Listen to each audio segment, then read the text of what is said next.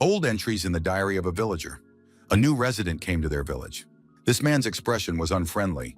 His eyes were angry, as if something terrible had happened in his life. The villager did not want this man to stay there. However, the good-natured village elder accepted the stranger. There was nothing else to do but accept what had happened.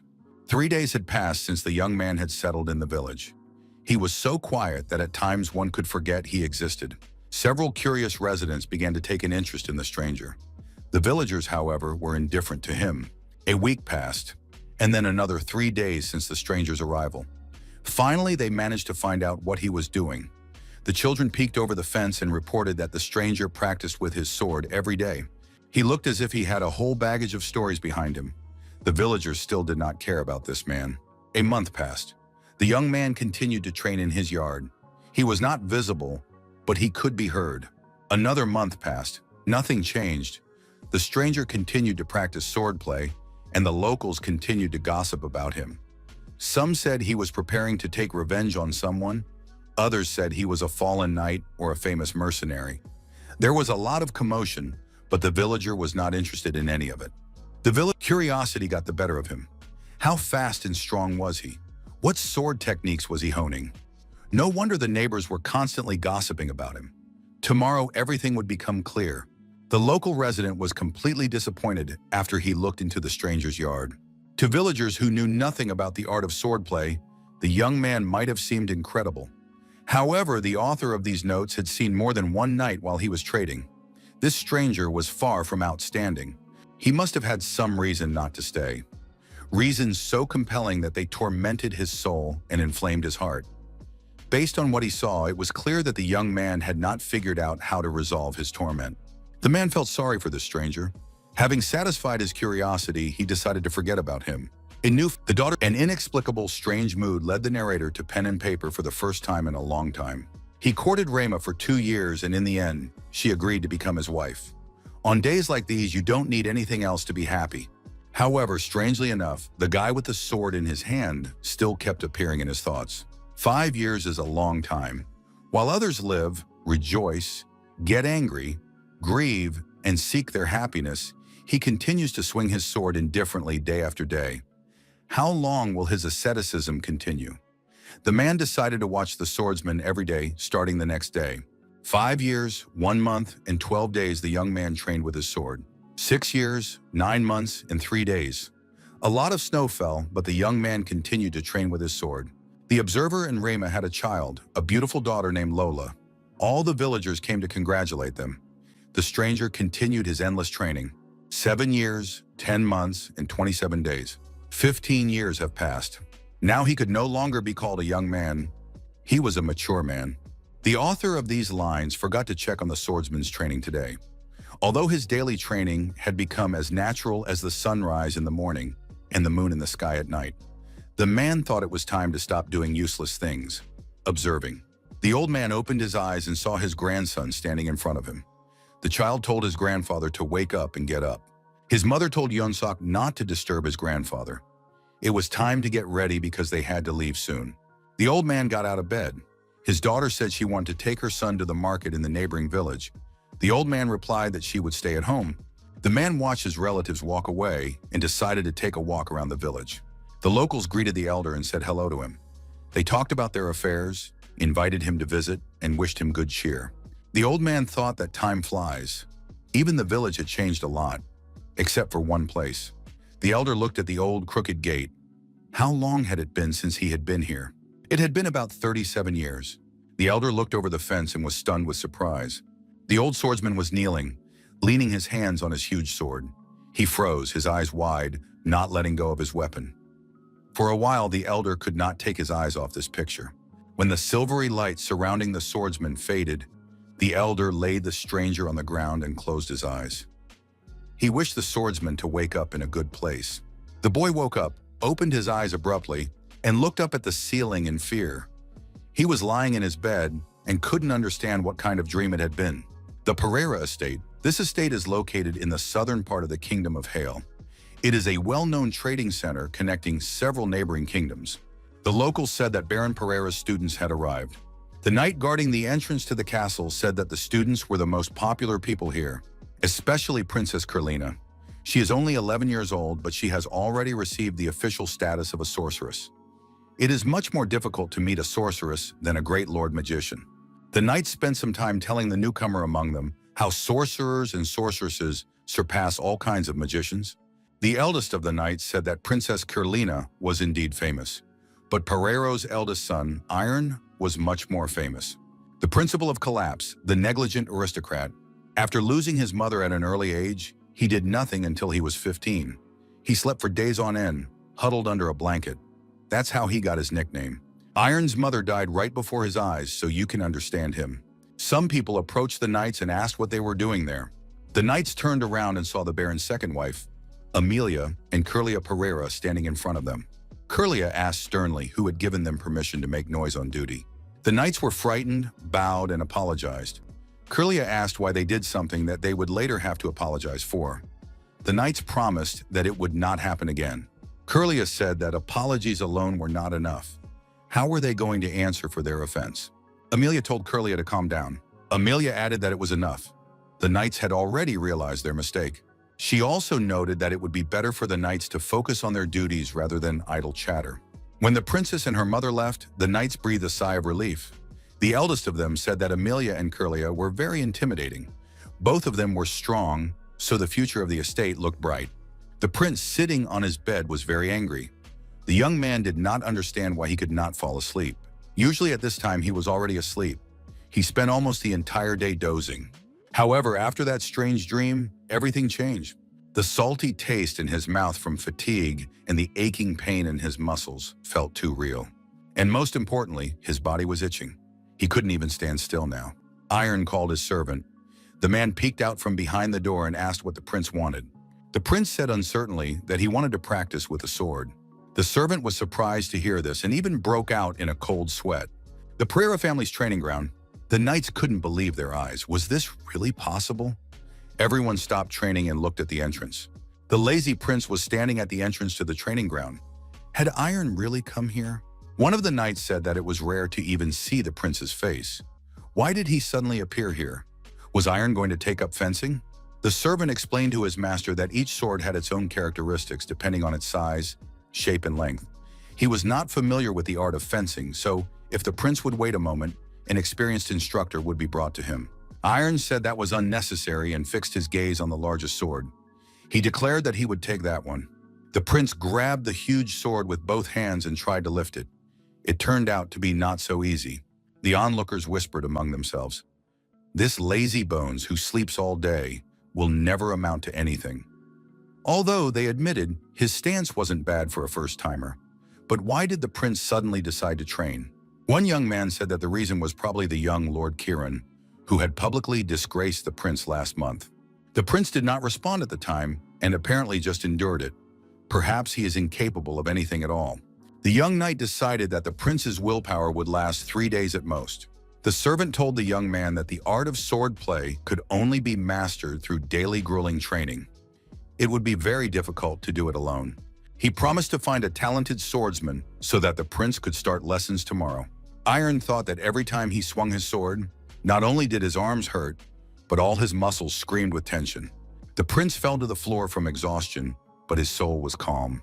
Repeating what he had seen in his dream over and over again, the young man began to feel the heaviness in his chest gradually ease.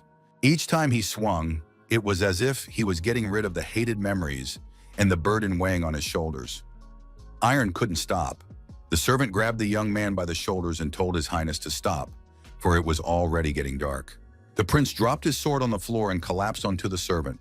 The servant said that His Highness had overdone it today. The sun was indeed already setting. Had time really flown by so quickly? Iron asked if the servant had been standing there waiting for him all this time. The servant replied that he would not dare leave His Highness and go away. Besides, the prince did not respond to his words. Lying on the bed, the prince felt his muscles and bones ache. Had he gone mad? What kind of dream was that? Now he definitely wouldn't be able to sleep. However, 5 minutes later, the prince was already asleep. In the morning, the young man woke up and ate breakfast with a good appetite. The servant thought that he could not get used to the changes. Would the prince go to training again today? From that day on, the strange dream continued to haunt the young man. To get rid of the itching in his body, he went out to the training ground again and again. When Iron swung his sword, no unnecessary thoughts arose in his head. In any case, these exercises were useful.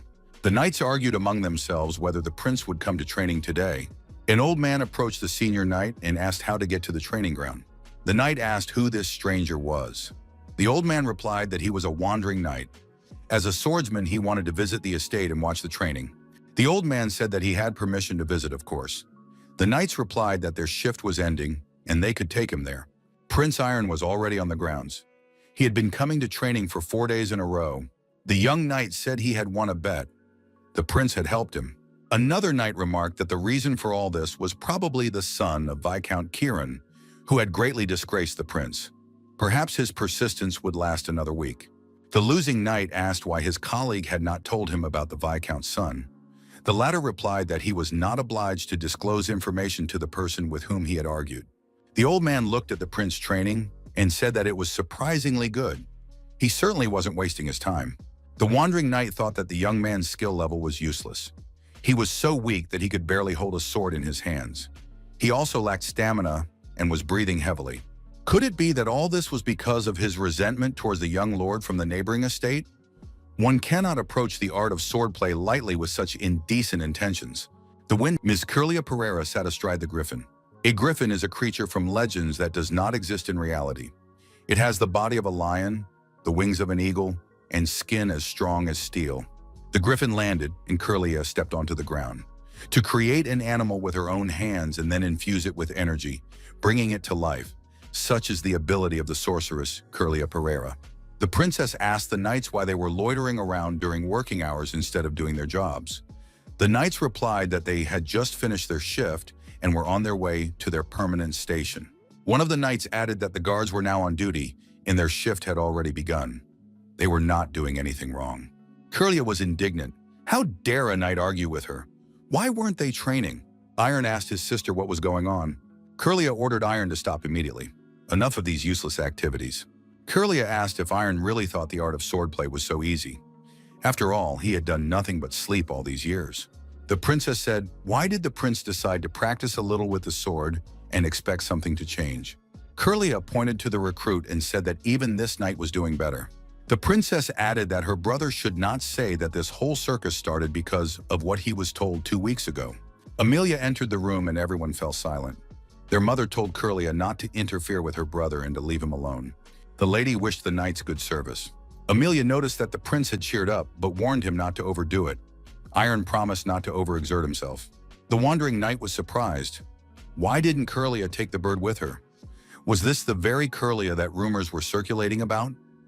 She was like a shockwave that suddenly swept in and disappeared. However, the old man noticed that all this commotion did not shake the prince's concentration in the slightest. The wandering knight decided to watch the prince for a few more days.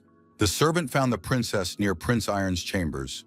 The man said that the prince was asleep and that the princess should come back tomorrow. Curlia replied that she had business with the prince and it could not wait until tomorrow. She was indignant. How dare the servant be so rude to her? The servant felt incredible pressure on himself. What could it be? Curlia told the servant not to tell anyone about what had happened. He knows what will happen if he disobeys, doesn't he? Iron woke up to the sound of a musical instrument. There was a letter lying next to the young man's bed. It contained an apology for not telling him everything that afternoon. Upon learning that Iron was overworking himself and not eating well, Curlia became concerned. She gave her brother a musical doll to help him relax. He shouldn't tell his mother that she had come, because she had asked not to disturb the prince. On the back of the letter was a note from his mother. Iron thought that Amelia and his sister really did worry about him and care for him. The young man remembered that he had been lying in bed like a nobody for more than 10 years. The servant announced to the prince that dinner was served. Iron thought that this event should not be missed under any circumstances. Would he really eat with his family today? The servant thought that the prince had changed a lot. Curlia constantly put food on her brother's plate. Amelia told her daughter to control herself. Iron thanked all the family members. After all, they were so kind to him, even though he had done nothing but lie in bed for so many years. The young man admitted that he had been too ashamed to say such things before. He apologized and said that he loved them all. His father replied that they loved Iron very much too. The head of the family suggested returning to the meal and enjoying it. The father noted that his son had recently focused on fencing. Physical training is commendable, albeit a little late. The important thing is not to overdo it. Iron said that everything was fine with him. His father advised him to take short breaks between sessions. The young man thought that compared to what he had seen in his dream, his training was nothing. The observers couldn't believe that the prince was training for so long and didn't miss a single day. Had he finally come to his senses? He would definitely reach his limit soon. The young people were curious about who the old man was. He was always present at the training ground.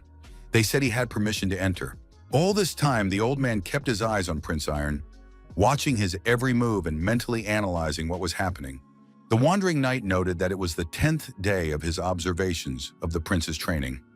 At first, he thought that Iron's motivation was only an inferiority complex and pride. It seemed that the prince would not last long. However, his judgments turned out to be wrong. The old man had heard that the young man had been given the nickname, the lazy aristocrat, because of his laziness. But how could a man who had never exercised in his life train tirelessly without showing the slightest irritation? Day after day, the prince works with the enthusiasm of a blacksmith forging iron. It is as if he has been living at this pace for decades. The old man could not remember anyone with such willpower. No matter how great a hero is, such iron willpower can only be accumulated over the years. And before him was just a 15-year-old boy. What heights could he reach? Everyone present watched the young prince's training with interest. The old man asked the guard if the prince had a personal tutor. The guard replied that the owner of the estate had recently said that a fencing master would soon be assigned to the prince. It would be a pity to leave everything without proper supervision. According to him, the teacher would be the knight Ornzukran. The wandering knight cried out that this could not be allowed to happen.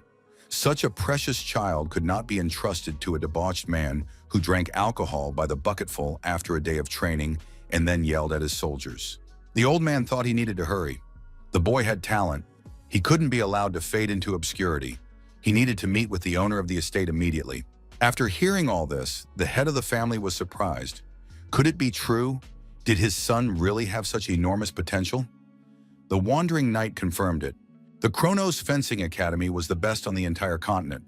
It accepted only talented people, regardless of gender, origin, or status.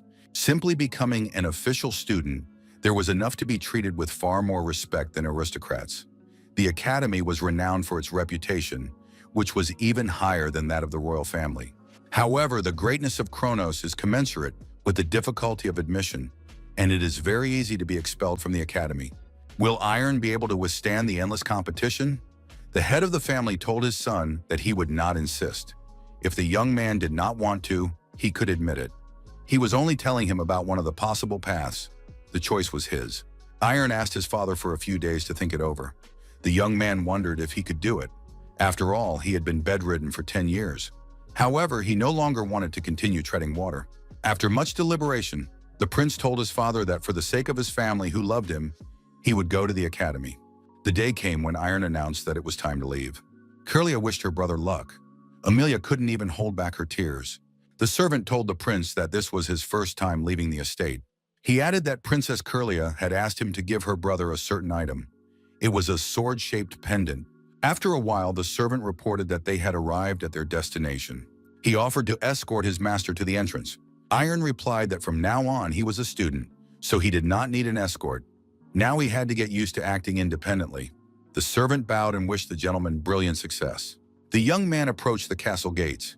The gates were guarded by knights.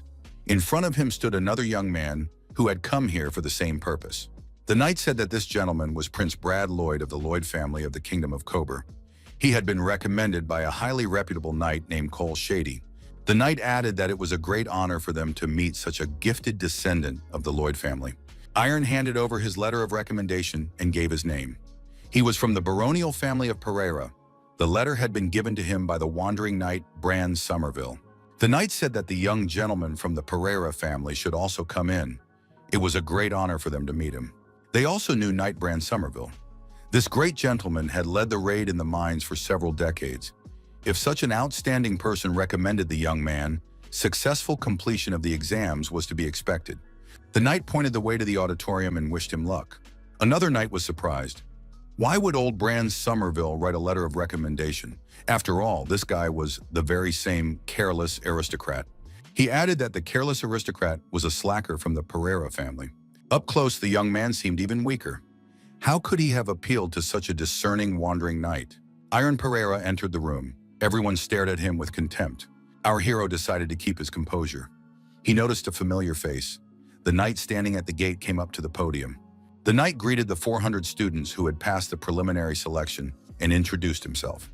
His name was Ahmed, and from that day on, he would be teaching and evaluating the young people. The most notable was the second genius of the Lindsay family of swordsmen, Ilya. She was much more talented than her older brother. Ahmed decided to test this. One of the new recruits looked at the girl and thought, "Why is Ilya here? What is she lacking?" The young man sighed. Because of this girl, he would have no chance of taking first place in the rankings.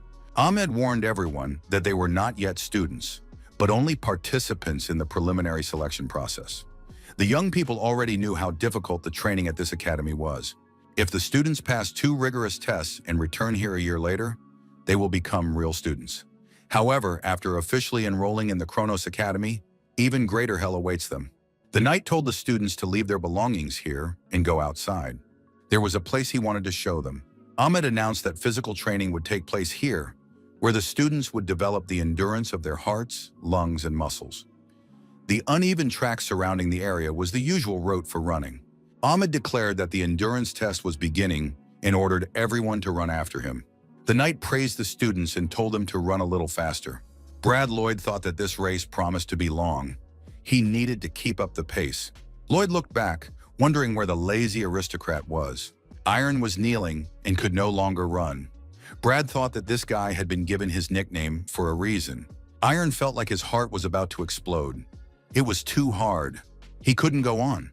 The guy raised his head and looked ahead. The students were gradually moving away. He couldn't take another step. However, the young man found the strength to get up. He decided that this was nothing compared to what the man in his dream had gone through. Iron wanted to be like that man. He wanted to become his equal. To achieve this, the young man decided to escape from his lazy self and picked up speed. The instructor watching the run was surprised. He was sure that Iron would give up immediately. The instructor thought that there was definitely something wrong with this young man. Iron screamed loudly and his legs began to buckle. The young man was about to fall. The instructor rushed towards him and caught the falling student. The man realized that this guy had not fallen from simple fatigue, but from complete exhaustion. He had squeezed out of himself all the strength he could muster. This young man was very interesting. Iron opened his eyes and looked around. He didn't understand how he got here. Instructor Loon Tarkal was sitting next to the young man. The man said that he was in charge of the rehabilitation department and that Iron's health was in perfect order. Iron Pereira thanked the instructor for his help. Tarkal said that if it weren't for him, the young man would not have recovered so quickly. The instructor suggested that they would meet again. Then Tarkal handed our hero a scroll. Iron read the contents. It was a ranking of students based on the results of the first test, an interim assessment that did not greatly affect official admission to the academy. The instructor explained that the first test was only needed to roughly determine the endurance level of the preliminary selection students. Iron Pereira was ranked 400th on the list. The instructor admitted that the higher the place, the happier you feel. However, the lower the place, the stronger the incentive to work harder. The instructor added that in a year, this ranking would change beyond recognition. There was no point in memorizing it. Tarkal noted that the young man did not look like someone who was indifferent to all this. It seemed that the rumors about his extraordinary nature were true. Tarkal told the young man to get up. You can't skip classes on the first day.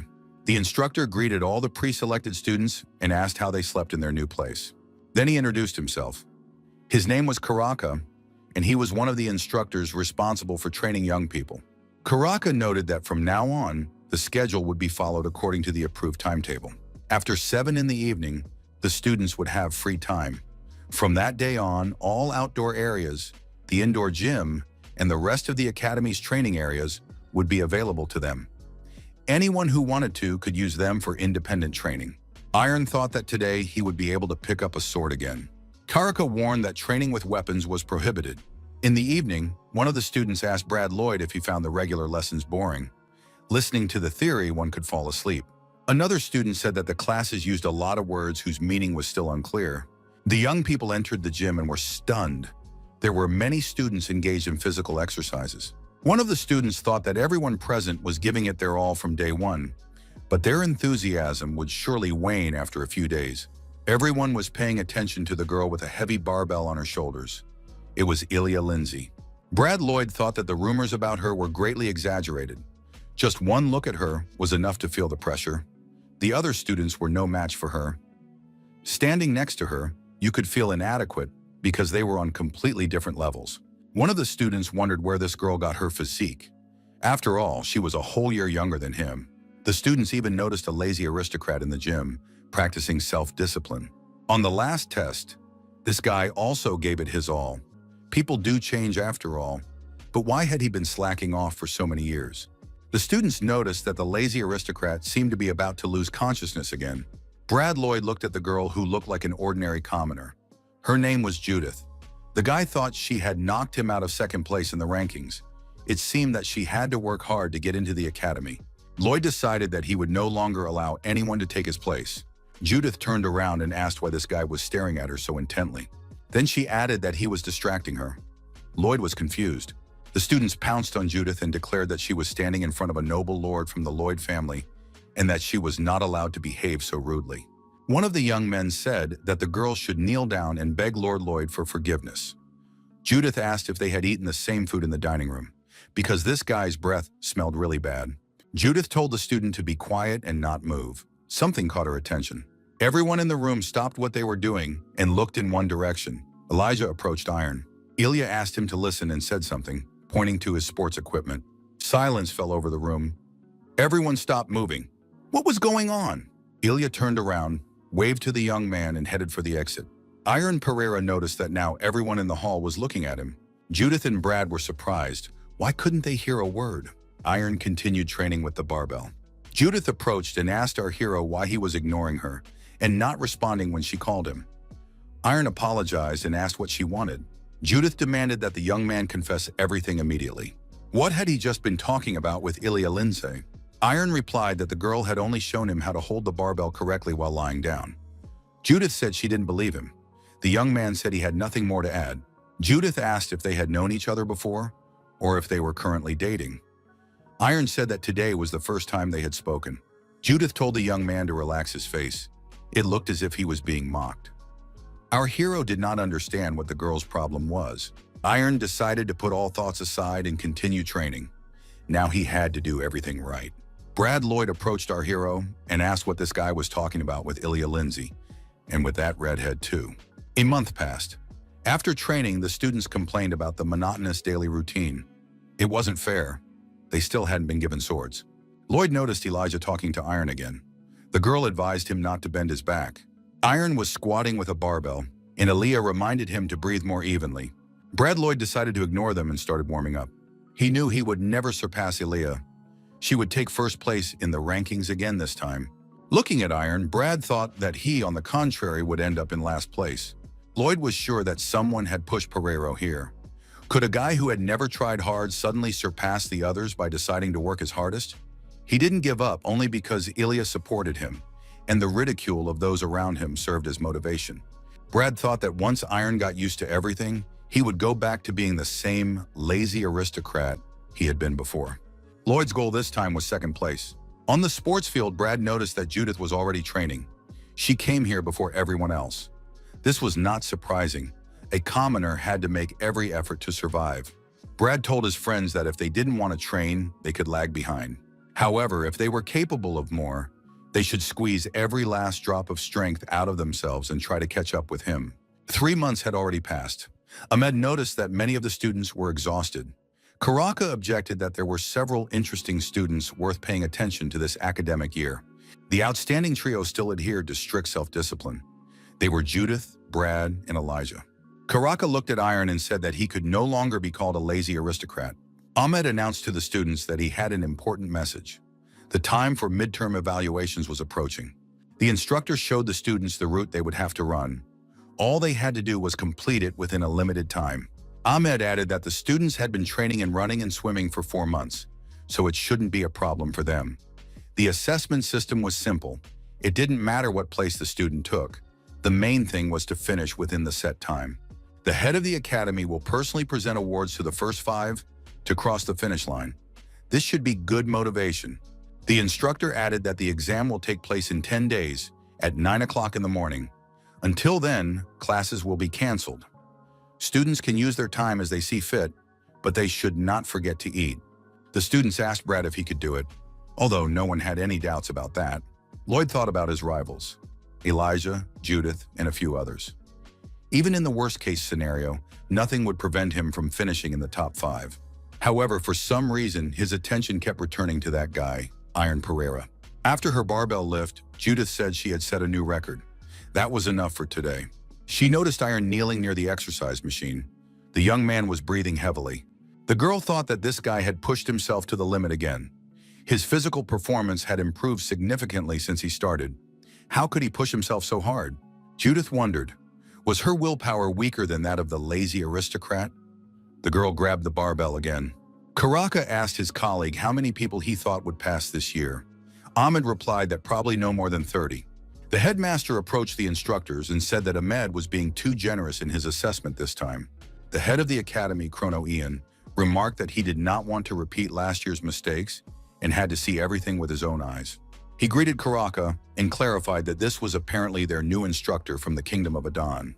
Chrono Ian asked him how old he thought he was. Karaka guessed that the director was about 55. Chrono Ian laughed and said he couldn't stand flattery. Now you can expect double pay, he added.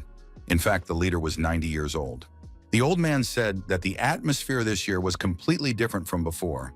Could this be the result of good teaching? Karaka looked at Ilya and said that this girl was the second prodigy among the swordsmen of the Lindsay family.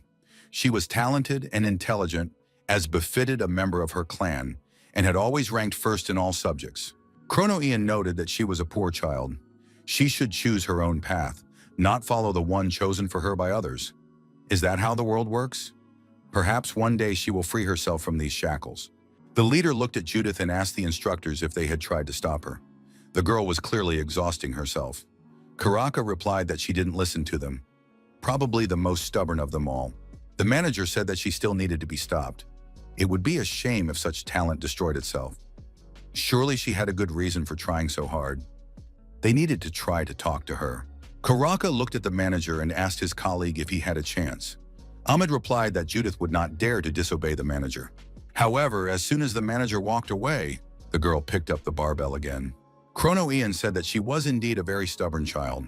She replied that she would stop if she heard a good reason. The manager asked where Iron Pereira was. Ahmed noted that the boy had been standing with the barbell on his shoulders for 30 minutes. The head of the academy said not to touch the young man. Under no circumstances should he be stopped until he gives up himself. This guy's mind was now in control of his body. After such an exhausting workout, Iron was lying on his bed again, completely exhausted.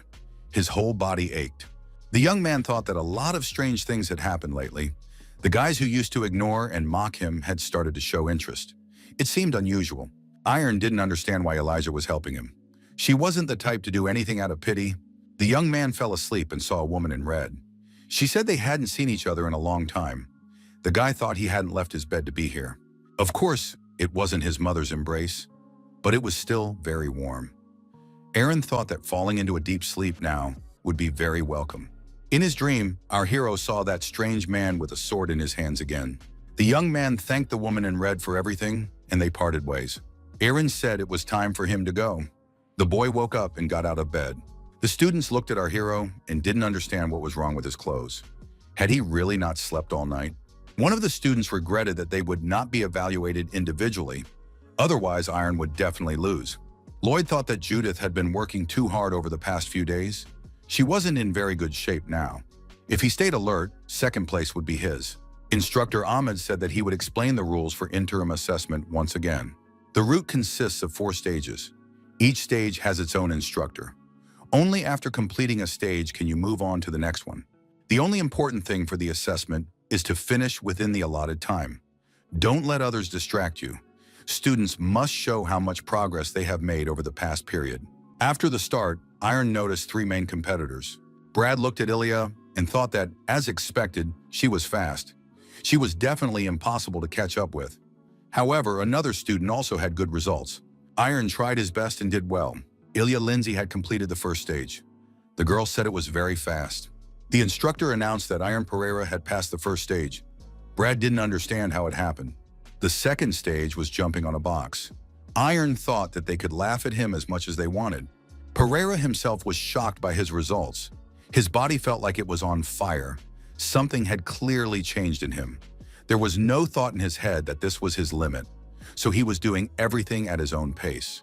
Iron thought he needed to move faster. His current speed wasn't enough. He had to be even quicker. Ahmed announced that Iron Pereira had completed the second stage. Judith tried her best to finish the first stage in the allotted time. The third stage was a long-distance run. Pereira started. As expected, Elijah Lindsay was ahead of the young man.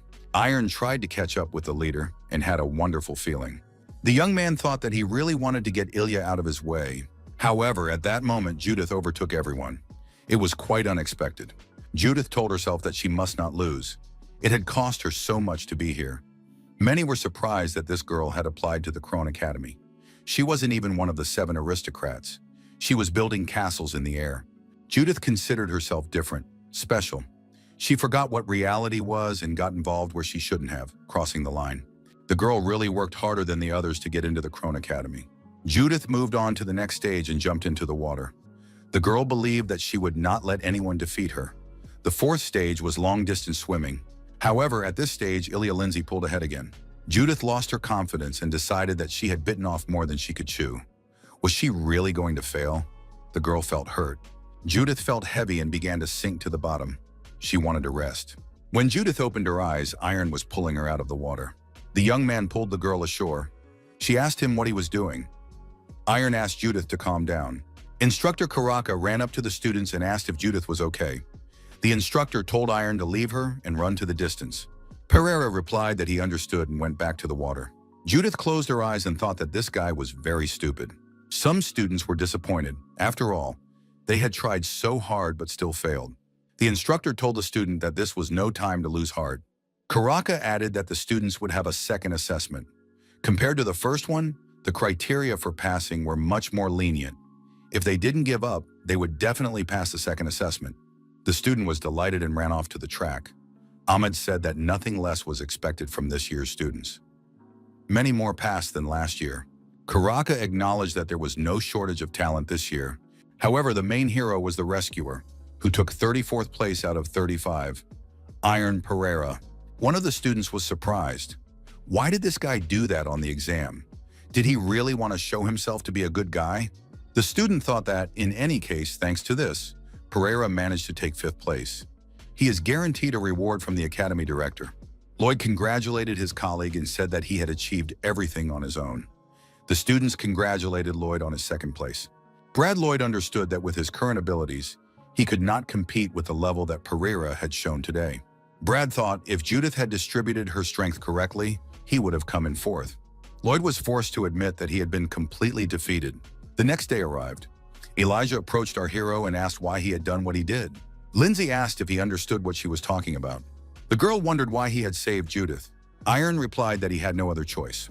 Elijah said that the guy was talking nonsense. The instructor would have helped her. There was no need to interfere. For such a stupid reason, he neglected the award from the head of the academy, whom he considers the best on the entire continent. In addition, he lost the chance to strike back at all those who mocked him and looked down on him. Did he realize that? Iron reminded him that it was he who had been called a lazy aristocrat. The young man said that he used to feel as if he had been stuck in a swamp for a long time. There was no excuse for it. However, he did not even try to get out. In the end, his loving family pulled him out of this miserable state. Thanks to the help of several people, he managed to rise to the surface. Therefore, he could not pass by, seeing Judith sinking. Iron stated that this was the only reason for his actions, nothing else. Ilya reminded him that the young man had only picked up a sword last year. The art of swordplay and physical training are two different things. Talent and diligence are important in both cases, but talent plays a key role in mastering the art of swordplay. Perhaps because of yesterday's antics, the young man missed his chance to receive personal instruction from the leader. Ilya added that she would no longer help this guy. If he suddenly falls down because of the ridicule of those around him, let him not regret his choice. Iron asked why she had helped him in the first place. The girl replied that she didn't like it when people talked about things they didn't know. Instructor Ahmed announced that the results of the interim assessment would now be announced. 35 people passed the first exam and 78 passed the second. A total of 113 passed. The 5 students who showed the most outstanding results on the first exam would be awarded prizes after a personal conversation with the head of the academy. Chrono Ian said that the instructor had forgotten someone. Ahmed apologized and added that he had remembered. Ahmed asked his student number 311, Iron Pereira, to come up to the podium. The head of the academy said that competition is an interesting thing. When you go out of your way to catch up with a rival who has pulled ahead and not be overtaken by those running behind, you can reveal abilities that you didn't even expect from yourself. However, if you focus too much on the result, you risk missing something more important. Iron Pereira was not like that. In a situation where a random mistake could have sent him straight to hell, he sacrificed his time and saved his drowning comrade. The director added that there may be many opinions about what happened, but he and all the instructors agreed. Pereira's actions were valuable. In the academy director's office, Brad Lloyd said he understood that he had been thinking too narrowly before. The headmaster said there was no need to belittle himself. A narrow-minded person would not be able to admit their weaknesses. Brad admitted that he had been arrogant and stubborn, sticking only to his own methods. From now on, when he met someone from whom he could learn something, he would not miss the opportunity. Chrono Ian thought that the young man was talented, clearly aware of his position, and ready to overcome his own shortcomings. In addition, he had excellent leadership skills. The leader thought that the young man was not lacking in the stubbornness and self-confidence inherent in the highest aristocrats, but it was not so bad as to be a cause for concern. Next time, he would definitely take first place. Chrono Ian noted that many talented students had arrived this year. Elijah said that as a reward, she would like to spar with the head of the academy. The elder said that this was a reasonable choice. A girl should not allow others to control her and live someone else's life. It is not worth wasting time here on attachments. Ilya should return home and study her family's sword techniques. That would be much more useful. Ilya repeated her request to spar with the head of the academy. Chrono Ian thought it would be foolish to expect any other reaction. The head of the academy said that his office was spacious. Would the student agree to train there? Elijah thanked the headmaster. Finally, the last student was in the head's office. Chrono Ian asked what reward the young man wanted. His answer interested him the most. Iron said he wanted to make peace with one person. How could he do that? The young man noted that it sounded absurd, but he had no one else to ask for advice. Chrono Ian said that the student had nothing to apologize for and thanked him for his sincerity. The head of the academy understood that this boy had not left his room until he was 15. Now, finding himself among his peers, he was completely confused. It turned out that someone had befriended this child, who was ridiculed by the others. The headmaster asked the young man to tell him what had happened. After talking with the head of the academy, Iron thanked him for his help. The elder said that it had been a long time since he had given advice that did not concern fencing. The head thought that the young man's desire to make peace with Elijah was quite unexpected. This year there have been many surprising events. The head said he would not count his small piece of advice as a reward. He wanted to give advice on sword training. He was more competent in this matter. What did the young man want to know? Iron apologized and said that nothing came to mind. Before entering the academy, he had only practiced fencing on his own for a month. Therefore, he does not understand what he wants and what question to ask. Everyone is talking about the amazing opportunity to get advice from the leader. However, he cannot take advantage of this opportunity. The elder told the young man not to apologize all the time, that it was not worth it. A good swordsman must be confident. The head of the academy added that in this case, the young man would be able to exercise his right to a reward next time. If he feels that something is missing, he can come back again, or he will give a lesson himself when he deems it necessary. Chrono Ian watched the departing student and thought that he was indeed an unusual young man. However, something did not add up. He did not show a hint of anxiety or concern about his ignorance of the art of swordplay. On the contrary, it felt like he already had a clear goal. It was as if someone was guiding him. The head of the academy thought he had met someone like him before. Talent, confidence, unpredictable character. Although they were complete opposites, Judith approached Iron, who was training in the gym. She assumed he was training again, but she was still surprised. Fencing lessons would begin tomorrow, and from then on, they would only train with swords. Iron asked her why she had come. Judith scratched the back of her head and said she wanted to say something. Judith thanked the young man and promised to repay her debt no matter what. The girl suggested that they get along with each other. Iron was surprised. Judith repeated that she was offering to be friends. He always ate alone in the dining room, but now they would do it together. The girl added that they would also train with swords together.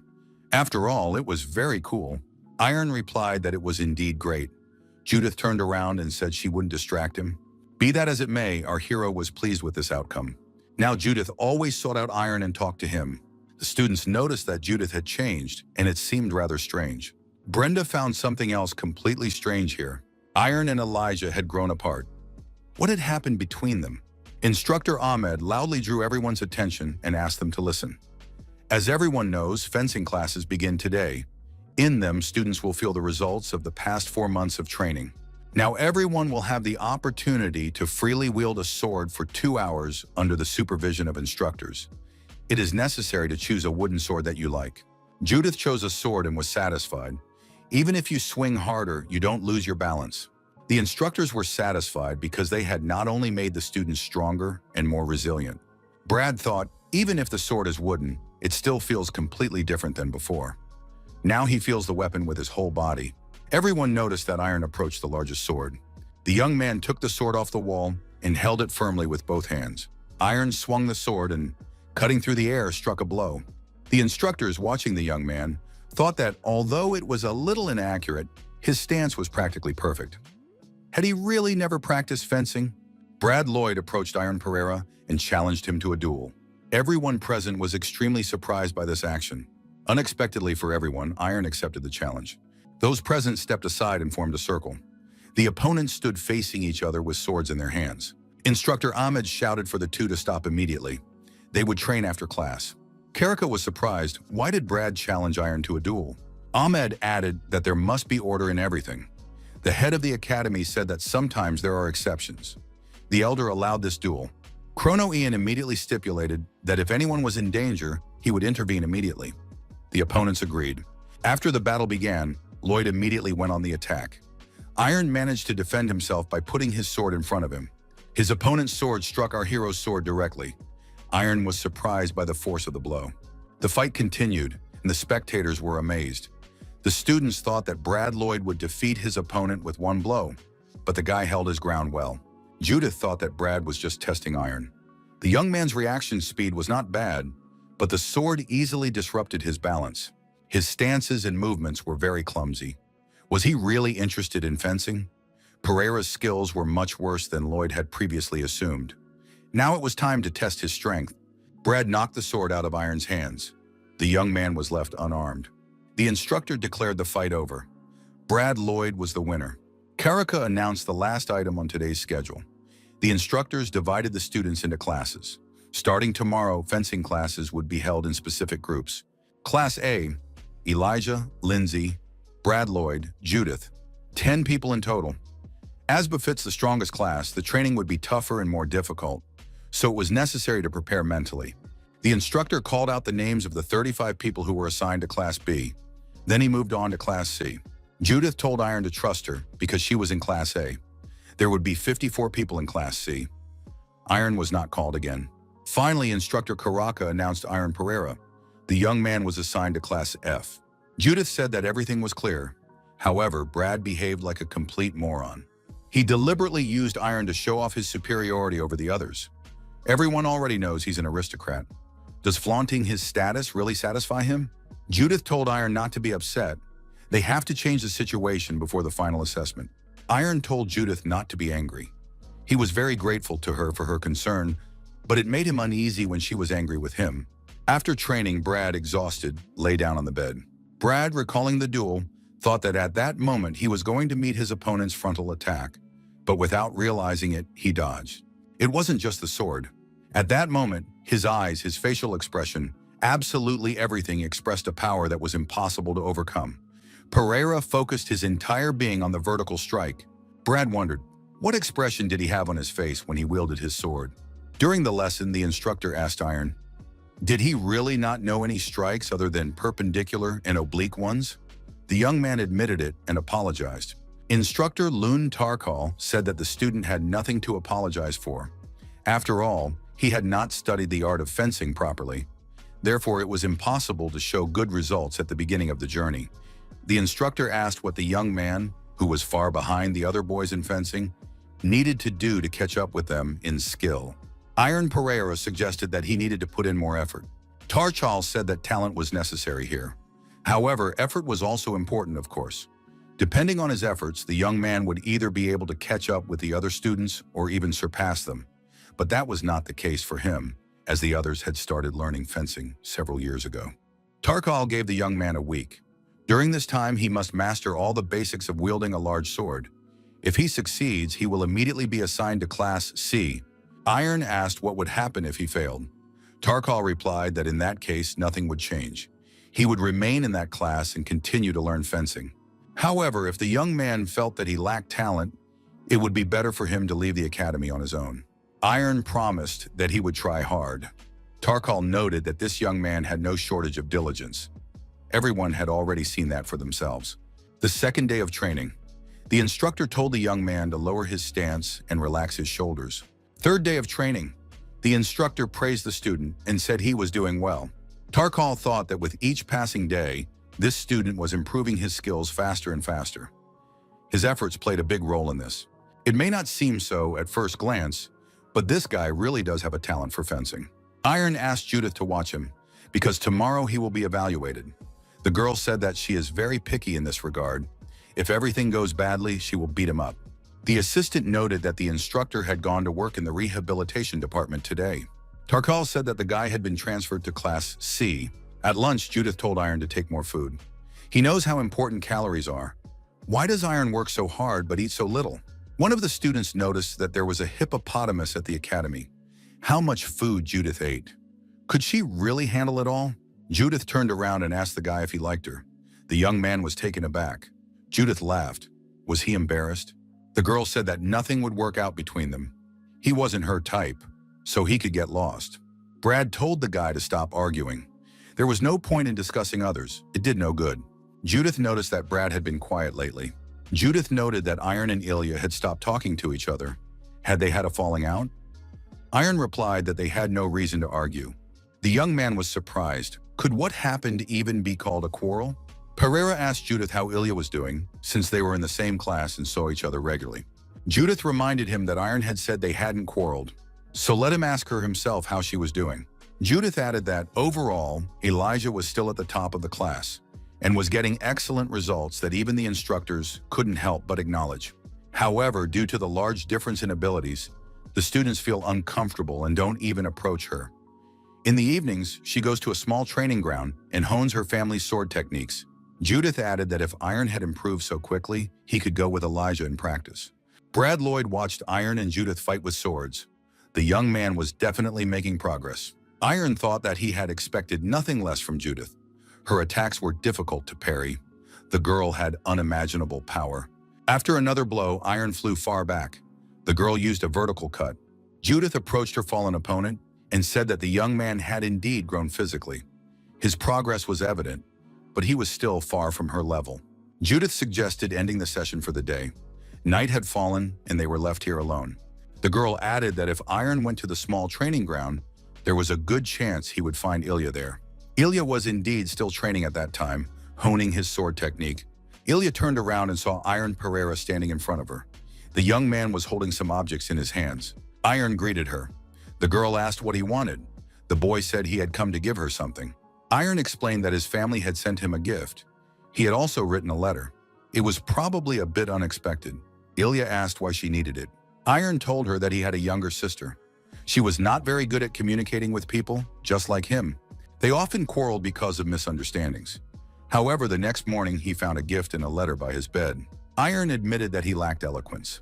He didn't even know how to start a conversation, so he thought it would be better to express his thoughts on paper, as his sister did. Ilya asked if Iron really thought she would start helping him again after reading this letter. Iron apologized for disturbing her and said he was leaving.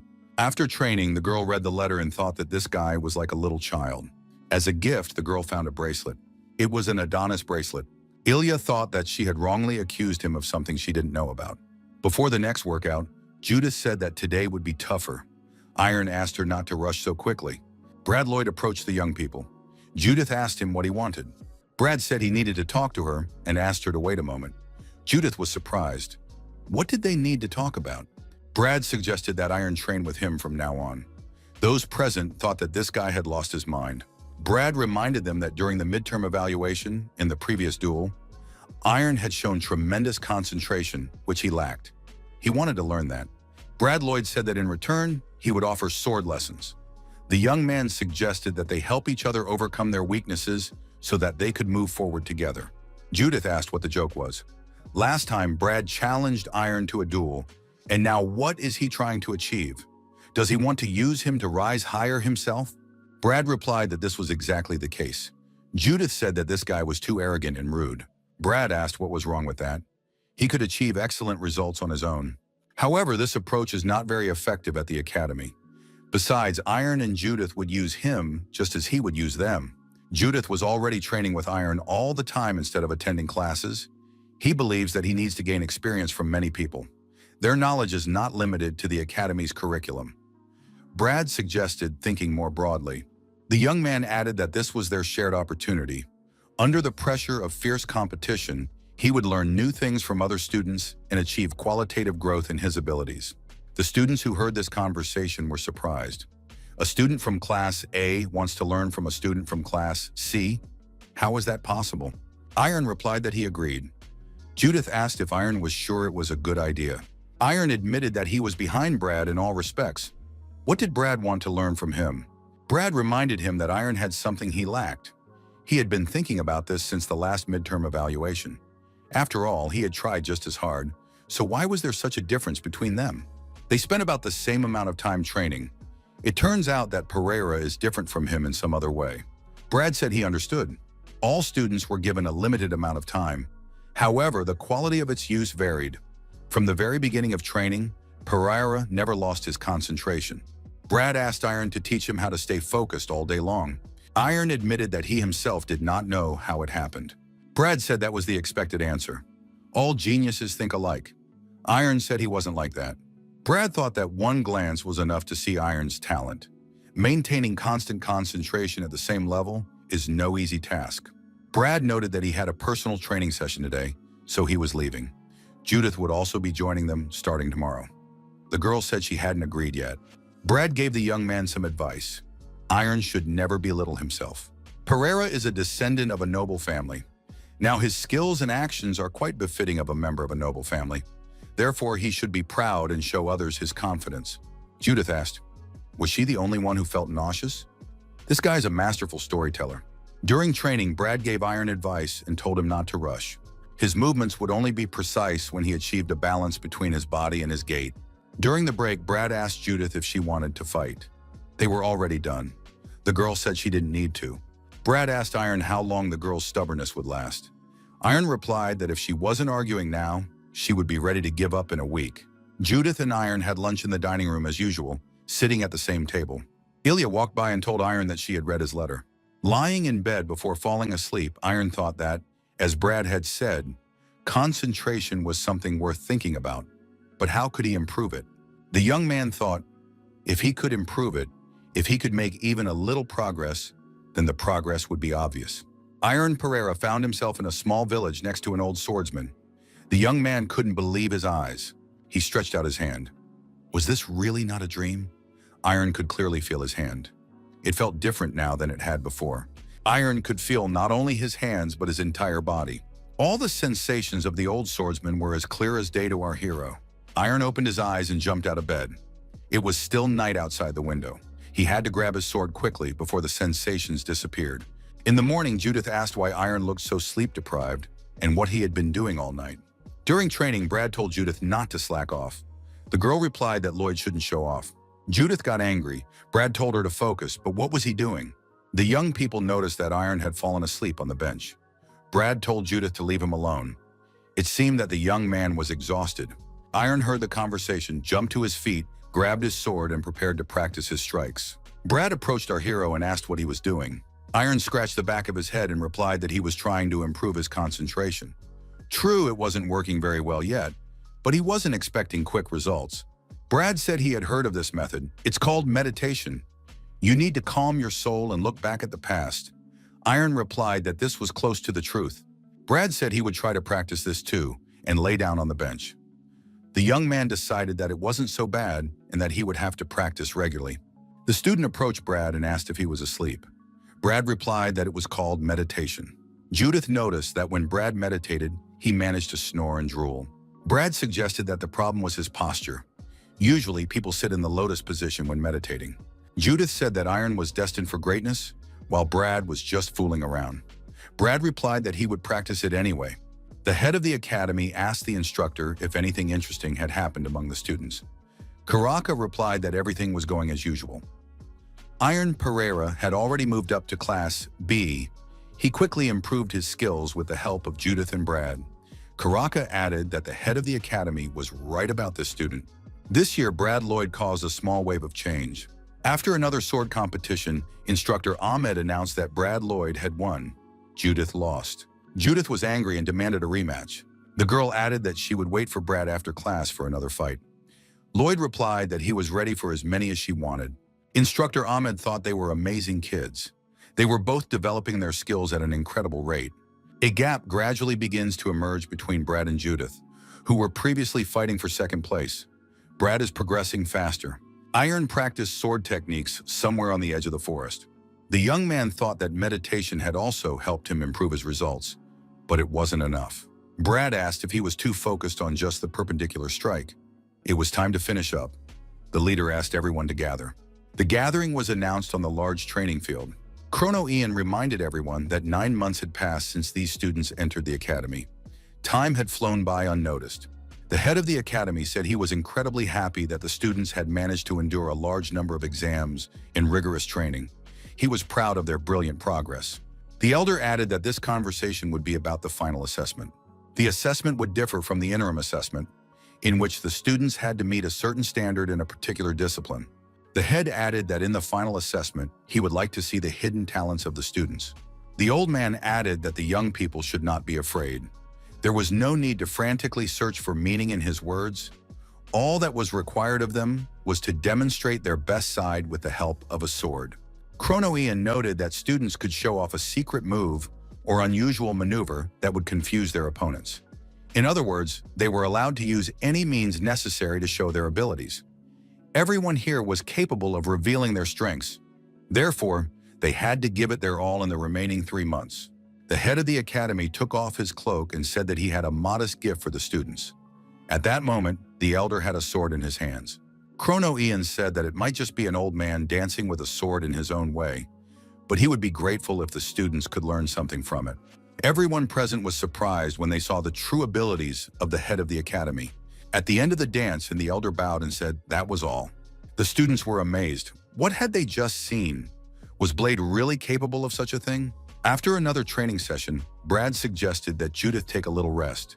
The young man asked Judith what she thought of the academy head's performance. He added that he even felt a little awkward. Brad was surprised. Why wasn't Judith responding? Brad wondered if she was in a bad mood because of Iron. Judith was surprised. What did he have to do with it? Judith noted that they would soon have their final assessment, and Iron was completely immersed in meditation. Would everything be okay? Brad was sure that Iron would manage. Judith asked how Brad knew that. The young man asked what the criteria for the final assessment were. Judith reminded him that they had to show their hidden talents. Brad noted that, in other words, they had to demonstrate not their current abilities, but their future ones. Who, during the 9 months spent at the academy, had shown the most hidden talents and made the most rapid progress? Indeed, it was Iron, so there was no need to worry about him. Judith decided that she would demonstrate her skills to the fullest, and that first place in the final assessment would be hers. Brad said that she would not succeed. Elijah Lindsay would take first place again this time. After all, this girl came from a distinguished family of swordsmen. Such families on the continent could be counted on the fingers of one hand. The Lindsay family studied martial arts, which helped them earn the title of a renowned family. Therefore, Elijah simply could not fail to take first place in the final assessment. Judith was surprised. Is that really a good enough reason to not even try to take first place? Brad added that it's not just about fighting techniques, but also about perseverance. Judith was upset. Why hold an exam whose results are already predetermined? What was so special about the great noble families and her older brother? who used to be called the most famous genius on the entire continent. If they lost to an orphaned commoner, they wouldn't be able to look anyone in the eye. Judith looked back and saw Elijah Lindsay standing nearby. How did she get here? Ilya said she didn't care that Judith was insulting her and her family. It didn't matter what people like that said behind her back. It didn't bother her at all. Judith suggested that they fight one-on-one. Brad told Judith to calm down. Fighting between students could get them expelled from the academy. Ilya declared that this time she would still take first place and would continue to do so time after time. Ilya added that she had no need for her family's sword technique. The academy's program alone was enough to prove that she was head and shoulders above everyone else present. Brad said that the Lingjie family's sword technique was called the Sword of Heaven. The name had stuck after they caught the king of the demon dragons 400 years ago. Brad added that he would like to see how good this technique is. Elijah replied that the guy couldn't even dream of it. Brad said that if Elijah didn't show him the heavenly sword technique, he would take first place. Iron Pereira, sword in hand, thought that the sensations were completely different now. The young man felt that he had gotten closer, but lately he had the impression that, on the contrary, he was only gradually moving further away. He needed to concentrate again. The lotus position would be suitable for this. Iron decided to try meditating with a sword in his hands for the sake of similarity. After an extra training session, Brad told his colleague that he had started training harder. The student admitted this because the final assessment was coming up soon. The student noted that Brad had a huge influence on them. What Brad Lloyd said to his student Ilya Lindsay that day served as an excellent symbol for them. Brad couldn't remember saying anything special. Judith told Brad Lloyd to keep a straight face. She was already sick of it. Judith ordered the blue-haired man to take his sword and go into battle. The young people immediately began fighting with swords. Judith held her own, skillfully dodging her opponent's sharp thrusts. Brad constantly attacked the girl, and Judith had to defend herself more than go on the offensive. Judith thought that Lloyd was not just perceptive, he had developed a calmness that he had not had before. Perhaps at this rate, he would indeed be able to surpass Elijah and take first place in the rankings. Reluctantly, the girl had to admit that she was not strong enough to defeat Brad at the moment. However, the academy head's words, "Think bigger," served as a lesson to her. Judith decided not to rush things. When she officially became a student at the academy, she would get the better of this guy. Brad suggested they call it a day. There was no point in overworking themselves before the final assessment. Judith agreed.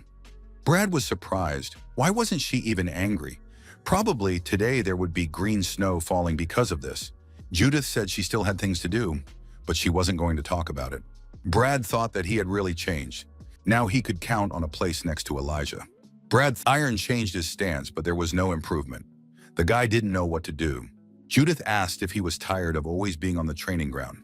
The girl suggested going outside for a moment to get some fresh air. Outside, Elijah saw the young people. She watched Iron walk away. Judith and Iron walked beyond the academy walls and decided to rest on the lawn. The young people lay down on the grass. Iron asked if they could rest there. Judith said that if anyone complained, they would leave. The girl asked how things were going with their preparation. Iron was surprised. What was she talking about? Judith reminded him that there was less than half a month left before the final assessment. Iron replied that he was still training hard. The girl noticed that he sounded uncertain. Iron asked if Judith could tell him about herself. The girl expressed confidence that the assessment would go great, but the question was whether she could beat Elijah. Judith apologized for not paying enough attention to him lately. After all, she had promised to train with him in combat and correct his incorrect stances. Iron replied that everything was fine, and she shouldn't apologize. Judith noted that she was an orphan and didn't bring up the subject to elicit pity. As a small child, she had to survive by any means necessary. Stealing was the only thing she knew how to do. However, one day looking around, Judith realized that other people were also living their miserable lives in the same way. Having lived this way until now, Judith felt no gratitude toward anyone and never said thank you. That's why when Iron pulled her out of the lake, she should have thanked him. However, she got angry. Even now, she feels uncomfortable saying thank you openly. So she was going to repay him in her own way, but in the end, everything turned out to be complicated. Judith said that Iron must pass the final assessment. He had to pass it to shed his status as a preliminary student and become an official student of the academy. Judith got up and headed for the gym. She said that if they went together, she would burn with shame, so the young man could wait here for a few minutes. Iron thought, should Judith be the one apologizing? He was the one who hadn't been paying attention for the past 2 months. The young man realized that he had changed a lot. He used to spend all his time in bed, but now he was sitting here looking at the sky. His first year at the academy hadn't been so bad. He felt that he had gotten to know himself a little better. Iron Pereira was grateful for everything he could feel now and for his current thoughts. Judith, Brad, Elijah, as well as the academy director and instructors had greatly helped the young man. The young man realized that now was the time to repay them for their support. One of the students demonstrated his sword skills to those present. The head of the academy noted that his speed and accuracy were excellent. Instructor Ahmed noted that even among the preliminary training students with low grades, there were some who were quickly improving their skills. Perhaps after the final assessment, their ratings would change significantly. The student swung with all his might and struck the stone with his sword, cutting it in two. The head of the academy thought that the cut was slanted rather than perpendicular, but it looked very even. All the students are performing above expectations, but Chrono Ian was still a little disappointed. Ahmed announced the next student. Judith is invited to the arena. The girl stepped forward. Judith approached the head of the academy and asked if she could take the test with another student. The elder was surprised. What was she talking about? Judith explained that a duel would allow both of them to better demonstrate their strengths. The student with whom she wanted to take the final assessment had no objections. The head of the academy said that sounded interesting and asked who he was. Judith said it was Brad Lloyd. The young man also came to the center of the arena. Judith thought she didn't want to rush, but it seemed she had no other choice.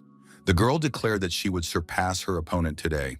Brad acknowledged that this statement was just like her. The young people clashed swords in a fierce confrontation. Each of them was ready to surpass themselves. The spectators heard an incredible roar from the clash of wooden swords. Judith once again effectively dodged her opponent's attacks. The students noted that the girl was now moving much faster. The instructor watched with his mouth open. He thought these students were simply amazing.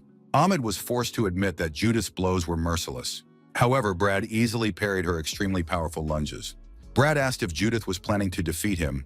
The girl counterattacked her opponent in response. Judith thought she needed to become even stronger. Brad thought he needed to become even more precise. As a result of another clash, Judith's huge sword broke in two. The girl stopped. Brad stood in front of his opponent, holding out his undamaged sword. Judith thought that in the end, she had failed. Instructor Karahal told the head of the academy that they were practically on the same level. Instructor Ahmed noted that Brad was still the more skilled of the two. The head of the academy clapped his hands and said that it was an amazing performance, an amazing duel. Both students did very well. Judith and Brad bowed to their teachers. The young people were satisfied. Next to enter the arena was Elijah Lindsay. Brad thought that he had become noticeably stronger and surpassed himself. Perhaps he would also defeat Ilya. Ilya announced that she would now demonstrate her family's sword technique. The head of the academy said that the Sword of Heaven, which had cut the throat of the Demon Dragon King, was excellent. Ilya Linjay took a fighting stance and prepared herself. Instructor Karaka felt a wind appear in the room, the result of the girl's sword swings. When Linjay finished her performance, everyone remained silent for a while. It was amazing. What was it really?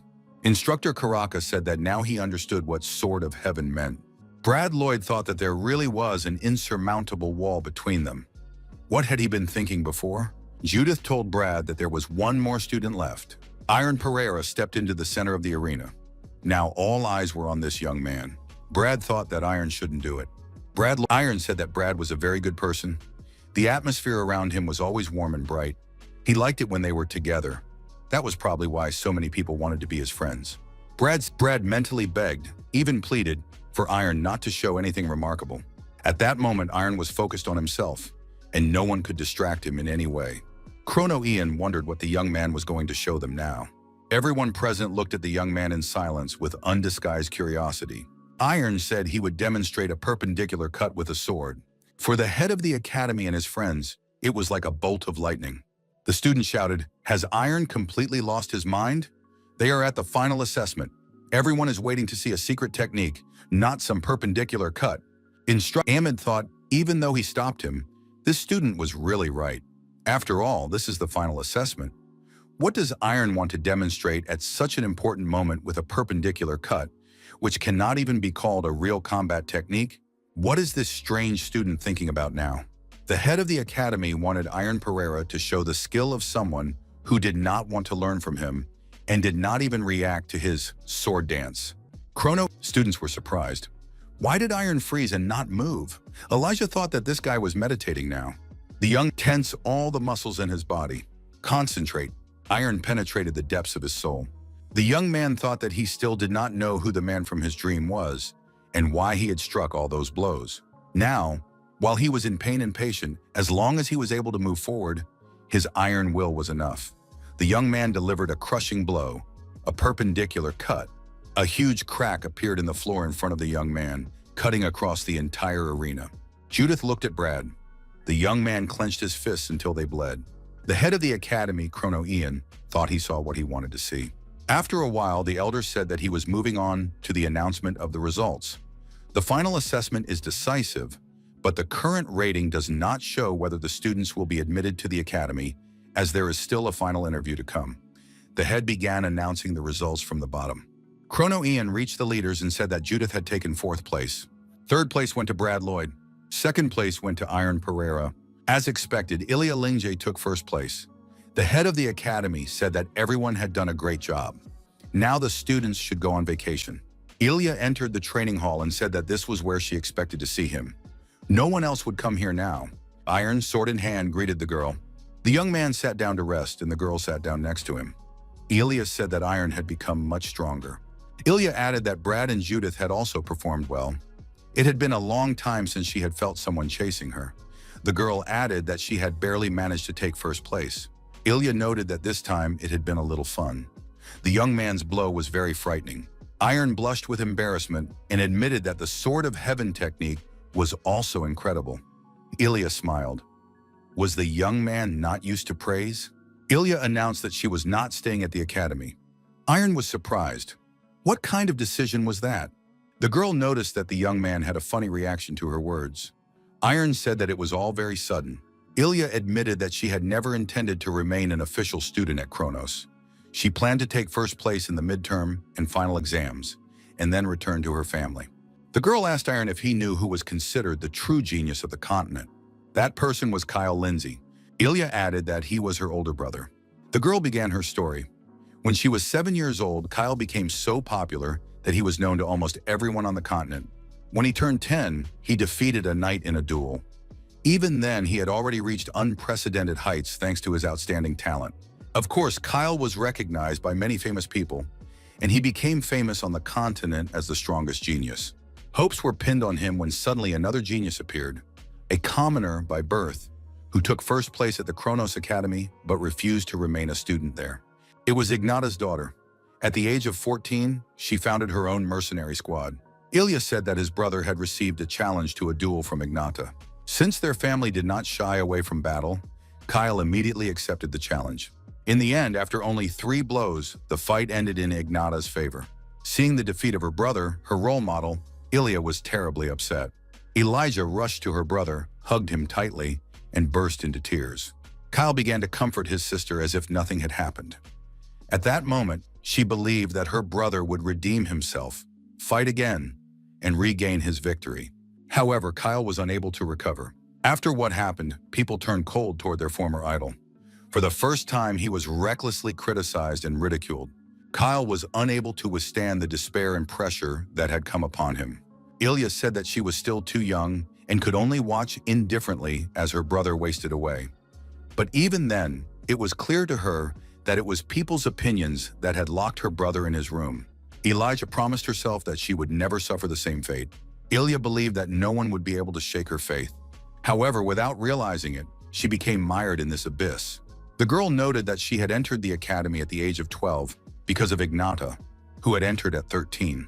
Ilya added that at 14 she wanted to be officially recognized as a knight because of Ignata, who was awarded the honorary title of knight at 15.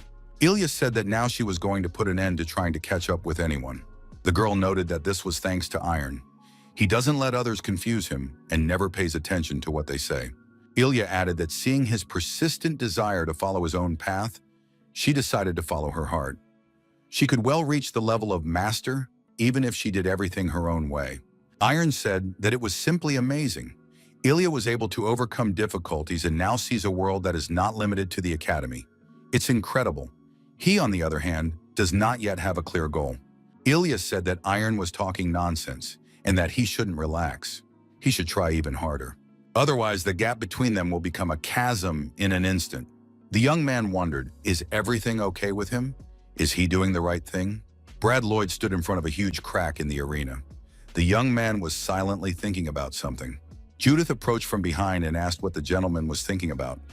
You can't stand here because repairs are planned and the passage is closed.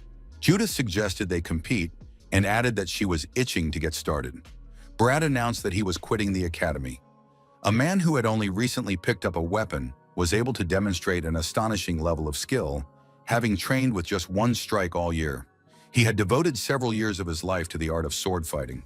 Brad asked how much more time he would need to achieve the same results. Would he ever be able to do it? He thought that having such abilities was predetermined from the very beginning. Brad thanked the girl for everything and was about to leave. Judith swung her arm and punched Brad in the jaw. It was quite unexpected and painful. Brad lost his balance and fell far back onto the floor. The young man asked what she was doing. Judith asked what was wrong with him. He had easily dodged her sword blows, but now he couldn't dodge her fist. The girl said that this guy's brain had gone soft, and now his body had turned into a washcloth. The beating continued. Judith was surprised. Did Brad really think that everyone at the academy was doing something stupid? In the future, he could boast about how, in his youth, he had defeated the one who would become the best swordsman on the continent in an exam. The girl added that for a coward who had fallen into despair and run away because of some stupidity, he was doing the right thing.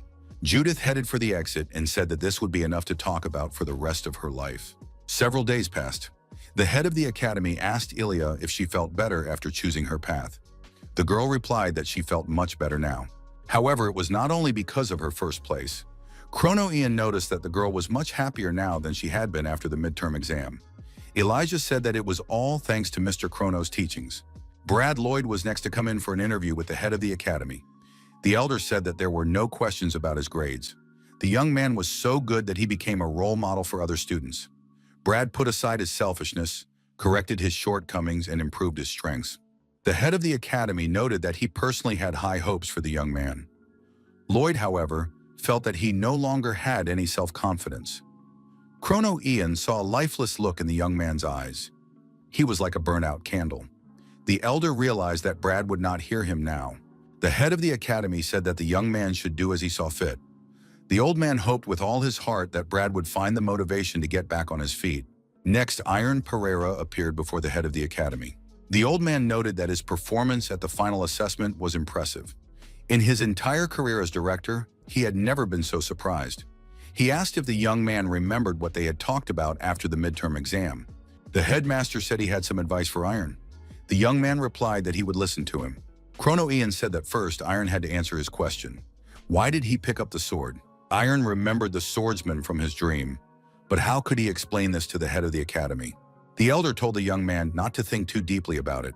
It didn't have to be something grand. Ahmed noted that worldly reasons such as fame or money would also suffice. If the reason did not contradict human morality, the young man could safely name it. Iron remained silent in response. The head of the academy concluded that the young man had not taken up the sword of his own free will. Ahmed asked the head how to understand this. The old man replied that he himself did not know. Chrono Ian said that he was concerned that the young man was more serious and diligent about fencing than the others. However, he did not show any of the emotions that a normal person would feel. For example, student Brad Lloyd was beside himself when he felt his skills improving. Judith looked frightened when she realized she was falling behind Brad in strength. Every student at the academy experienced joy or sadness regarding their fencing skills. However, Iron felt neither one nor the other. The head of the academy asked if Iron was imitating someone. The young man replied that the head was right. The old man said that he had thought so. It was surprising that the young man had managed to achieve such heights simply by wanting to be like someone else, without having his own will. The head added that he would not ask who his idol was. However, if Iron intended to continue practicing with the sword, he should think seriously about everything now. If he could not find a reason, he had no place in the academy.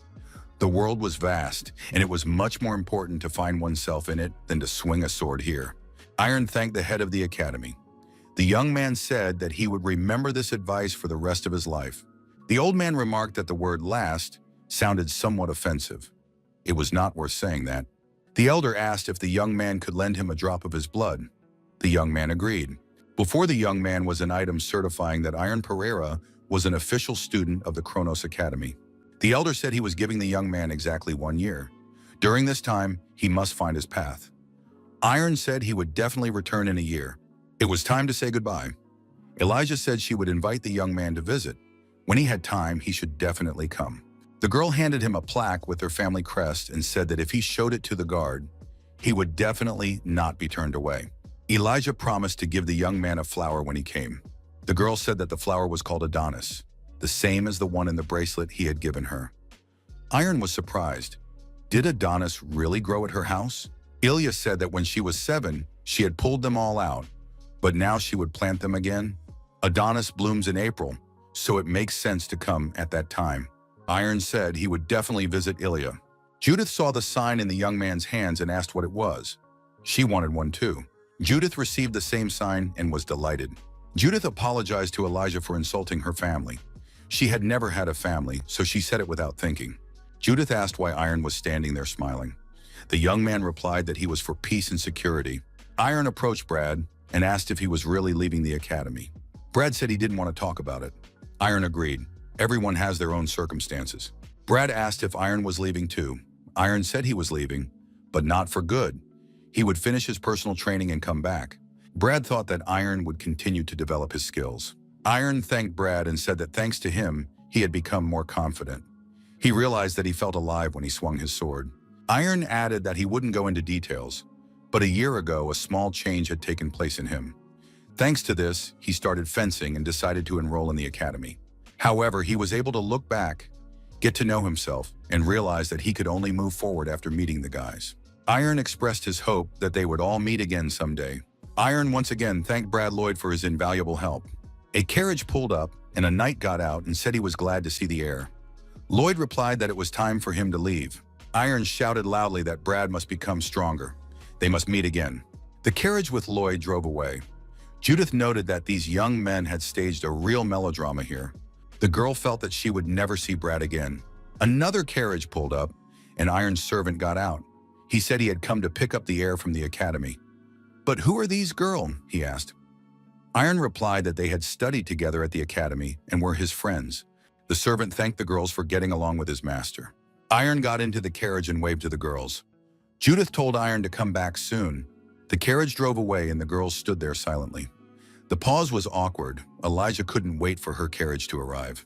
Instructor Ahmed said that the children on whom so many hopes had been pinned had left. The head of the academy must be very sad, he asked. Chrono Ian replied that he would not deny it. Ahmed inquired about Iron. Was the head sure that everything would be all right? Finding one's path was no easy task. The elder said there was no need to worry. Isn't this young man the 4th genius of the continent? He is very different from the other geniuses in his nature. Didn't Ahmed think that this guy was a genius of diligence? Judith thought that in the end, she was left alone again. Suddenly, Brad caught up with her and asked what she was staring at. Judith was surprised. Why had he come back?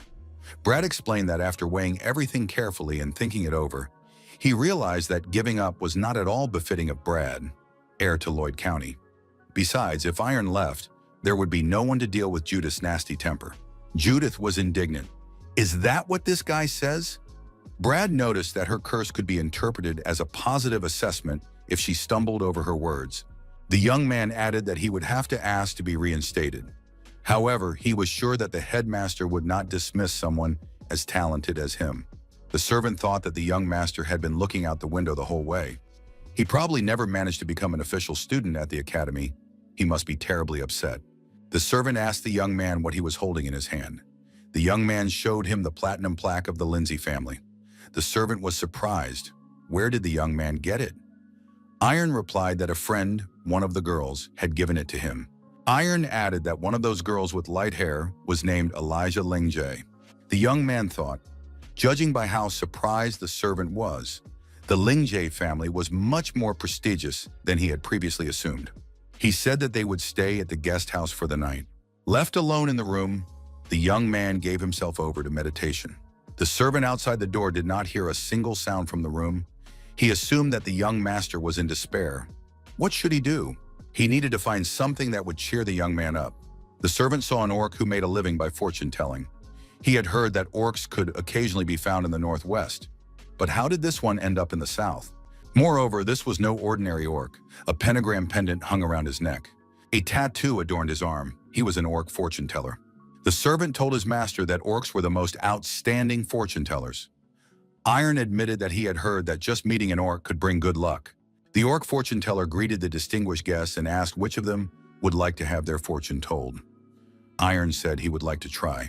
The servant thought that orc fortune-tellers were known for saying only good things. Good news about the future could instantly cheer up his master. The orc asked which topic the young man was interested in. He could choose anyone. The orc looked at the young man and asked how old he was. Iron replied that he was 16. The orc did not believe him. The young man did indeed look good. However, if he was lying, the prediction would not work. Iron declared that he was not lying. The orc said that if the young man was telling the truth, he would be accepted into any knightly order. He only had to submit an application for membership. If the young man continued to follow the path of the art of the sword, a bright future awaited him. The servant said that this was a complete lie. Was this orc really a fortune teller?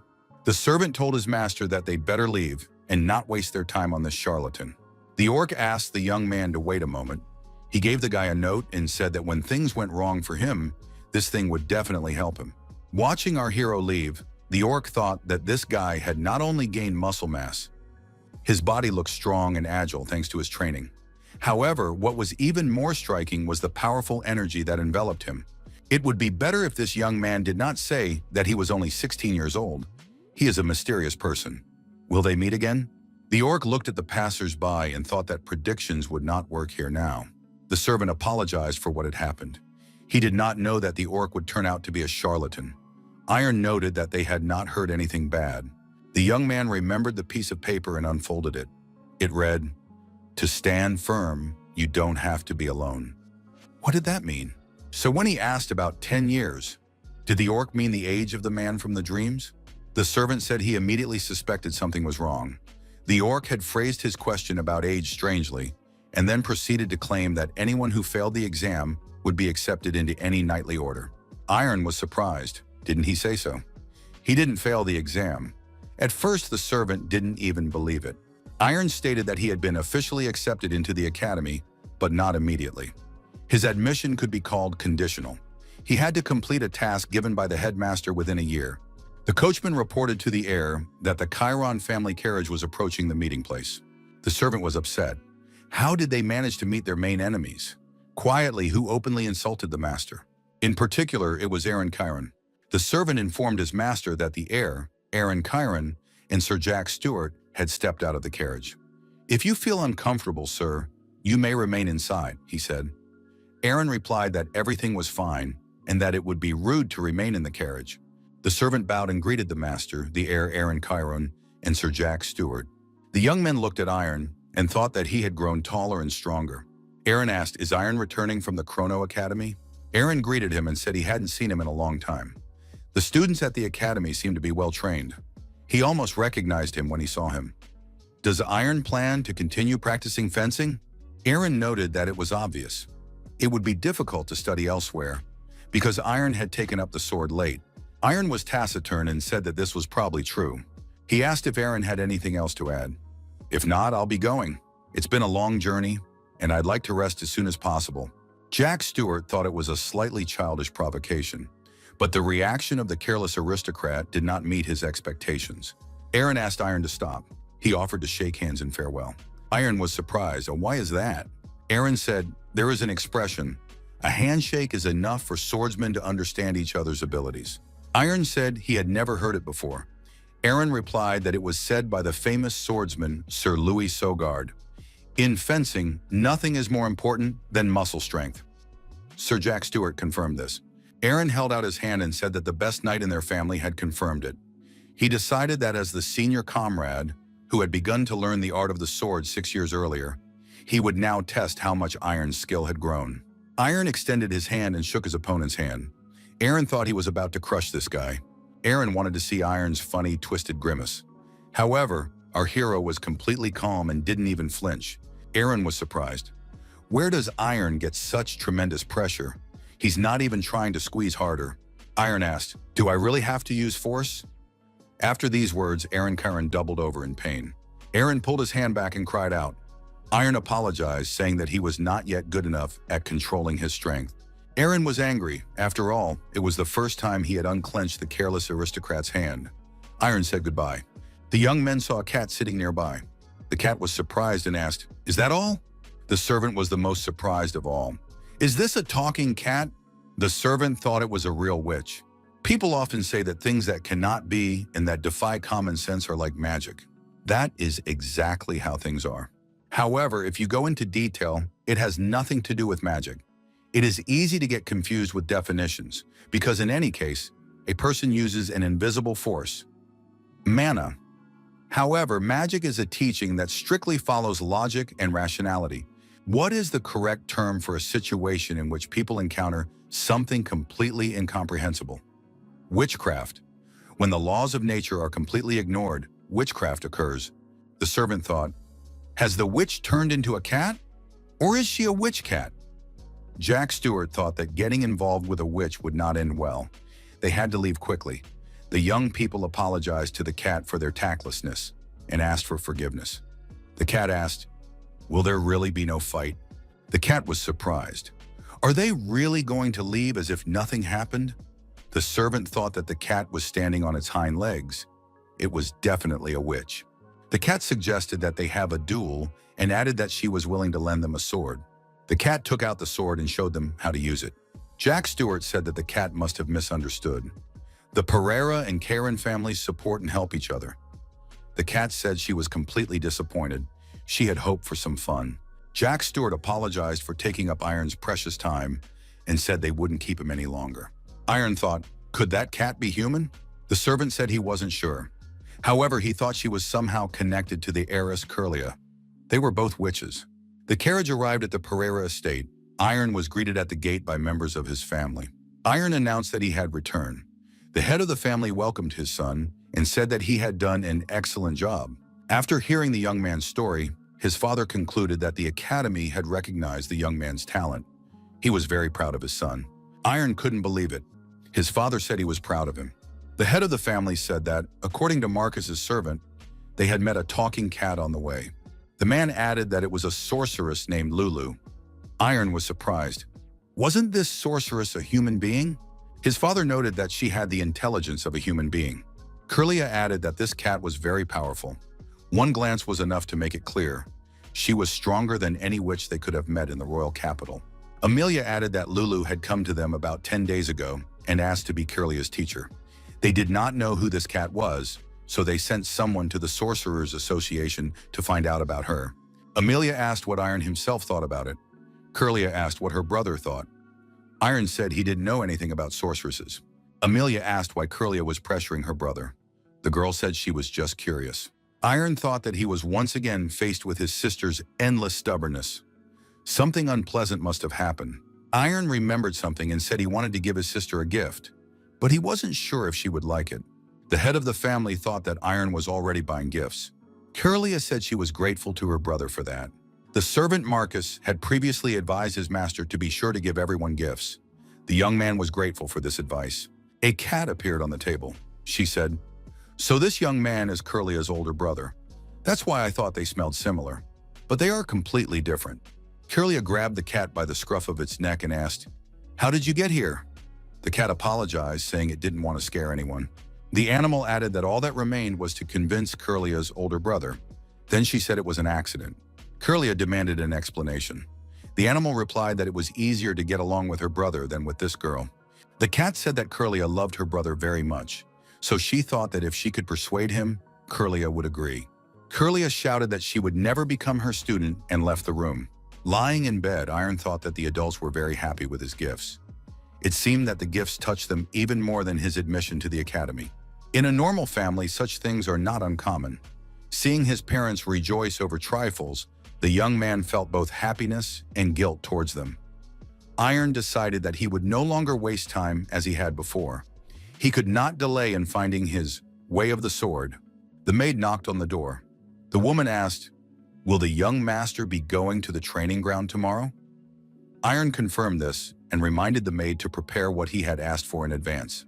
The young man added that his hands were itching because he hadn't held a sword in half a month. After talking with his father, Aaron Karen left the study. Jack Stewart remained with the head of the family. Viscount Phil Karen said that his son looked strange. Did anything happen at the Pereira estate? Jack Stewart explained that on the way back they had met Iron's heir and told him what had happened. The Viscount flew into a rage. Does Stewart really think this is normal? Phil Karen asked why Jack Stewart had not reacted appropriately. The young man apologized. The Viscount was surprised. Why did Iron suddenly change so much? Stewart said that this guy seemed like a completely different person to him. It seemed that he had learned a lot at the Chrono Academy.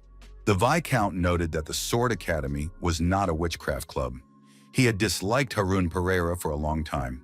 He had everything: luxurious hair, irresistible looks, a wife who was considered a beauty, and a daughter who was a witch. Year after year, his wealth only increased. Now his son, who was easy to trample into the mud, had unexpectedly perked up. Why did he even leave his room? The son entered his father's office and told him not to be angry. The sprout that had appeared needed to be pulled out, and that would be the end of it. This was the main heir, Ryan Kieran. He added that he had a plan. When the 6 noble families of the southern part of the Kingdom of Hale arrived at the Pereira estate for a meeting of the heads of families, it would be possible to wipe their feet on the negligent aristocrat. The Viscount said it was an excellent idea. Nothing less would have been expected from the pride of their family. Jack Stewart thought that Iron could well get into trouble, as a man who was much smarter, more talented, and far more cold-blooded than the Viscount had entered the game. He was talking about the main heir. It was Ryan Kieran. The knights came out of the armory. They were surprised. What kind of training could there be at such an early hour? The punitive expedition is coming soon. Why do they need this training? If they don't deal with the monsters regularly, they'll start jumping out of the gateways. The knights said that monster raids were only organized so that noble families could demonstrate their status. The knights were surprised to see that the young heir of Pereira was already on the training ground, warming up. The knight greeted him and asked what the young heir was doing so early in the morning. Iron also greeted him and said that he had heard that the ordinary soldiers had morning training planned for today. Iron added that he had decided to train alone, so he would not be disturbing anyone. One of the knights thought that Iron had definitely been expelled from the academy. Otherwise, why was he here now? However, outwardly, he had changed significantly for the better. The knight saw the young man doing pull-ups on the bar with weights and asked in surprise, "Is that how this disc is usually used?" The senior knight Orn Zukrin appeared on the field and asked menacingly, "Did your subordinates come here to have fun?" The private replied that they were not having fun, but had decided to watch the heir's training for a while. Orn Zukran saw the young man and was also surprised. Is this boy really doing pull-ups on the horizontal bar with a disc? What happened to him over the past year? The senior knight said that perhaps the young man looked incredible in the eyes of the privates, but with his skills, he was not even close to the knights. A soldier asked Sir Zukran if he could do the same as the young heir. Zukran yelled at the soldiers to stop standing around and start training. Iron Pereira saw a cat walking nearby. "What is Lulu doing here?" The young man turned away because he needed to focus on training. Nothing else mattered. To find his own way with the sword, it was time to stop repeating one swing after another. He needed to start practicing the techniques he had learned at the academy. A week passed. During sports training, the knights couldn't understand how the young heir could run faster than them while maintaining steady breathing and not breaking a sweat. A tired knight said that the young master had become much more resilient. The knight said that training was almost over. "Isn't the young master leaving with them?" Iron replied that he would stay a little longer. Iron remembered his friends from the academy and thought they were very amazing guys. They endured rigorous training without any help. Iron noticed that Lulu had been watching the training for a week. What is she thinking? The knight told the young master to be careful. There are rumors that the witch cat brings bad luck. They say she's even cursed. Now the young man understood why the soldiers avoided the cat. It was all because of bad gossip. Marcus appeared on the training ground and asked if the young master had finished his training. Iron reminded the cat that last time she said she wanted to convince him of something. Why didn't she even come to talk? Lulu said that the young man's sister, Curlia, was interesting, but this guy was the opposite, boring as hundreds of cobblestones in a valley. Iron said that was very rude. Lulu replied that she had a gift for the young man. The cat handed the young man a ball and said she was going to give it away anyway. Iron should take the ball and talk to his sister. Marcus was extremely surprised. After all, a cat's eye is an incredibly expensive thing. Iron asked why Lulu was willing to part with such a valuable thing in order for Curlia to become her student. The cat replied that it was a very interesting question. Lulu added that she liked the girl. "Do you really need another reason?" Marcus was surprised. "Is it really possible to bribe someone with such treasures?" Lulu asked, "Is the servant implying that I have no concept of money?" Marcus said that was not what he meant. Lulu replied that she knew how much a cat's eye was worth. The cat added that people are naturally fond of gold and precious stones, but there are things in the world that are even more valuable. For example, a wooden ball that gives off a wonderful aroma. Such a ball cannot be found anywhere else. It cannot be exchanged even for several dozen cat's eyes. It is a real treasure. There is also a foxtail and a soft toy that her friend, a stray cat, gave her. Lulu noticed that such things cannot be obtained for any amount of gold. Marcus admitted that there was logic in these words. Iron thought it was quite unusual. He would never have guessed the secret. It turns out that there is also value in the relationship with Curlia that cannot be bought with money. Lulu told the young man to be quiet so that he would have a better chance of appearing intelligent. The cat added that Iron should take the moonstone and praise her to his sister. The young man replied that he would not accept the gift. The cat was surprised. "Why aren't you listening to me? This moon eye is very expensive." The boy said he wanted to tell his sister not what the cat told him to say, but what he felt and saw after meeting her. The cat said she had really hoped to win the young man over with this stone. However, this did not change the fact that the young man was simple compared to his sister. The cat promised to visit often. The next day came. The cat ran up to the young man and said that something bad had happened. He needed to follow her immediately. Iron followed. Lulu told the young man to stay close while she ate. Iron was surprised. Is this really the trouble? Lulu said she was worried when no one was around while she was eating. What could be worse? Another day passed. Lulu asked if the young man knew what a cat lying on its stomach was thinking. Iron admitted honestly that he had no idea. Lulu said she didn't know either. Otherwise, she wouldn't have asked. Iron, sitting next to Lulu, suddenly smiled. The cat was surprised. "Why are you laughing?" The young man replied that he just felt like it. Iron remembered the words of the head of the academy, who said that the boy had to find his way within a year. The young man thought that now he had to find his way with the sword as quickly as possible. After leaving the academy, he had completely lost his way. Now he didn't understand anything at all. Iron didn't know what to do or how to find his path. With a sword in his hands, the young man repeated the man's movements again. Lulu asked if Iron had tried to learn witchcraft. The young man was surprised. "Why would I need that?" Lulu offered Iron to become her student. At that moment, the young man felt incredible pressure. Is Lulu really capable of this? The young man thought that the cat was now completely different from what she had seen before. Lulu repeated her offer once more. The cat said she would teach the young man many things, and then they would go together to the joyful world of sorcerers. Iron noticed that the oppressive energy had disappeared. Iron replied that he did not want to because he was not a sorcerer, but a swordsman. Lulu repeated that he should start learning from her. Iron noted that it was not about magic, but about sorcery. Iron declared that he would not be able to master sorcery even if he wanted to. Lulu said that no one was more suited to sorcery than a swordsman with a strong will. There was a high probability that he would discover an ability that would make his sword stronger. Lulu asked if the young man knew the difference between swordsmen, sorcerers, and mages. All martial artists, including swordsmen, focus on the physical body. This is already the inner cosmos. By training tirelessly and tempering their bodies, they acquire a mysterious power called aura. Mages concentrate on the external environment, which is the external cosmos. Their goal is to analyze the mystical power, Manu, which permeates the universe, and to understand the laws and principles of the world. The cat asked a question. What about sorcerers? Most often, people refer to sorcerers as beings who defy the natural order of things. Sorcerers crave to make the impossible possible. They are stunning creatures who ignore common sense and worldly logic. They can also make things they ardently desire materialize. That is what sorcerers are. Lulu added that they are called stubborn. To some extent, this is true. A powerful will can fulfill even the most absurd desires, such as changing the world single-handedly. An unmatched spirit that ordinary people cannot even imagine is an indicator of strength of soul, the basis of sorcerer's power. The cat said she had an opinion about the perpendicular cut practiced by the young man. The strike conveyed an incredibly strong will, indicating a desire to cut through anything at any cost. Lulu added that this will is not enough.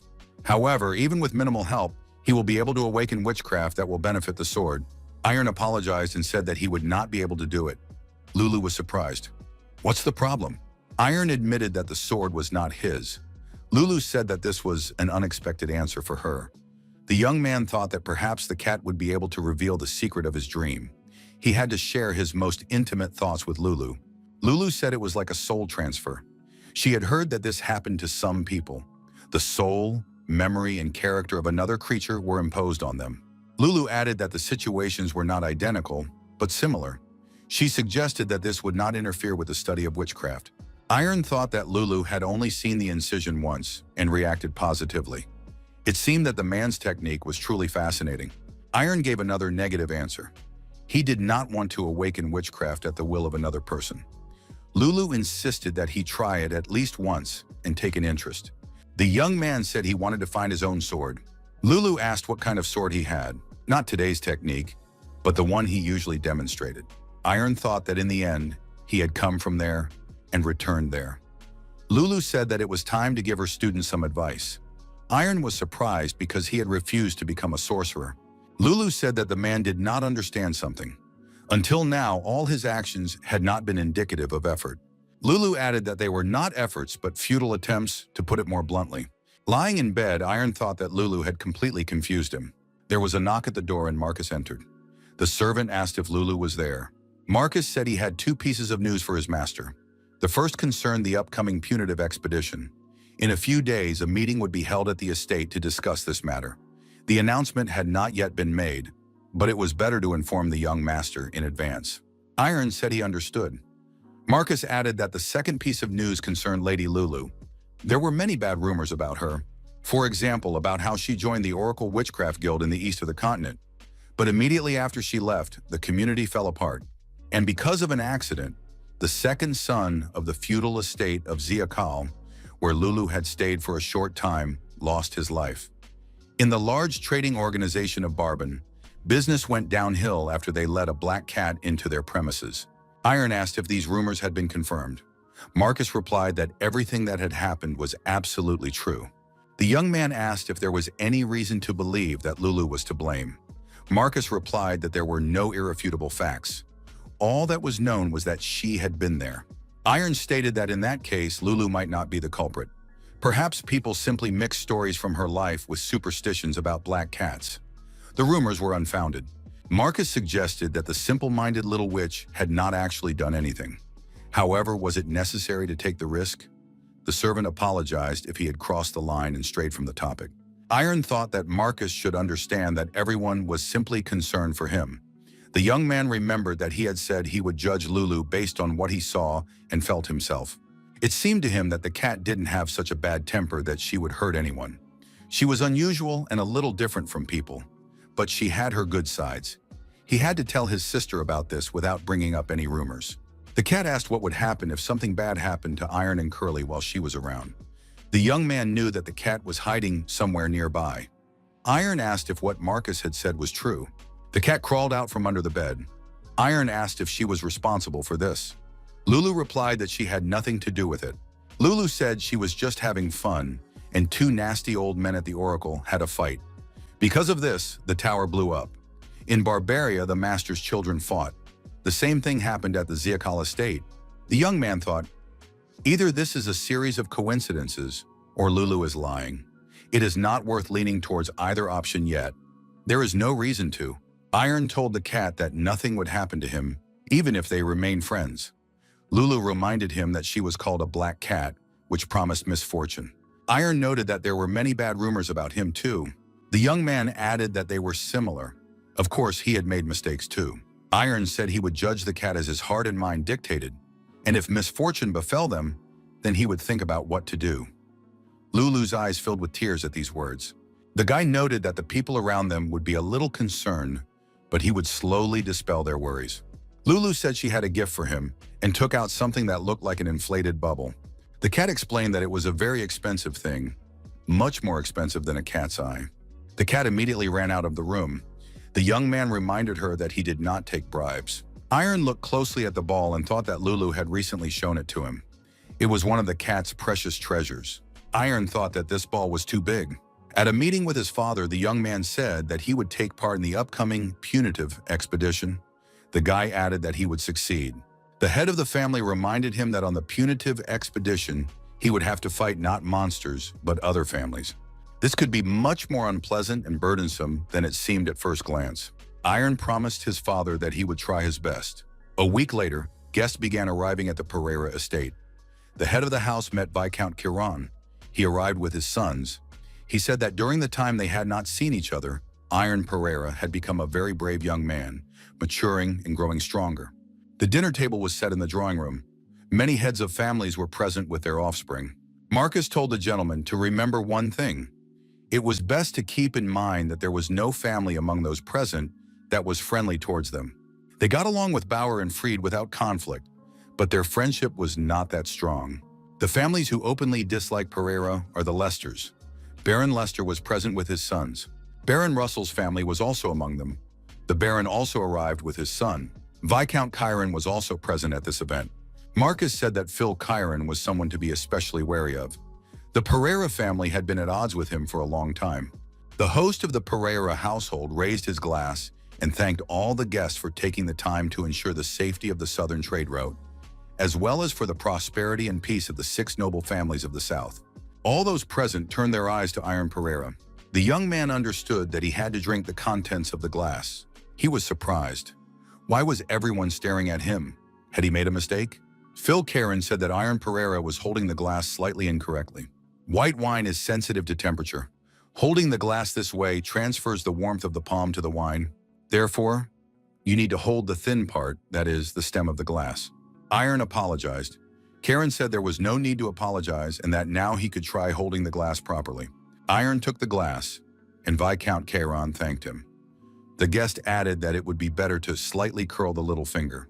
When condiments were very expensive, in order to avoid waste, people used their thumb and little finger to pick them up. However, when lifting the glass with the whole palm, the fingers became wet, and condiments were often wasted. Phil Chiron laughed and said that at such a young age, of course, no one worries about such things. But as an aristocrat, it is necessary to know the rules of table etiquette. Baron Lester noted that this was a very accurate observation. The difference between aristocrats and commoners is evident in the details. Chiron said that Lester had strangely distorted his words. That was not what he meant. Pereira said that there was no misunderstanding. Chiron added that he had said it only for Iron's benefit. The Viscount asked his son if Ryan had listened to the symphonies he had recommended to him. The young man replied that he had, and that he particularly liked the second composition. Baron Lester noted that Ryan also had a deep knowledge of music. What kind of music did Iron listen to? Iron replied that he didn't listen to any particular music. He had no preferences. Lester suggested that perhaps there wasn't enough time for that at the academy. However, a minimum level of erudition is necessary for everyone. If the conversation suddenly stops, both interlocutors will find themselves in an awkward position. Baron Lester added that it was a joke and that his words should not be taken to heart. Ryan thought that Iron would have to understand what it was like to be an aristocrat without even a basic education. This was all the result of his laziness and ignorance. The time had come to expose the irresponsibility of Baron Pereira, who had ignored the young man all this time. Ryan understood that Iron could do nothing about it. His father asked Iron if everything was all right. The young man apologized and said he was not feeling well. Could he leave? His father said Iron could leave the table. Iron left the room. He was very angry with himself. He had run away again. Iron believed that he had become more confident and thought he could stand up to others. However, he had no idea how much pain his father had to endure and how bad Kirlia and his mother felt. The young man was left alone and began to cry, leaning against the wall. He considered himself a terrible son. Iron thought he didn't even know his own sword. Iron asked Lulu what futile efforts meant. The cat replied that it meant everything was meaningless. Cruelly exploiting your body physically is not effort. To achieve a goal, you need to engage both physically and spiritually. That is what effort means. Lulu said that it is very important to use both the body and the soul. Competent actions must be supported by a competent soul. Did Iron really think he had tried hard enough spiritually? Now the young man himself did not understand anything. In which direction should he move forward? A voice behind him said, "Is he really here?" His stance is not bad. It seems that his training at the academy was not in vain. Iron turned around and saw Baron Lester's heirs, Kevin and Caesar. The young men said that waiting for the adults was very boring.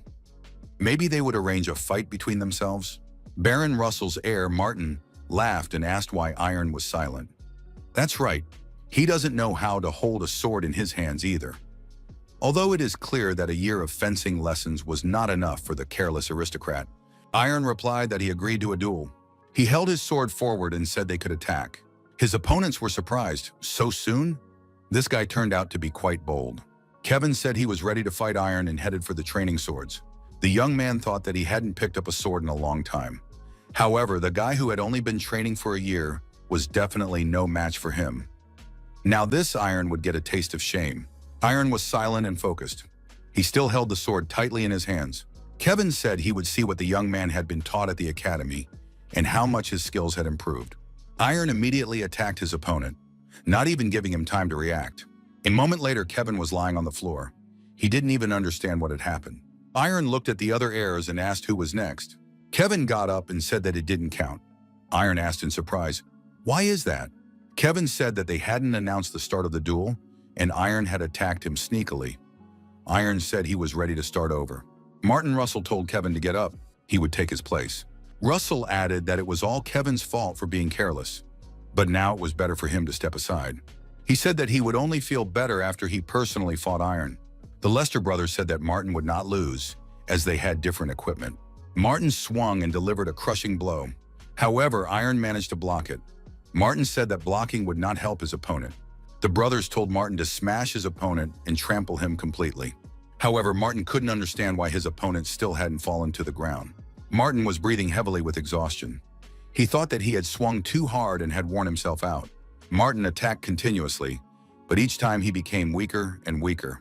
At one point, Martin noticed that his hands were shaking. Iron asked what had happened and why Martin was no longer attacking. Martin thought that he could no longer handle the fight and did not want to continue. Iron swung his sword. Martin believed that someone had to stop this. Suddenly, a voice told them to stop fighting, and so it was clear who would win. Ryan Kieran entered the room and told Martin to stop before things got worse. After all, he didn't want to get seriously injured, did he? Ryan noted that Iron had indeed become formidable. Would the young man like to fight him? However, he suggested doing so with real swords. Iron was surprised. Why was his brother doing this? Unexpectedly for everyone, Iron agreed again. Ryan said he liked the guy's attitude.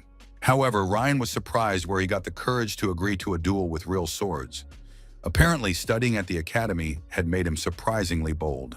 Ryan wondered whether he should leave a small scar on his face. Although an aristocrat must take care of his face, he said he would give his opponent the right to attack first, since he had begun to learn the art of swordplay earlier.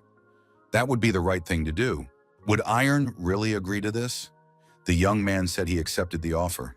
Ryan couldn't even imagine that the day would come when they would duel each other. He had a strange feeling. The Iron he knew before seemed like a worthless coward. Ryan told his opponent to attack and not disappoint him. Iron, as always, gripped his sword tightly with both hands. Our hero was extremely restrained and focused. The spectators were surprised. Had this guy really closed his eyes? Maybe he was just pretending. Ryan began to realize that something unusual was about to happen. He had never seen Iron like this before. Iron swung his sword with all his might, cutting through the air with a perpendicular strike. Ryan was blown away as if by the wind. Ryan hit his back against the wall and couldn't understand anything. What just happened? Did the blow create distance between them? Was he afraid of the blow from the careless aristocrat? Iron's sword broke in two, as if it had been cut. Iron continued to stand motionless after the blow. Everyone present was stunned. Had Ryan lost? Ryan looked at the broken sword in surprise, unable to understand how this could have happened. How did Iron manage to do this? They hadn't even crossed swords. How was that possible? The adults entered the room, and Viscount Charon said that the young men had finally been found. Had they decided to have a duel? The Viscount asked his son why his sword was broken. Ryan didn't know what to say. Summoning his courage, Ryan announced that he had lost the duel with Iron. Viscount Karen was stunned, as were the other adults. Baron Pereira could not contain his excitement and overwhelming emotions. Was his son really capable of such a thing? Ryan didn't know what to do. The boy decided to act as confidently and casually as possible. Ryan handed his sword to Jack Stewart. The young man felt he should talk as if nothing serious had happened. He admitted that Iron's skills were surprisingly impressive. From an attack of more than 5 meters, his sword broke in half. Viscount Chiron laughed and said that Iron's skill was truly amazing. He had studied at the Chrono Academy for a year, and it was obvious that his son had a hard time competing with this guy. Baron Lester noted that this was a real blessing for the Southern Union. Iron's amazing progress would undoubtedly be of great benefit in the punitive expedition. Chiron added that he envied Baron Pereira. The meeting ended. It was late at night, and the guests began to disperse to their homes. The Viscount told his son that he couldn't believe how they had boosted Pereira's morale by deliberately losing the duel. They had almost alienated the Pereira family. It was good that everything had ended positively. The Viscount added that his son should be careful in the future.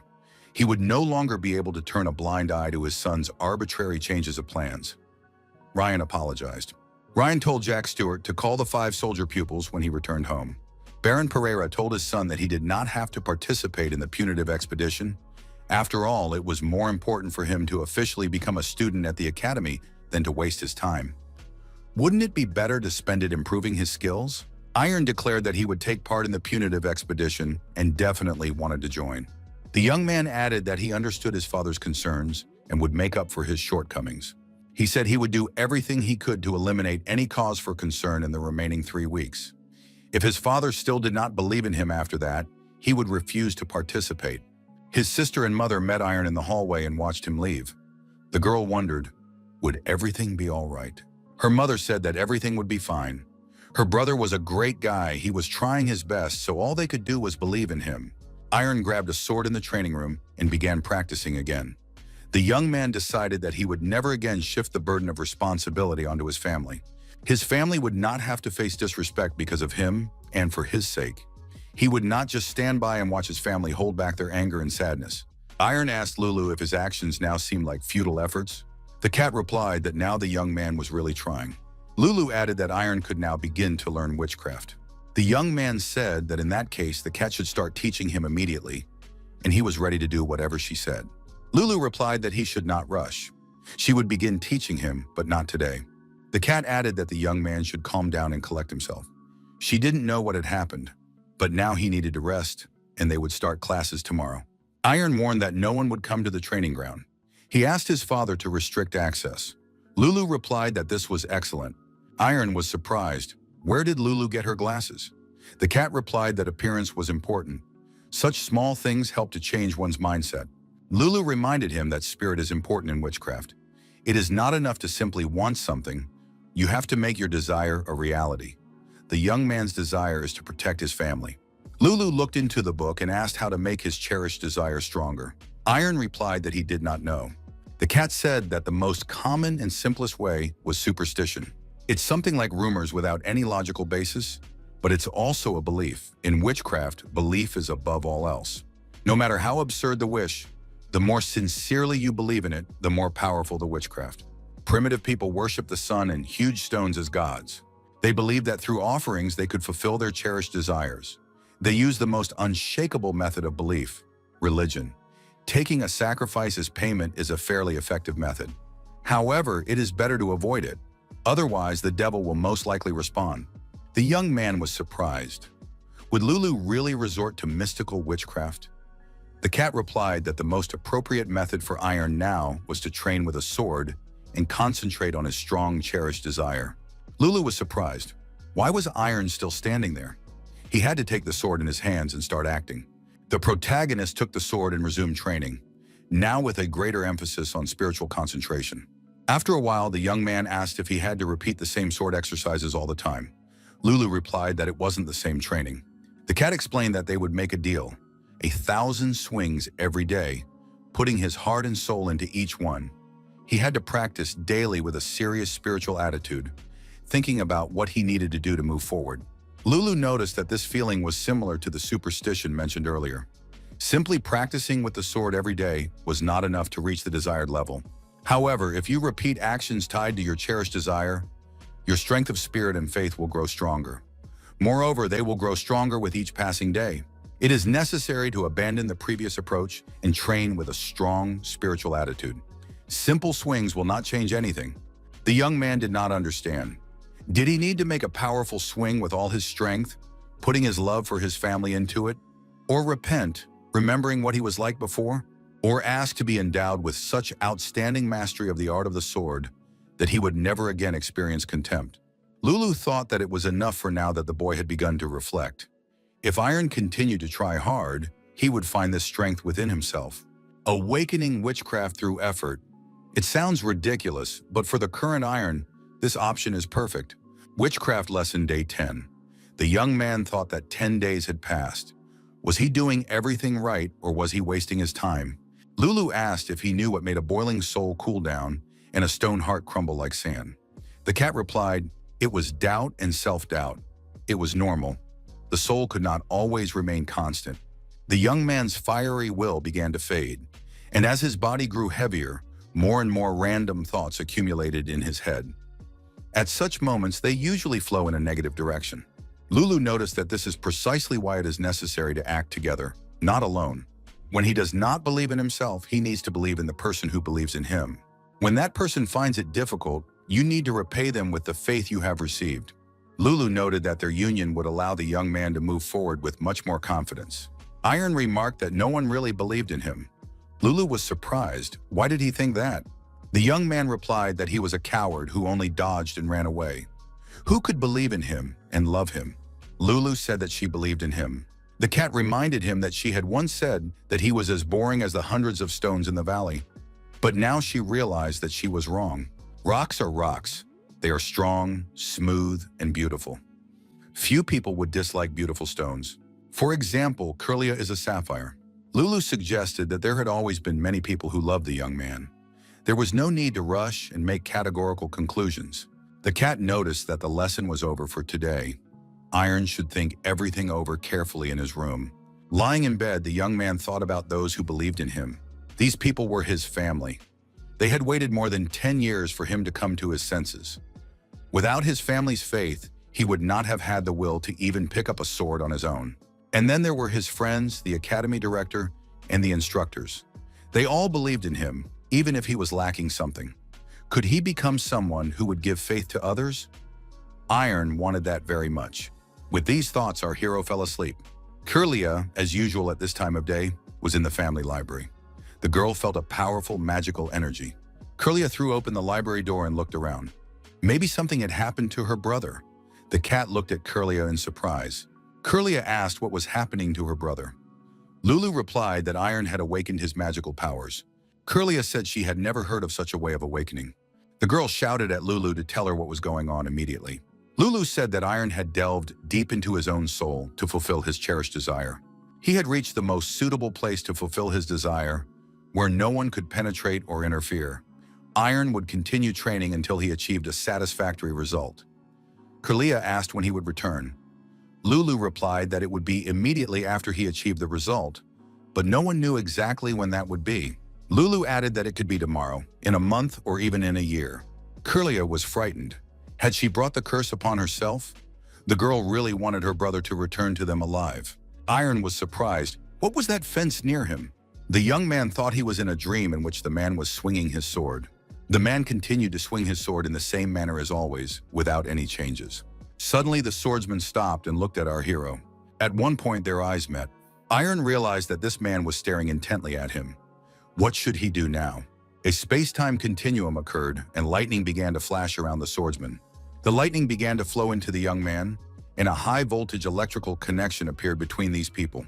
Iron didn't have the strength to stay on his feet and flew straight at the swordsman. When the young man came to, he found himself lying on the ground. Without opening his eyes, Iron scratched his head and thought that the bed had become hard. Maybe it was all because of a strange dream. Iron opened his eyes and saw that he was not in bed, but on the ground, and the clothes he was wearing were unfamiliar and strange. Iron realized that this was not a dream at all. In front of the young man was an old wooden hut. Only now did Iron notice that the man had disappeared. The young man did not understand what had happened. Nothing like this had ever happened to him before. Our hero saw the very sword sticking out of the ground. A situation arose that Iron could not explain in words. There was only one conclusion. This was real witchcraft. Iron reached for the sword and said that he had awakened the sorcery. If this place was created based on his cherished desire, then he was now on a training ground. The protagonist thought that this was a place where no one would disturb him. The place was meant for him alone. Iron grabbed the sword, pulled it out of the ground, and began swinging it in different directions. The young man thought that here he would surely find his way of the sword. Iron stopped training and looked around. The boy thought he had only just warmed up, but it was already completely dark. Iron thought it would be nice if night did not fall. The next moment, the sun was already shining in the sky. The young man realized that this was magic. Iron wanted spring to come so that a light breeze would blow. Iron entered a wooden hut. In front of him was an empty table. The boy finished his training and thought it would be nice to change into comfortable clothes. The next moment, our hero was already sitting at the dining table, which was laden with delicious and healthy food. After lunch, the young man lay down on the bed and said that it was just wonderful here. Iron thought that this was the most suitable environment for concentrating on the sword. The power of sorcery is incredible. It was the 5th day of his stay in another world. Iron fell asleep in bed every time, but woke up on the training ground. He had to achieve his goal at all costs, otherwise he would not be able to get out of here. Iron assumed that the swordsman was somehow connected to him since he appeared at the moment his sorcery awakened. Iron pushed away extraneous thoughts because he needed to focus only on training. He had to swing with all his heart every time. Our hero thought that he had made 2,000 swings the day before, so today he had to try to make 3,000. The 211th day of his stay in another world. He couldn't manage more than 6,000 swings. Iron didn't understand what the problem was. The young man told himself that everything was fine. He shouldn't doubt himself. He had to keep swinging. Iron counted 6,095 swings. The guy thought that, having gotten used to his surroundings, he had relaxed for a moment. It was the 353rd day of his stay in another world.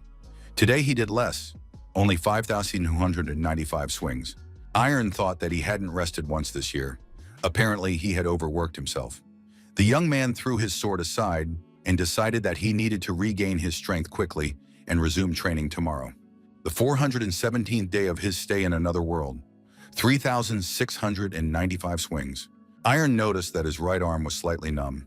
If he continued now, it would be uncomfortable to train tomorrow. That was enough for today. 624th day in another world.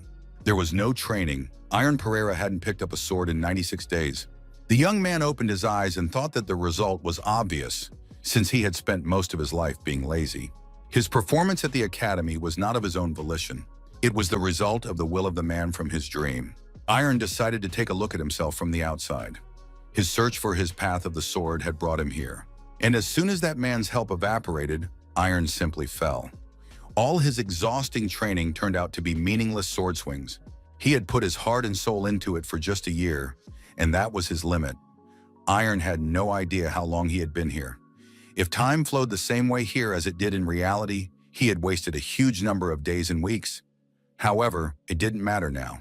It was enough for him that he could be at peace in a place where there was no one else but him. The young man opened his eyes when he heard someone's voice. Someone was calling his name. Elijah was standing in the doorway. The girl asked Iron to wake up. Elijah noticed that it was time for their early training session. It was nighttime in the sky. Iron jumped out of bed and asked in surprise what Elijah was doing there. The young man's feet got tangled in the blanket and he fell, hitting his face on the floor. The girl laughed. Was he really so happy to see her? Elijah asked if he was going for a run in those clothes. Iron ran after the girl and wondered where the running track had come from. Ilya told Iron to keep up and picked up the pace. After the run, the young man thought that they had been doing this until dawn. It had been a long time since he had such a marathon. Ilya told the young man to hurry up and sit down at the table. After breakfast, they would immediately begin sword training. Iron couldn't take his eyes off the girl. Ilya was surprised. What was he looking at? Did he want to say something? Iron asked how Ilya ended up here. The girl replied that Iron should stop asking useless questions. He had to eat quickly because it was time to train. On the training ground, Ilya didn't understand how much idleness it took to make her stance so terrible. The girl said that this guy was empty inside. He would only be able to perform normal movements if he filled his soul. Lulu had taught him that. Iron was surprised. How did Ilya know Lulu? Ilya shouted at Iron not to ask stupid questions. Iron managed to add 2,000 swings. Ilya praised him and said that was enough for today. The girl said they would see each other again and simply disappeared. She vanished into thin air. It was nighttime again in the sky. Iron thought that he knew it all along. She wasn't real. The young man lay down in bed with pleasure. He felt incredibly tired. Today he wouldn't have to force himself to fall asleep. As he fell asleep, the young man wondered how Ilya could have ended up in the witchcraft world. Maybe he had called her in his unconscious state. In any case, it was very nice. Suddenly, our hero was grabbed by the collar. A menacing voice asked, "Why isn't this bastard getting up?" Iron was surprised and confused. Judith was standing in front of the bed. The girl said that the sun had risen long ago. How long was this guy going to sleep? Had he grown tired of living? Judith pulled the young man out of the house by his arms and said that she was right. This guy was still asleep. Brad and Elijah were waiting in front of our hero's house. Brad asked what had happened to Iron. How could he have overslept? Judith ordered him to take up his sword immediately, and they would proceed to a duel right away. Brad told her not to rush because the guy hadn't even warmed up yet. Judith and Brad argued for a long time. Elijah said they should be left alone. Iron could now get some excellent practice with her. Iron looked at his shadow and thought that his stance was sloppy again. Maybe he had been resting for too long. Ilya said that everything was fine. It wasn't perfect, but his stance was already better. Iron told Judith and Brad not to look at him like that. Once again, Iron didn't understand why his friends believed in him. Someone who couldn't do anything without help. Someone so weak-willed and careless. During another training session, Iron thought that it was very difficult for him. He could barely breathe. The guy felt his legs getting heavier and heavier. It seemed that he had reached his limit. However, for some reason, he felt that he was capable of running even further. Judith broke ahead and said she wasn't going to lose to anyone. Next came the sword fights. His opponent was Brad Lloyd. Brad warned that he was going to attack and rushed forward. Iron successfully parried the attack. Brad said it was great. Iron was much more confident than the day before. Iron unexpectedly attacked his opponent, and Brad lost his footing and fell to the ground. Judith said that Iron was doing well and that he was doing very well today. Elijah saw Brad continuously increasing the distance for the first time. Brad said it was pretty good. Iron replied that his success was thanks to the help of his friends. Iron thought that the cat was right. There was no need to torment himself alone. If you work together with people who believe in you and love you, you can conquer mountains. The young man thought that nothing could prevent a person from rising, and it was not necessary to be alone. Judith asked if Iron had broken his record. Iron replied that he had made 10,000 swings today. Judith stretched as usual and said that their role was over. Brad added that maybe Iron would call them again. Judith told Iron to work hard and not let doubts get the better of him. Ilya, disappearing again, wished her friend good luck. Iron pulled the sword out of the ground and decided to start over. Day 1, 237 in another world. Iron is intensely engaged in running across rough terrain. The 375th day in another world. The 1613th day in another world. The 1687th day in another world. The 1755th day in another world. Iron remembered the days at the academy when he had felt a similar sensation. How much progress had he made now? The guy thought about maybe calling his friends. They hadn't seen each other in a long time. And besides, he wanted to get something. Judith was the most surprised when she saw our hero. The girl asked, "Did he call them just to show off his height?" Judith added that if it was nothing serious, she would go back. Iron suggested they fight once. Judith said that he had persuaded her and she would stay. She would be his first opponent. Iron said he wanted them to attack at the same time, all three of them. Iron held his sword forward and told them to attack together. The girls took out their weapons and said that Iron had changed noticeably. Judith added that he had become very bold. Brad said that Judith should not talk about boldness. Iron thought it would not be easy for him, but he was confident of victory. After a long battle lasting several hours, Iron said that he had to train until he lost his pulse. The young man added that this was the only thing he knew how to do. Memories from the academy alone are not enough, so his techniques are not yet perfect. Iron added that he wants to acquire their sword techniques, but that doesn't mean he's giving up his own. His goal is to make his sword and will even stronger. Iron asked his friends to teach him what they know about their techniques. Judith said that this was pure deception. He is a brazen robber. Where has such a thing ever been seen? Iron said that Judith could also awaken witchcraft. Judith screamed that she would never forgive him for that. Iron said that he too had tried until he was exhausted to achieve this result. At one point, the girl said that Iron had won, and she agreed. As she disappeared, Judith said that when he was outside, there would be no mercy. Iron replied that he would miss her too. Iron thought that he had succeeded and had become stronger. The sword was returned to where the young man had taken it from. Falling asleep, our hero thought it was time to leave this place. He wanted tomorrow to come faster. The old hut disappeared, and in its place appeared a huge gate. In the morning, Iron woke up and approached the gate. There was no handle or keyhole on it. Iron looked back and saw the very sword from his dream. The sword stood right in front of the door, and it seemed to be there for a reason. The young man pulled the sword out of the ground and decided that it was the key to the gate. Iron said it was perfect. It suited him. Maybe it was because he had grown up? Iron found it funny, and his goal here was to free himself from the sword of the man in his dream, and this sword had to be used to get out of here. He thought that the old him would say that this was not right and would despair. However, now everything became clear to him. It was thanks to that man that changes had taken place within him. This strange swordsman had changed Iron's whole life. It was because of him that he got out of bed for the first time and swung a sword. Because of him, the young man ran until he lost consciousness for the first time. Iron wanted to be like him and tried his best. His blows, his swings, none of it was his will. Iron did all this himself. It was all Iron's will.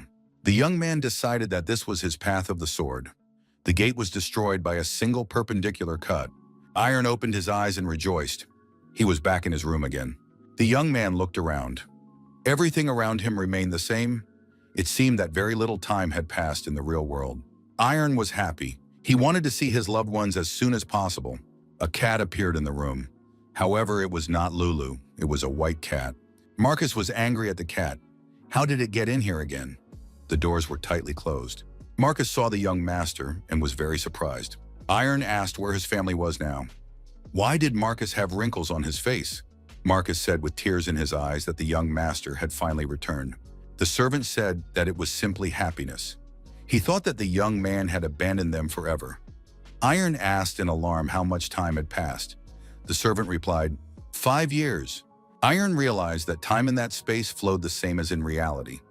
Then what had become of his promise to the academy director and Elijah?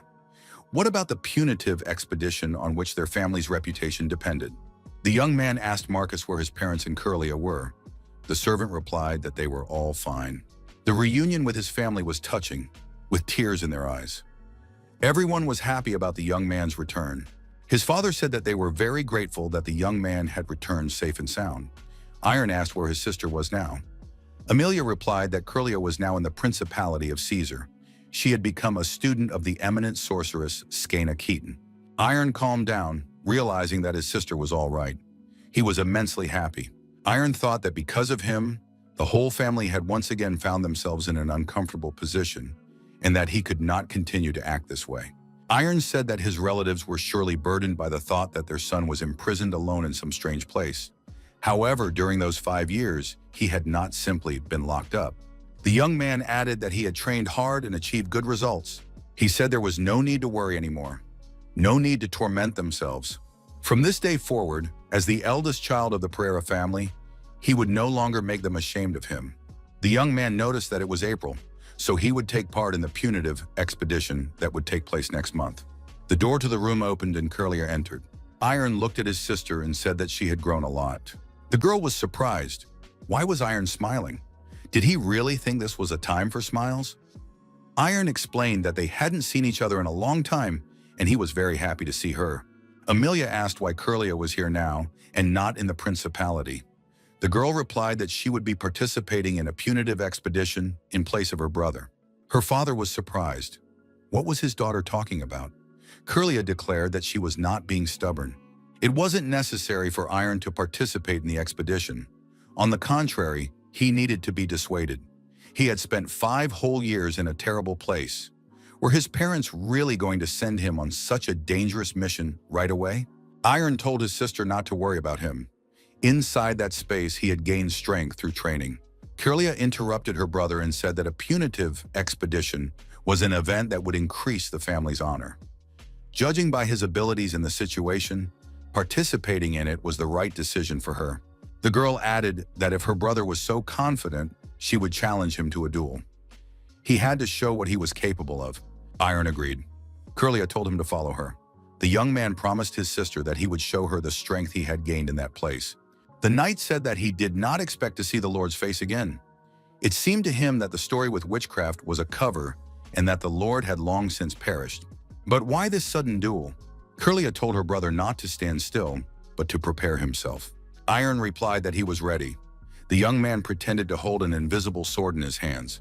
Curlia told her brother not to make her repeat herself, because he wasn't even holding a sword. At that moment, a sword appeared in the young man's hands out of nowhere. The boy declared that he was now completely ready. His father thought that Iron had awakened his magical powers after all. It turned out that the rumors were true. Iron thought that he hadn't done anything yet. He had just taken out the sword. Curlia took small toy swords that fit in the palm of her hand out of her purse. The girl threw the swords high into the air. The swords grew in size and became full-fledged weapons. Curlia said that now they were starting, and the swords rushed toward her brother. Iron thought that he would not mind taking his words back. The young man thought that his sister had simply thrown the swords, but it felt as if his arm was about to break. She had serious strength. Iron parried the sword's attacks, but they returned and attacked again. The fight was fierce. The knight asked if they should stop them.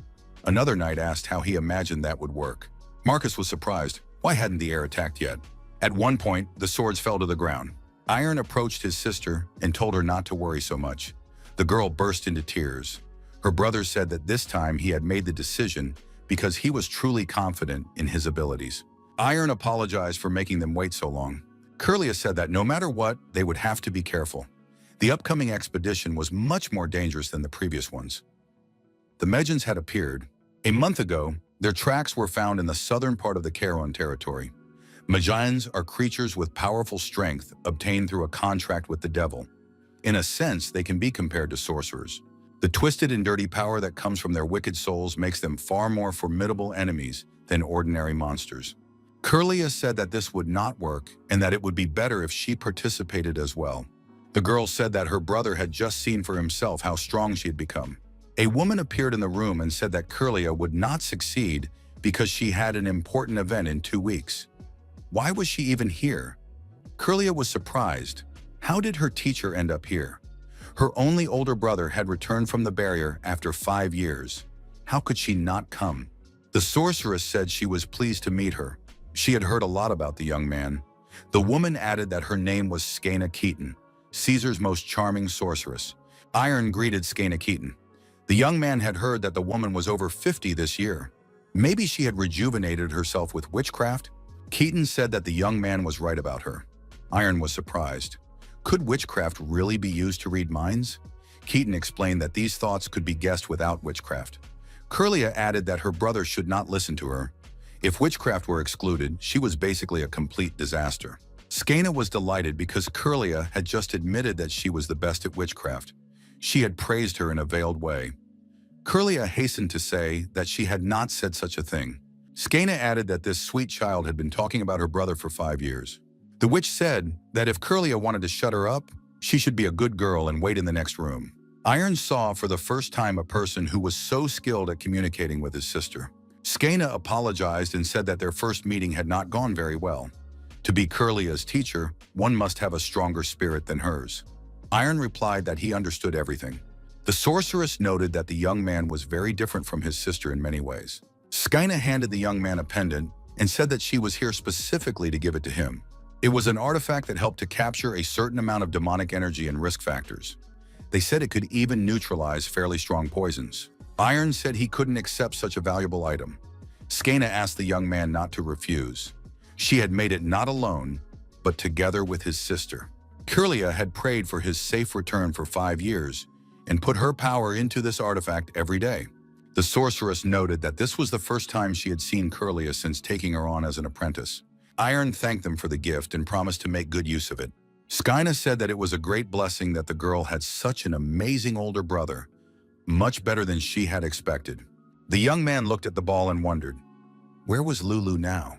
The temporary meeting place was the Kharon territory. Curlia replied to her brother that she did not know where Lulu was. The cat stayed at the estate for several more months. and then disappeared in an instant. The girl added that she hadn't seen the cat since then and didn't know anything else. Iron thought that his sister might not like Lulu very much, but it wasn't her fault. No one was to blame. He had wanted it that way himself. The young man asked his sister not to treat the cat badly when he saw her again. Curlia promised to try. The young heir Lester said he didn't expect to see Pereira in their ranks. Martin added that the guy had been trapped in a magical barrier.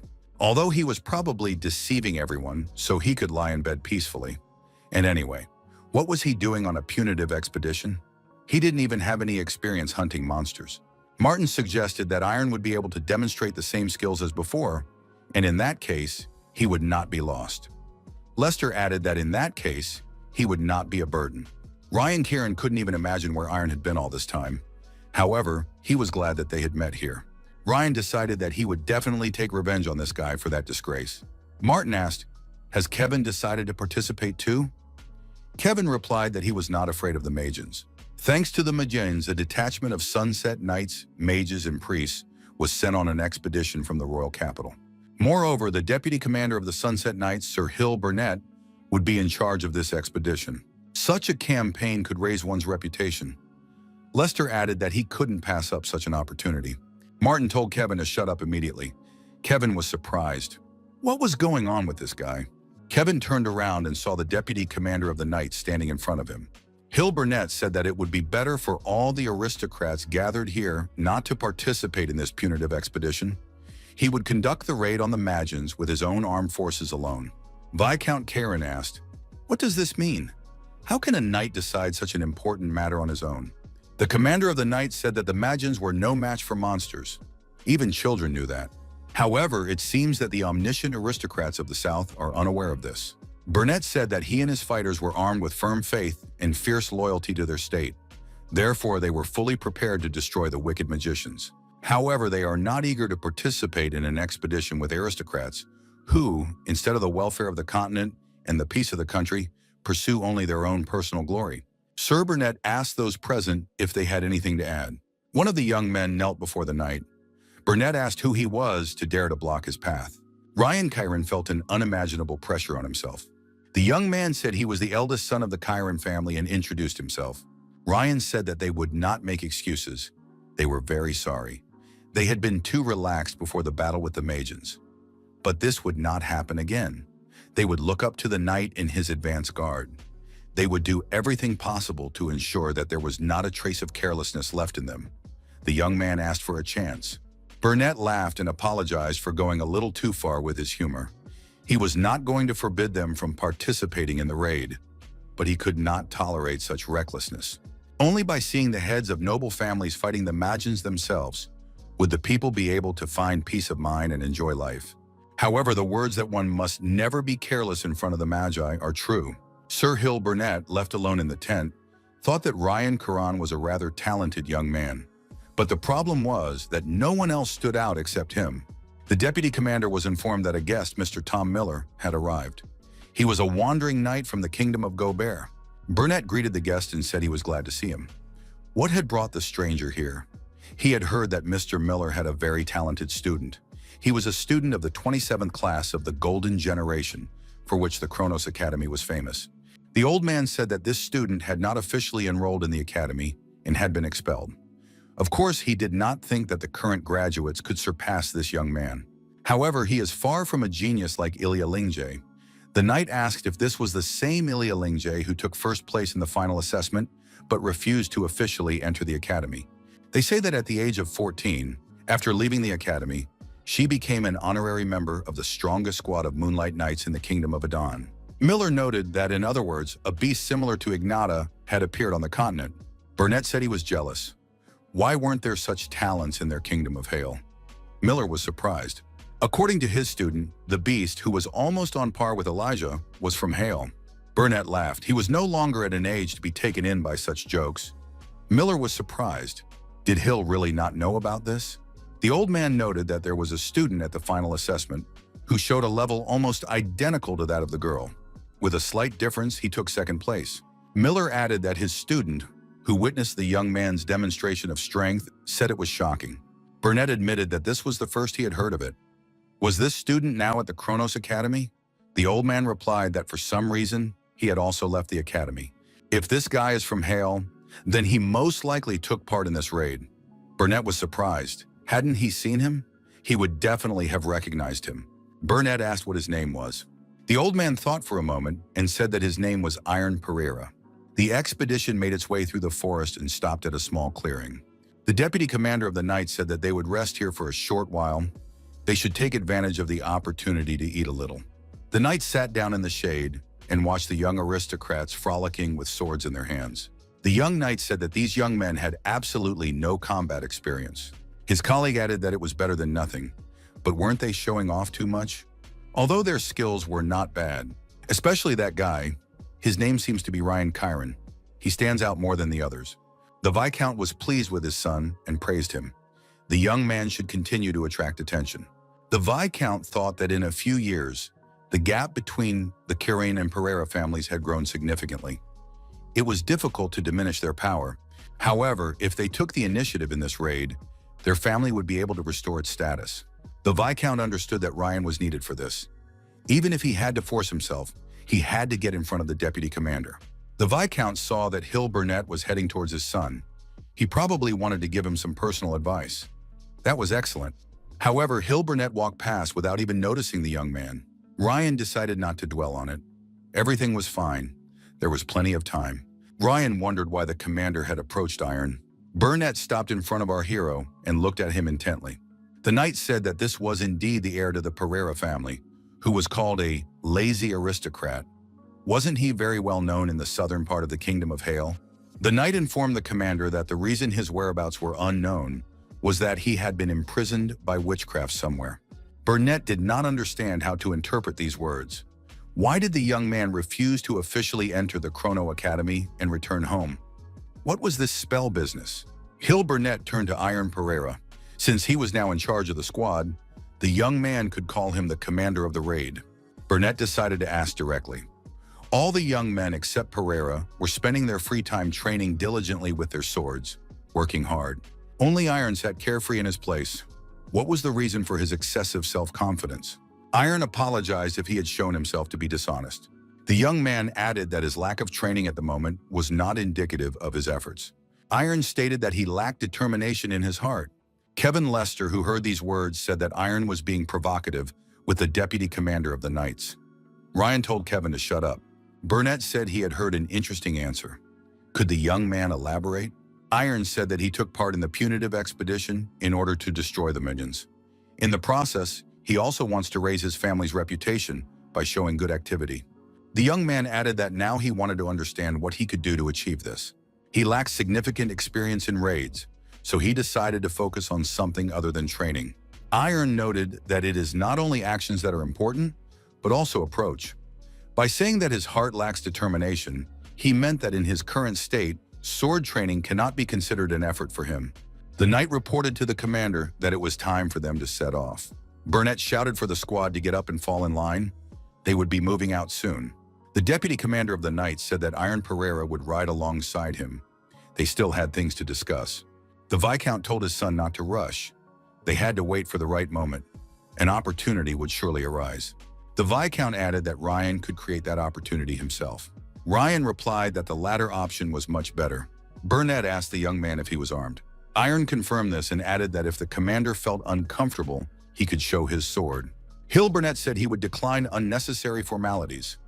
Iron thanked him for his understanding. The commander of the Knights thought that the more he listened to this guy, the more surprised he became. Had he really awakened witchcraft? Burnett asked what the young man wanted to focus on more than sword training. Iron replied that there were three things. First, he had never destroyed anyone before. Therefore, in order to prepare for the shock and confusion that would follow his first destruction, he was now calming his heart. Second, for an inexperienced warrior, there is nothing more dangerous than a sudden urge to act. Therefore, he calms his excitement and tries to be careful so as not to cause trouble, depending on the orders of his superior. Thirdly, it is a matter of the demonic energy emitted by the Magi and their monster servants. He must sharpen all his senses and try to understand and recognize the appearance of the enemy in advance. That's all. Burnett said that it sounded much more realistic than he had expected. He liked it. Iron thanked the commander. Burnett told the young man not to try to take on too much responsibility at first. The latter should be left to experienced soldiers. Iron said he would heed the advice. The commander of the Knights explained that they had brought priests with them to quickly detect demonic energy. Therefore, the young man could focus only on the rest. Iron suddenly stopped and stared at a single point. Burnett wondered where he was looking. Behind the Knights stood a huge monster.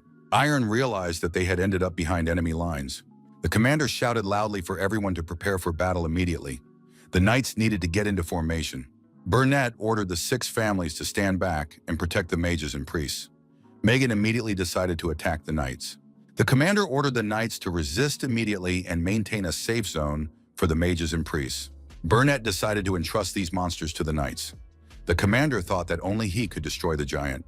However, Burnett saw that one of the warriors had rushed at the monster. The young man had a huge sword in his hands. Burnett realized that Iron Pereira had accepted the challenge and entered into battle with the giant. The young man swung his sword skillfully and bravely. He used his signature move, a perpendicular cut, and sliced the monster in half along its body. It took him only one blow to do so. Iron did not retreat a single step, and clutching his sword tightly in his hands, continued to stand before his defeated enemy. Sir Pereira could not contain his emotions and shouted his son's name loudly. Something incredible happened. The monster's body parts rejoined, and it continued its attack on the Knights. Iron once again swung his sword and lunged at the giant. The young man got close to the monster and continued to strike it relentlessly. The wounded monster, bleeding profusely, roared loudly, but could do nothing to his opponent. The commander shouted for the young man to leave immediately. Iron swung again and delivered a crushing blow. The shock wave sent the monster's body flying far back. Even the nearby trees were gone. That's how powerful the blow was. All the Knights and members of the 6 families watched silently. Burnett thought, could this be true? He had indeed appeared, the beast of the kingdom of Hail. The commander shouted for the Knights to pull themselves together. The battle was not over yet. The squad had to destroy the remaining enemies. The commander was informed that no one had been injured in the battle. Everyone was safe, and there were no casualties. Burnett ordered the formation to be restored after a short respite. Iron did not understand why he did this. At the sight of the giant, anger took hold of him. His feelings flared up for the first time, and it seemed very strange. For a short time, the young man seemed to cease to be himself. The astonished commander of the Knights approached the hero and looked at him intently. Burnett asked if Iron Pereira understood what he had just done. Iron bowed his head and apologized. The young man said that he had disobeyed orders and acted spontaneously. Even though they had discussed in advance how to behave, he could not control his emotions and did what he wanted. Iron added that he was very sorry about it. The commander told the young man to raise his head. He smiled and asked if the guy didn't understand jokes. Burnett stated that they were on a punitive expedition and had one goal: to destroy the monsters threatening the state. The commander praised the young man. Thanks to the young man's skillful defeat of the giant, the squad had not suffered serious damage. They would discuss the details later, but for now, Iron could accept congratulations. His first appearance on the scene had been truly impressive. The commander said that he would continue to expect the same level of activity from Pereira. Iron's father ran up to him. He asked if his son was injured. The young man replied that he was fine, just a little dirty. His father could not contain his emotions and hugged his son. He said he was proud of Iron. Everyone present watched this heartwarming scene, worthy of an Oscar. Ryan asked Jack Stewart, "Is it ready?" Stewart replied that everything was ready. Ryan told Jack to start right away. Burnett asked if this artifact could really capture demonic energy. Iron confirmed it could. The young man said that this artifact was created by his younger sister, a sorceress, together with her mentor. He was told that the artifact would help the punitive expedition. Burnett thought that sorcerers were certainly formidable, but was it possible that this artifact detected demonic energy faster than the sacred objects of the priests? The artifact reacted again, and Iron said that enemies were approaching from the left. The commander shouted for all the Knights to prepare for battle. The spearmen were to line up on the left. Indeed, monsters appeared from the forest. Burnett thought that this young man was right again, so it was no coincidence. The commander ordered the squad to charge the enemy and destroy them all at once. Thanks to the Knights' timely response, the monsters were destroyed, and there were no human casualties. Burnett said that from now on he would focus not on the priest's sacred objects, but on Iron's artifact. As soon as the young man sensed demonic energy, he had to report it immediately. After the battle ended, Burnett ordered a halt. That was enough for today. It was necessary to set up camp and prepare food. The knights rested and discussed Iron Pereira. Was he really only 21 years old? How could he possess such amazing abilities at such a young age? His level was undoubtedly already that of an expert. One of the knights said that this was probably the case. After all, he had destroyed that giant very professionally. Who else on this continent, apart from experts, is capable of doing such a thing alone? During the meal, Iron noticed that the artifact lit up and then darkened. The young man remembered his sister's words.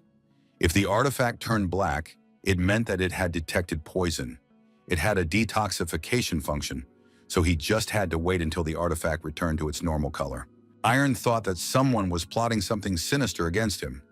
Of course, he assumed that there would be competition between the families, but he did not expect his opponent to act so openly. Iron looked at the heirs of the other families and decided it was one of the three young men. Most likely, it was the Marquis of Chiron. The young man decided that his father did not need to know about this. It was not worth worrying him. Iron decided to keep what had happened a secret until he figured it out for himself. The artifact soon regained its color. The young man thought that everything was ready. The detoxification process was complete. The boy felt something unusual under the plate with his hand. It was a sticky note. Someone had warned that the food was poisoned and advised caution. Iron noticed that the note was written crookedly. Was it to hide the author's identity if someone else found it? Or was it just written in a hurry? The young man didn't even expect anyone to help him. Who was it? Not far away behind a tree, Jack Stewart was hiding. The young man wondered if he was doing the right thing. Burnett approached Iron and asked if he had eaten. The young man replied that he had just finished eating. The commander suggested a duel. He decided that he should properly assess the young man's potential. It would be useful in the next punitive expedition.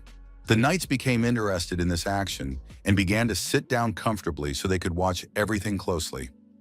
A duel with the deputy commander of the detachment was a sight worth seeing. Burnett ordered the young man to draw his sword. Iron reached out his hand, and the sword suddenly appeared in it.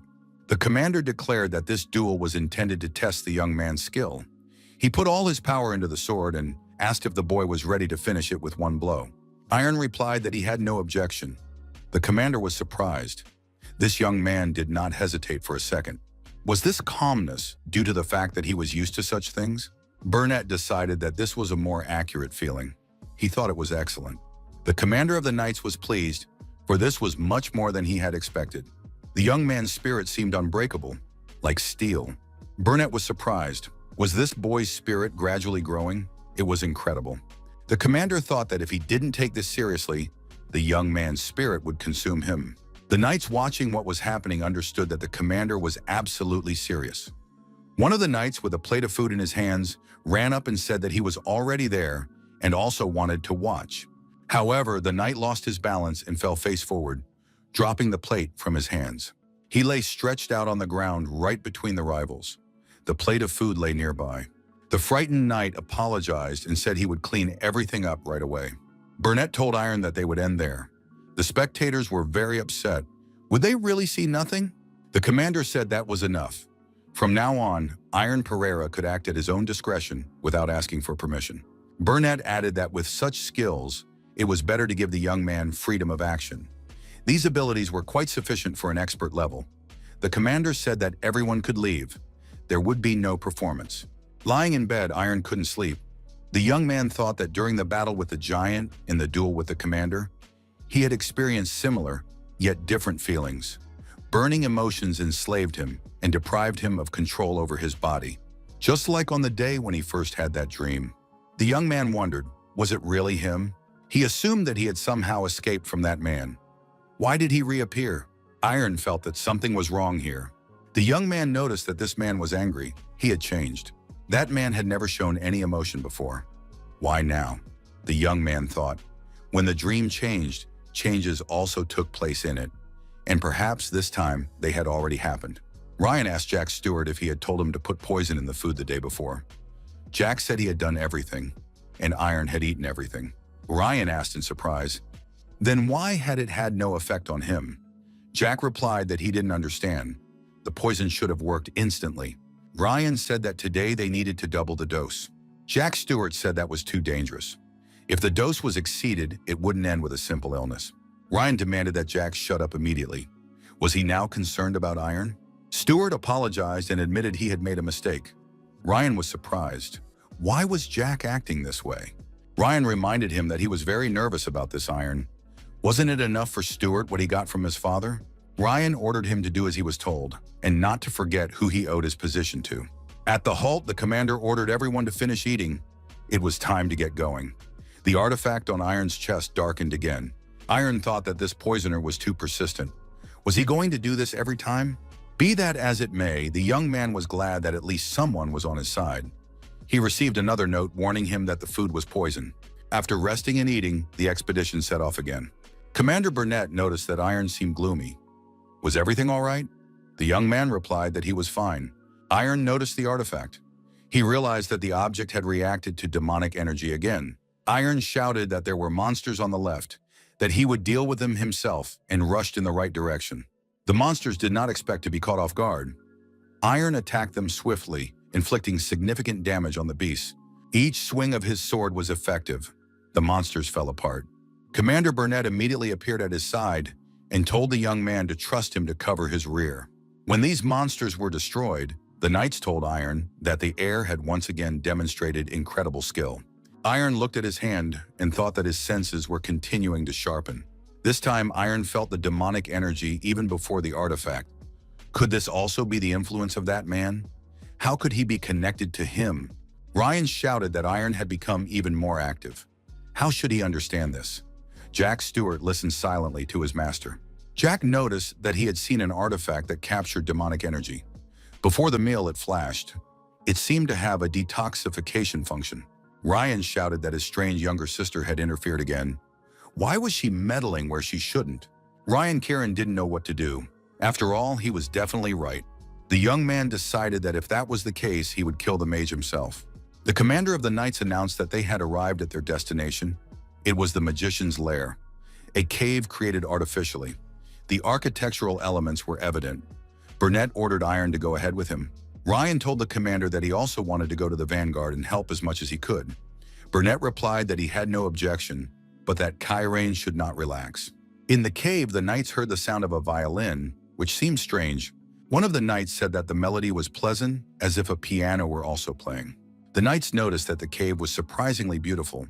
It made them feel calm, and they wanted to get closer and listen. But Iron did not find this place wonderful. Something was clearly wrong with the knights. They were beginning to hallucinate. Could it really be because of the music? Iron shouted that it was a trap. They had to come to their senses immediately. The commander of the knights sniffed and sneezed loudly, which brought him to his senses. Burnett said that if anyone hadn't come to their senses, they needed to be shaken more vigorously. They couldn't give in to the magician's tricks. The knights were amazed when they saw a woman playing the piano in a well-lit area ahead of them. She turned around and said that guests had come to visit her. Burnett looked closely and realized that she was a much stronger magician than he had thought. The woman smiled and said she was very pleased. The mistress of the cave asked if the knights would like to hear another musical composition. Violinists appeared nearby. They were skeletons in tailcoats. Ryan assessed the situation and realized that he was dealing with a real mage. Burnett thought that, apart from her red eyes, nothing distinguished her from a human being. It was hard to believe that even with her demonic powers, she was able to retain herself. The commander of the knights had never encountered such an opponent before. Ryan was ready to act. He believed he could succeed and wanted to prove his superiority over Iron Pereira. The woman said she would like to perform a piece. Would the knights agree to listen to her? Viscount Karen shouted for the magician to be silent immediately. The commander ordered the Viscount to remain in line. The woman begged them to listen. After all, she played beautifully. The mistress of the cave said that the previous melody was just an appetizer. Now she would show her true self. The melody would be thick and sweet, like a bed, enveloping their exhausted bodies in its embrace. The Viscount smiled and said he would listen to one more, but no more. Burnett shouted for everyone to wake up. The Viscount came to his senses and realized that he had fallen under a spell. The commander of the knights shouted that no one should look the mage in the eyes, or they would fall under her influence. Ryan drew his sword and rushed forward. He believed he had to be the best and was obliged to destroy this mage. Ryan was rapidly approaching. He had decided to finish her off with a single blow. However, the woman let down her long hair and it rushed towards Ryan. Ryan managed to react and swung his sword. The young man was surprised. Why wasn't the hair being cut? The woman asked mockingly what they were doing. Did they really think they could cut her hair? Jack Stewart suddenly appeared in front of Ryan. He held his sword out, and the hair wrapped around the blade. Jack shouted for Ryan to retreat immediately. It was dangerous here. The woman waved her hair, and Ryan was immediately entangled in it. She pulled the young man toward her. Majin said she was pleased to meet Jack. The young man was bound by her hair and could not do anything. The cave's mistress added that there was no need to worry too much. She had no intention of destroying the young man. She was an advocate for peace. Burnett asked in surprise what kind of trick this was. The woman offered to make a deal. The life of this handsome and distinguished knight in exchange for the life of such a beautiful and talented girl as she. Magan said that it should be a very good deal. If the knights gave way and let her get out of there, she would release Jack in a place she considered safe. Burnett ordered Viscount Chiron not to interfere in the negotiations. However, the Viscount decided to act on his own and shouted that the Chiron family does not negotiate with filthy creatures. The woman replied that this was very sad. Maggie looked at the young man and said, "Poor Jack, he is willing to sacrifice himself for his family. Was the knight really willing to save this foolish heir?" The woman said that in that case, she had decided to change the terms. Ryan realized at that moment that he couldn't even move. The Viscount shouted for his son to return immediately. Burnett ordered everyone to prepare for battle. Ryan, like Jack Stewart, found himself entangled in the magician's hair. The woman pulled Ryan toward her, and now she had 2 prisoners. Burnett warned his squad that they were about to storm the castle. Viscount Chiron ran forward and shouted for the knights to stop. The commander asked in surprise what the Viscount was doing. He should immediately step aside. The Viscount told his men that they had a duty to protect the chief heir and stop Sunset's night squad. Burnett shouted that he would not let the Viscount get away with this. The commander of the knights and Viscount Chiron shouted at each other in rage. The Viscount repeated that his son must be saved and that he would not back down. The Viscount asked if the negotiations were still valid. The woman answered in the affirmative and swore by the name of Lord Lastro, whom she served. Viscount Chiron asked Barons Russell and Lester to support him. They knew very well what would happen if they refused. Burnett ordered Sunset's nightly squadron to show no mercy to those who hindered the raid on the Magan, regardless of their lineage or status. The woman said that an amazing spectacle was unfolding, even more than she had expected. Majin looked at Jack and said, "Poor boy, these people reacted completely differently than I thought they would. If I were in his place, my heart would be torn to pieces." The woman wondered, in what other ridiculous ways would these people reveal themselves? The cave's mistress was surprised. Who was that standing in the distance? Away from the knight stood Iron Pereira. His sword glowed and radiated incredible energy. The woman was amazed. Why was this young man standing motionless? And how long had he been in this position? Why were his eyes closed? It seemed very strange. Iron took decisive action and delivered a powerful blow. Megan was cut to pieces. Even the musical instrument standing nearby was shattered into pieces. Marion looked at her body and realized that her recovery was too slow. The woman made a supreme effort and got to her feet. Continuing to regenerate, she prepared to repel another attack from the unknown young man. Majin decided to use the hostages as a shield to buy time for recovery. Iron jumped over his opponent and struck another devastating blow. The woman realized that this guy was ignoring the hostages and was aiming exclusively at her. Their eyes met. Iron was cold and calm, while Mayun's eyes burned with excitement and rage. The woman decided that she had to stop this young man at any cost. Iron swung his sword again. The woman wrapped her hair around herself, preparing to defend herself. Iron struck, but the Majin hid behind her hair, as if in a cocoon. The woman thought she had succeeded. Now she could calmly recover. However, she soon noticed that for some reason, the demonic energy was not gathering. Could it be his doing? Iron prepared for another strike. Majin thought that the boy couldn't possibly have such power. Iron attacked again, striking the hair cocoon. The cave's mistress couldn't believe her eyes. He had broken through her defense, which was stronger than stone. She was wrong. She couldn't defeat this guy. One tiny mistake, and it would be the end of her. Everyone present could see the powerful explosion that followed the protagonist's next blow. The enraged commander of the knights rushed forward to help Iron. Burnett was surprised to see only half of the woman's body, and only the lower half at that. Where was the rest of her? The other part of the magician was trying to get away as quickly as possible. The woman looked back and was surprised to see that the young man was still standing there, sword raised. An indescribable fear appeared in the woman's eyes. Iron swung his sword again. The young man struck, and a shockwave quickly spread forward, sweeping away everything in its path. The surviving part of the Magan did not understand where the young man got such strength. She could not believe that she had lost to some human. The Magan was cut in two by a perpendicular blow. Everyone present watched the battle with bated breath. One of the knights said that the Magan had been defeated. The heir to Iron had destroyed the monster. Sir Pereira thought again that his son was incredible. The deputy commander of the knights, Hill Burnett, said nothing. He thought he simply had no words. Jack Stewart breathed a sigh of relief. Iron had saved his life once again. The protagonist, as always, was calm and confident. His eyes showed his composure. The territory of Chiron, the temporary headquarters of the Sunset Night Squadron. The knights acted according to schedule, in accordance with the instructions they had received. One of the knights said that he still couldn't believe that the expedition had ended without a single casualty.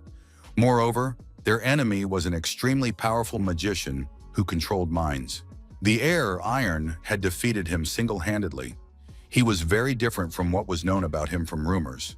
Finally, an outstanding personality had appeared in the Kingdom of Hail. Once the deputy commander finishes with that matter, they will be allowed to return. It is imperative to get to the bottom of everything. Such things cannot be ignored. Viscount Karen said he was very sorry, but then his mind became clouded. The commander of the knights replied that he no longer wanted to hear it. After what had happened, such an excuse was not enough. The Viscount said that Burnett himself had seen it. He had been under mind control. The Viscount admitted that his son was very dear to him, but he was not so foolish as to give up peace on the continent because of his affection. Karen added that if it weren't for the magician's mind control, he would have acted very differently. Burnett thought he was a repulsive character. Everyone present knew that he was of sound mind. However, there was no conclusive evidence to convict him. Iron rested on his bed and indulged in reflection. That sword did not appear for the sake of noble lineage or family. It was merely a sword for cutting down the Magan. Was it all because of that man from his dream? Who was he? This man constantly confused Iron. The young man was told that a guest had arrived, and Jack Stewart appeared at the door. Stewart greeted him. Iron asked what the young man had come to see him about. Stewart said he needed to tell him something about the punitive expedition, but first he wanted to thank him for saving him. Jack said that when the Magan took him hostage, no one cared. Not the deputy commander, not his subordinates, not even his master, Viscount Phil Chiron. Iron thought that at that moment he had paid no attention to the hostages, acting only to destroy the Magan. Jack said that if it weren't for Iron, he would certainly have died, and therefore expressed his sincere gratitude. Stewart added that there was something else. He looked Iron in the eye and said that he was the one who had put poison in the food. Iron was, of course, stunned. The young men sat down, and Jack told them all the details. He admitted that he shouldn't have done it, even though his master had ordered him to. Jack added that it was an unwise thing to do, both as a knight and as a man. He understood that words alone were not enough, but he was truly sorry. Stewart said he was ready to accept any punishment Iron's heir would give him. Iron said that he had anticipated something like this to some extent, and it happened. All these situations are confusing. He added that he was not in the mood to talk right now. Stewart is free. The hero decided that he would not turn a blind eye to what had happened. But for now, everything was mixed up in his head, so it would be better if Stewart left. Jack said he would definitely pay for his mistake. The young man heard someone's voice saying that no matter how much he thought about it, nothing would change. Iron turned around and saw that Lulu was in the room. The young man was delighted. The cat asked if he was doing well. Iron asked where Lulu had been. He had been looking for her for a very long time. Lulu turned away and said she was ashamed to look him in the eye. The cat admitted that if she had taught him a little more, he would have mastered another ability and would not have been separated from his family for 5 whole years. Iron thought that Lulu believed it was her fault that he had been trapped in the witch's world. Lulu added that Curlia wouldn't have been so upset. It was all her fault, so she apologized. Iron said that Lulu was not to blame for anything. The cat replied that the man should not touch her. She brings bad luck. She is a black cat, a harbinger of misfortune. Iron declared that this superstition had nothing to do with Lulu. The cat objected that superstitions also have power. If many people begin to believe in some unfounded absurdity, it becomes true. If people exalt even a completely powerless creature, it becomes great. Witchcraft, created by the concentration of the will of many people, is capable of changing the laws of the world. Lulu added that misfortune would befall the young man if he stayed with her.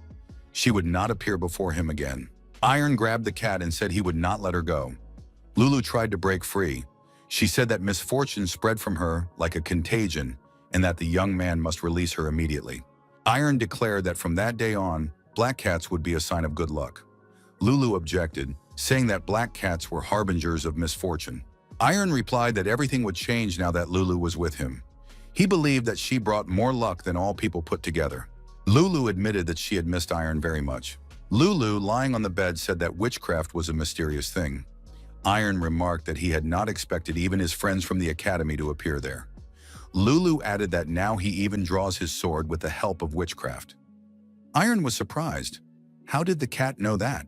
Lulu replied that she had been with him since his return. She said that she had been in the form of a white cat and that she had also written those notes during the expedition. Lulu admitted that in the battle with the Majin, Iron seemed slightly unfamiliar to her, a little more ferocious. Had something happened to him? The young man told the cat everything. Lulu said she now understood what was going on. It seemed that the man from his dreams had a strong hatred for Majins. Although perhaps the source of this hatred lies in the devil himself. This man probably lived 150 years ago. The cat added that it didn't really matter. What difference did it make whether he thought about something or not? What mattered was that the will of this unknown man was influencing Iron's soul. Lulu said that there was nothing wrong with that. Sometimes you can doubt and put down your sword when things get tough. But in the end, the young man raises his sword again anyway, with all his might. Lulu added that if it was very difficult for him, she would raise the sword together with Iron. Iron looked at the cat and was very happy that Lulu was now by his side. Alone, his anxiety would only have grown. True strength lies in the ability to walk hand in hand with someone you can trust. Iron thought that he still had unfinished business. Promises made to the head of the academy and others. It was about friends he hadn't seen in 5 years. Were they doing well?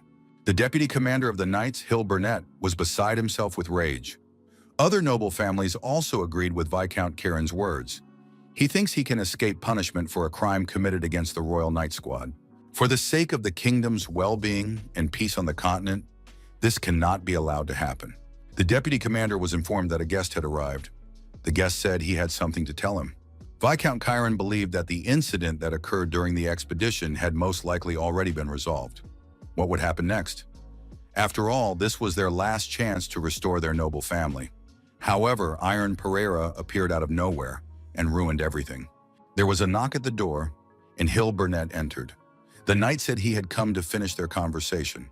Chiron replied that they had nothing more to discuss. Burnett remarked that he didn't have much time, so he would get straight to the point. During the punitive expedition, an extremely shameful act had been committed. He added that he had been informed that the Chiron family had poisoned the heir to Pereira's food. The Viscount replied that this was complete nonsense. Chiron was outraged. Was Burnett going to accuse him again without presenting any evidence? This was extremely unpleasant. The knight must leave these lands immediately. The knight asked what the Viscount would do if he said he had evidence. Chiron demanded that Burnett stop this nonsense and leave immediately. Jack Stewart entered the room. Burnett said he was a witness to the incident. Stewart told him the whole truth. The fact of voluntary confession was taken into account, so the punishment would be mitigated. Chiron said that this was not true. Stewart had acted on his own initiative. Jack said that Mr. Chiron was behaving despicably to the very end. Chiron was outraged. How dare Stewart speak to him like that? Burnett said he would submit an official request to the kingdom to send a team to investigate. If Stewart's words proved to be false, the investigation could be safely indulged. However, if they were true, the Viscount would be better off surrendering voluntarily if he did not want to lose everything he had achieved over the years. The knight said he would be going to the Pereira estate for a short time. Everything must be ready for his return. Burnett decided that Iron should be accepted into the Sunset Knights. Such a treasure could not be passed up. However, upon arriving at the Pereira estate, the knight learned that Iron had returned to the Krone Academy. But hadn't he refused to join? His father explained that his son still had business there. Besides, he had officially enrolled in the academy 5 years ago. Burnett thought he was too late. The knight told Mr. Pereira that he had a wonderful son, a real treasure of the kingdom and perhaps of the entire continent. Iron thought that the head of the academy was an outstanding person. His skills were considered among the best on the continent. The elder was the one who showed him the way. He was the first teacher he truly respected. Perhaps he could give advice about the unstable condition. Although, of course, even the head himself would most likely be unable to do anything about these dreams. Lulu said that no one can know that now. The young man himself said that he is the best swordsman on the continent. A person who is considered the best on the continent in any field is no different from a sorcerer, for he possesses an incomprehensible will and abilities that cannot be explained by common sense. Lulu said that she was his teacher of sorcery. The young man replied that she was his second mentor. Lulu jumped down to the ground and said that in that case, they really needed to prepare for the journey. Iron was surprised to see that Lulu had disappeared and a pink mist had appeared in her place. When the mist cleared, Iron saw that the cat had appeared in clothes, boots, a hat, and with a sword. Lulu said that if they were going on a journey, she had to make a little effort. Lulu noted that she didn't usually dress up like this, but if she used a little bit of her power, it was easier than easy for her. Iron thought that they definitely wouldn't be bored on the road. Lulu said that the Chrono Academy must be waiting for them. The strongest swordsmen were approaching. The great city of Alcantara, the Chrono Fencing Academy, is located in this city. Lulu noted that there were many magical lanterns in this city, and one could play all night long. The cat noticed that people were practicing magic right on the street. It was very beautiful and unusual. Iron thought that it was thanks to the Chronos Academy that Alcantara had become a great city. The young man noted that the cat would definitely like it here. The academy itself had also changed for the better. Iron suggested finding a place to stay for the night first. Lulu asked for this place to have a cool name. A place called Cradle of Swords sounded cool and should be fine. Iron said he didn't mind. The cat said she would come later, as she wanted to walk around a little more. Iron said again that he didn't mind, but that she shouldn't stay out too long. The young man entered the establishment and immediately noticed that it was very spacious inside. However, the atmosphere seemed unusual to him. Everyone present had swords with them. Iron was surprised. Why were all these people staring at him so intently? Had he done something wrong? A burly man approached the young man and asked if he was another guest of the Chronos Academy. Iron confirmed this. Those present laughed. It turned out that the academy had started recruiting anyone and everyone. The burly man told the young man that anyone could challenge him, but it would be better for the young man to assess his strength wisely. One of the knights present said to another that if he didn't like something, they could go outside and see who was right. His opponent agreed. The bartender called out to the young man. The young man approached him. Iron asked the bartender if they should stop them. The bartender told the young man not to worry. In 10 years of working there had never been a fight. The man asked Iron if he was really a guest of the Chronos Academy. The young man confirmed this again, but was surprised at how they knew. The bartender said it couldn't be otherwise. Everyone here was a guest of the academy. Usually only such people came to this establishment. The man asked Iron if he had been verified as a guest. The young man was surprised. What did that mean? The bartender was surprised. Had this guy really come unprepared? For any fencer, the Chronos Academy is a dream. That's why many came here. Due to the large number of applicants, they were all sent back, but most refused to leave just like that. Some even calling the academy staff cowards. This is how guest confirmation came about. Once every 2 weeks, the academy chooses a date and holds an event where you can fight with swords. To get a pass, you need a mercenary badge. The young man followed the bartender. Iron went downstairs with the man. The bartender said that there was a mercenary agency downstairs. The bartender said that the test could not be conducted upstairs because it was too noisy. The bartender was met by a man who asked why he had come at such an hour. Seeing Iron, the man assumed that the young man had come for the test. The bartender said that there was a measuring instrument in front of the young man. If he hit it, the force of the blow would be displayed on the screen. The man Iron thought that the instrument did not look reliable. He asked what would happen if he broke it. The instructor said that it was a magical item, it was not easy to break, and there was no need to worry. It was surprising that this guy was even concerned about it. Iron said that in that case he would do his best. The instructor asked the bartender if this guest of the Chronos Academy looked too young. The men argued among themselves about how many points this guy could score. One said no more than 300, the other claimed it could be 500. The instructor said that since the guy came without a sword, he could choose anyone here. The young man said that everything was fine. The guy stretched out his hand and a sword appeared. Of course, the men were surprised when they saw such sorcery. How did the young man manage to create a sword out of nothing? Iron swung and struck the instrument used to determine strength. Sparks and screeches spread throughout the room. The men couldn't believe their eyes when they saw the results of the blow. Iron raised his sword and breathed a sigh of relief. The young man said it was cool. It really was some kind of magic. All the damage disappeared. The bartender asked where the sword came from. Iron replied that it was magic, something similar to ordinary magic. The sword suddenly disappeared. The young man said he didn't know how many points he had to score. Was his strike good? The device showed more than 10,000. Iron asked curiously if he had passed. The instructor said that the young man had definitely passed the test, but that he could only receive a silver badge on his first attempt. Lulu said that a silver mercenary badge was not bad. Iron admitted that it was interesting. Iron thought, I wish tomorrow would come soon. Tomorrow he would be able to meet Judith. The next day arrived. Lulu wondered where the people near the gate were going. Iron guessed that they were taking the test. The cat asked if she could at least watch. Iron agreed. Lulu made herself comfortable and said she was looking forward to it. However, there were a lot of people gathered here. They thought with surprise, has this boy forgotten himself here? These children have completely lost their fear.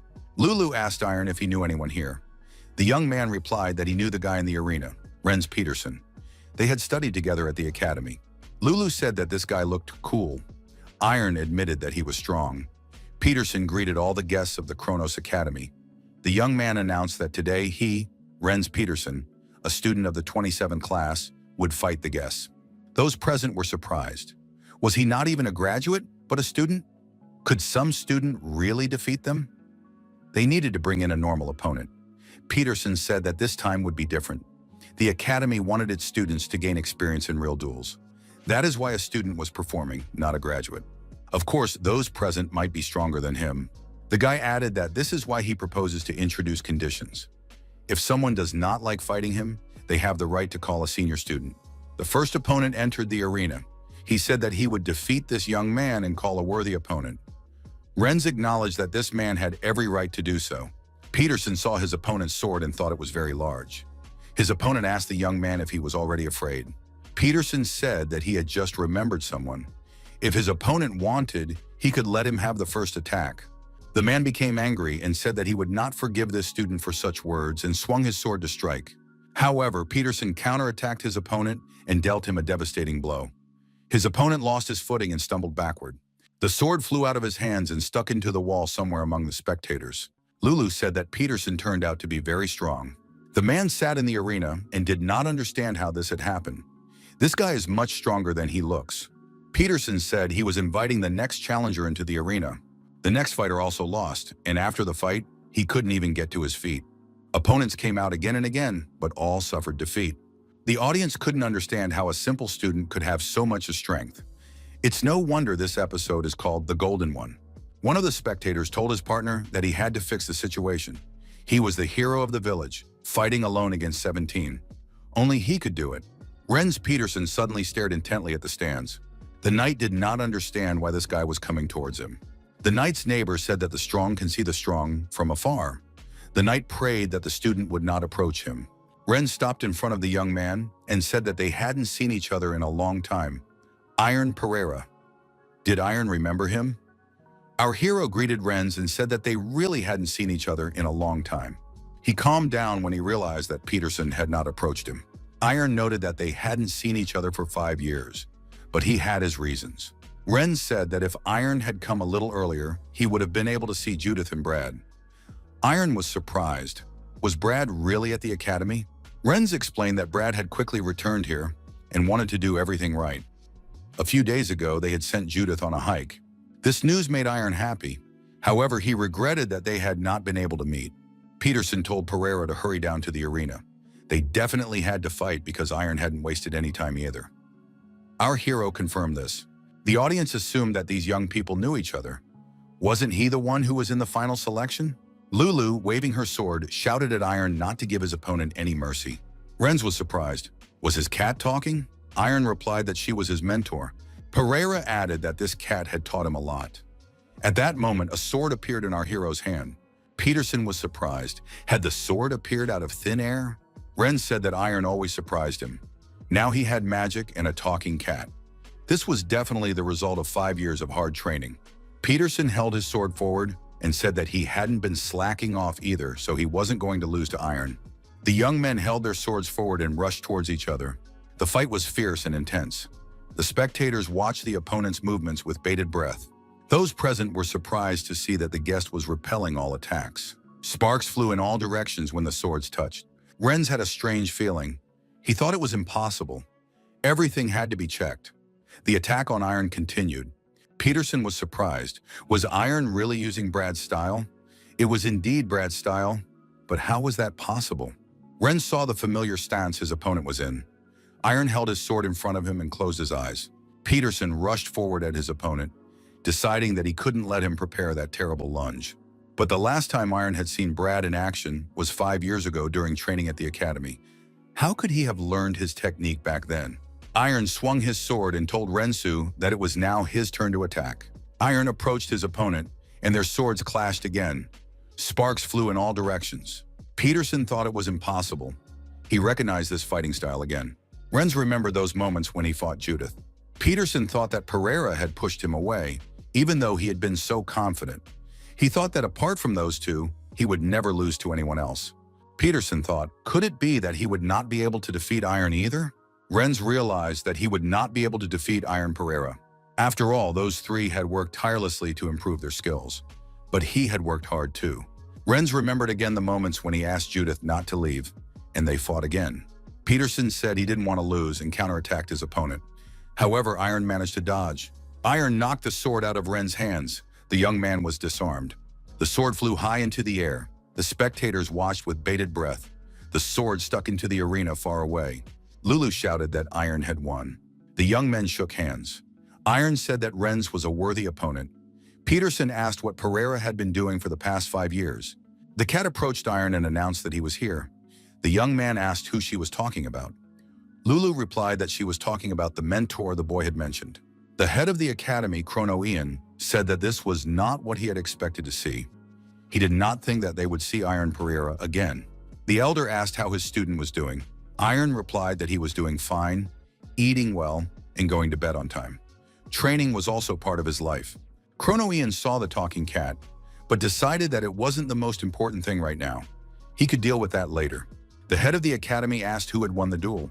Renz admitted that he had lost. The elder said he wasn't even surprised considering who his opponent was. Iron apologized to the master for being late, but it wasn't on purpose. The head of the academy said they would talk about it later. The old man took off his cloak and said that since sword had met sword, it was necessary to let them talk. Lulu and the young people were terribly surprised. The adventures continue. The old man said that Iron's victory over Renz was easy. However, he is not such an easy opponent. The audience determined that this old man was the master of the Chrono Academy. He is called the best swordsman on the continent. Iron looked intently into his opponent's eyes and said he was going to attack. Kronos told the young man to go ahead. Iron thought that he now needed to use all his strength and rushed into the attack. Chrono easily repelled the young man's attack, and Iron barely managed to stay on his feet. The old man said that Iron's attack was very weak. It was a decent lunge, but the young man clearly lacked strength and speed. The chief added that acting so rashly would only give the enemy an advantage. The elder noted that Iron actively used Brad Lloyd's fighting style. Moreover, he was successful at it. However, the young man was still not as free as he could be. The head told Iron not to rush. The boy needs to work more on combining techniques. In a real battle, you can't just attack and defend. Iron shouted again that he was attacking. Wielding his sword, the young man approached his opponent. This style seemed familiar to the old man. Renz said it was the heavenly sword. Chrono Ian noted that it was not bad, even good, but the young man could not surpass him. The head of the academy asked if that was all. Iron stood in front of his opponent, his sword held out.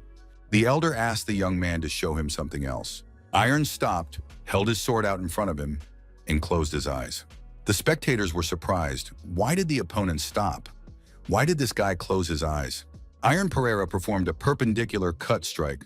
The shock wave had a directed vector of action. As always in such cases, the arena cracked in two. The spectators did not understand what was happening. The head of the academy appeared with the aura sword in his hands.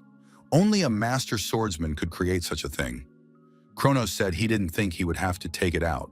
The head of the academy said that the young man had proven himself. Now he understood what kind of sword the boy had. The old man added that the young man's heart was still not at peace. Iron should find out why. The head of the academy told his distinguished guests that their selection was over. He expressed his hope for everyone's understanding. Chrono Ian told Pereira to follow him. After talking with swords, it was time to talk for real. Iron found himself in the head of the academy's office. Lulu was present nearby. The cat greeted him and introduced herself. She said she was this young man's mentor in witchcraft. Chrono Ian said he was glad to meet her and asked if he should address the cat formally. Lulu replied that the headmaster could address her informally, as they were both teachers. The girl standing next to the head said that she was the deputy master, and her name was Kira Finn. Iron also introduced himself. The head of the academy asked what his student had been doing for the past 5 years and what was troubling his heart. After listening to the young man's story, the elder realized that witchcraft was involved and that the dream had greatly affected the young man. Kronos admitted that he did not know exactly why the young man was having this dream, but he could help. The head of the academy told the young man to leave. Of course, he would be happy if Iron stayed and trained with them if he was not yet ready to fight monsters. Iron could certainly practice here. But was this the right path for Iron Pereira personally? There are many paths for a swordsman. The young man should follow the one his heart desires. The chapter said that Iron had seen too little. His perception of the world depended on his surroundings.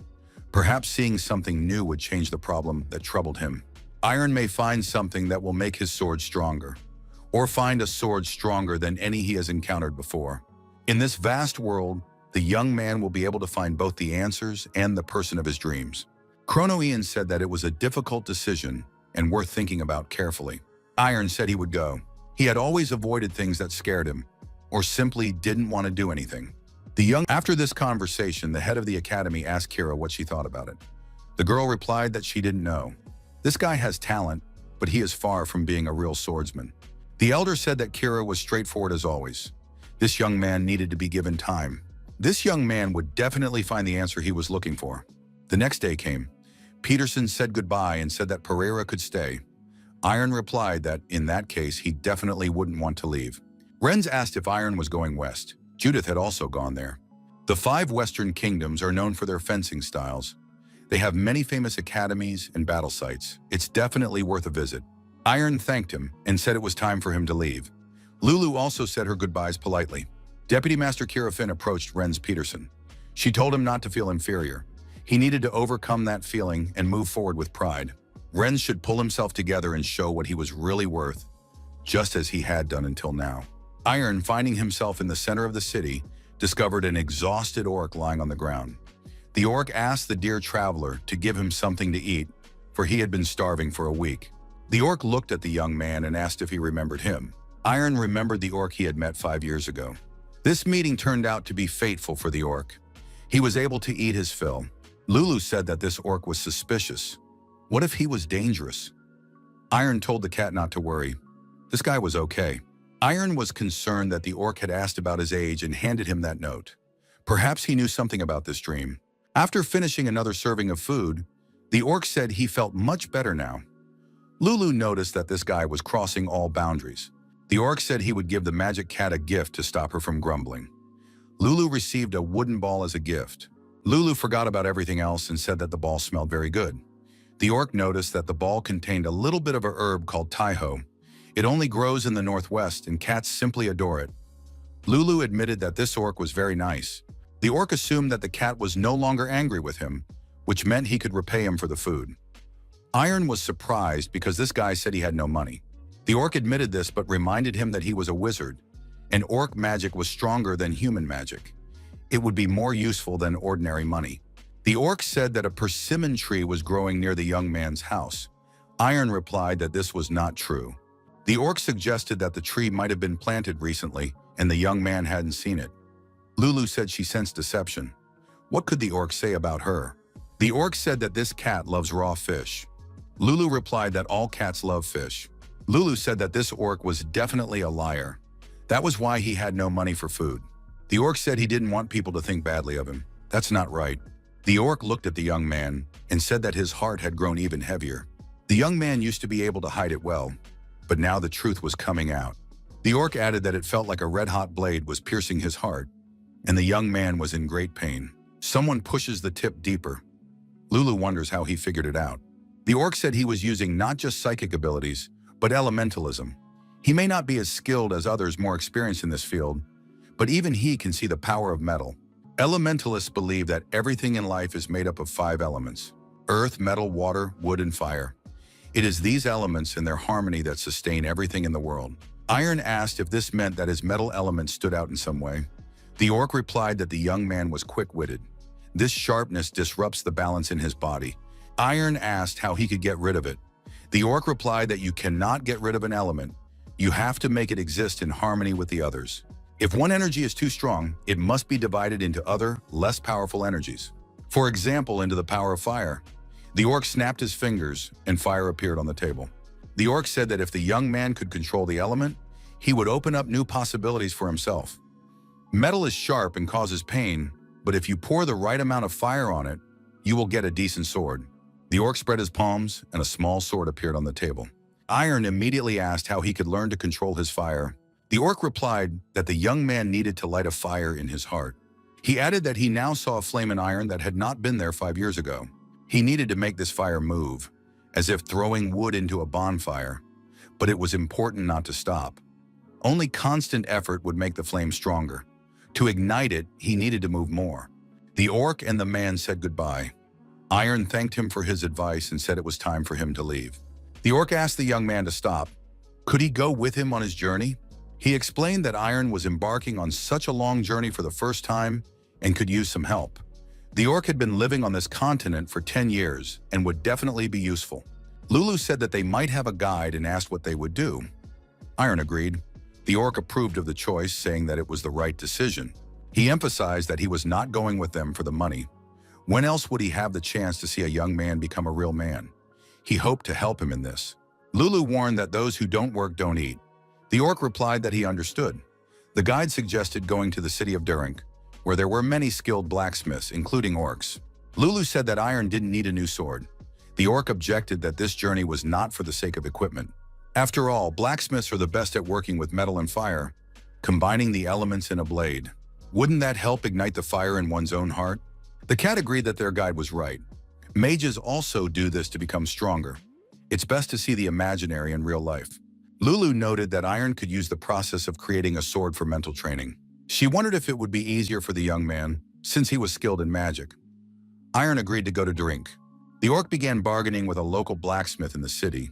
After closing the deal, the orc said they could take their things to their room and then go to a restaurant. He joked that the blacksmith should at least bring him a beer as a gift for such an order. Did he really want to upset his respected customers? Iron thought that this orc was a true professional. Lulu couldn't sleep, so she asked Kubar to tell her something interesting. The orc asked if they knew who was among the 10 strongest swordsmen on the continent. Iron replied that he only knew the head of the academy and had heard of the Lingje family. Kubar remarked that the young man was poorly informed about the world. How was he going to become a real swordsman? The strongest on the continent were from the 5 kingdoms and the Holy Kingdom. However, one person broke this rule, a graduate of the Cronian Academy, Ian. The rest are Julius Huel, captain of the Holy Kingdom's White Guard, Roberto Clark, captain of the Crimson Knights, 5 descendants of hereditary swordsmen, including Joshua Lindsay and Karakuma, the great leader of the orcs. They are considered the strongest. Although if you count Ignat, there are 11 of them. Lulu said she counted 10. Kubar agreed that Lulu was right. Perhaps Ian had set the bar too high, and many consider him to be the strongest, but Kubar has a different opinion. He would name Kuna as the strongest, a man who became a swordsman at the age of 70. Many of Kuna's acquaintances laughed at him and underestimated his stubbornness. But who else would dare to become a swordsman at that age? It was a difficult path, but Kuna succeeded. He became a master swordsman at 70, and by 90 he was already considered the strongest on the continent. He influenced all the swordsmen of the world and the art of fencing itself. Iron said that Kun was probably good even at 50. People laughed at him, but he managed to achieve his goal. The young man noted that there were probably other amazing people who kept moving forward until the end. There were surely others in the world who were like him. Kubar praised Iron. He had said the right words. There were many excellent people who had yet to reveal their true potential. The orc thought that this guy wanted to become a swordsman, but his view of the world was much broader. He would definitely go far. The next morning, Kubar said that the Alhad mountain range lay ahead. They would end up in Darinka when they crossed it, but it would be difficult to get there on their own. Bandits lived in the mountains. Kuber said there was no need to worry, they would join a group. After all, the young man had a mercenary's mark, didn't he? The merchant saw that Iron had received a mercenary's mark in Alcantara and said that they agreed to take him with them. Iron asked if Kubar had been accepted. The orc confirmed it. Who would refuse an orc elementalist in their group? Iron and Lulu waited on the sidelines while the expedition prepared to cross the bandit lands. A girl approached them and said she could repair their armor or shoes for money. Iron noted that they were leaving soon and asked if she would have time. The girl assured him that she would get everything done. Lulu asked the girl to stop. The girl was surprised. Was she really talking to a cat? How adorable. Lulu replied that the girl was cute too. The girl said her name was Anya. She added that the young man could leave her his shoes or armor, and she would fix everything. For money, of course. Iron replied that they didn't need that. Anya said that if they needed anything, she was ready to help, but only for a fee. Iron and Lulu realized that this girl was a real magician. The expedition set off. Lulu told Kubar to keep an eye on Iron, who was deep in thought. Iron asked the orc if he could raise his sword against a human. He admitted that he had never raised his sword against humans before. The young man added that today he realized that, contrary to his wishes, he might have to do so one day. Would he be able to bring himself to do it? After all, they were about to encounter bandits, and even their lives were precious. He said he couldn't just scare villains forever. If they continued to do evil, he couldn't turn a blind eye all the time. Kubar replied that this was a difficult question and that it was not worth thinking about so deeply. Iron had heard that a terrible bandit named Khazar lived in these mountains. The orc said that he himself wanted peace. For more than 5 years, Khazar and his group had been collecting tribute for crossing the mountains. Therefore, they needed company to feel more confident. Kuber said that one shouldn't think that bandits are so bad. It's just their business. They themselves don't like it when someone walks through their territory, so they consider it a toll for crossing. Iron was surprised. Don't they just take this money for nothing? After all, it's not their land. Why doesn't the kingdom do anything about it? His companion replied that everyone knows about it, but there is a mutual understanding between them. Lulu asked them to stop talking. She was starting to get a headache. Iron thought that it was all very confusing. Kubar noted that this was always the case in the world. There was no right answer. It was impossible to say unequivocally whether something was good or bad. Ahead on the road, a group of robbers appeared before the travelers. The merchant raised his hand with the bag and said that their payment was there. He asked the bandits if they could pass through at night. The leader of the robbers, Khazar, ordered them to leave all their belongings and go away. The merchant did not understand what was happening. They had already paid the tribute. The robbers collected payment from everyone as usual, but Khazar shouted that he wasn't going to repeat himself twice. If they wanted to stay alive, they had to leave immediately. The merchant said that Khazar's joke had gone too far. What was wrong with him? The bandits shouted that the rules had changed as of today. Were there really people who disagreed? Lulu asked Kubar what was going on. Iron stepped forward decisively, clenching his fists in anger. He declared that he sensed evil magic coming from these people and drew attention to the pendant hanging on the leader of the bandits' chest. Lulu asked if Iron really felt that his energy had changed. The young man confirmed this and added that the energy was not too strong, so they would be able to break through. Kubar asked Iron to explain everything in human language. He replied that when in contact with such magic, one could lose control due to overwhelming rage. He noted that Khazar definitely hadn't become a mage, but then what had happened to him? The knight stepped forward and drew his sword from its sheath. He said that criminals could not be trusted. The travelers noticed that the knight had a steel blade, which meant he was a veteran. It was good that he was nearby. The merchant asked Ulfgan if he could handle it. The knight replied that there was no need to worry. Nothing bad would happen to him. Ulfgan, holding the sword tightly, told Khazar that their losses would be much greater, so it was not worth going too far. Khazar smiled. This knight had a good sword. If he left it behind, they would spare his life. Ulfgan admitted that the sword was indeed good, but said he had no intention of trusting criminals. In response, a powerful blow with a hammer followed. Khazar growled that now the knight would feel his strength. After the blow, Ulfgan flew back against a tree. It was clear from his expression that he was in pain. One of the travelers shouted to the other knight to come to his aid. The knight replied that if Ulfgan had lost, then he would have no chance either. Someone from the group suggested leaving everything behind and walking away. After all, survival was the most important thing. The merchant objected, saying that without their belongings, they would certainly not survive. Khazar shouted for them to stop arguing. He had changed his mind. The bandit added that his mood had soured and it would be better to destroy everyone. Iron said he had an idea. He turned to Khazar, asking him to calm down. He was clearly not himself. The bandit barked, "Who was this guy?" The young man replied that he was a student of the 27th class of the Krone Academy, Iron Pereira. Khazar became even more enraged. Who did they think he was? He couldn't believe that a student of the fencing academy was traveling without a sword. A blow with a hammer followed, but Iron stopped it with one hand. The bandit froze. Had this guy really blocked a hammer blow with one hand? Iron calmly asked where he got the pendant. Then he let go of the weapon and Khazar fell to the ground. The bandit cursed. He was beside himself with rage. The pendant on his chest glowed. At that moment, Iron remembered his sister's words. She said that he was strong, which meant he had to be responsible. He replied that she shouldn't worry about him. He was ready. But Kiria said she wasn't worried about her brother. She was worried about others. Great power comes with great responsibility. Khazar jumped up again and lunged at Iron. Iron sensed danger, but he knew he had to act carefully so as not to harm others. The other bandits also began to show aggression.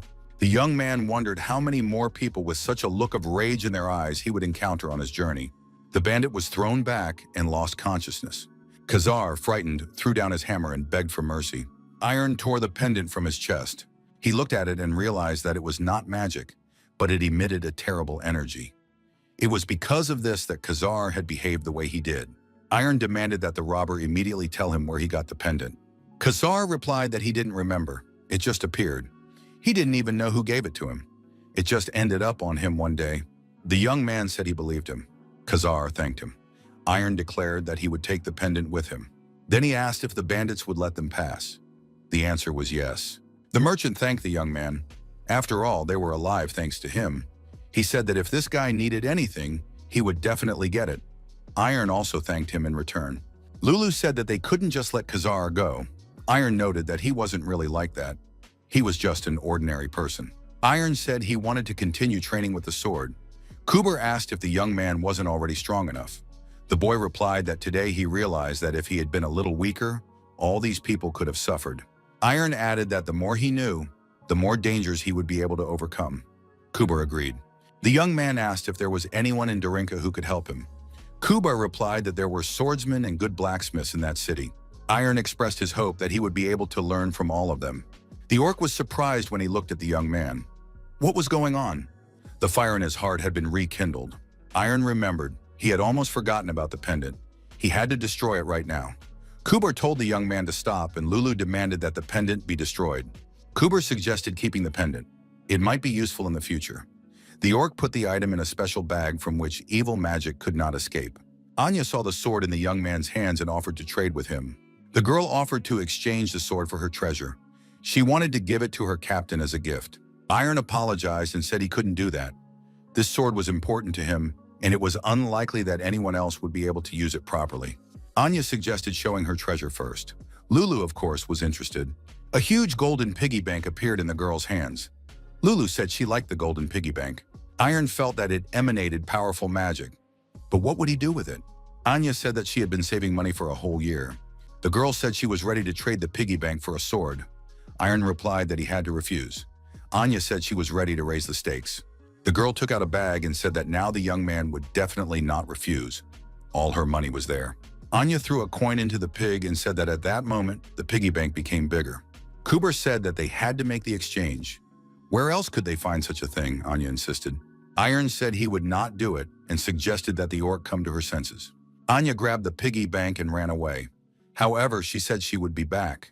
The piggy bank would become even cooler before she reached Darinka, and then the young man would definitely agree. Kuber noted that this girl was very funny. Lulu added that she really liked Anya. In the evening, while resting in the tavern, Kubar told the young man that there was a man who had brought news about Darinka. The man said that the best blacksmith in Darinka had finally returned to the city. He was a dwarf named Volcanus. All the swordsmiths on the continent knew how good his swords were. Volcanus numbers his own swords. They are even named after their numbers, and there are only 9 of them. The most important thing is that numbered swords can only have one of 2 types of owners: a master swordsman or someone who will become one. The man added that in the last 10 years, Only 3 ordinary swordsmen have been able to obtain a numbered sword. However, they soon became masters, like the other owners of numbered blades. The interlocutor stated that in 2 days, a competition for the 10th numbered sword would begin in Darinka. Everyone in the tavern asked how the competition would be held. The storyteller replied that he did not know. Most likely, everything would be announced at the competition itself. Iron suggested that all the strong swordsmen would gather in Darinka.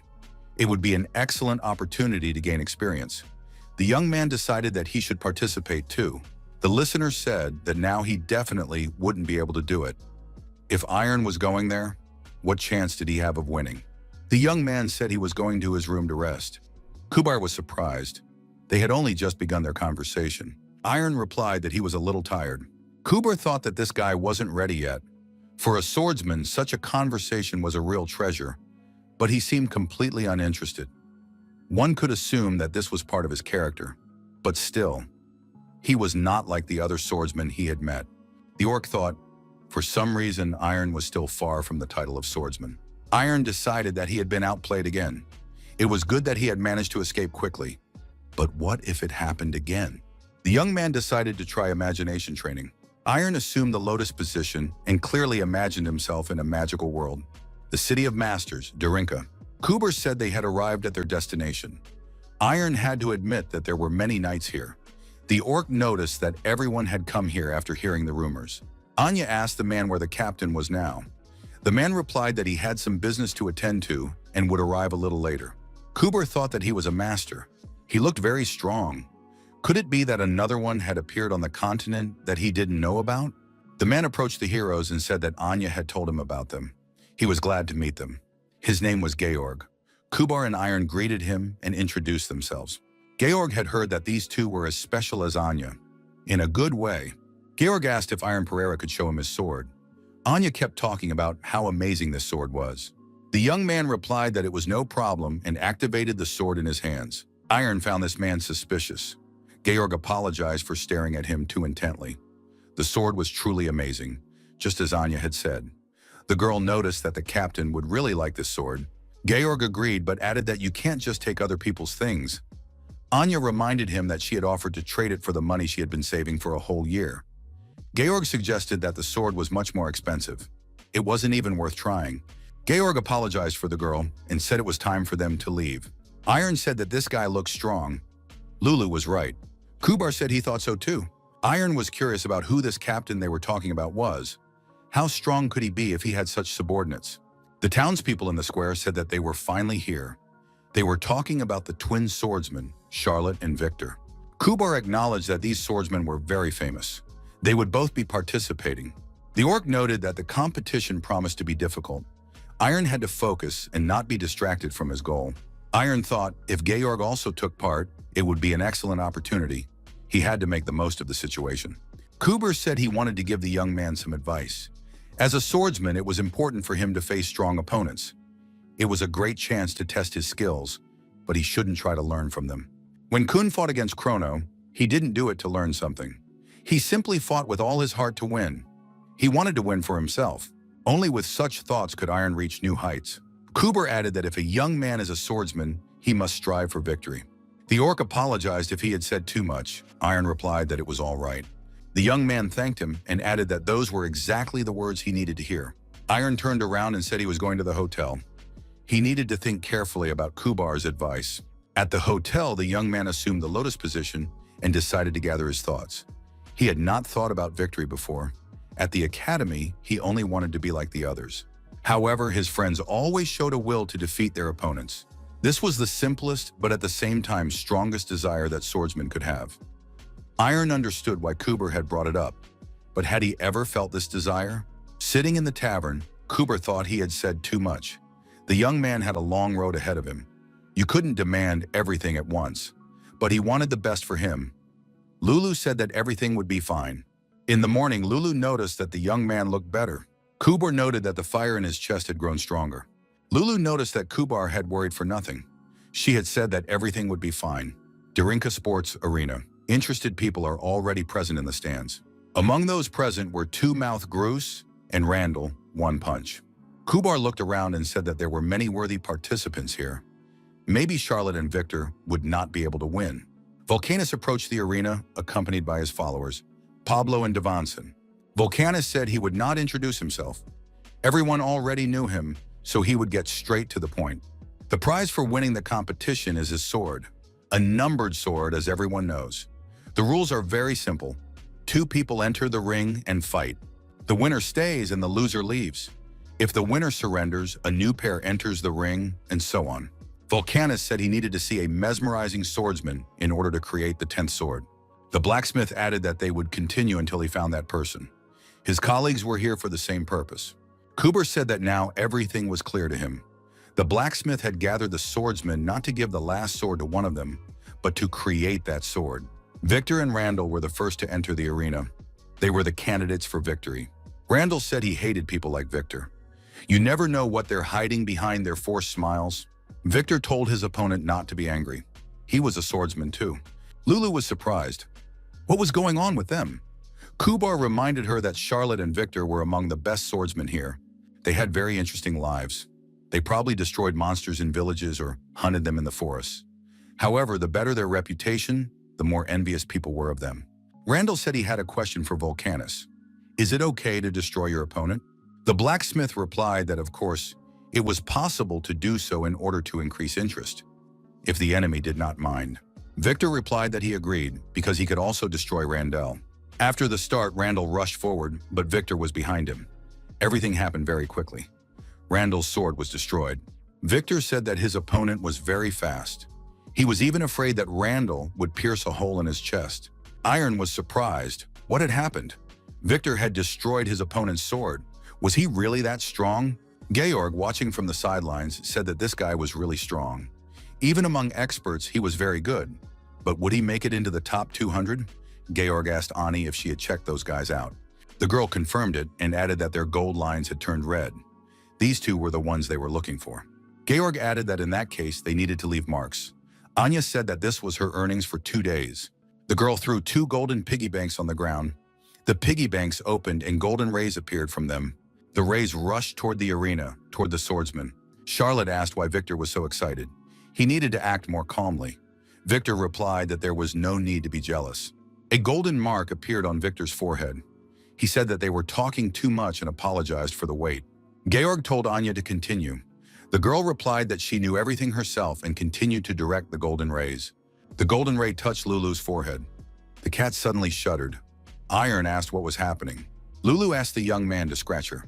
Kubar, watching the battles, noted that it was good that they were here. Georg was surprised. After all, Anya had said that her target was Iron Pereira. Why did she mark the cat?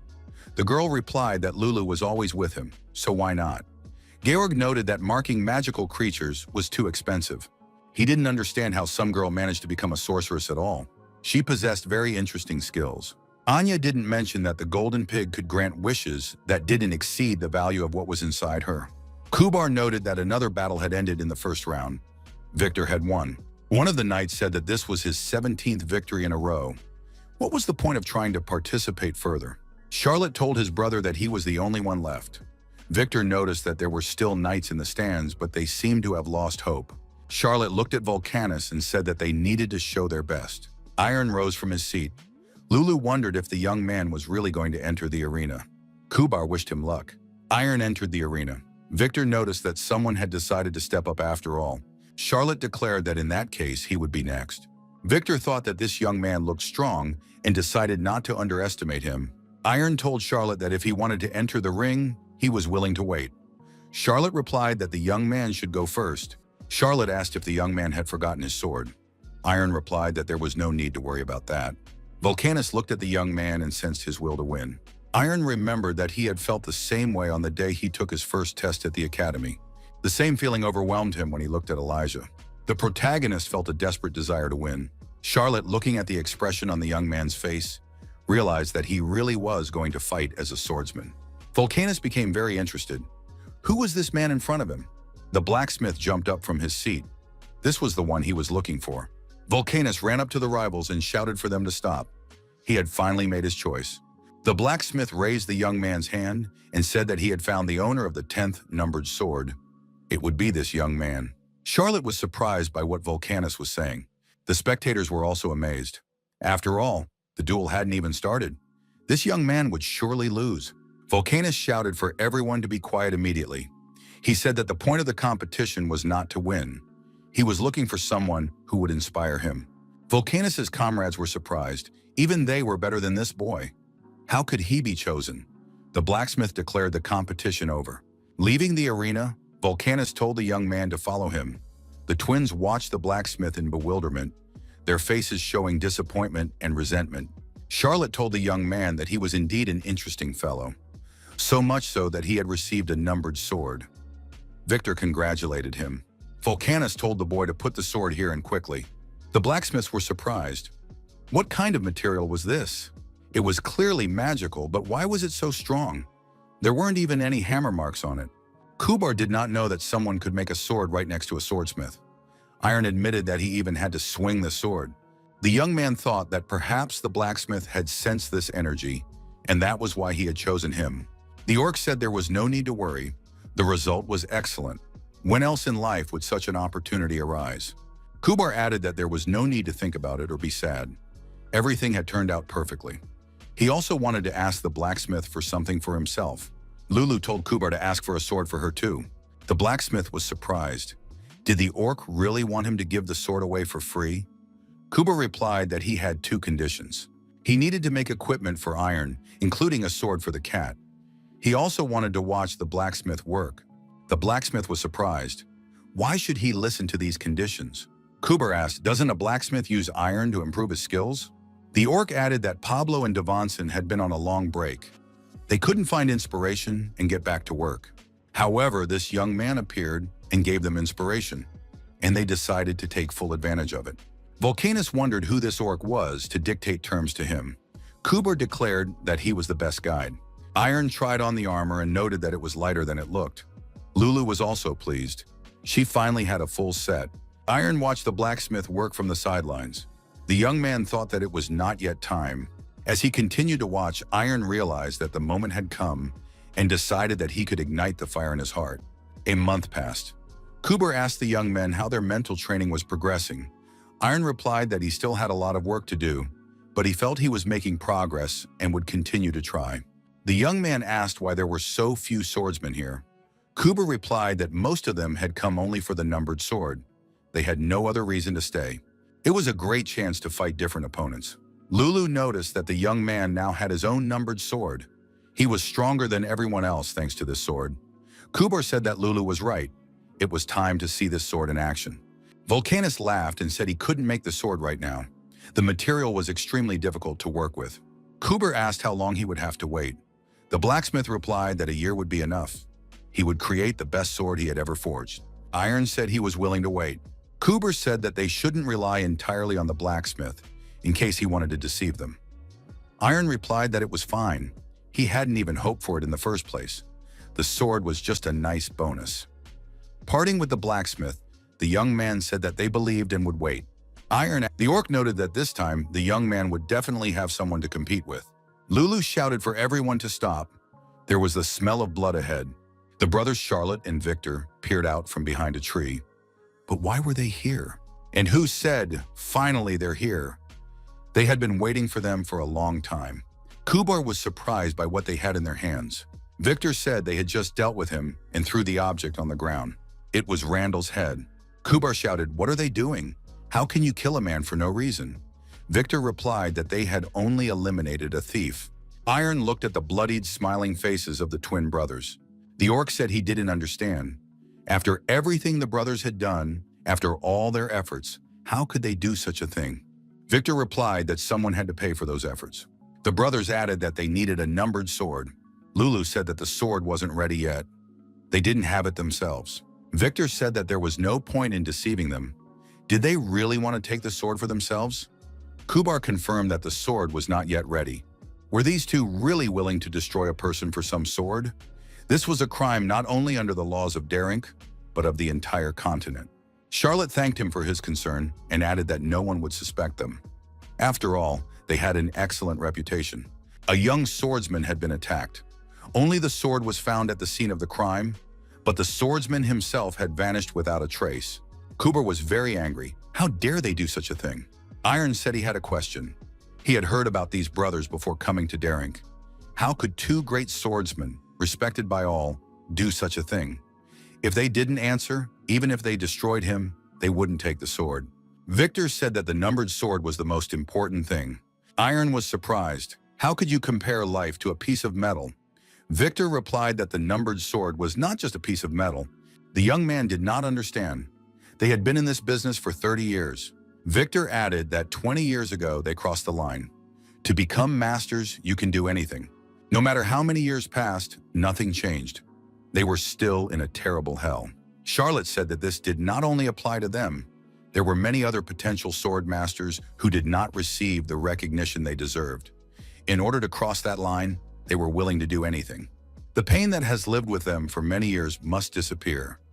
Iron thought they were talking nonsense, but how could people be capable of such a thing? Charlotte shouted that the young man would never understand. The brothers felt an incredible energy and wondered, could it be magic? Iron stood with his sword held out in front of him. A magical warrior swordsman appeared above his head. Georg said, so that's where he is. Anya said she knew everything. The girl shouted that she would do everything and smashed the golden piggy banks. Golden rays appeared. A strange glow appeared. The twin brothers and the orc were frightened.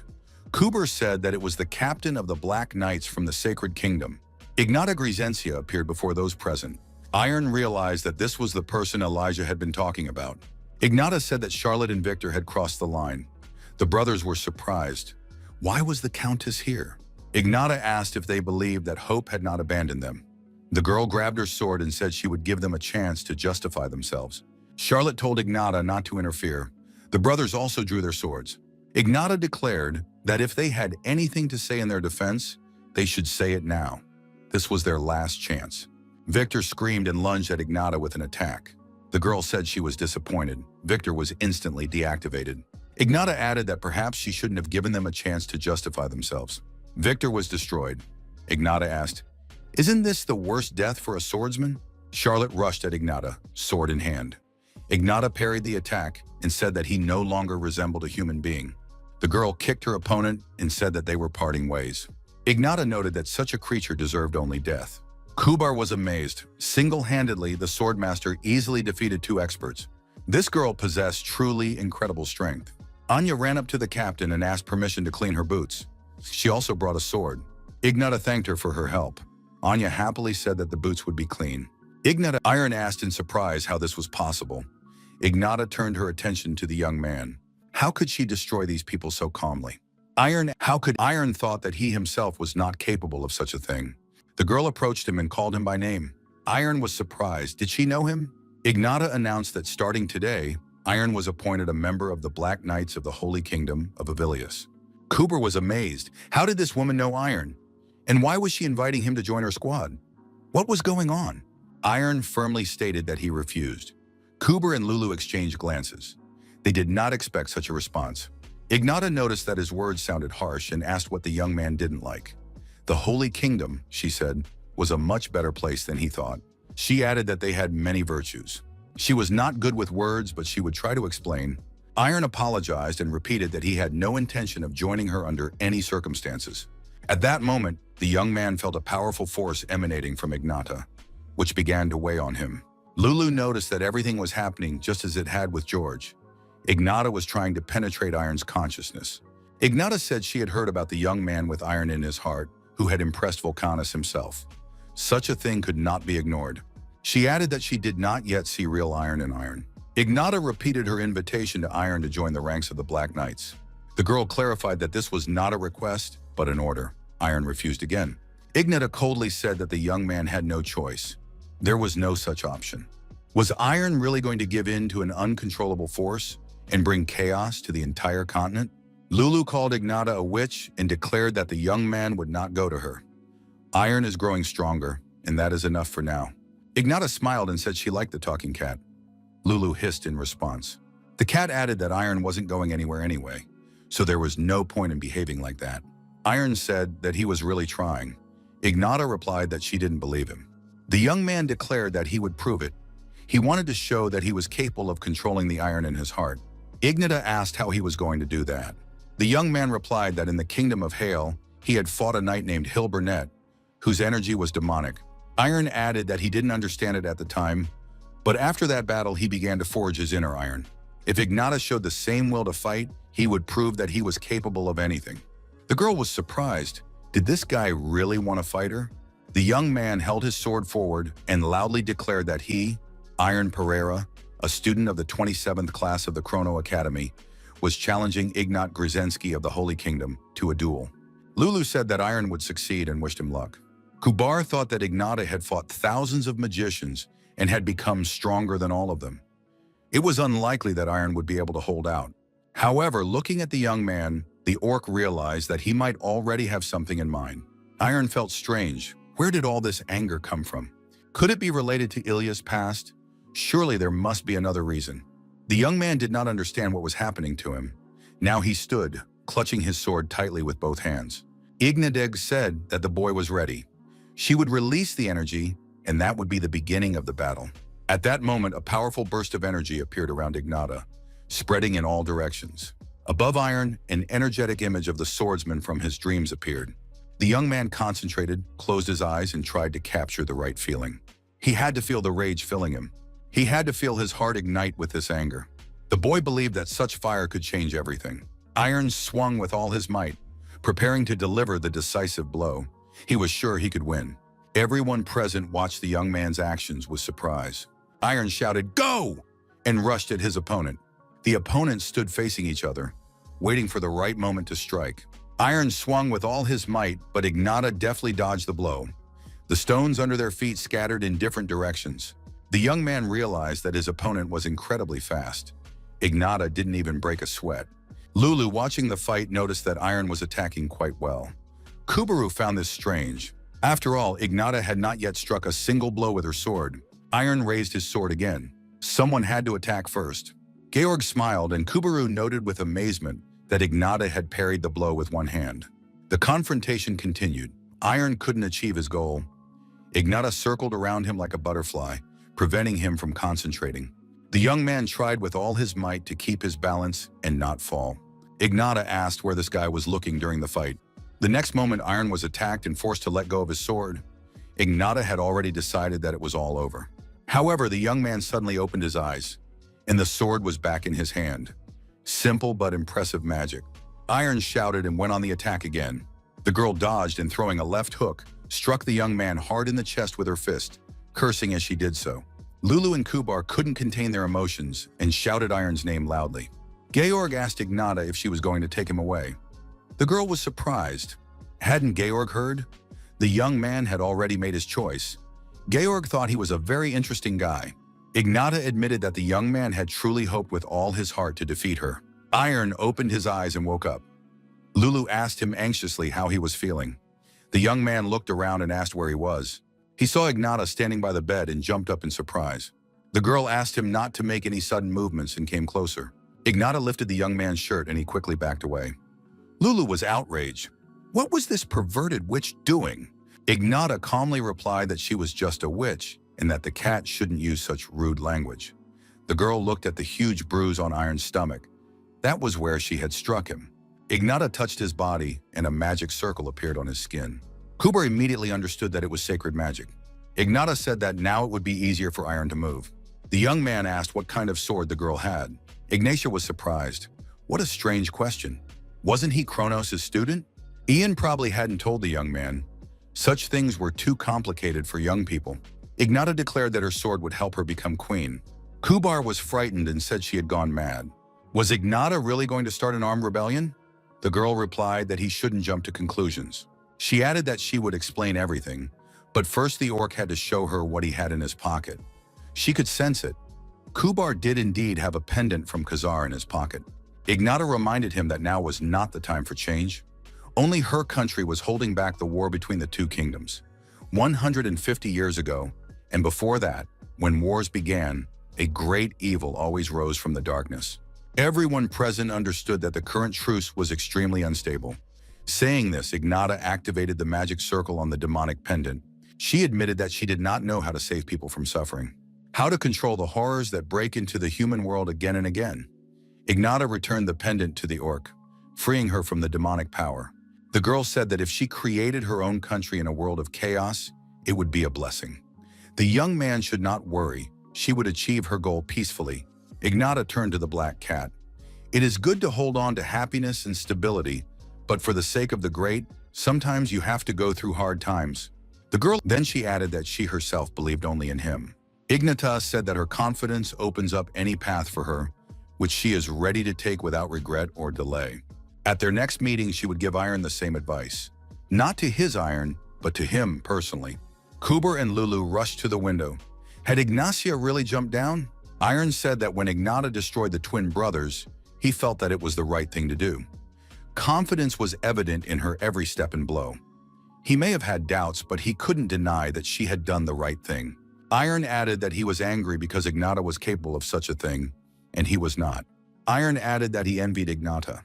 The travelers continued their journey in a carriage with Kubar as the driver. The orc reminded himself, those who don't work, don't eat. Iron and Lulu rode in silence the whole way. The cat watched intently as the young man meditated with his eyes closed. He imagined himself as a blacksmith forging a sword, believing that the changes that had taken place were not yet enough. Iron noted that the fire inside him was not as strong as before. However, he had no intention of stopping there. When the sun touched the horizon, Kubar invited his passengers to dinner. Iron opened his eyes and said that he was still training. Is it already time for dinner? He asked in surprise. Kubar inquired about the results of the training. Iron replied that there were no significant changes yet, but it was better to proceed slowly but surely. Kubar agreed. Lulu did not respond to the invitation to dinner. Iron noticed that the cat was very tired and was sleeping without even answering. Kubar asked if all mages were really so diligent. Iron admitted that Lulu was very hardworking, and that meeting Ignata had apparently had a strong influence on her. The dinner was delicious, and Iron asked Kubar how he had prepared it. The orc just smiled mysteriously and said it was his big secret. After dinner, Iron went to the clearing to perfect his sword techniques.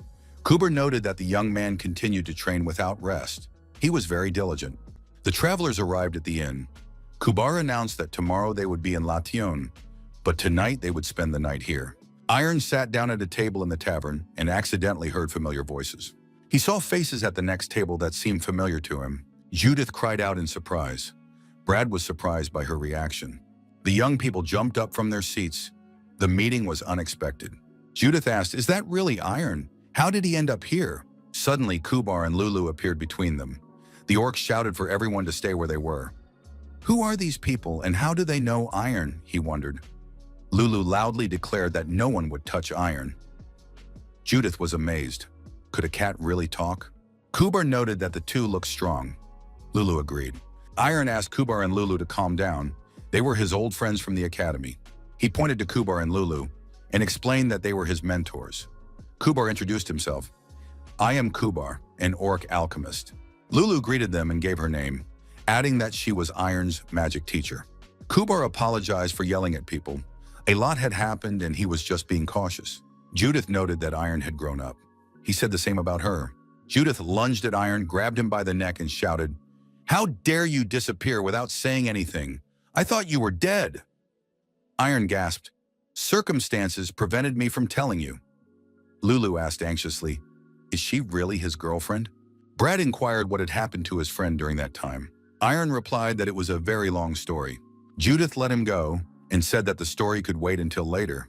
The girl decided to test her old friend. Iron replied that he didn't mind. The young people headed to the sparring ground.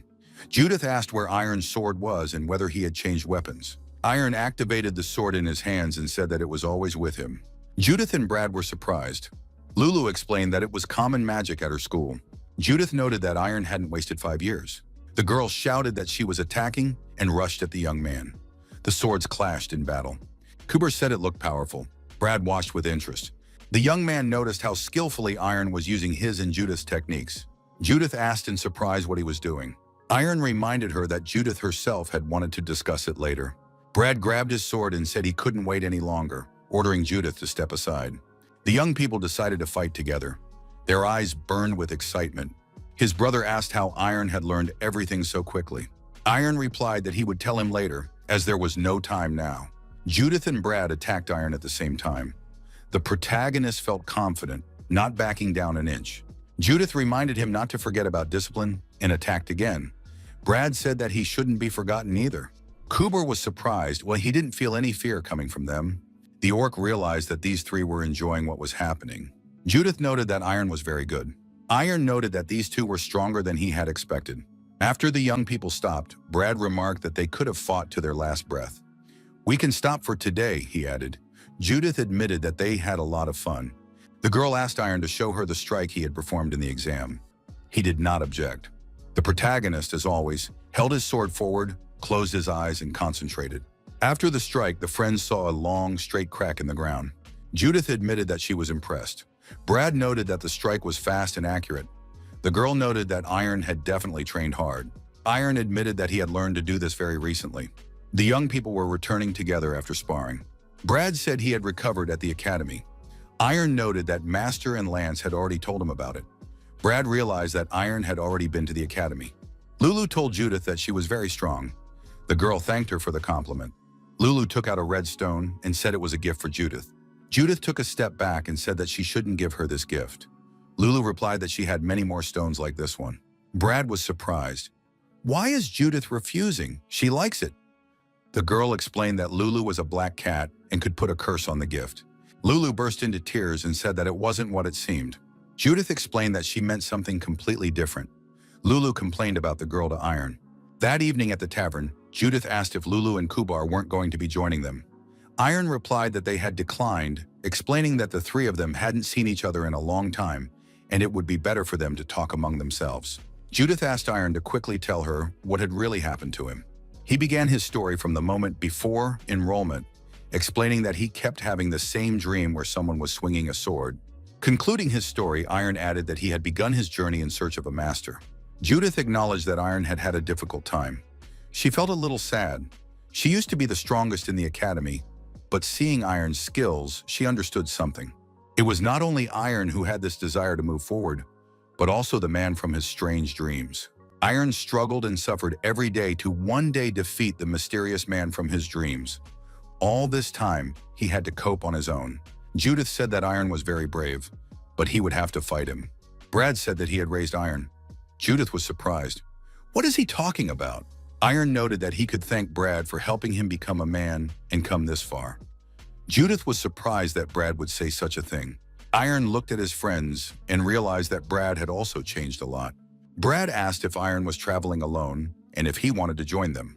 Iron replied that he didn't mind, but wondered if they would get along. Kubar joined the group, laughed, and said that he had offered Iron an alcoholic drink many times, but he always refused. Brad noted that Judith also gets drunk after one glass. Judith got angry and told Brad not to slander her. A little later, a tipsy Judith apologized to Lulu, saying she didn't mean to offend the cat by calling her black. Lulu said she understood and asked Judith to let her go.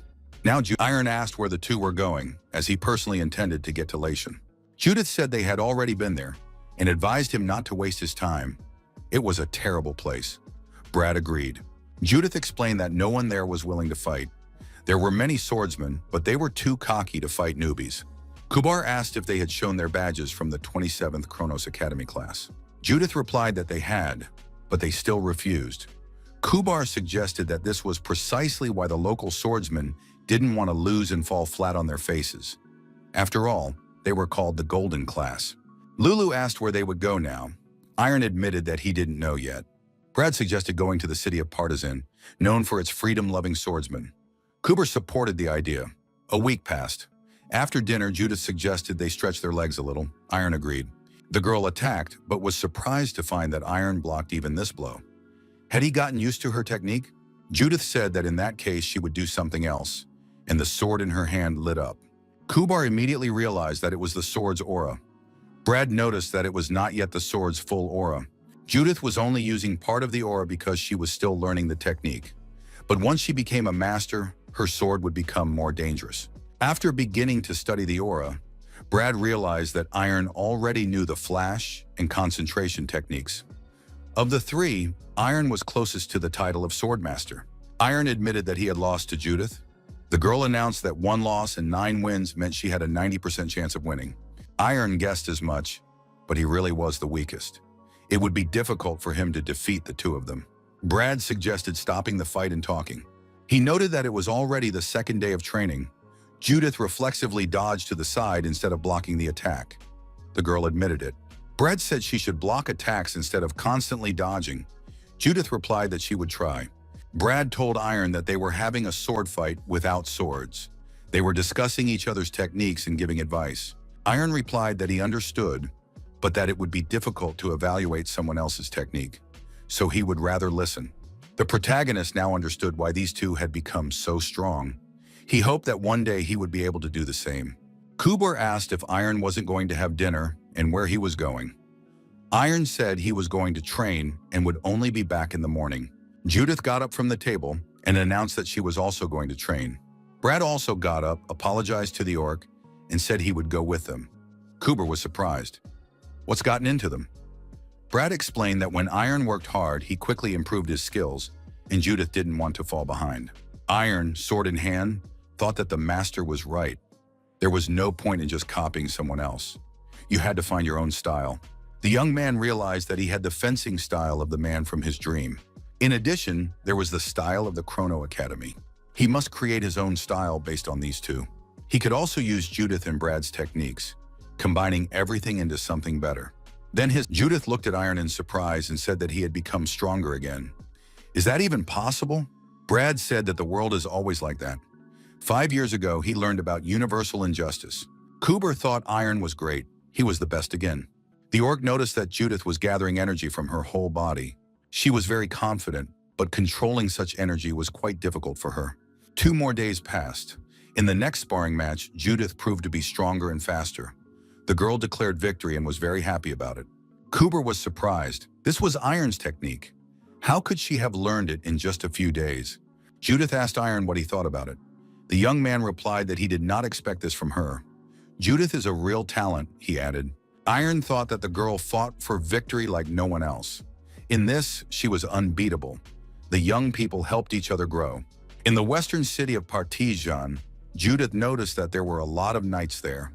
Kubur suggested that many of them were mercenaries. The orc said that they were going to the guest house and would all meet there in the evening.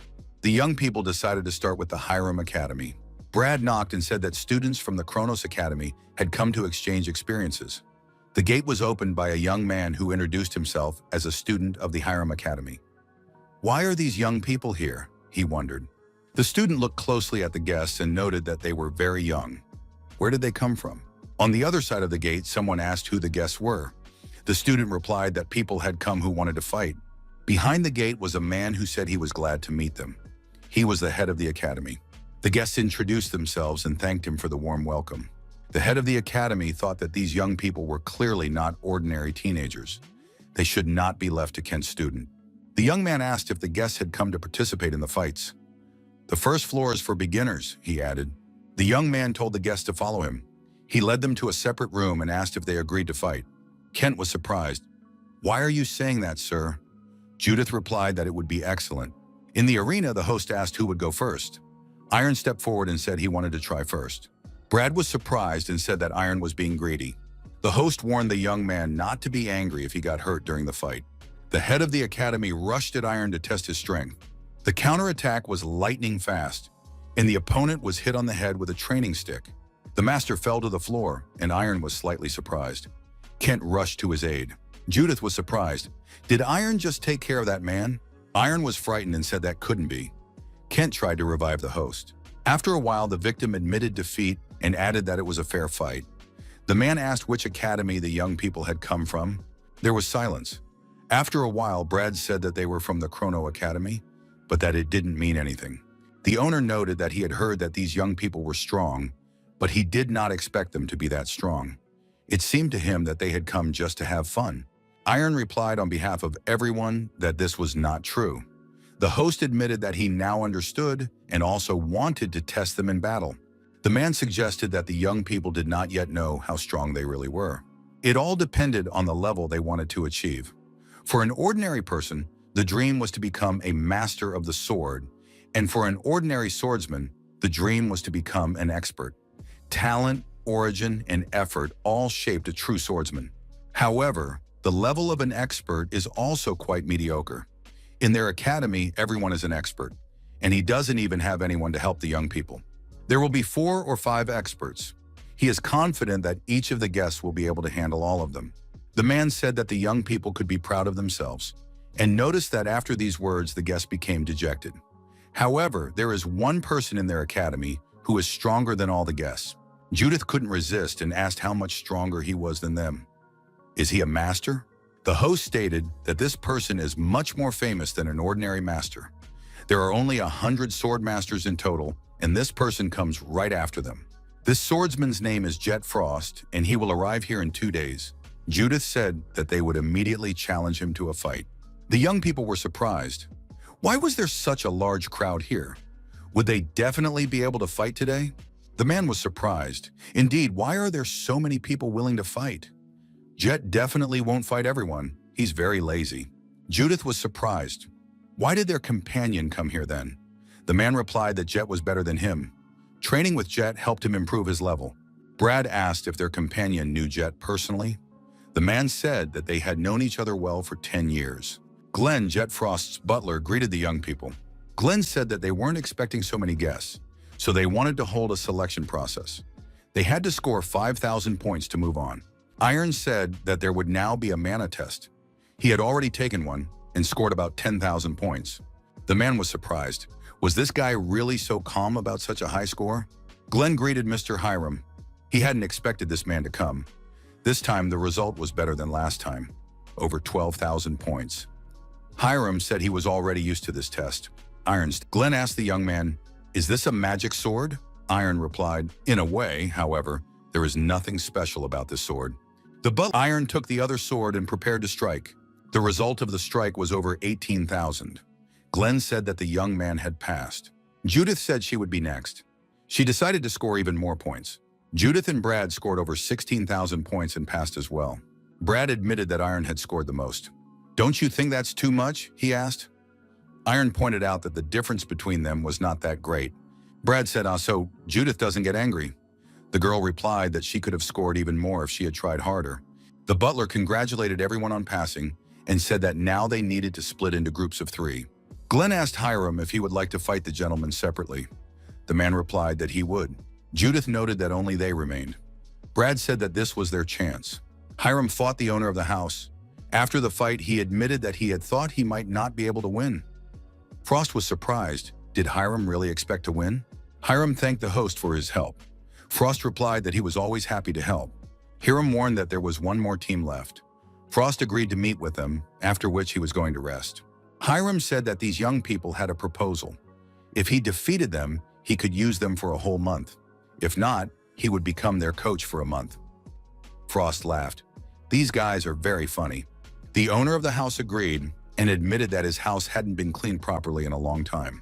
Frost looked at the young men and asked why Glenn hadn't warned him. These youngsters were clearly all experts. Glenn remarked that Hiram had said he would warn the gentleman himself. Frost was surprised. How could Glenn believe him? The young people thanked the homeowner for agreeing to take on their bet. Brad formally introduced himself, stating his name and education. Judith did the same, and it looked very formal. Iron followed his friend's example: name, education, age, and marital status. The battle began in a flash. Frost acknowledged that the 3 of them were working very well together, a cohesive team. He would have to try to fight each of them separately. No matter how hard the young people tried, they couldn't even touch the host. Frost was aggressive but elusive. The man thought that these 3 weren't even giving him time to think. Glenn said with surprise that the guests had surrounded the gentleman. Hiram noted that he had been waiting a long time for the moment when Jet would look confused. Frost thought that if he didn't win, he would have to train them for a whole month, which he would never agree to. That was exactly what the young people wanted to achieve. Frost activated a multi-level protective barrier around himself. It became even more difficult to get through to him. It had to be admitted that these young people were strong. The owner of the house declared that he was not going to give in. Brad felt an incredibly powerful aura. He could barely stay in place. Judith swung her sword and was the first to attack. Frost swung and threw his sword at the girl. Judith managed to block it, and her opponent's sword flew past her. Brad and Iron realized that the opponent's sword had flown away, meaning Frost was now unarmed. At that moment, Frost disappeared from view and reappeared behind Brad a moment later. His opponents realized that he had another sword, but it was too late. Frost held it to Brad's chest and said that the young man was first. Then the host of the house repelled Iron's attack. Judith seized the moment and lunged at Frost, but the man effectively dodged the attack. Judith did not react in time, and her opponent's sword ended up at her neck. Frost said she would be second. The girl stopped resisting. Frost asked the blue-haired boy, "Is your name Brad Lloyd?" Brad confirmed. Frost noted that this guy had good fencing skills, far above the usual level for his age. However, he lacked attentiveness. He was unable to anticipate his opponent's attacks. Brad was surprised. "Wasn't some kind of special move used against me?" Frost replied that it was a normal move, but the young man was too distracted and didn't notice it. The host of the house noted that Brad should always be aware of his surroundings. Frost, addressing Judith, said that her attacks were too boring. Why do you only use one cut?" he added. "You need to skillfully combine lunges and cuts. Then your attacks will be balanced." Looking at Iron, the owner of the house said that he could still play with this young man. Frost noted that he would give in to this guy because his attacks were very heavy and asked if the young man could show the best of what he had. Brad and Judith were surprised. Did Iron really win? Iron asked, "Are you sure, Mr. Frost? What if I break something?" Frost said, "What is broken can always be repaired." Iron said he understood and decided to use his inner strength. The young man drew his sword forward and began to concentrate on the upcoming strike. Frost was surprised. Where did this guy get such a strong aura?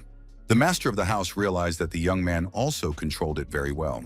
Iron understood that he had to win for all three of them. He was facing a strong opponent, but this was a chance to learn from a master for a whole month. The flame in the protagonist's heart burned with new strength. The young man decided that he would definitely take advantage of this opportunity and swung with all his might. Frost raised his hand and told the young man to stop. He was giving up. The master admitted defeat. The young people thanked Mr. Frost for agreeing to teach them. The next day arrived. The heroes asked the master where they were. Frost said that classes would be held here for the entire next month. The master added that this place worked thanks to magic. The young people experienced the effects of magic circles that held their bodies still. Frost said that if they had enough aura, they would be able to hold on, and that it could only be increased through training. Now they need to try to move the stones from right to left within a limited time. Frost announced that anyone who did not make it in time would be disqualified. This should be clear to everyone. 3 hours passed. The master announced that time was running out. Why had they accomplished almost nothing? Frost did not expect them to be so weak. Glenn noted that this was already the third attempt. The butler reminded them that they had finished the first attempt at 11 o'clock.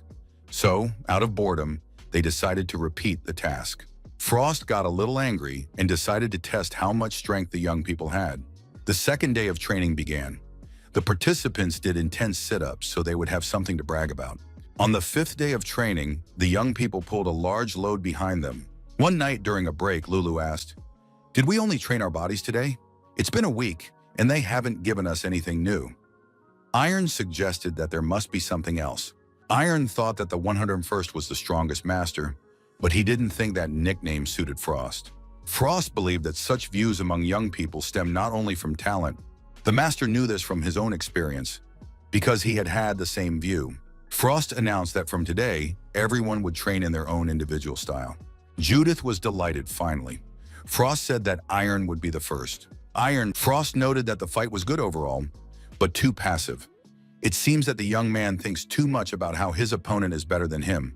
People like Judith will always be more confident and quicker. Iron admitted that he was slower than Judith. Frost agreed, but added that slowness or weakness should not make the young man passive. It is necessary to create your own territory by reducing your opponent's space. It is necessary to constantly occupy an advantageous position while pressuring the opponent so that it is difficult for them to even think about victory. Frost added that this was how Iron could corner his opponent. Several days passed, training continued. Frost told Judith that it was enough for today. She was already at her limit. The girl replied that it was only just beginning, and she had no intention of stopping. She was determined to secure victory this time. The master asked Judith to leave her sword and go with him to the next room. Frost announced that it was almost lunchtime, and the young people could be excused. They would be gone for a long time. During lunch, Iron noticed that he could hear Judith's voice. The girl angrily slammed the door and left the master's office. Brad asked where she was going. Judith angrily replied that it was none of his business. Brad and Iron went into Jet Frost's office. The young people asked what Mr. Frost had been talking about with Judith. The owner of the house was surprised. he didn't think they would hear. Frost said that when he saw young people, he remembered his own youth. Back then, he was happy just to feel a sword in his hand. He became an expert quite early and tried to reach the level of a sword master. However, reality proved cruel. There were masters on the continent who were much stronger than him. He constantly compared himself to them, which caused a constant feeling of competition. Frost added that, in the end, he was unable to fully concentrate on improving. Comparison, competition, the desire to win. It would be good to channel these feelings in the right direction. But in competition, there is no such thing as right. Frost expressed concern that young people might become like him. Their desire to be better than others could become their main goal. So he told Judith to be careful and only compete with herself. The master suggested that this should work. The office door opened and Judith entered again. She was silent and focused. Judith said she wanted to apologize. She understood that the master had said this for her own good. She realized that young people were stronger than her, and she was constantly trying to prove the opposite to herself. The girl noted that she did not carry a sword just for fun. She needed it to survive. For her, competition and the desire to win were directly related to life. Judith said she competes to survive. If I defeat someone who is better than me, if I can move on without defeat, she said, I am ready to endure all the pain that makes me stronger. Iron noticed a flame ignite in Judith's heart. After a week of training, the young people thanked the master for his help. Frost asked where they were going next. Brad replied that they didn't know yet. Jet Frost suggested they go to the Land of Proof. The Land of Proof is the gladiator arena, part of the Kingdom of Kalad, one of the 5 Western kingdoms. Gladiator fights used to take place here. With the recent arrival of the fencers, the status of this place had risen significantly. Infrastructure had improved, real estate prices had risen, and small businesses were thriving. Frost was surprised. Don't the graduates of the Kronos Academy know about this place? He added that Ilya Lingjae is the champion of the Lands of Proof. The carriage with the travelers, still driven by an orc, continued on its way to the Lands of Proof. Judith noted that their old acquaintance Ilya had become very strong. Brad said that this was not surprising after all the difficulties she had endured. Judith was surprised. What was he talking about? Brad explained that 5 years ago, Archduke Karl Lingjae had disappeared. Iron didn't know about this either. When Elijah returned home after her exam, her brother Karl was missing. Even the family's personal magician couldn't find him. The young man had vanished without a trace. 3 months of investigation led to nothing. Many began to say that he had died. Some people began to mock Ilya's family, while others predicted a terrible future for them. Iron thought that he hadn't even heard about it. Brad said there was no need to worry about it now. Elijah was the champion of the Lands of Evidence, and such a title was not easy to obtain. Brad added that now they would be able to make up for all their past defeats. Judith confirmed that this time she would only accept victory. In the Kingdom of Kalad, in the city of swordsmen, Eisenmerit, Lulu noted that there were a lot of people here. Iron was surprised. Why were there so many rich people? Lulu pointed out that there were plenty of poor people here too. Kubar said that every city was the same. There are many arenas in Eisenmerit, and in addition to the Lands of Evidence, the city is famous for its business and trade. A merchant approached the young people and said that he could see that the guests were interested in betting on fights. He had tickets for today's championship game at the Lands of Evidence, starting at 4 o'clock.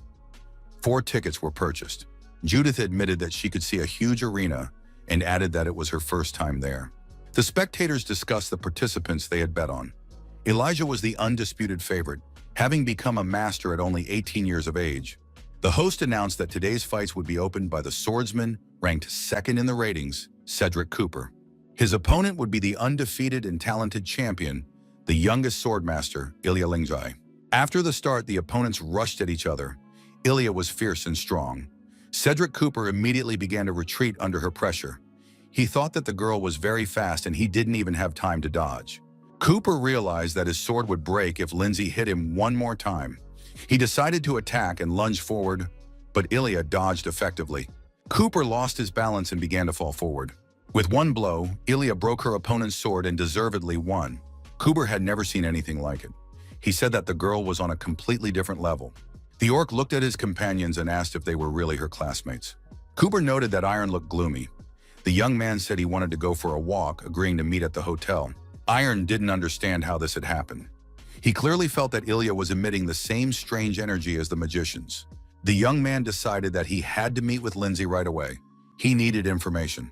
Iron went into the nearest bar. Kubar said that such information could be found in places like this. Iron approached the bartender and said he needed some information. The bartender replied that this place was for something else. It wasn't an information desk.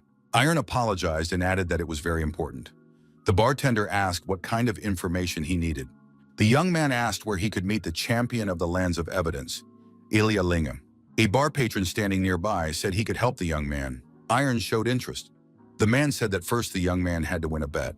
The visitor explained that they would have to punch each other in the face. Whoever fell or lost consciousness would lose, and whoever endured would win. Iron thought that this was the local law and agreed. The man began to warm up his hands and said he would go first. Iron replied that he had no objection. His opponent said he was ready to begin and punched our hero in the jaw. Iron staggered but remained on his feet. Those present were surprised and even began to applaud. The opponent noted that he would have been disappointed if Iron had fallen immediately. Iron declared that it was now his turn. His blow was strong and stunning. The big guy couldn't stay on his feet and flew far back, falling to the floor. The protagonist, having delivered a precise and measured blow to the jaw, stared intently at his opponent. Was there any point in continuing? His colleagues rushed to the bully and told Dumak to come to his senses. He felt bad after the blow. Another visitor approached Iron and asked how he dared to hurt their Dumak. A young man in a hat with a feather stepped forward and said that this was not the right thing to do. He introduced himself as reporter Hintz. The man asked the reporter why he was interfering. If he didn't want to get hurt, he should leave. Hintz calmly told him to calm down. If you try to lay a finger on me, it will be in all the newspapers tomorrow. The reporter told Iron that he could provide all the necessary information. When the young men left the bar, Hintz introduced himself and told them where he worked. The Daily Arena newspaper. Iron asked why the reporter was helping him. Hintz couldn't tell the truth about the sensational stories and replied that the young man had been in the right place at the right time and that people should help each other. Hintz asked why he wanted to meet the champion. Iron replied that she was his friend and they hadn't seen each other in a long time. The young man asked how long Ilya had been here. Hintz said that the girl had been here for about 2 months and immediately became a champion. There hadn't been such a strong fighter in a long time. Soon she would break Ignata's record. Iron was surprised. Was Ignata the champion of the lands of proof? Hintz confirmed that this was what she was known for. Now everyone was arguing about who would hold the title longer. Ignata had been the champion for 5 months in a row. It is now December, and if Ilya lasts until April, Ignata's achievements will be forgotten. The reporter took Iron to the estate where the champions live. The young man thanked him. Hintz hid behind a tree and thought that usually no one is allowed inside. I wonder if this young man will succeed. The guard asked the young man what he wanted. Iron gave his name and said he had come to meet Elijah Lindsay. He showed the Lindsay family sign. The guard asked for the sign to verify its authenticity. A senior representative was summoned. A woman appeared who introduced herself as Ilya's representative, Emma Garcia. Miss Garcia said that Elijah had refused to meet with the young man. The woman told Iron to move away from the gate. Since Lindsay had come as a swordsman and not as a representative of her family, she wanted to focus on her training. Iron asked if Ilya had mentioned his name. Garcia replied that she had planned to do so later. The young man asked her to do it now. Ilya should know that her friend Aaron Pereira had come. After a while, the gate opened, and Garcia said the young man could enter. The reporter saw that he had been let in and realized that they were indeed friends. Iron knocked and entered the girl's office. Ilya greeted her old friend at the table with a book in her hands. She said she hadn't seen Iron in a long time. Lindsay asked if he was ready to tell her what had kept him so long. Iron apologized and said he would explain everything. He said that after that he met Judith and Brad and they came here together. Iron added that he had seen Elijah's fight when he first arrived in town. He was glad that she had become very strong, but something frightened him. The young man noted that he might be imagining things, but Elijah had not come here because of Ignata. Ilya was surprised. What did he mean by that? Iron felt the dark energy emanating from her again. The guy said he hadn't forgotten his first year at the Kronos Academy. All the memories of that time were deeply ingrained in him. He understood how important that time and those people were to him. Ilya was the first among all those who reached out to him. She is very important to him. Iron asked if Ilya remembered her promise after the exam, to never interfere in anything again. The young man asked Ilya to leave all that behind. There was no point in trying to follow in Ignata's footsteps. The girl said that Iron was overthinking things. She wasn't doing anything terrible. Ilya explained that it was all because of the scoundrel who had done that to her brother. She was trying to save her family's honor. All of this was the result of her efforts. An aura sword appeared in Ilya's hands. The girl said that the sword clearly showed that her path was right and she couldn't be wrong. Ilya declared that her mistakes were in the past. Did Iron have anything else to say? Iron asked if this meant that she would fight for the championship title to the end and that he would not be able to change her mind. Ilya replied that the decision had been made and that Iron would not influence it in any way. The young man said that in that case, Ilya should listen to him carefully. She has 120 days left to beat Ignata's record. He was going to do everything he could to knock her off her pedestal during that time. Ilya was surprised. Was Iron in his right mind?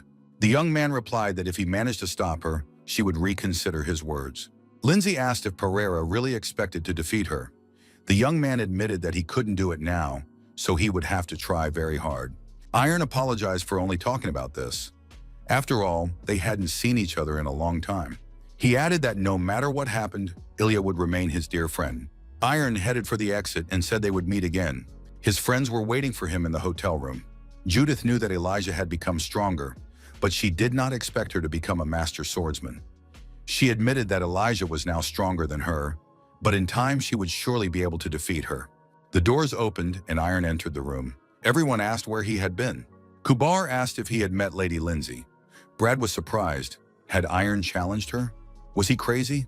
Iron replied that he would fight Elijah in 4 months. Brad was surprised. Did Iron understand what that meant? Lulu said she believed in Iron's victory. Kubar added that the young man would become stronger, but Elijah was a master swordsman. Iron said he knew, but it didn't matter to him. The young man solemnly declared that he must challenge her and win. Judith noted that Iron had already gone too far, and therefore he must fight. She added that she would also challenge him. The girl left the room saying she was going to train. There was no point in wasting time.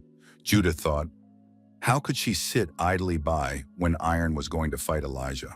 Brad suggested that Judith had been infected by Iron's motivation. Lloyd asked if Pereira had a plan. Iron replied that he didn't yet, but he would definitely come up with one. The young man immediately asked his friends for help. Brad admitted that Iron was crazy. Brad said it was almost impossible, but sometimes experts defeated masters. Kubar said he had heard of such cases. There were 3 conditions for success. The first was a sword capable of withstanding a sword with an aura. Brad noted that Iron's sword was strong enough. The young man admitted that his sword had never broken. One proven expert confirmed its quality. The second condition was a unique style. Iron needed a style that his opponent could not predict. Otherwise, there would be problems. He needed to work on his techniques. Iron promised he would try.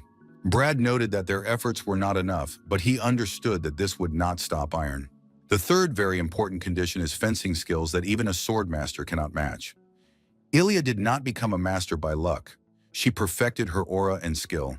Brad said that if Iron did not fulfill all the conditions, it would be difficult for him. He replied that he would try to make it in time. Reporter Hintz approached them and asked in surprise, had Iron really challenged the champion herself? Hintz immediately realized that the young man was not like everyone else. It was good that he had been following him. Such a sensation could not be missed. He greeted him and introduced himself. Brad asked why the reporter was there. Hintz replied that he had sharp hearing and had heard everything they were discussing. Brad was surprised at what he was talking about. The reporter explained that every swordsman on Earth has his own level of proof. Everyone starts at the beginning and moves up the rankings. Only the top 10 swordsmen have the right to challenge the champion. Even if a swordsman is experienced enough, it would be difficult to challenge the champion without public attention. This is the 4th condition. Kubar asked how public attention would be useful to them and whether Hintz could provide it. The reporter promised to help improve public opinion of Iron Pereira and make him a star of the land of evidence. The next day arrived, the land of proof, the entrance exam, passions flare. Brad and Judith are performing in the arena. Lloyd is the star of the 27th issue. Judith is his girlfriend, a commoner swordswoman. The journalist looking at the participants said that this was not the level of a pawn, the golden edition of the Chrono Academy. 3 wins out of 3 for each, and they were promoted to the level of an elephant. The journalist thought he should get an interview before Hintz arrived. He asked the young people why they had come to Earth for proof after graduating from the academy. Did they want to glorify it? Brad replied that they were not giving interviews. The journalist turned to his assistant. Why was he here? He was supposed to be watching the fight between Karis and Tristan. The assistant replied that the fight was already over. Both had lost to the young swordsman. Hintz interviewed Iron Pereira and asked if he was really a graduate of the 27th class of the Krone Academy. Other journalists hearing the name Pereira were surprised. Had anyone heard of him before? They had to try to interview this young man. The journalists asked Iron if he knew Judith and if he could tell them about Brad and Lloyd. Why did the three of them come to Earth for evidence? Hintz advised the young man to be confident and ambitious during the interview. Iron replied that if Judith and Brad refused to comment, he would also remain silent. The young man added that he could only talk about his goals and make some promises. As a knight of the Chrono Academy, he promised to reach at least the level of Queen. His goal was to prove that he would become the champion. The press wrote that graduates of the Chrono Academy immediately received the level of an elephant and are completely different from other participants. Iron Pereira also attended this academy. Does he really want to become a champion? Hintz noted that the start was excellent and they created a buzz. The reporter promised to start working on the next article. Iron asked where Judith had disappeared to again. Brad suggested that she was training. Lloyd asked why Iron looked so excited during the interview on Earth's beginning. Does he really want to defeat Elijah? When a person is overwhelmed by negative emotions, such as anger or envy, they begin to be consumed by dark energy. Iron noted that Jet Frost is able to control his emotions, but Elijah emits as much energy as the Magians. If nothing is done, the dark energy could have too much of an effect on her. Brad understood why Iron took such a risk. Brad suggested not telling Judith about it yet, so she wouldn't get any ideas. Defeating Elijah would be extremely difficult. Iron replied that he would do everything possible. Lulu was indignant. Why hadn't Iron told her how serious the situation was? Brad was surprised. Shouldn't the cat be with the orc right now? Lulu asked if Iron needed to become significantly stronger in a short period of time. The young man asked if the cat knew a way. Lulu replied that anything was possible with magic, but it would require special training. Now every time Iron swung his sword, he had to think about his overwhelming desire to win. Ilya, however, neither of them understood each other. The girl thought she needed to meet with the priest as soon as possible. Iron told Lulu that they wanted to introduce him to the local Viscount. The cat had heard that he was a famous person. The young man noted that there was still a week left before the next battle, so the meeting was possible. Iron saw many people who wanted to study with John Drew. He greeted them and said he had come on behalf of reporter Hintz. The assistant confirmed this and invited him to come in. What Iron saw seemed very luxurious to him. It was a long way to the hall, so they offered him a carriage. The assistant asked if the young man had asked the master to teach him. Iron admitted that he wanted to learn fencing. The assistant warned that there might be difficulties. Mr. Drew is satisfied with his life, so he is unlikely to engage in such an endeavor, even though he loves money. Iron said he had enough money. He asked Lulu what she thought.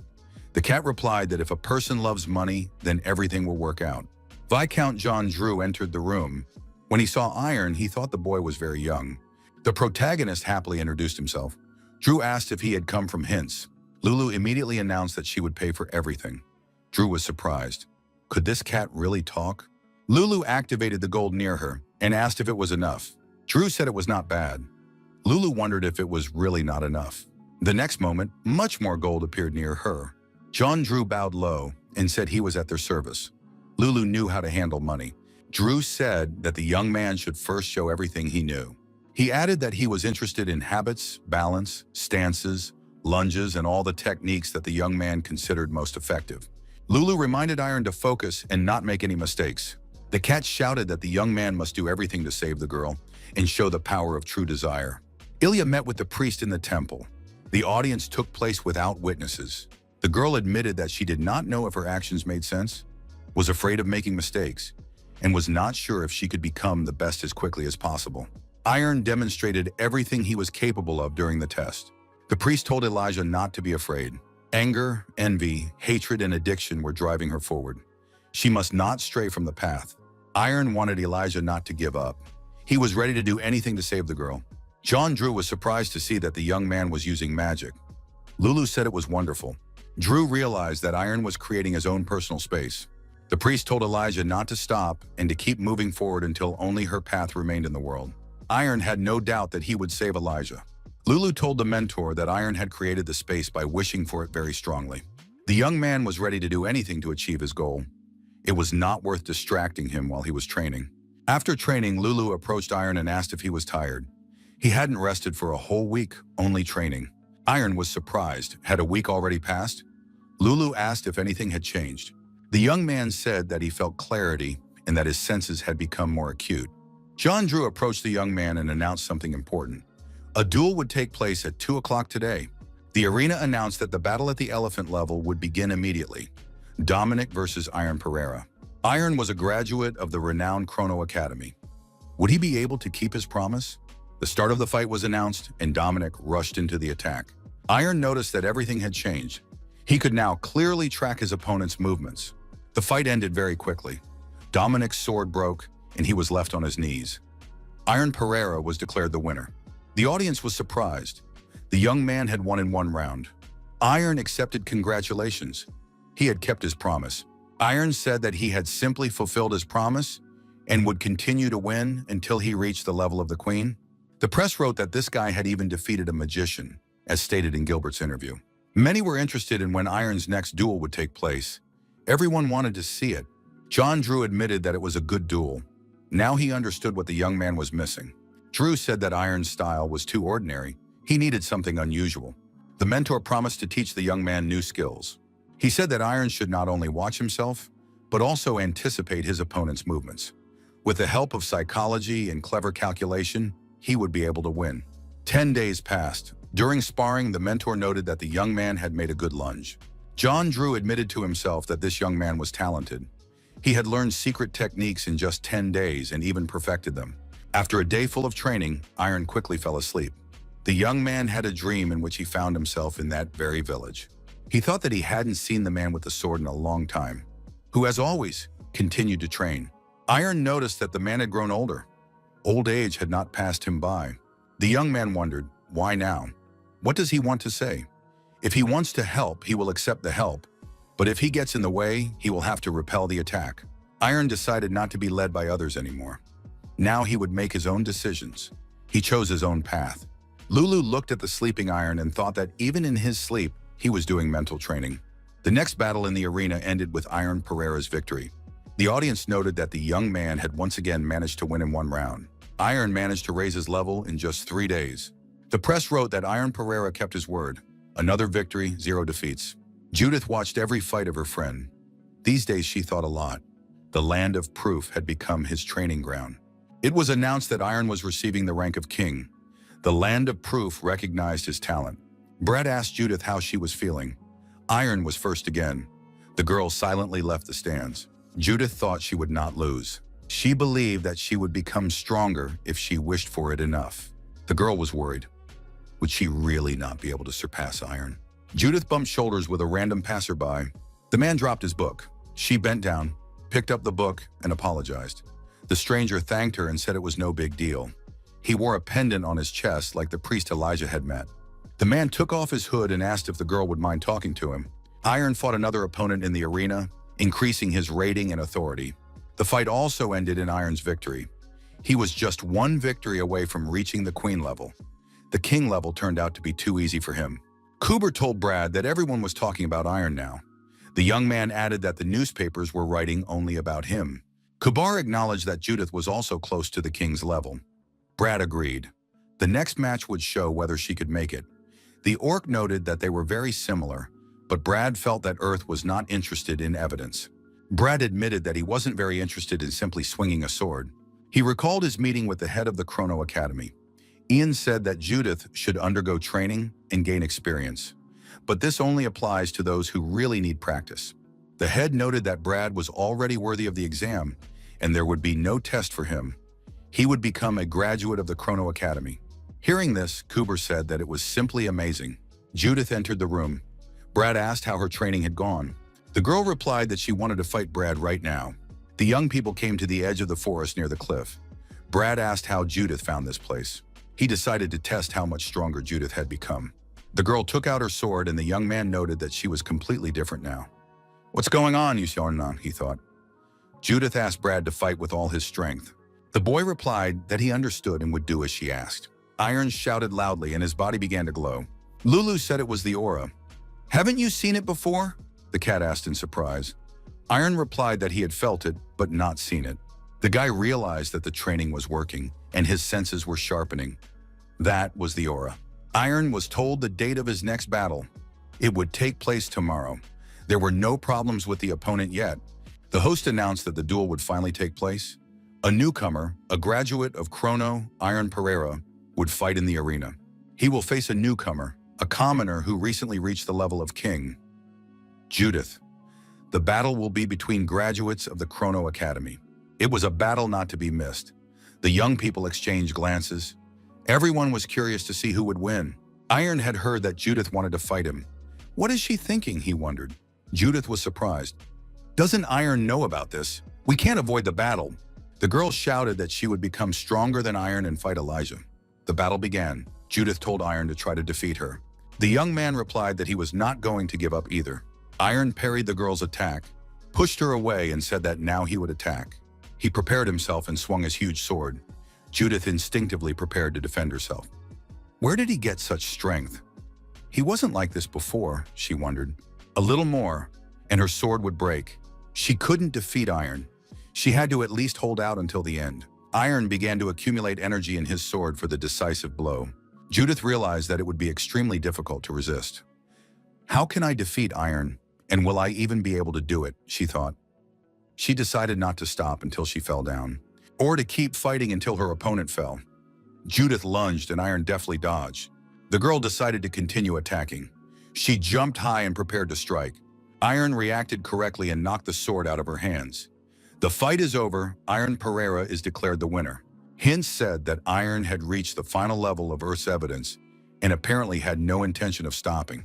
Iron reminded everyone that he would fight to the end and would not stop until he achieved his goal. He would destroy anyone who tried to get in his way. His friends congratulated the hero on his victory. Iron thanked them. Brad noted that he probably enjoyed giving interviews. Brad said that Judith disappeared right after the fight, apparently very upset. We need to wait a little. 2 days passed. Judith was still missing. Brad understood that the girl was very upset. Iron's victory was fair, but Judith had probably gone a little too far. The young man remembered that from the beginning of the fight, she had been surrounded by a dark aura. Hatred, anger, envy, these are the things that create fertile ground for bad energy. Brad was overcome with anxiety and decided to find Judith at all costs. He ran out of the room. Judith was nowhere to be found. The boy thought she might be at the training ground on the edge of the forest. Earlier, when the girl met a random passerby, he offered to walk with her if she didn't mind. Brad found Judith sitting on a rock near the cliff. The priest thought he had almost succeeded. Judith thanked him for the offer, but said she had things to do. The girl told Brad that from the first attack, she knew she couldn't win, but she tried very hard. Judith added that she wanted to catch up with him and surpass him. But each time Iron moved further and further away, the girl burst into tears. She admitted that it hurt her deeply. Brad thought that Judith hadn't changed at all. Lloyd asked the head of the academy to postpone his graduation. He also wanted to take the test, hoping that it would be beneficial. The young man added that he would return with Judith. Brad told the head of the academy that he had found something more important than the simple path of the sword. He hugged Judith and promised to protect her while she continued to cry. The audience noted that Iron Pereira had indeed reached the level of a queen. Many even wanted to ask him for an autograph. At the king level, everyone fights with the help of aura. During an attack, they swing, and energy manifests from their shoulders. It is at this moment that it can be used to strengthen the blow. The current battle ended. Donovan was declared the winner. Iron, watching the fight, thought that the swordsman in red had a much stronger aura, but he still lost. Victory depends on the skillful and correct use of energy. The young man realized that he needed to become a master of the aura to defeat Elijah.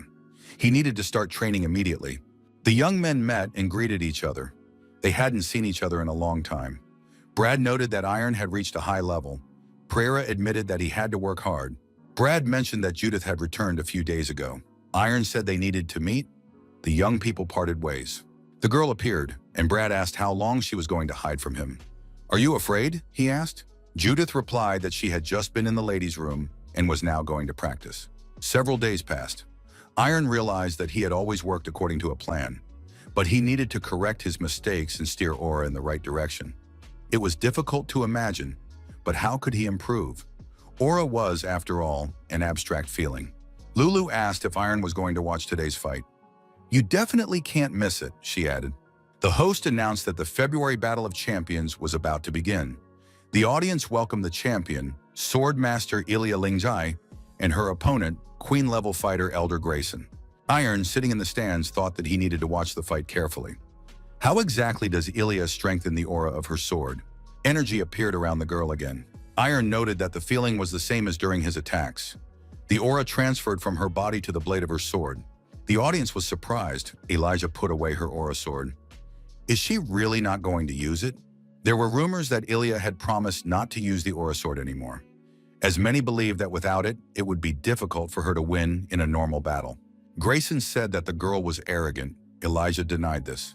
The battle began, and the opponents rushed at each other. Iron thought that this time everything was different. When Elijah swung her sword, she used her aura only where necessary.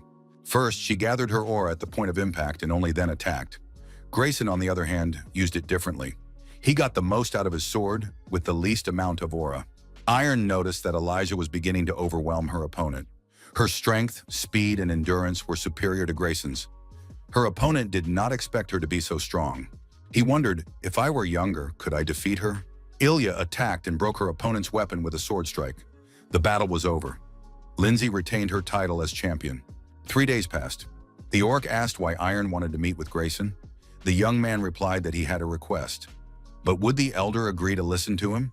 Kubur said not to worry. They often drank together. The orc added that Grayson was fond of alcohol, and if he was treated to a drink, he would surely warm up. Kubar showed him where to find Grayson. Iron was frightened. Bad energy emanated from there. Kubar burst into the room and asked what was going on with Grayson. Iron and Kubar saw the elder at the back of the room, completely enveloped in dark energy. The man asked who was there. Grayson added that he didn't remember calling anyone here. The transformation was not yet complete. Not all phases had been worked through. The orc noticed that Iron's aura had changed. Now the young man seemed to be surrounded by real steel. His energy was purer and stronger. This energy controls everything. Iron was eager to stop Grayson's transformation into a mage. Grayson asked again why the two were here. Iron replied that he had heard that the elder loved duels. Would you like to fight? The loser must fulfill the winner's wish. Grayson laughed. Interesting, then I'm in. The man stood up, took his sword, and declared that he wanted the young man's life. The battle began. Iron skillfully parried the attacks. He noted that his opponent moved like a real snake. Without training with John Drew, he would have lost immediately. Now our hero could see his opponent's aura movements. The young man understood the beginning and end of Grayson's attack. This was a first for him. The elder was surprised at how this guy could predict his movements. Grayson did not understand why the young man could corner him. Even with the power of the demon, Grayson couldn't defeat this man. The elder shouted that he would never accept him. Kubar yelled at Iron to run away immediately. The young man replied that there was no need to worry. He was no longer afraid of the Magians. Elder Grayson swung his sword to deliver a devastating blow. However, Iron blocked it, and what's more, Grayson's aura sword was destroyed. The demonic energy left the warrior, and he fell to his knees and wept. The elder felt that he had returned to his human form. Iron approached his opponent and knelt down beside him. Kubar ran to help and shouted for the young man not to do anything foolish. The elder thanked Iron. At least in the end, he had become human again. Kubar thought that the fire in Grayson's heart was dying out. Unfortunately for the elder, this was the end. Iron was surprised. What end? He said he was glad to finally fight the elder. Now he had hope of defeating Elijah. The fire in the young man's heart was burning. I want to be as strong as Grayson, he said. Iron declared that it had been a worthy duel and thanked his opponent. Kubar noticed that the fire in the elder's heart was burning again. Iron reminded him that the loser must grant the winner's wish, adding that his wish was for the elder to continue fighting worthy and impressive battles. Kubar noticed that bad mana emanated from Grayson's sword and asked where it came from. The elder replied that he did not know.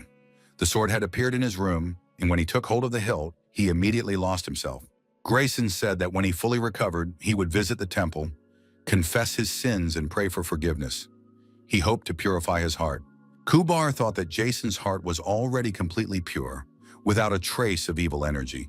The rivals parted with the hope of meeting again. Kubar told the young man that he remembered Ignata's words. Khazar, Charlotte, Victor, now Grayson too. According to Ignata, the world would soon be disrupted. It was already teetering on the brink. Kubar asked Iron what he thought about this power. The young man replied that he didn't know much yet. Iron knew he could win, so everything happened naturally. Perhaps he could defeat Elijah in the same way. The orc thought, energy that purifies bad mana and fire that revives life. If his mentor saw this, how would he react? In the tavern, Brad told Judith to stop picking out the tastiest bits and eat normally. The girl replied that Brad had become too picky. Iron approached his friends and greeted them. He noted that he hadn't seen Judith in a long time. The girl replied shyly that she felt the same way. Brad, looking at the girl, said that it had become too hot here and went to get a beer. After a while, Brad asked if Iron was still training. Iron replied that he was working on his aura, and it wasn't that easy. He didn't quite understand how to control it yet. Judith was surprised. Could Iron really not control his mana? He explained that he had only seen the path of mana a few times and had previously trained his senses rather than the aura itself. Brad said that it was all very complicated. Judith noted that Iron was not yet very successful. Brad added that at the academy they learned how to control the aura after basic training. Of course, not everyone participated. The aura is a gift you are born with. Didn't Iron know that? Judith said there was nothing to be done. Iron would have to be trained. Get ready, there will be no leniency, she warned. There are 6 basic concepts for working with aura. Birth one begins within, strength one reflects power, tempering teaches patience, flourishing sharpens the senses, concentration gathers the entire aura and creates power, expression radiates power outward. Judith explained that now they would focus on concentration and expression. These are the most important points for creating an aura sword, but the others should not be forgotten. All elements are important for balance. Iron thought that it was similar to the moment of attack. That meant he would be able to create an aura sword. The young man decided to start developing his aura right away and put the theory into practice. A month of intense training passed. The young man told himself, I need to focus and create an aura. The aura must be directed to the hands and transferred to the sword. The aura slipped off the sword, and Iron thought that this always happened when transferring energy. He needed to continue training. The sword seemed to absorb the aura and become heavier. Reporter Hints appeared and announced the date of the next battle. The opponent would be Ricardo Pinto, the former Earth champion of evidence. He was one of the best experts, but this time it was even more difficult. He had a special weapon. Pinto received it from his father, the swordmaster Jerison Pinto. It is Volcanus's first numbered sword. It can withstand even the aura sword. If Iron wins, he will immediately be able to fight the champion. But it will be difficult even for him. Hints was surprised. Why is Iron smiling? Iron replied that the owner of the numbered sword would be an excellent opponent, and he would definitely try to win. A great battle between Queen-level fighters was announced. The returning champion, Ricardo Pinto, and his promising opponent, Iron Pereira, entered the arena. Ricardo said he had heard about this young man. He is a swordsman who attracts a lot of attention. He must be very popular since he has so many spectators and fans. However, Iron is still far from Ricardo's level. Ricardo swung his sword and prepared to strike. The battle began. Iron parried the attack and said that his opponent could not be sure of the outcome until the fight was over. Ricardo noted that the young man was incredibly fast and managed to dodge his blow. He thought that Iron possessed incredible strength, enhanced by his aura. Iron swung his sword to strike, and Ricardo put his sword forward to block. The swords of the opponents collided, and sparks flew in all directions. Ricardo was surprised. Could this guy really concentrate so easily? It was clear that his aura training had been done at the highest level. Emma Garcia told her mistress that the opponents were giving it their all. The fight had only just begun, but the intensity was already incredible. Now it was clear why Pinto had become the champion. Iron had only spent 40 days on Earth, but he was already comparable in strength to the former champion. Ricardo thought that Iron was aiming for his sword. Did he really want to break the numbered sword and win using the aura sword? Brad said that Iron was trying to see if his aura sword could defeat the numbered sword. Judith noticed that he had completely lost his mind. Ricardo asked how this guy dared to try to destroy his weapon. Didn't he understand that it wouldn't work? Iron gathered all his strength for the next strike and swung with all his might. Ricardo put his sword forward to block the blow.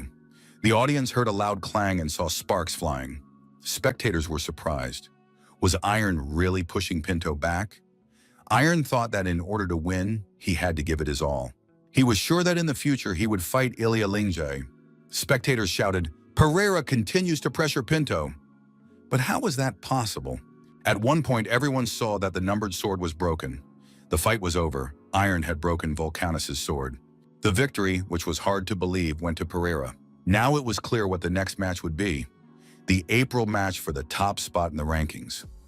At the next training session, Iron tried again to infuse the sword with aura, but again failed. Had he absorbed the aura again? Judith asked if he had tried to make an aura sword today. Iron replied that he had been trying for several days, but nothing was working. Judith said it wouldn't be easy. It would take several months. The girl began to tease the young man, suggesting that he strike her with his aura sword. Emma Garcia looked at the lady and thought that she hadn't slept for a week and was only training. She didn't want Elijah to lose herself. Iron still doubted whether he could defeat Lindsay. Judith told him not to worry. Iron asked if it was really that noticeable. The girl nodded affirmatively. Judith added that for several days she had hated her thoughts. Why is he so good at everything? Why does he work better with aura? The girl noticed that Iron was beyond her understanding, but she still couldn't hate him. Judith added that Elijah felt the same way. She doesn't know exactly what state the champion is in, but she believes in Iron. He tries hard for others. Judith patted him on the back in a friendly manner and said, "Do your best, and you'll have nothing to worry about." The young man had another dream. He found himself in an old village and saw the swordsman. The dream changed. The fierce and defiant energy seemed to calm down. Iron saw that the swordsman was looking at him. The man wanted to say something, but his words were inaudible. What exactly did he want to convey? The host greeted everyone on Earth with proof. Today, the long-awaited fight would take place, and the champion of April would be determined. The newcomer who aspires to the Queen's place is Iron Pereira. The current champion, the Swordmaster, is Elijah Lindsay. Only one of them will be the winner. The start of the fight was announced, and the rivals rushed at each other. Ilya attacked first, forcing Iron to defend herself. The spectators couldn't keep up with them. Their movements were fast and elusive. Judith thought she could use expression. Lulu was also impressed. Iron concentrated his aura before jumping and instantly exploded it, increasing his speed. A top-level skill. The rivals fought fiercely, remaining almost equal, each showing composure and sound judgment. After another clash, Ilya was thrown back. Even she was surprised. Could he really do that? The spectators did not understand what was happening. How could this guy stand up to the champion? Why was the girl being pushed back? It was clear that Ilya looked confused. Iron Pereira was ready to do anything to become the champion. The girl activated the Lingzai family skill. A hurricane appeared in front of Iron, which could have engulfed him. But he stood his ground. Judith shouted that he was using the heavenly sword. Had he gone mad?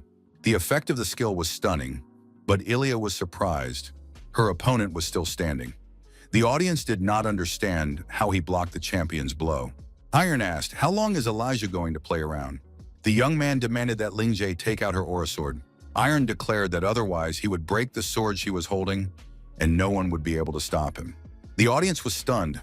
Champion Lindsay decided to use the aura sword. The fight was about to begin in earnest. The priest silently watched the events unfold from the stands. The fight resumed with renewed vigor. The tension was palpable, and the spectators' emotions were running high. The arena had never seen a duel like this before. Judith noted that Iron was having a hard time. Lulu confidently said that he would manage. The orc couldn't even utter a word. Ilya decided to finish off her opponent once and for all. She swung her sword for the decisive blow. Iron dodged again and counterattacked. This was unexpected for Ilya. She became angry and decided to make her opponent suffer so that everyone would recognize her strength. Brad noticed that Elijah had sped up. Lulu thought that the champion was stronger, but Iron was holding his own thanks to his persistent training. Because she had been consumed by dark energy, Ilya saw Iron as a worthy opponent. Iron said he would always be grateful to Ilya. Without her support, he would not have gotten this far. Ilya was surprised. Did he dodge again? Iron promised that he would help her now. Everyone saw a glowing sword in his hands. No one understood where this light came from. Judith and Brad realized it was Iron's aura sword, so he had succeeded. His friends thought that the winner had been found. The winner was Iron Pereira. He became the new champion. Ilya Ling sat in the middle of the arena with a doomed look on her face. A broken sword lay nearby. The girl thought, now it's all over for me. What should I do? Iron approached his opponent and sat down next to her. He said that it wasn't a good time to talk about it. Ilya felt the warm energy emanating from him. Pereira reached out his hand, smiled, and offered peace. Make peace, and don't fight anymore. Ilya smiled and took his hand. They got up from their knees. The spectators shouted, "Iron is the new winner!" The priest was leaving the stands and accidentally bumped into one of the spectators. The man became angry. The man caught up with the stranger in the hood and demanded an apology. The priest's demonic energy transferred to the spectator. The priest continued on his way, and the man was left perplexed. Iron looked at Elijah and scanned her. The dark energy disappeared without a trace. The priest thought that this guy's energy was the opposite of darkness. Who was he really, this Iron Pereira? Brad read the latest news in the newspaper. Controversy over Iron's victory for the championship title. Many did not understand why the use of a magic sword that changes appearance during a duel was allowed. The possibility of a rematch was discussed. The orc said that all disputes ended when Elijah personally admitted defeat. Thus, a new champion was proven on Earth. Kuber thought that Iron was great. He had done the impossible. The young man had gone all the way to achieve his goal and showed everyone his strength. The orc remembered their first meeting. Iron was a different person then. Now he had changed greatly, and the sight of the new Iron sent shivers down his spine. Brad asked him what happened to the sword. Iron said he had checked the sword several times. It was the same as before. Kuber suggested that it could have been the influence of the dream. The young man replied that it was to the person from his dreams. Lulu noted that this was logical. A week later, Iron knocked on Elijah Linjay's office door. He was holding a bouquet of flowers. The girl greeted him happily and was delighted with the Adonis flowers. She now liked them too. Ilya asked Iron, "Are you going to leave now?" The young man confirmed this, but added that he did not yet know where exactly. Iron asked what Ilya was planning to do. The girl honestly admitted that she didn't know. After her defeat, she realized that she no longer had any goals. The goal that had defined her entire life had vanished in an instant, leaving a void. She couldn't see where to go from there. Ilya added that she didn't know what to do, and that perhaps Iron could help her. Iron suggested that she go with him. He explained that he was in a similar situation. He also didn't know where to go. Iron added that Elijah would also be useful because she believed in him and helped him along the way. Now it was his turn to believe in her. Ilya blushed with embarrassment. Iron took her hands and looked her straight in the eyes. The young man told her not to worry. He hoped she would enjoy their journey together, holding hands. Ilya smiled and agreed. Brad asked what would happen if he was against it. He pointed out that Elijah had been on her own all this time and now suddenly decided to join forces. Iron reminded him that Elijah was their classmate. Brad asked her to answer honestly. Did she consider him and Judith as friends or only Iron? Brad said they needed to get closer first. Judith pointed out that he was going too far. Brad suggested they start by sharing secrets. He said that Judith believed in Santa Claus until she was 14. Even at the academy, she behaved well, just a few months before New Year's Eve. Brad added that he later found out that it was all for a gift from Santa Claus. Judith was furious and slapped him. "It's not your secret." The girl asked why everyone else was silent. Everyone has to tell their secrets. Late at night, Iron fell asleep again in bed. He had the same dream again. He met the swordsman. The boy wanted to know who this man was. The young man asked why the swordsman appeared in his dreams and what he wanted to say last time. The man remained silent, simply clutching his sword. Iron saw his sword sticking out of the ground. He understood everything and felt ready to fight. Iron grabbed his sword and the swordsman swung first. The man struck, but Iron was able to block it with his sword. He realized that this man was very strong and had worked hard to reach this level. Iron declared that he also wanted to become like that and was trying very hard. The swordsman stopped fighting, came up close and said he would support him, then disappeared. After these words, Iron woke up in his bed. He intuitively reached out his hand. In the morning, he told his friends about his dream. Judith asked, "Did he really promise to support you?" The young man noted a strange feeling that the man would not appear again. The orc suggested that everyone go to Turkali, the city of orcs in the northwest, Kubar's homeland. Kubar added that his mentor, the greatest shaman in orc history, the great Gurgar, lived there. He suggested that Gurgar could help Iron understand the nature of his dreams. Brad said he didn't mind, and Judith agreed as well. Ilya said she agreed as well. Lulu added that she had never been to an orc village before and thought it would be cool. The next day, the young people prepared for departure. Ilya asked Emma to tell her parents that she would definitely return. The assistant wished her a good trip. The girl remembered that she had forgotten to say goodbye to her mentor, but Emma said that he had left a few days ago on urgent business. The travelers decided to make a stop. Kuber said he would prepare food. Brad remarked that next time he would drive the carriage. Cooper was surprised, but Brad explained that taking care of them was a constant chore and it was tiring. Judith announced that she would prepare dinner today. Brad added that they could be relied upon. A little while later, Iron was holding some burnt meat and asked, "Can you really eat this?" Elijah reassured him, "Don't worry, I made soup." The young people were delighted. After tasting the soup, the travelers couldn't help but spit it out. Brad exclaimed, "This is poison!" Elijah was surprised. Was her soup really poison? Judith chuckled quietly. Cooper suggested that he should be the one to do the cooking after all. He would call if he needed help. Ilya, teaching Judith, told her to imagine that the sword was an extension of her arm. That way it would be much easier to wield. Brad was in a romantic mood and wove a wreath of wildflowers. The wreath went to Lulu, who was relaxing carefree on the lawn. Cooper sat by the fire in the evening. Iron joined him after training. The young man asked what was bothering Cooper lately. The orc said that the young man was very observant. Cooper admitted that he was worried about returning to his homeland. Iron suggested that Cooper had left there because he was not happy with his life. The orc replied that he could not return there alone. Iron added that this was probably why Kubar was constantly traveling around the continent. Kubar said that he wanted to enlist the support of his friends in return. Was it strange to do so at his age? Iron replied that there was nothing strange about it. After all, Kubar had suggested going to Turkali without knowing what the answer would be, but he had mustered up the courage anyway. During the rest of the journey, the carriage hit a rock and broke a wheel. Kubar said he thought Brad would be able to handle the carriage. The road was busy, and a merchant wagon appeared nearby. Kubar decided to ask them for help.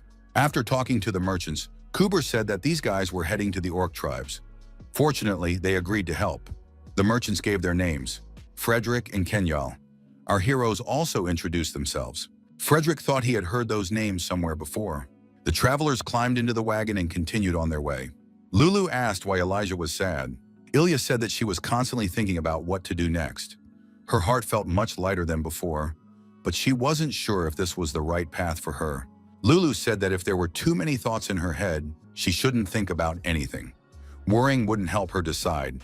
She had to forget everything and calmly move forward. Frederick shouted that he remembered. Kenyal asked in alarm what had happened. Frederick said it was the golden class of the Crone Academy. That's where he knew them from. Kenyal was surprised. What was an aristocrat doing in such a remote place? Shouldn't they be training somewhere new after winning the money? These travelers looked like vagabonds. Suddenly, someone shouted from the road for the carriage to stop and for everyone to get out. Kubar asked in surprise what was going on. Frederick replied that bandits had appeared ahead.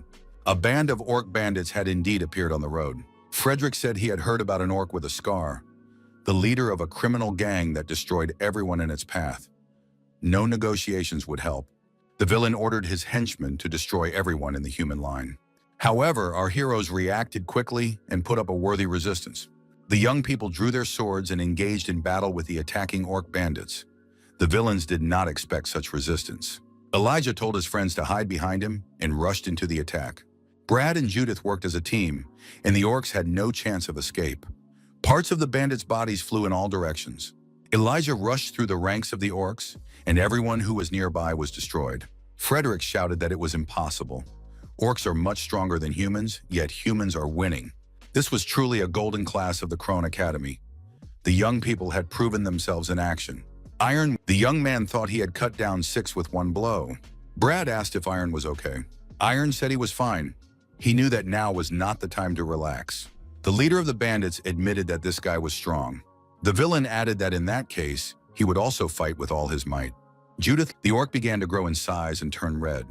His roar echoed throughout the area. Kubar said that the bandit was using blood magic, which was forbidden by convention. The villain rushed at the people and shouted that he would destroy everyone and show no mercy. However, the criminal did not manage to achieve his goal. A huge hammer, which came from nowhere, struck the orc in the chest and knocked him off his feet. Iron wondered where the hammer had come from. From a nearby hill, an elderly orc clad in armor rushed at the criminals. He shouted loudly for his warriors to attack the criminal gang. Orc warriors with weapons in their hands attacked the bandits from all sides. The robbers were frightened and fled, but the warriors caught up with them and destroyed them. Brad asked in surprise who they were. Kubar replied that they were shamans from Turkali. They were local warriors, and the elderly orc was their leader. one of the 10 most powerful shamans on the continent. The shaman's name was Karamkun. Kuber added that he was his father. Karamkun saw his son and called him by name. Kuber said that they had not seen each other for a long time. The shaman told Kuber to leave. This was his last warning. Karamkun repeated that Kuber should leave this place and never return. Kuber said that was impossible. He needed to talk to Therakan. Iron acted as a negotiator and told the chief to stop.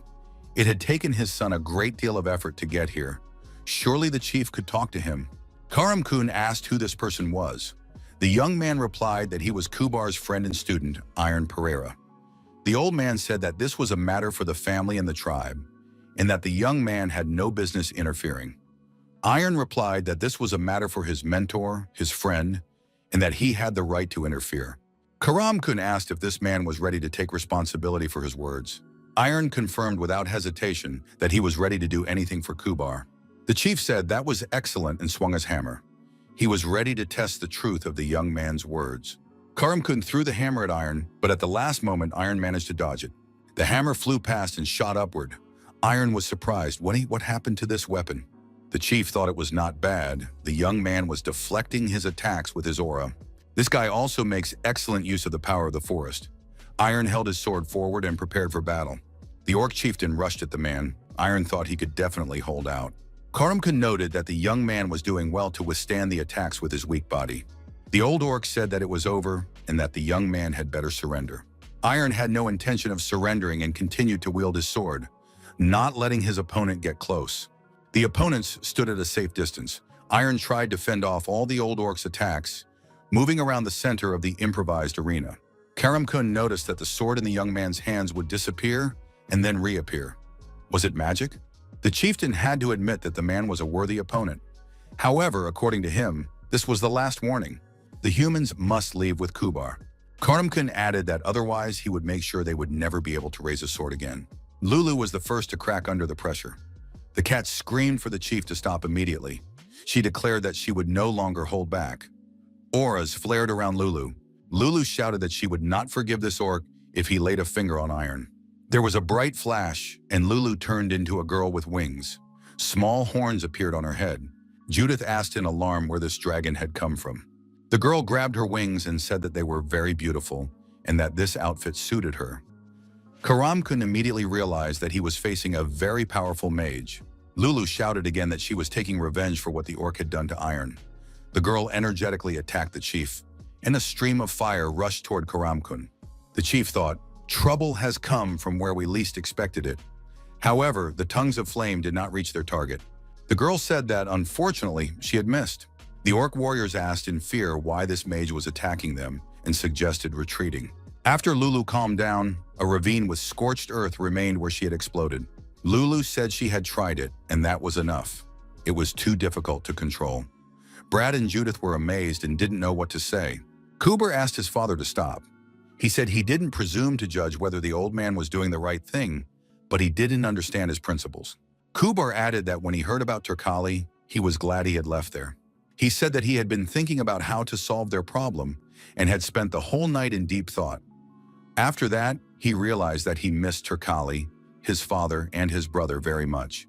Kuber said that he had been a bad son, but he was happy to welcome his father. Karamkun turned around and said they would talk about it in the castle. Iron asked the cat what that was.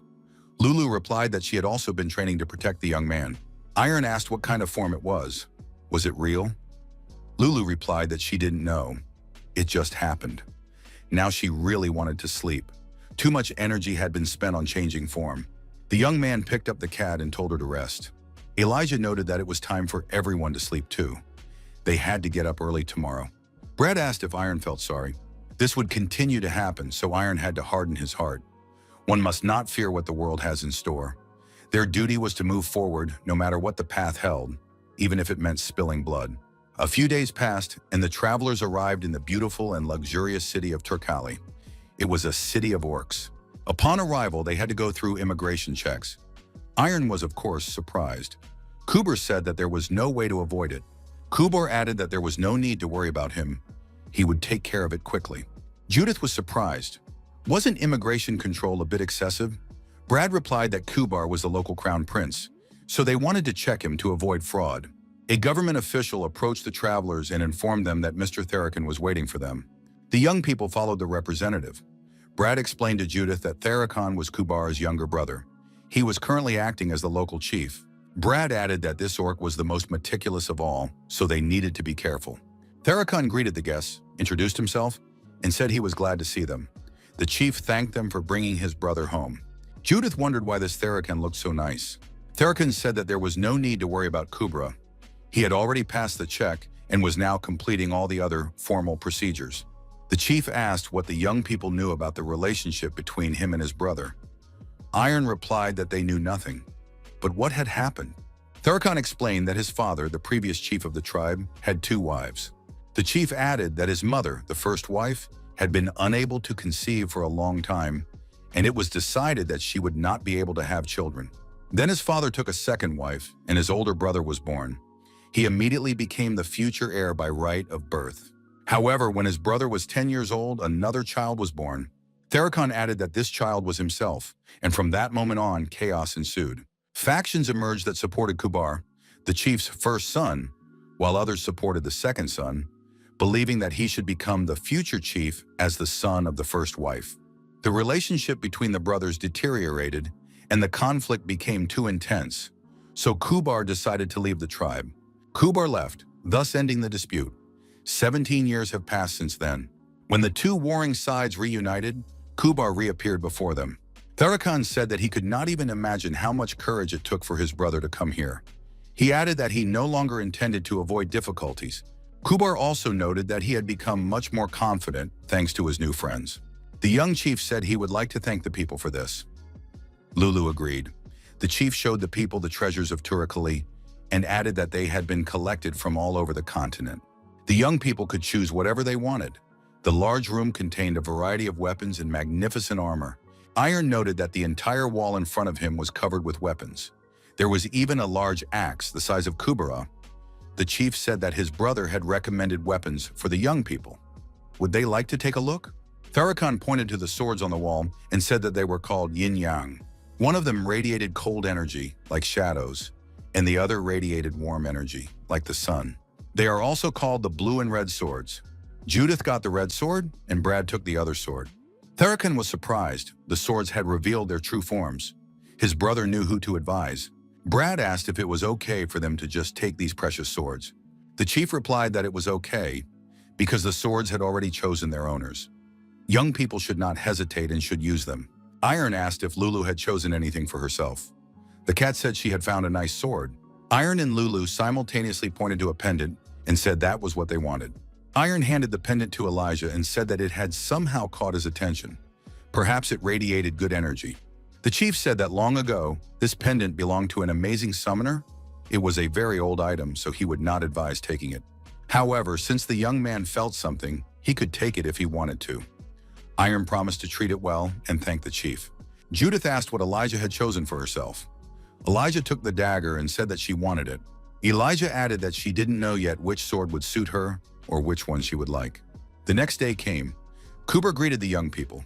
Lulu asked why Kuber had so many problems, but he didn't say anything about it. Kuber said he had bad news. His teacher had died a year ago. The orc added that it was not unexpected. He was older than Kubar's father, who was already over 70. Kubar noted that his teacher had left a letter, as if he knew that he would bring everyone here. The letter contained a riddle. Kubar said he hadn't found the answer yet, but if they all worked together, they would understand what the teacher had meant. Turkali is an arena for training. Young people traditionally participate in sparring matches. The orc observers said that Kubar had brought these people here. A white-haired girl from the Lingjai family. The blue-haired boy has the blood of the Lloyd warrior family running through his veins. The light-haired guy with the big sword is not from a very noble family, but he is still a noble. The orc added that among these people there is also one with churn blood running through his veins.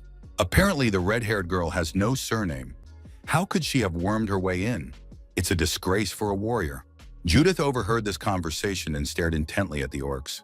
Brad told the girl not to pay any attention to them. If a fight broke out now, it could put Kuber in danger. Judith replied that she knew this and was therefore holding back. A week later, the same thing happened again. One of the orcs said that the girl was good for churn. She was a commoner, but she was strong. Judith told them to stop talking about her behind her back. If they didn't like something, they could fight her. The orcs were surprised. Did she really want to fight? Judith swore profusely. The orcs were surprised. How did the girl know their language? Judith said she learned the curse from Kubar. Did they really dislike something? She didn't know that orc warriors were so dishonorable. The girl declared that if they had something to say, they could come out. She was ready to deal with both of them. The huge orc told the girl to stop. He couldn't turn a blind eye to this. The orc added that he was Gant, deputy commander of the Red Axe Battalion. Brad thought that Gant was one of the three that Kubar had warned him to be wary of. Gant said that this girl had just insulted the entire orc race. As a warrior of Tarakli, he could no longer tolerate this. The girl must pay for her foul language. Judith replied that before making such statements, he should keep a closer eye on his subordinates. The girl added that the orcs who spoke about the warrior's origins and honor did not think about how their words and behavior reflected on the orc race. Judith asked why the deputy commander of the Red Axe Battalion would not take responsibility for his subordinates. She suggested they fight to decide who was the real warrior. Gant said that this girl was very stubborn and that he would make her regret her words. Judith noted that this Gant seemed very confident and she would look forward to their battle. Gant was informed that Gruger had appeared in the temple. This was quite an unexpected announcement. Gant was surprised. Could Gruger have returned alive? Kuber saw his resurrected teacher standing before him. Of course, it was unexpected. Gant appeared nearby and asked what was going on. Had Kuber really brought Gruger back to life? What was he up to?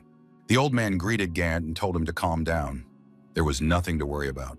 Gruger explained that he was here to talk to his student, whom he hadn't seen in a long time, and to thank those who had come with him. The old man said he would return after he had finished what he had come to do. The teacher added that those he had not invited should leave. Gruger thanked the young people for bringing his student, whom he had not even expected to see. The teacher looked at Iron and said that Kuber had told him about him. Gruger added that he would be honest with the young man. The old man said he could explain the dream that had been troubling the young man for so long. The swordsman who was so interesting to Iron was the Iron of the past. The old man added that this young man was from the distant past. Our hero's friends were surprised. Could it really be him from the past? Lulu also reacted to these words with disbelief. Gruger confirmed this, but he could not show the young man's past life right now. He needed to prepare, so they would have to wait.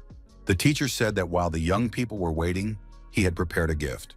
First, he had to discuss this gift with Therakan. He would have to call the chief. After talking with the old man, Therakan said that the gift was the aura technique that had been passed down to the high-ranking warriors of Tarakli. This is the divine technique of the 5 elements. Halipa told the chief that he was against it. Therakan was surprised. Why? Master Halipa was the official representative of the court faction, the highest-ranking official. He asked why the chief was making such a serious decision alone. After all, this was the divine technique of the 5 elements. The greatest warriors of the Tarakli people had spent hundreds of years sacrificing their own lives to hone this spiritual technique. How could the chief simply share it with people he had never met before? Therakan said that he was not just sharing this technique. Halipa should know this. Heroes from the distant past shared their knowledge with other tribes in order to create the best version of it. And all this was done so that the people could enjoy an era of prosperity. Halipa objected to the chief, saying that these people were completely different. They had proven themselves to be great warriors. The official representative of the court faction said that he was confident in the 2 swordsmen and in the descendant of the old hero of the Lloyd family. However, he was not at all confident in the red-haired swordswoman. She was unworthy, both herself and her family. She even dared to insult the orc people. Brad told Halep to speak openly and honestly because they were the ones who insulted Judith first. Halipa noted that the chieftain himself would decide what was true. However, Judith had not proven herself to be a worthy warrior. Halipa added that he demanded a meeting be called. The chief agreed. Therakan said that he would not ignore what had been said here.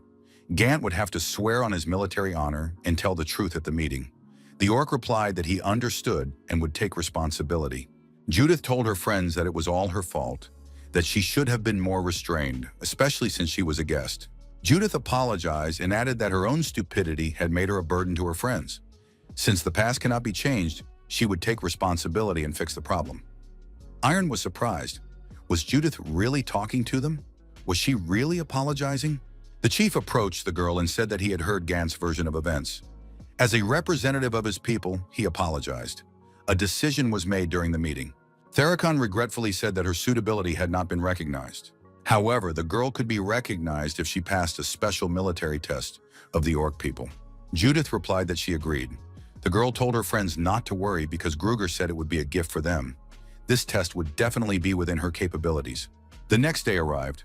Brad said that the warrior test was a test that required the candidate to prove that they were an exceptional warrior.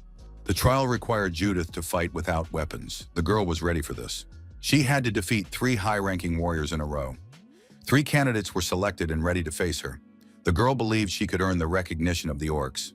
First test, Gant vs. Judith. The rivals looked each other in the eyes. However, Judith had to look up. Gant said he would show the human what it meant to be a true warrior. The spectators shouted for Gant to finish her off in one fell swoop. Judith replied that she was ready to test how strong this orc would prove to be. The command to start the battle was given, and the orc rushed at the girl. Judith immediately punched her opponent in the jaw. This disoriented the orc and caused him to lose his balance. Gant's eyes clouded over and blood spurted from his mouth. The orc growled with rage. Judith continued to press her opponent and kicked him in his most vulnerable spot. Gant's eyes nearly popped out of their sockets. The girl said that her opponent had better try harder. He should be ashamed because his friends were watching him. Judith asked if Gant knew what it meant to be a real warrior. The girl grabbed her opponent by the neck and squeezed hard. The orc began to choke. Judith knocked Gant to the ground and pressed his face into the dirt. The orc could not resist. The spectators couldn't believe it. Had a human really defeated an orc without using a weapon? Judith noticed that this opponent was weak. Brad shouted that Judith was doing very well and to keep it up. The girl had to show the same class to her other opponents. The next opponent appeared in the arena and said that Gant talked a lot, but he was prepared. In the second trial, Garum faced Judith. The orc asked if the girl would mind if they started right away. Judith replied that she was at his service. Judith thought that this fight would be completely different from the previous one. She did not like such changes. Brad admitted that this fight would not be easy, and Iron agreed with him. Judith noted that Garam's aura was simply overwhelming. However, that was not an indicator of victory. After the announcement of the start of the fight, the orc rushed at his opponent. The girl took a fighting stance and prepared to repel the attack. Garum struck with his right hand, but Judith managed to dodge at the last moment. The girl noted that the orc's arm swing was too wide. She needed to get closer to him and attack at all costs. Judith moved effectively around the arena. Her opponent couldn't reach her. The orc became nervous and started making mistakes, losing his balance and falling forward. The girl thought that her opponent would strike from the right again and dodged, taking a step forward. Garum said that this man was simply disgusting. The Hulk landed a precise blow, and Judith, unable to stay on her feet, fell to the ground. The girl screamed in pain. Garum said that the victory in the previous match was just luck, because limits and fate are predetermined from birth. Everyone has their place in life. The orc approached the girl closely and said that she would change her attitude from today onwards. Garum told Judith to surrender. As a true warrior, he would be gracious one last time. The girl struggled to her feet and said that this opponent was as talkative as his predecessor. He would be better off shutting up and attacking. The orc became angry and kicked his opponent, saying that he would no longer show mercy. Judith stayed on her feet and hit her opponent in the stomach with all her might. The orc began to cough, gasping for breath, and clutched his chest. This was Judith's chance. The girl attacked her opponent again, and her blow landed on his jaw. Her fists were like fire. The old chief thought it was an aura containing the energy of fire. How did she do it if she hadn't learned the divine technique of the 5 elements? The chief knew that the fire spirit was the most difficult of all the elemental spirits to master. If used incorrectly, it could hurt oneself. Judith continued to attack her opponent, not giving him a chance to recover or even defend himself effectively. The orc noticed that this person was not using the energy of fire correctly. Garum seized the moment and counterattacked the girl. The chief saw that Judith was enduring everything, never having fought like this before. Judith would be lying if she said she didn't envy her friends. However, the girl did not curse or resent the way she was born. Judith simply wanted Brad's freedom, Iron's strong mind, and Elijah's innate talent. Judith was indeed envious of all these people, but she did not hate herself for this envy. Garum missed again, trying to strike his opponent. This feeling of inferiority, this desire, it was precisely this that had helped her develop to this point. That was Judith. She would continue to be just as stubborn and persistent. The support group shouted that Judith was doing great and not to let up. The girl continued to hate and envy everyone until she became better. She was not going to stop. Garam was hit in the stomach with a fist that burned like fire. The match was over, and Garam was harshly deactivated. Judith was declared the winner. The audience couldn't believe that such people even existed. However, there was still one more opponent left. Farhan. Halipa approached Farhan and told his son not to rush. The audience saw that Master Halipa approached the girl. Was he going to fight personally? Iron thought that in her condition, Judith should not fight such a strong orc. The girl took a fighting stance and said that the orc could attack her. Halipa said that they had lost. The warrior declared that an unshakable fighting spirit and flame burned within this girl's body. That was enough to consider her a warrior. Halipa repeated that they had lost. Halipa said that he recognized the girl as a true warrior. A week later, the young people were admitted to study the divine technique of the 5 elements.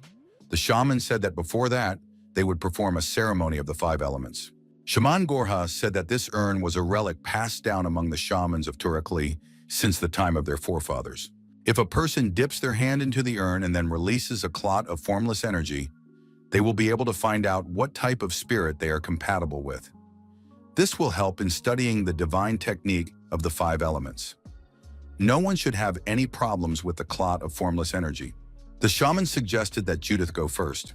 The girl said she didn't mind because she was the bravest one there. Judith put her hand in the urn, released a lump of shapeless energy, scraped the bottom, and pulled a fireball out of the urn. The shaman told Judith to release the ball in front of her. The girl threw the ball forward with all her might, and it turned into a huge blazing bonfire. The chief looked at the fire and sighed heavily. The girl asked the shaman if she had done it right. Gorha replied that it was the largest clump of fire he had ever seen in all his years of performing the ceremony. He realized that the spirit of fire suited the girl well. Next, they invited Iron Pereira. Our hero boldly put his hand into the urn. The young man also pulled out a ball of fire and threw it in front of him. The ball spread across the ground and a circle of fire appeared. Metal in the form of a blade emerged from the fire. It began to glow red hot, undergoing fiery tempering. The old chief thought that this was a flame that could melt metal. The clump of fire was transformed into the energy of metal. The shaman said that he was not only compatible with fire or metal, he could even give metal a shape. Who was this guy? Gorha wondered if the young man had previously studied the spiritual techniques of the highest degree of spellcasting. Iron replied that Kubar had given him a few introductory lectures, but nothing more. The shaman was surprised. Could the young man really use spirits so skillfully just by hearing how they worked? Apparently, this was why Grukar wanted to teach these young people the divine technique of the 5 elements. Judith declared that her flame was bigger in any case. Iron replied that he wasn't even going to argue. The girl added that with such a flame, she would definitely not lose. Iron replied that he completely agreed with her. Brad felt relieved. After all, Judith had been very depressed at the beginning of their journey, so the worst was behind them. It seemed that the girl had found her way. Brad was proud of her. Brad said that Judith was very cute when she smiled. Next to the urn was Ilya Lindsay. The girl also had a fire. Brad Lloyd took water from the urn. Shaman Gorha noted that Brad was not like everyone else. In conclusion, the shaman said that all young people possess remarkable energy. During training, they will be able to develop greatly and improve themselves. The old chief said that he would personally train Iron Pereira. The young man replied that it was a great honor for him and thanked him. A messenger arrived and informed the elder that he had a message from Gruger. The old man said that he had finished his preparations, so Iron should proceed to the top of the mountain. Iron and his friends arrived at the appointed place. Lulu was also there. The old teacher had been waiting for them for a long time. Kubar told everyone to lie down where their name was written. Lulu was the first to find her place. Grugar announced that they were about to meet the man who visited Aaron in his dreams. The teacher asked if the young man would feel uncomfortable sharing his memories of his previous life with these people. Iron replied that he would not feel uncomfortable and was ready. Judith asked what they needed to do. Just lie down? The elder snapped his fingers and the young people immediately fell asleep. Everyone had a dream. The knight said that the hour had come and that my lord should follow him. The young man agreed and followed the knights. Passers-by were surprised. Was he really leaving the area while demons were all around? They say his child died because of possession. Perhaps the child turned into a Magian. People claim that demons had attacked this place several months ago because of my lord. He is a coward and is leaving the territory to save himself. One of the townspeople holding a pitchfork asked the young man if he had brought the demons. Was he really handing them over to be torn apart by the demons? The man decided that he had been too conceited. Thinking that he could quietly leave this place, he decided to tell everything as it was. He had appeared a week ago. His wife said that their baby was not breathing. The young man did not understand what was happening. A monster appeared and asked if this man wanted to save his child. The parents were frightened and screamed in terror. Their eyes were filled with horror. The monster turned out to be a devilish clown. He said that life was in the hands of this man, Karen Winker. The devilish clown declared that he would spare either the wife or the child. The choice was Karen's. The man screamed, "What is this monster talking about? Why should he make such a terrible choice?" The clown asked if Winker really thought it was just a coincidence. Did he really think that the demons had just come to this place for no reason? The clown said that he had cursed this child and brought the demons here. The devilish clown said that Karen Winker must accept his fate and make a choice. The girl gave the child to her husband and told him not to worry. His wife turned and walked to the window. Karen yelled for her to stop. The woman approached the window and opened it. Karen yelled at her not to do it. Karen put the baby on the bed and rushed to his wife.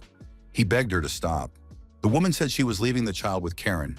At that moment, there were tears in her eyes. She jumped out of the window. The man fell to the floor and cried loudly. The devilish clown said that this was against the rules. The monster picked up the child and said that suicide was his wife's choice, not Karen's. The child began to cry loudly. The devil clown said that the deal had fallen through. Another choice would have to be made. Karen shouldn't worry so much. This time, it would be a little easier. The monster said, "The life of the child or the lives of all the people in these lands." The man told the townsperson with the pitchfork that he had lost his wife and son that day. It was the best decision he could have made. The man said that wasn't all. The monster declared that he was cursed. If he stayed here, many terrible things could happen. The man told the townsmen that he would not ask them for help, but they should not prevent him from leaving. Outside the city on the road, the man met the devilish clown again. He asked why no one had followed Karen. Had they not seen off their lord, who had sacrificed so much for them? The monster added that they did not even know how to be noble. Did Winker not want to destroy them? The residents would only know his sadness and deprivation when they lost their own families. The devilish clown said that, considering the above, he was offering a new deal. The monster proposed that they sign a contract with him. If Karen Winker agreed, he would become a magician and destroy all the townspeople. The devilish clown added that Karen could play with them as much as she wanted. Winker did not say a word in response. The clown said that this was cruel. This guy was less cheerful than he had thought. Had he chosen the wrong person? The monster added that if he had known this would happen, he would have gathered his demons and gone somewhere else. Winker was very surprised to hear these words. The monster perked up now that Karen had noticed him. Karen shouted, "Were the demons that attacked the territory and the curse on his child the work of the clown?" The devilish clown replied that Karen was right. He had done all of this. Winker had not been cursed from the beginning. Karen realized that this devilish clown had been deceiving him from the very beginning. Karen asked why the clown had done this to him and what he had done wrong. The clown said he could confess the reason for his behavior. The monster added that he was just a little bored. It was fate when he noticed Winker. The monster said it was time for him to leave. It had been fun. He said goodbye to the man. The clown said that if Winker wanted to meet him, he should come to the top of the mountain in the south. The monster disappeared. Winkler burst into tears and said that he would never forgive and would destroy this devilish clown. No matter how long it took, he would find him and destroy him no matter what. Time passed. Winker traveled from village to village, never staying anywhere for long. In one of the villages, an old man greeted the stranger and said that they had no lord, so the man could feel at home. If he needed anything, he could ask questions. The locals asked the elder where this man had come from. The old man replied that he did not know, but thought he was from distant lands. Winker felt relieved. It seemed that the rumors had not reached this village. Karen decided to stay in an empty old house. As always, he thought he should become stronger and find the devilish clown. Karen began daily long training sessions and started practicing sword techniques. A local resident periodically looked into the yard of this house and watched Winker. The man was surprised. He came to look at the stranger because he had heard that he had been waving his sword for 6 months straight. He probably wasn't doing it because he had an easy life, and his gaze suggested as much. The local resident thought that this guy must have a heartbreaking story. Winker trained and remembered what had happened to him. Local residents had previously said that they had heard rumors that this man was possessed by a demon and that he needed to leave immediately. Elsewhere, the knight apologized and said he couldn't teach this man how to wield a sword. Karen was forced to learn on his own, while trying not to be seen by anyone. Karen trained day and night. Periodically, visions appeared before him. People said that he was cursed by a demon, that he was trying to defile them, and that he must leave immediately. Karen said that the visions were back. He shouted that he would kill them all and began swinging his sword. The visions reappeared and said that Winker was to blame for everything. He must atone for his sins. Waving his sword, Karen told them to attack. He would destroy them all. Behind Karen appeared a vision of his wife with a child in her arms. She said that Karen was to blame for everything, because he was the one who had destroyed her and their child. Why had he let them die? Winker cried out loudly, the pain in his heart tearing his soul apart.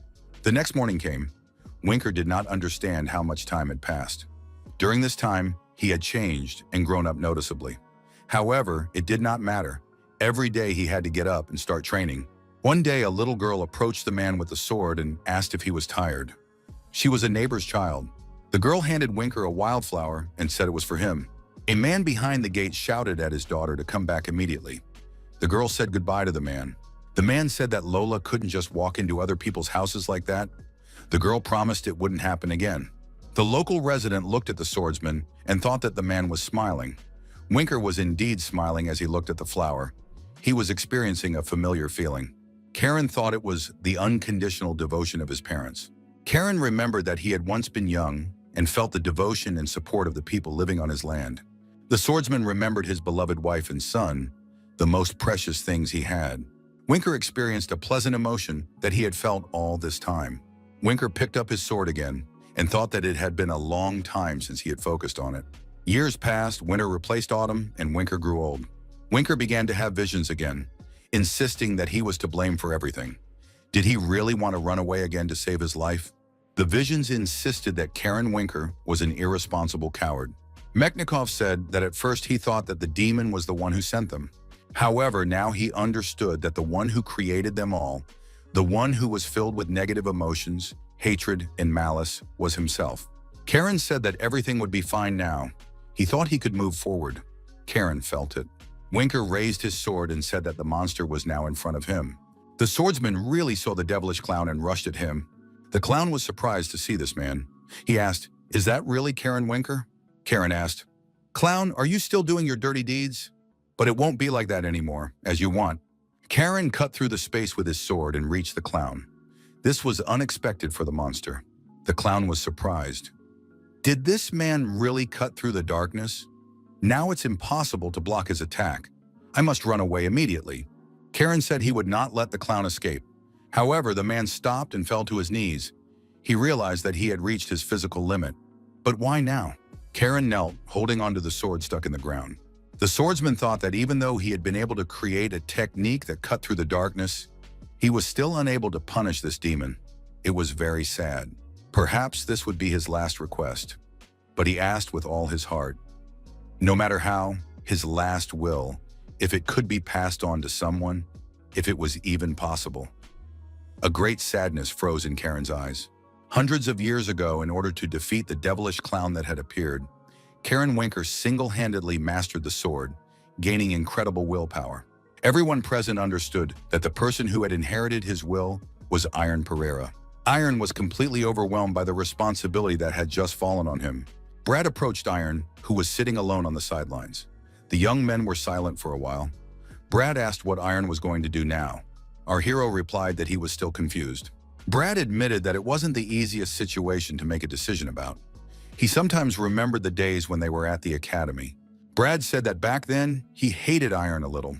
Brad knew about the difference in strength between him and Elijah. He couldn't easily accept how big that difference was. On top of that, there was Iron, whom he didn't consider a rival. But this guy was growing every day. Brad added that the moment Iron surpassed him, he sincerely hated him. It seemed that all the progress he had made had been in vain. Brad thought that this feeling would never leave him. At that moment, Iron said that he felt alive when he held a sword in his hands. Brad remembered those words forever. Hearing this, he began to think about what was most important to him, and then he understood. Being the head of the Lloyd family, someone's friend, someone's family, these things were much more important than sword skills. However, now there was someone he wanted to put above everything else. Brad added that he liked Judith. She wants to become the best swordsman on the continent. This path will lead to nothing unless she becomes the best, because every moment of the journey is a battle full of difficulties and obstacles. Brad said that's why he wants to be there for her and help her. He'll see her happy when she achieves her goal. Brad added that Iron should also do what his heart tells him to do, what he really wants. You have to choose the path that you consider most important and follow it. Brad said that Iron would not regret it if he followed his advice. The next day came. The orc instructor suggested they have a training session and told Iron to attack first. Iron said he would not refuse such an offer, and thrusting his sword forward, rushed at his teacher. The old chief thought that this guy had changed a lot since their last battle. A flame now burned in his chest that had previously barely smoldered. The flame inside him had become whole. Had the young man emphasized something from his memories of his past life? What had caused him to change so much? The young man replied that there was something he wanted to do. Iron added that he wanted to improve his skills not only to protect his loved ones, but also to protect the world, where many could be happy. The chief said that this was a noble goal. It was more ambitious than simply saying he wanted to become better. It seemed that the young man had chosen the path of the hero. However, such words should not be thrown around lightly. Will Iron renounce what he has just said? The protagonist replied that if what he said meant embarking on the path of a hero, he would gladly accept it. The opponent's swords clashed and sparks flew in all directions. At the same time, a significant amount of excess energy was released.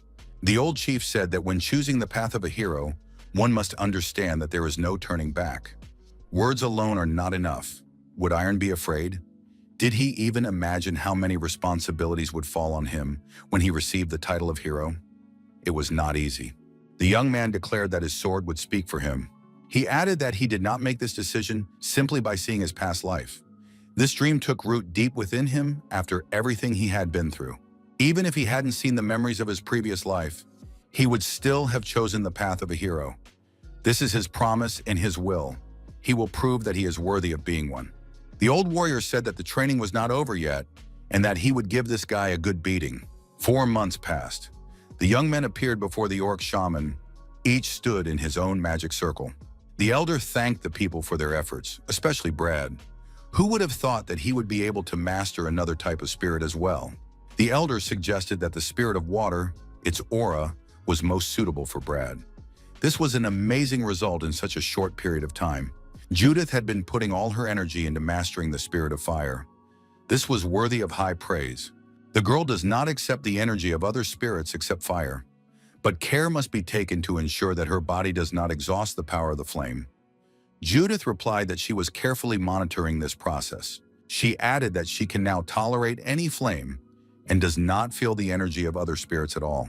According to Iron Pereira, metal and fire are two spirits in absolute harmony. However, its energy flows in the opposite direction, in other words, backwards. The divine technique of the 5 elements represents the existence of energy flows. Usually flame comes from metal, but the young man has an incompatible flow of fiery energy that creates metal. If it burns too brightly, water will be needed to control the heat. Aaron must be careful. The young man replied that he understood perfectly well. The old shaman said that now it was time to deal with Aaliyah. There had been no significant changes over the past few months. However, the girl was still making slow progress, so she needed to continue in the same vein and not rest on her laurels. The young people watched Judith's training from the stands. Brad asked Iron if he would be staying here longer. Iron replied that he would stay here for a few more days. Brad asked if Iron was staying because he was worried about Elijah. His friend replied that this was only one of the reasons, but he did not intend to return to the academy right away. He wanted to meet someone first. Iron asked what Brad and Judith's plans were. The young man replied that they would return to the academy as planned. Iron said he was sad that their paths were diverging.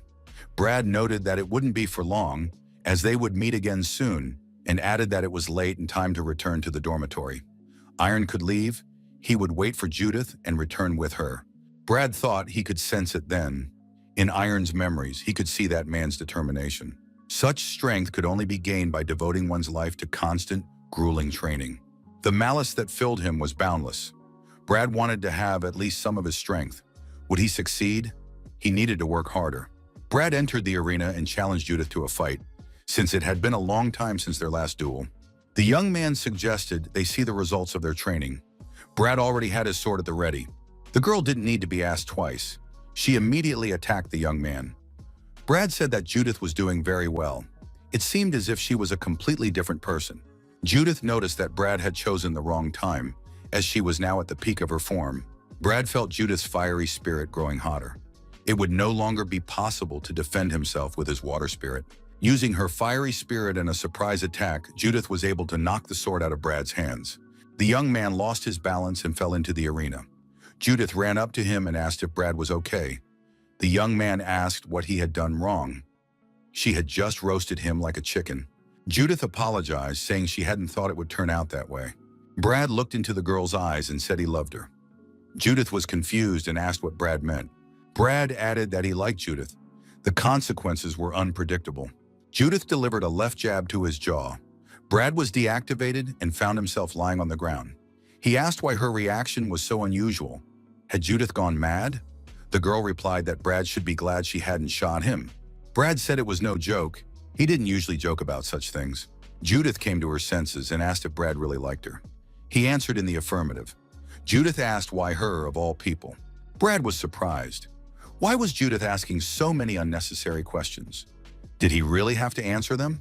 First of all, Judith is cute when she laughs, when she eats until she drops, when she teases Iron, when she plays with Lulu, when she gives her all in training. Brad added that everything Judith does looks very cute. Brad said he had one question too. The young people looked into each other's eyes. The young man asked what Judith thought of him. The sunset illuminated the young people's faces.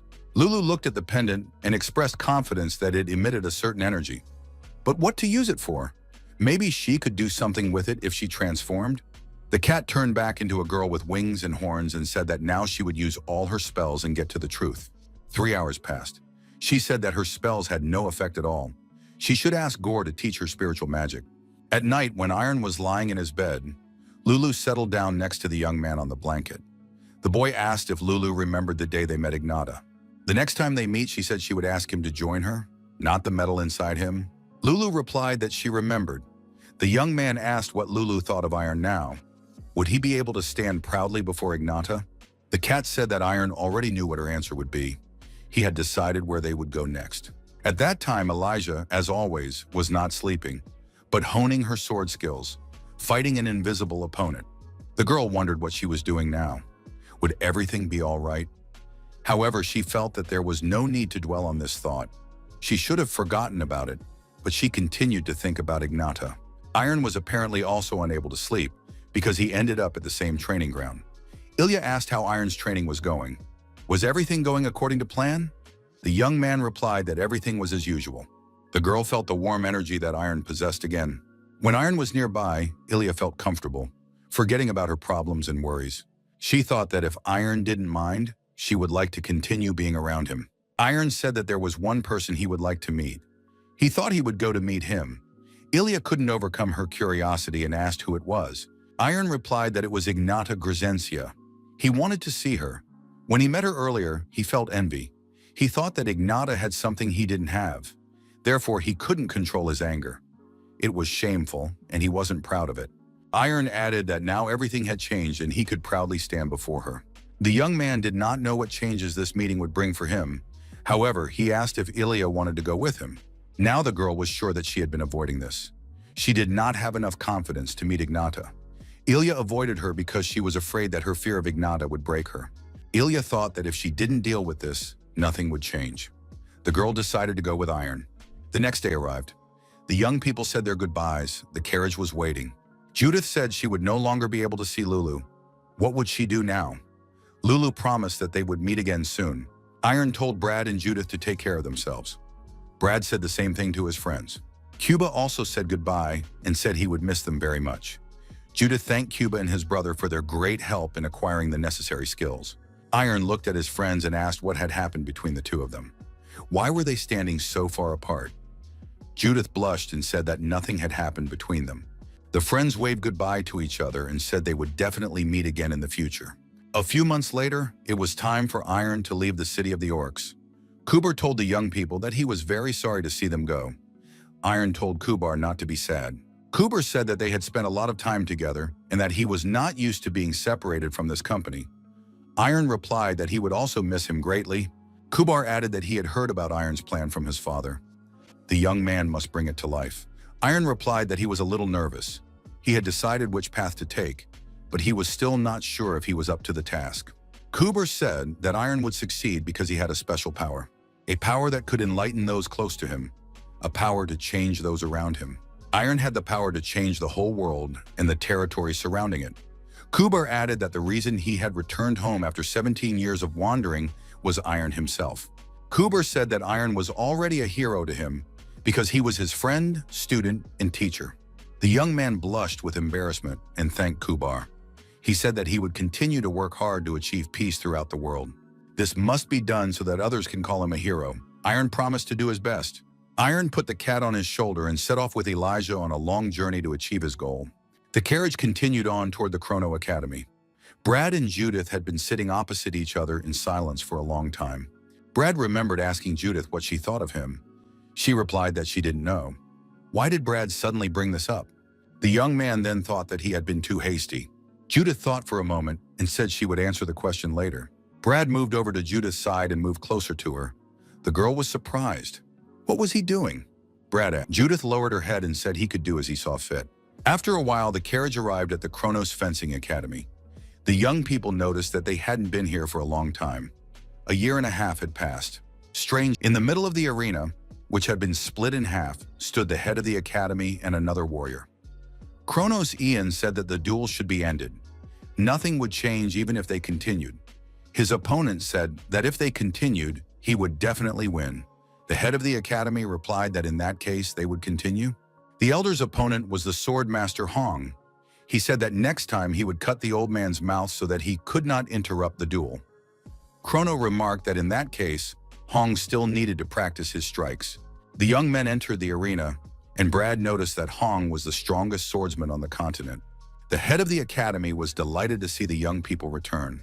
Chrono Ian admitted that Judith had changed a lot. The girl did not deny it, because she had been progressing all the time. Hong approached the girl and asked if she was really Judith. The girl had to confirm it. The swordsman said that in that case, he wanted Judith to be his student. A man appeared before the travelers and said he was glad to see them. His name was Johnson, and he worked as a coachman. He was willing to act as a guide as long as he was paid. In fact, this was not the man's real job. In reality, he was the leader of a criminal gang that lived in the area. Johnson pretended to be a coachman, lured people in, and the bandits robbed them. The gangster's method was very simple. Johnson waited for a rich person to hire him. Then he would use a plausible excuse to lead the travelers to their hideout. Next, the bandits hiding there would begin their dirty work. Johnson thought this was perfect. These methods had never failed the bandits. The young men greeted him and said they were interested in a coachman. Johnson thought he had another customer. Johnson greeted them and said it was an honor to serve such distinguished guests. The man thought he would make sure to rob these travelers of every last coin. The young men agreed, and the carriage set off on its long journey. Cut, as always, lay across the forest. Johnson thought that this time he would have a good catch. The young people had beautiful clothes and an atmosphere filled with elegance. There was no doubt that they were children of the nobility. Johnson thought that now he would be able to laze around all day and feast on the spoils of this robbery alone. The young people decided to stop and rest after the tiring journey. The carriage's suspension was not equipped with a comfort mode. Johnson said that they would have to stay here for the whole day. The horses needed to rest. Iron said that in that case, they needed to build a fire. Elijah grabbed her sword and said she would bring wood. The coachman was surprised. Was this girl really trying to chop wood with her sword? Johnson took an axe and said that the sword might not work. The girl should step aside, he would chop the wood himself. However, Elijah was already swinging her sword wildly in the forest, chopping trees left and right. Before long, the necessary amount of firewood had been gathered. Elijah asked how thick the wood should be. The coachman had to admit that he didn't know. Lulu said that now it was her turn. The cat intended to light the fire. Johnson was surprised that it was a talking cat. The fire was lit, and Johnson was even more surprised. Lulu declared that she could now also use the spirit of fire. Iron noted that it was a mystical art. The coachman wondered who these young people were. The next morning, Iron and Elijah decided to spar in the clearing. The young man asked the coachman to move further away from them. Johnson was surprised. Where did this guy get such a huge sword? Iron told his partner that he was going to attack. Elijah replied that she understood and was ready to repel the attack. Johnson realized that the young people were holding aura swords. Could they both be swordmasters? After a short fight, Lulu got out of the carriage and said that Iron was being too loud. He woke her up. Why was he doing this at the crack of dawn? The young man apologized. Johnson thought he was giving up. Fighting these young people would surely destroy his entire criminal gang. By the end of the day, the carriage arrived at a hotel located on the edge of the forest. Iron said they could stay there for the night.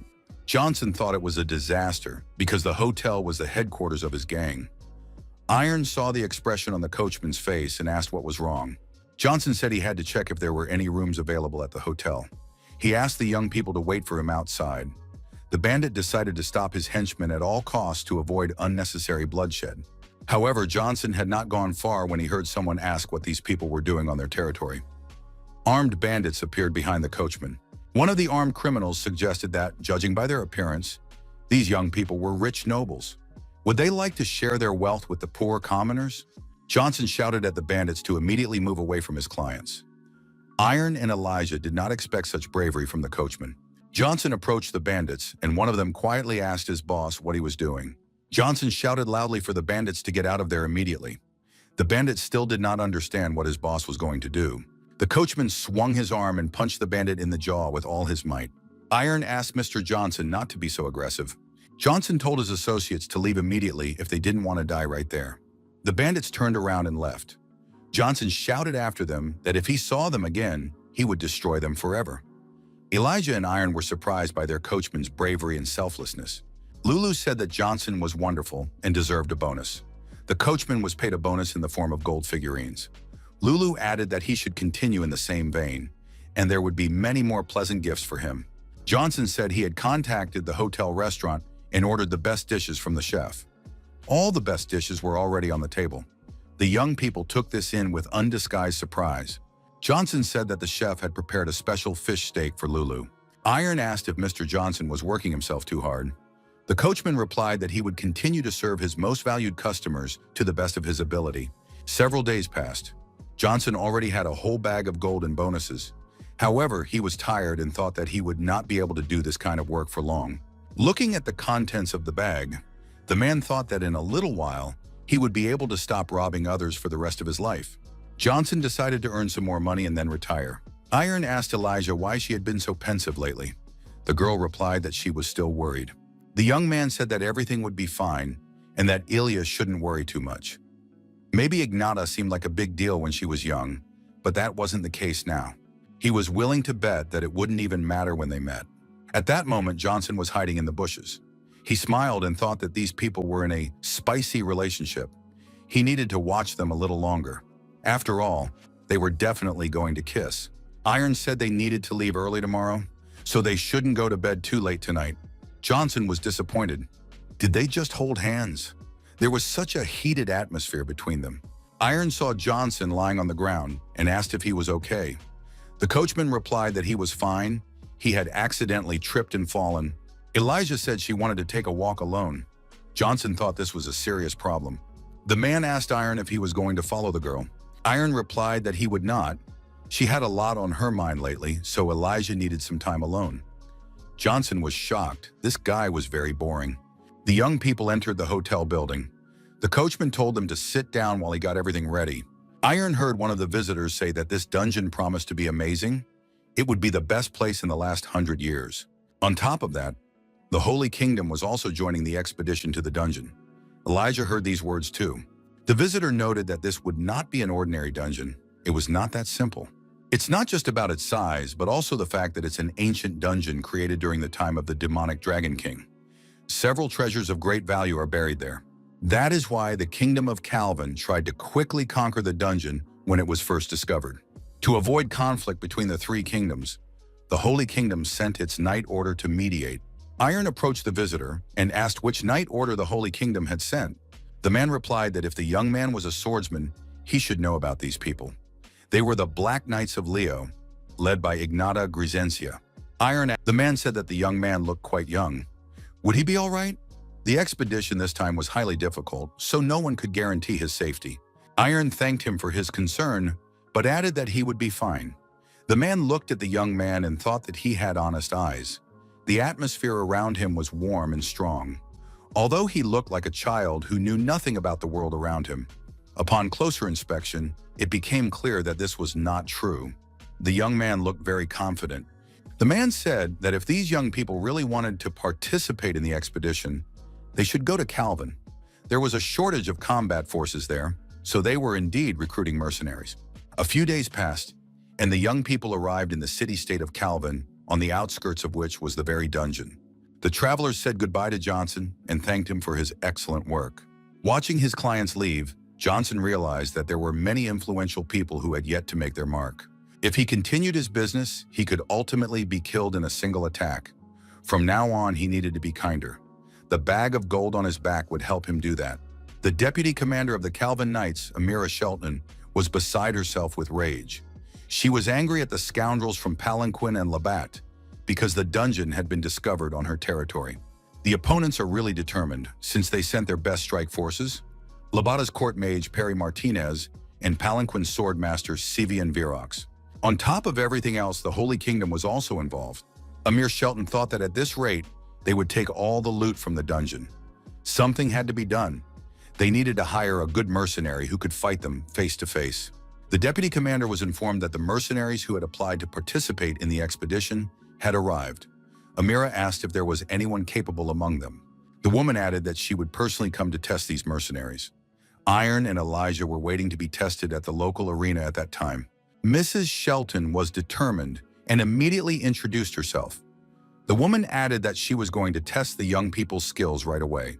Amira Shelton told the candidates to forget about pleasantries, not to waste time, and to show what they were capable of. Ilya replied that she understood and liked this constructive approach. The deputy commander drew her sword and Ilya attacked her. Miss Shelton was pleasantly surprised. Ilya continued to strike. Shelton thought the girl was quite fast. Fluttering like a butterfly, stinging like a bee. It was impossible to keep up with her.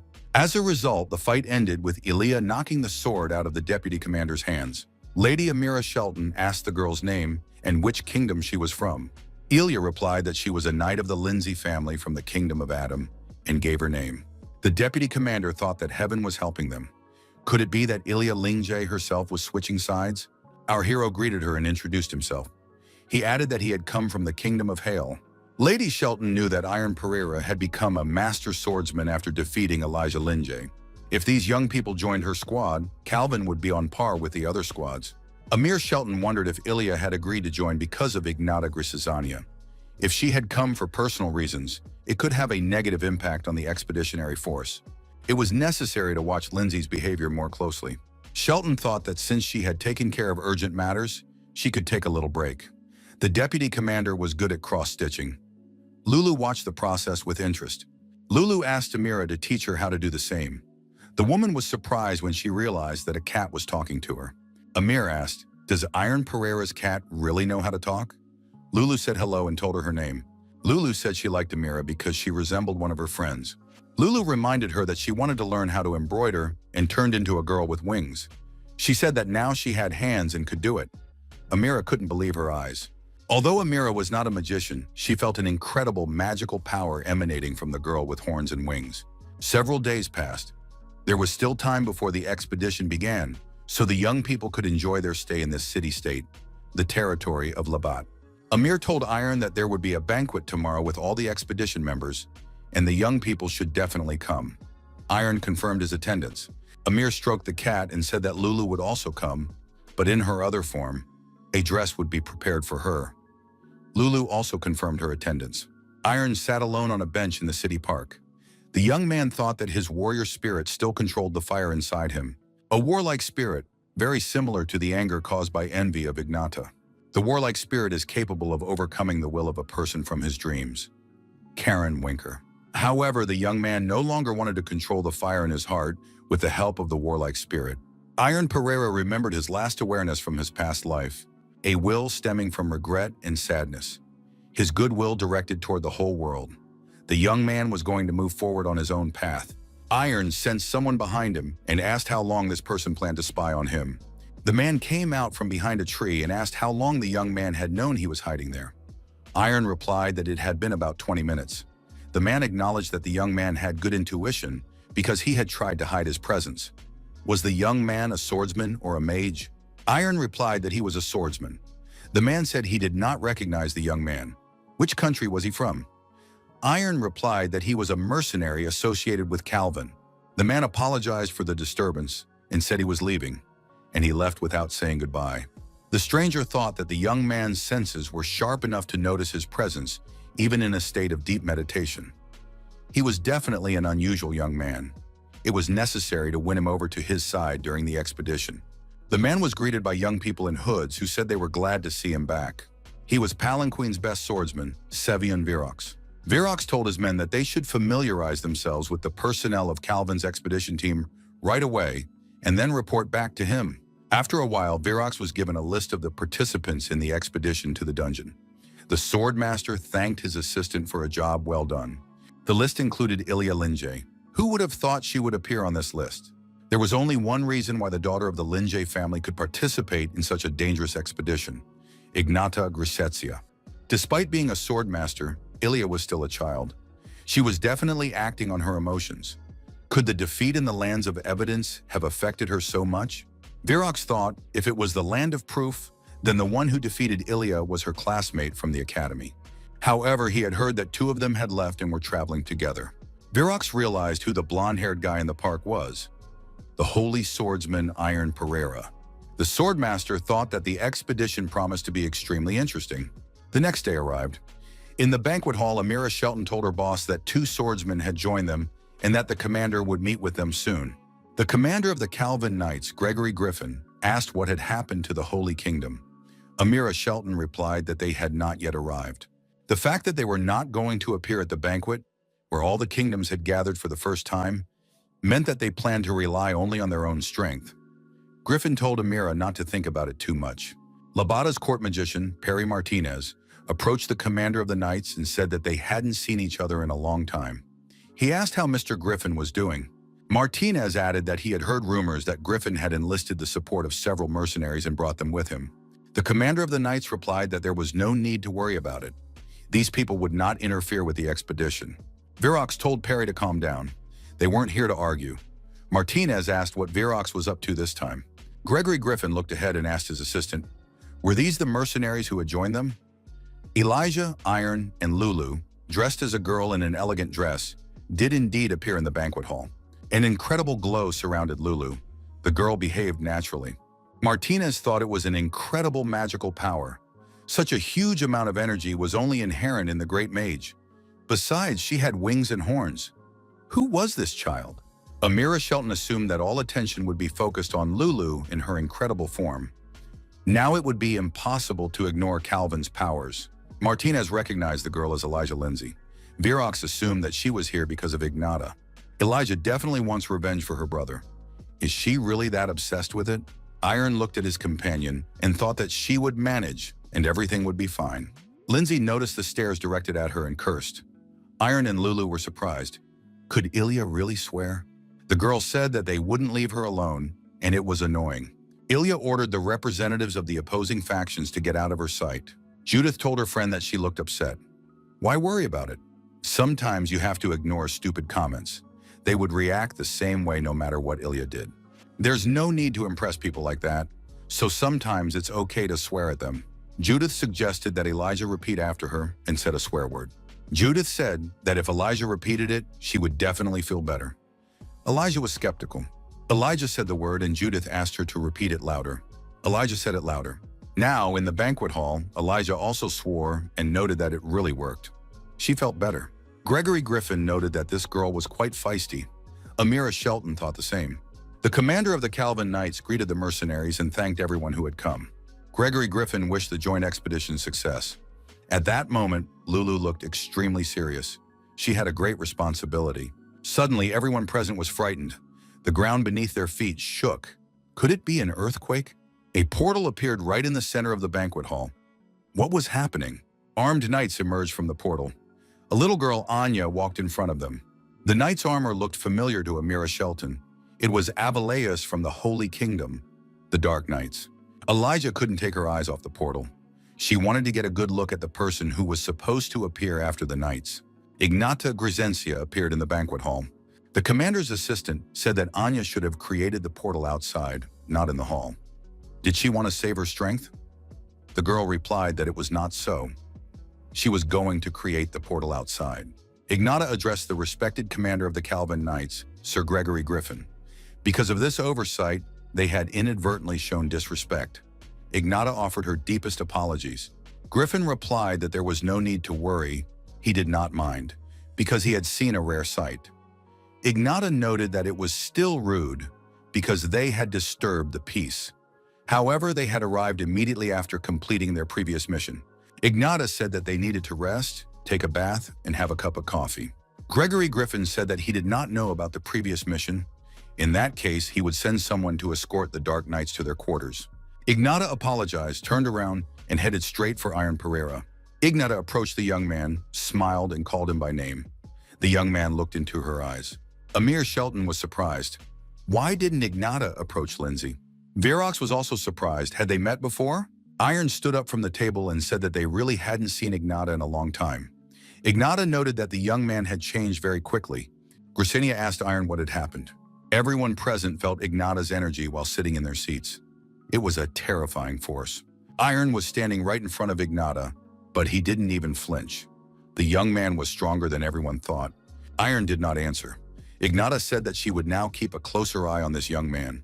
Ilya was surprised because Ignata didn't even look at her. Anya saw the girl sitting at the table and, delighted, ran up to her. Anya told Lulu that she was very happy to see her. Anya added that she had missed Lulu very much. But how was she able to take this form? Lulu said that she wasn't talking to Anya. Anya was surprised. Why? Lulu said that she and Ignata were bothering Iron. Anya replied that she wasn't like that at all. Lulu noticed that Anya had opened the portal, brought Ignata, and made Iron worry. Anya wondered what to do. After all, Lulu was her first friend. Anya didn't want to quarrel with Lulu. Anya apologized and said she wouldn't do it again. Lulu turned away and said she was still angry. Anya asked what she needed to do to make Lulu stop being angry. Lulu replied that she didn't know, and that Anya should think about it herself before their next meeting. Anya promised to think about it until Lulu stopped being angry.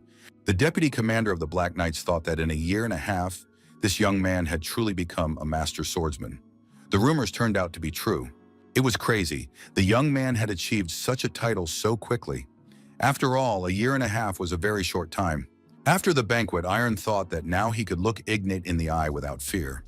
The young man had strong feelings. However, at the same time, he realized that he still had a long way to go to fulfill his desire. To achieve what he wanted and make sure his dreams came true, he had to give it his all. Several days passed. Before going underground, it was necessary to conduct a briefing.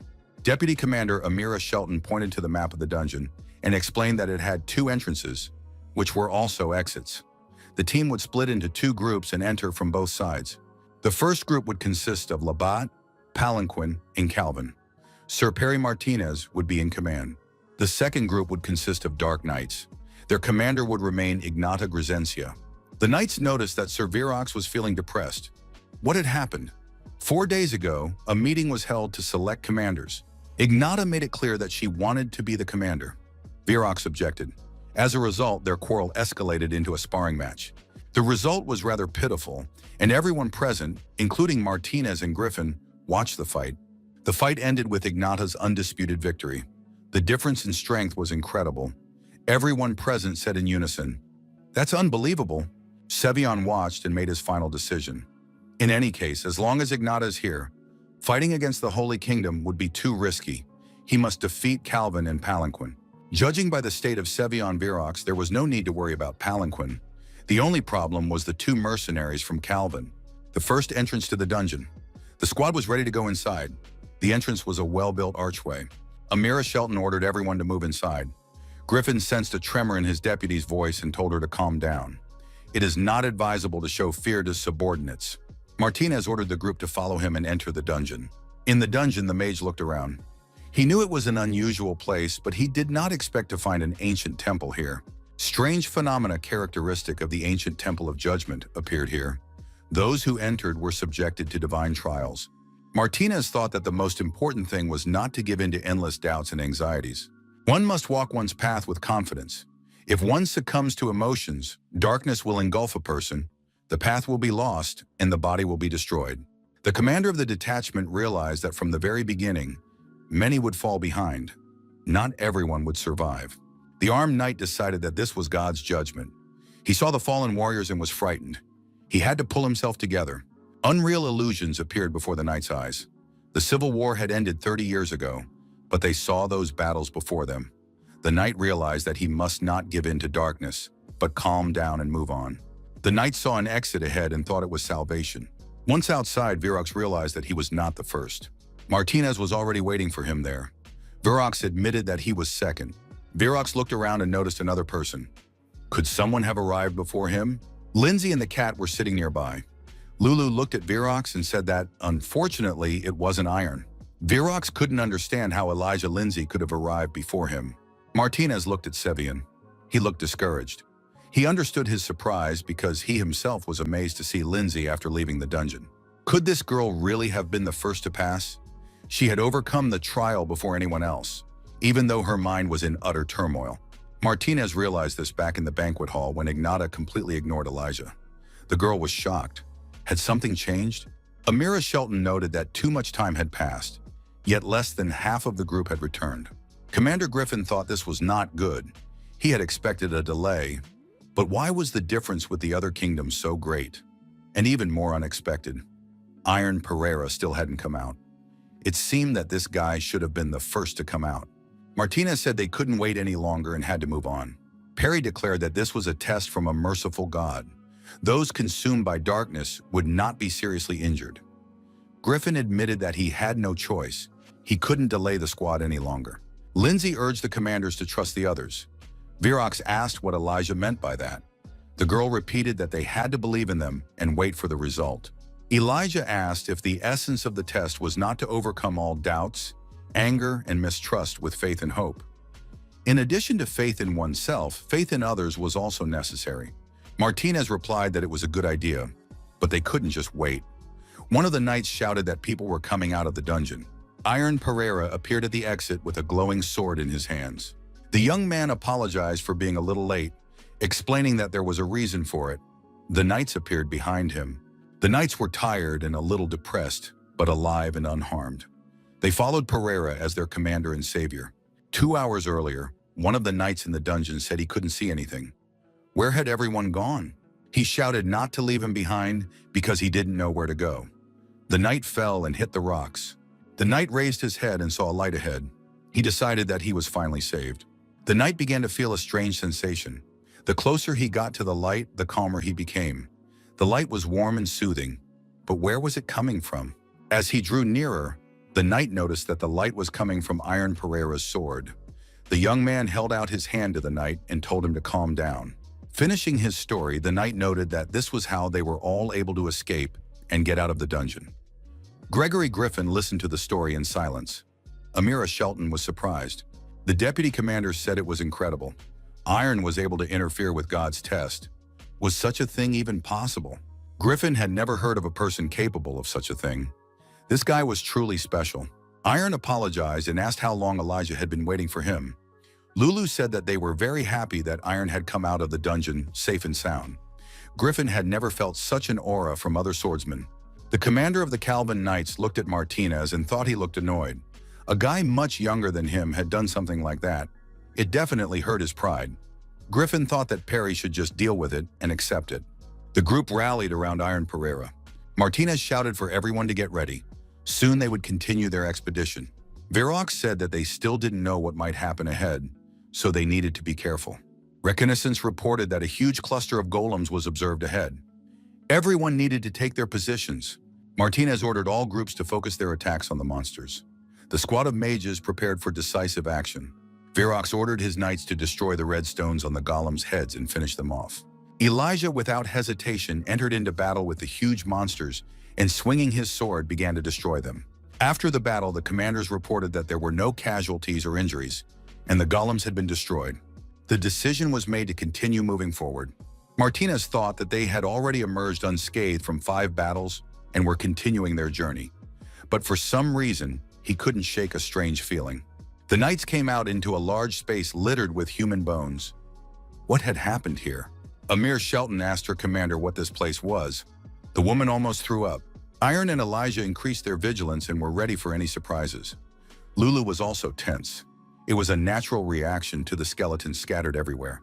The knights said they needed to get out of there quickly. The commander shouted for everyone to be quiet and gather their thoughts and strength. Panic was forbidden. Suddenly, the monster added that this made his task much easier. It turned out to be a devilish clown. Virox said that was impossible. Many of those present were truly frightened. Even the commanders did not know how to behave. The clown said he would bring true destruction to these people and suggested they prepare themselves. As soon as they saw the high-ranking demon, everyone realized that this was evil. Dark energy instantly spread to everyone. Anxiety, fear, and other negative emotions completely consumed the soldiers. The demon began to torment the knights who were experiencing mental anguish. Everyone screamed in pain and fear.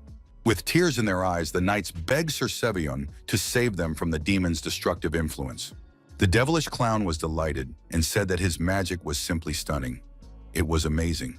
Virox himself was frightened and looked at the demon with horror. The commander thought that his skilled soldiers had been destroyed, mercilessly torn apart before his eyes, and he himself could not move.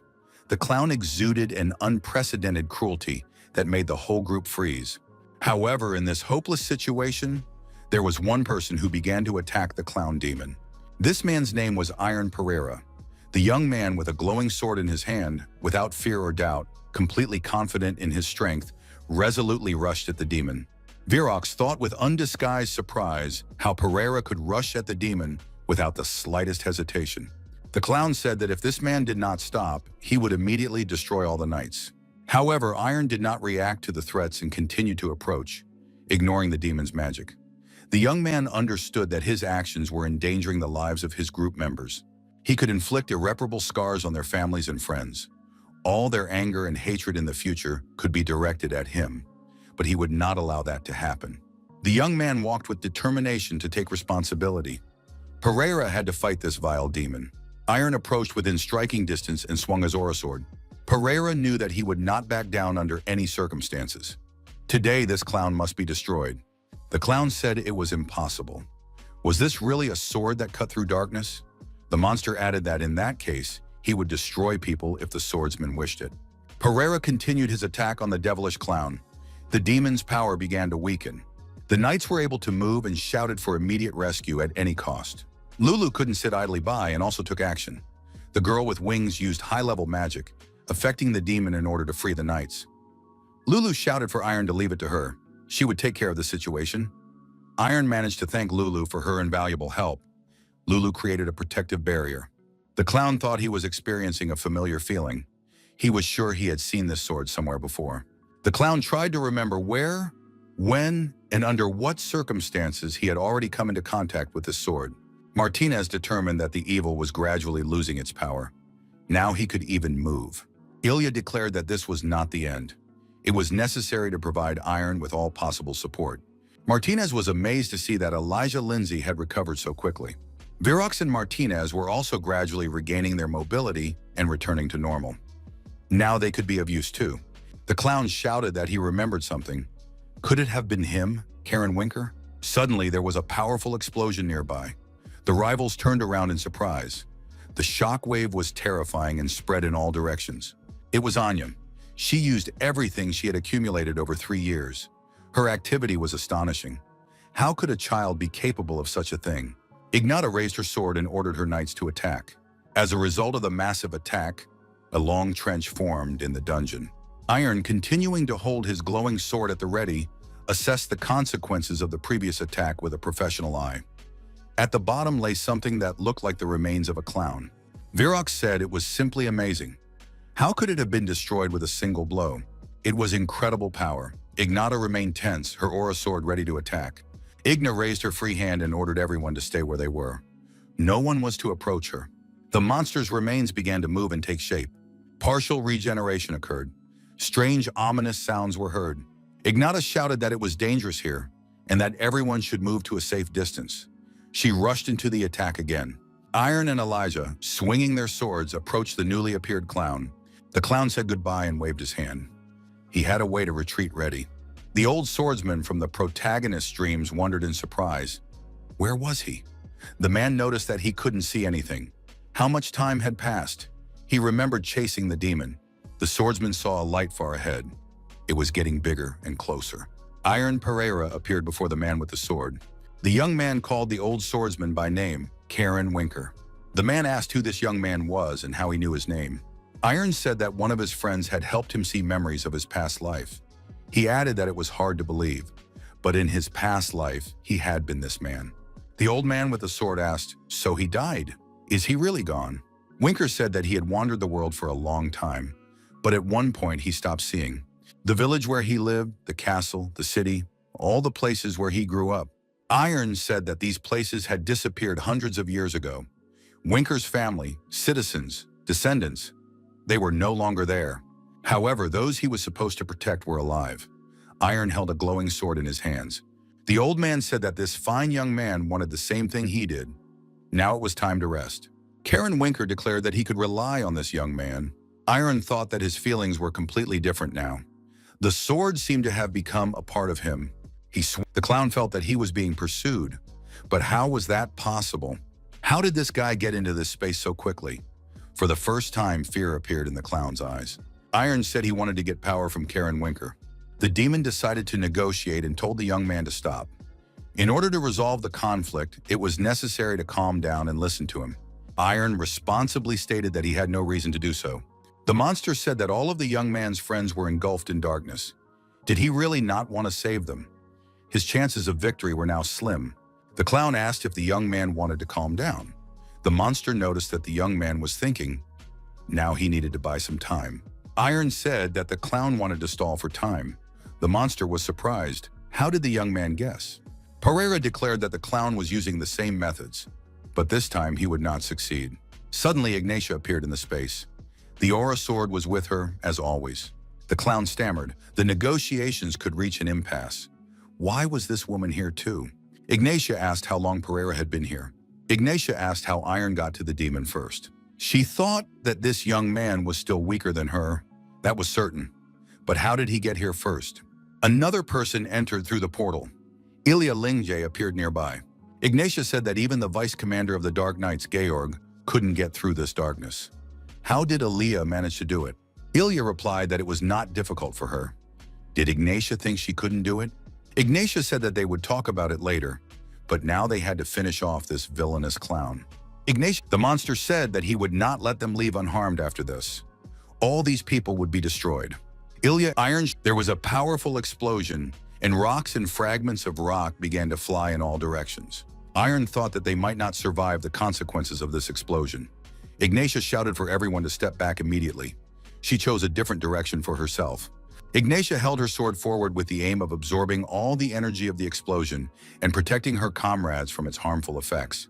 After the smoke and dust cleared, the young people saw Ignatia lying on the ground. The girl gradually regained consciousness. However, strange images appeared before her. What was this place?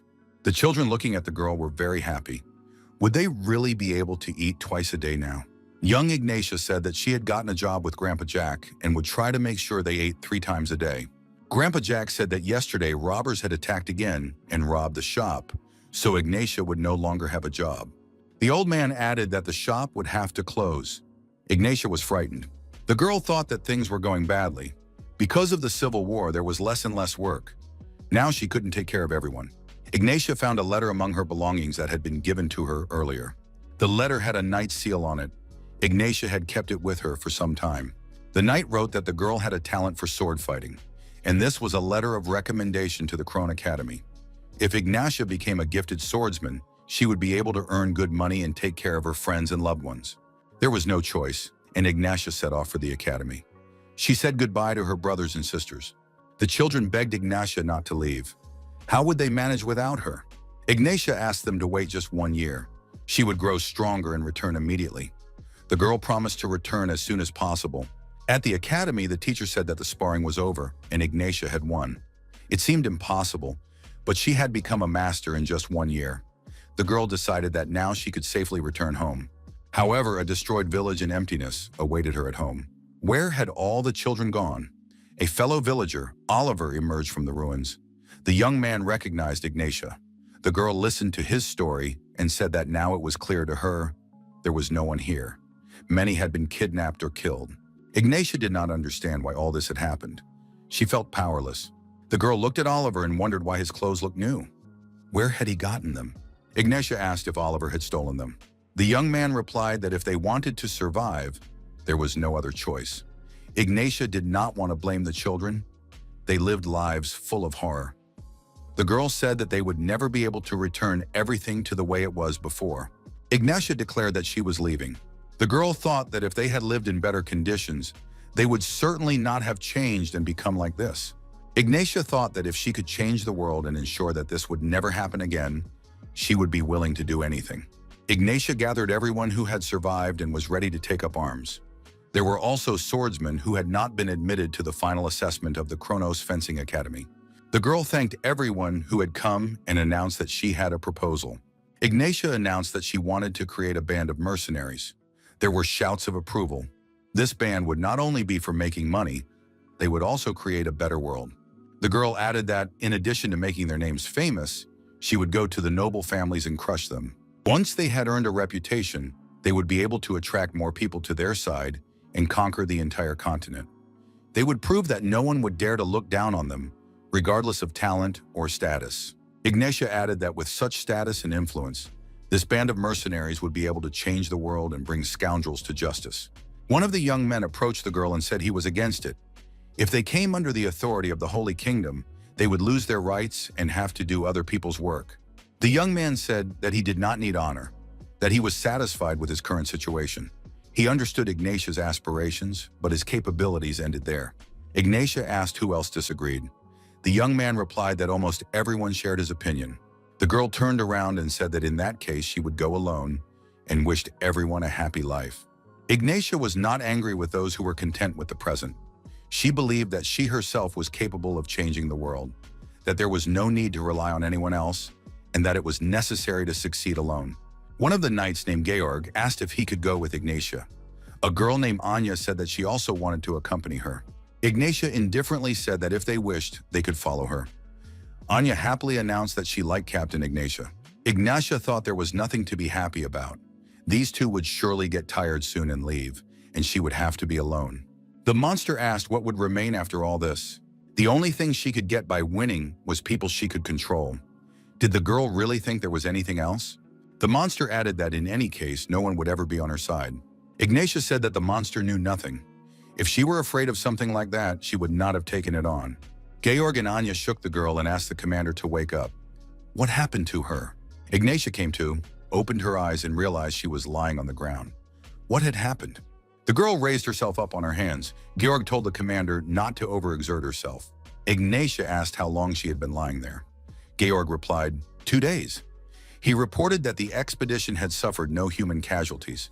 However, after the demon was destroyed, a barrier formed and no one could leave it. There were soldiers who were almost swallowed up by the darkness. However, thanks to Iron Pereira, everything turned out fine. Georg added that it was all a manifestation of his aura and the strengthening of his will.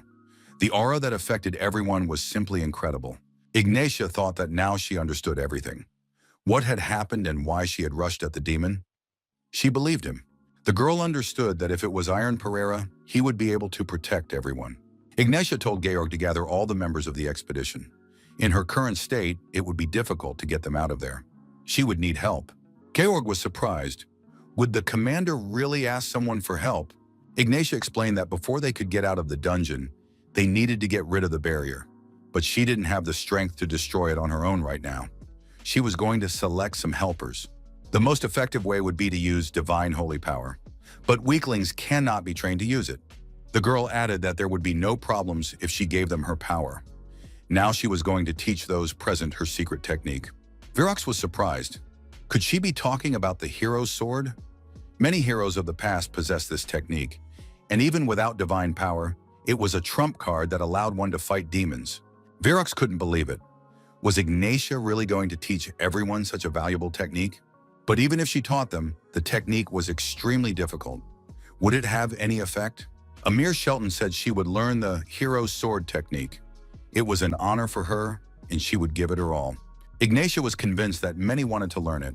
This would increase their chances of success, and she gave everyone permission to learn.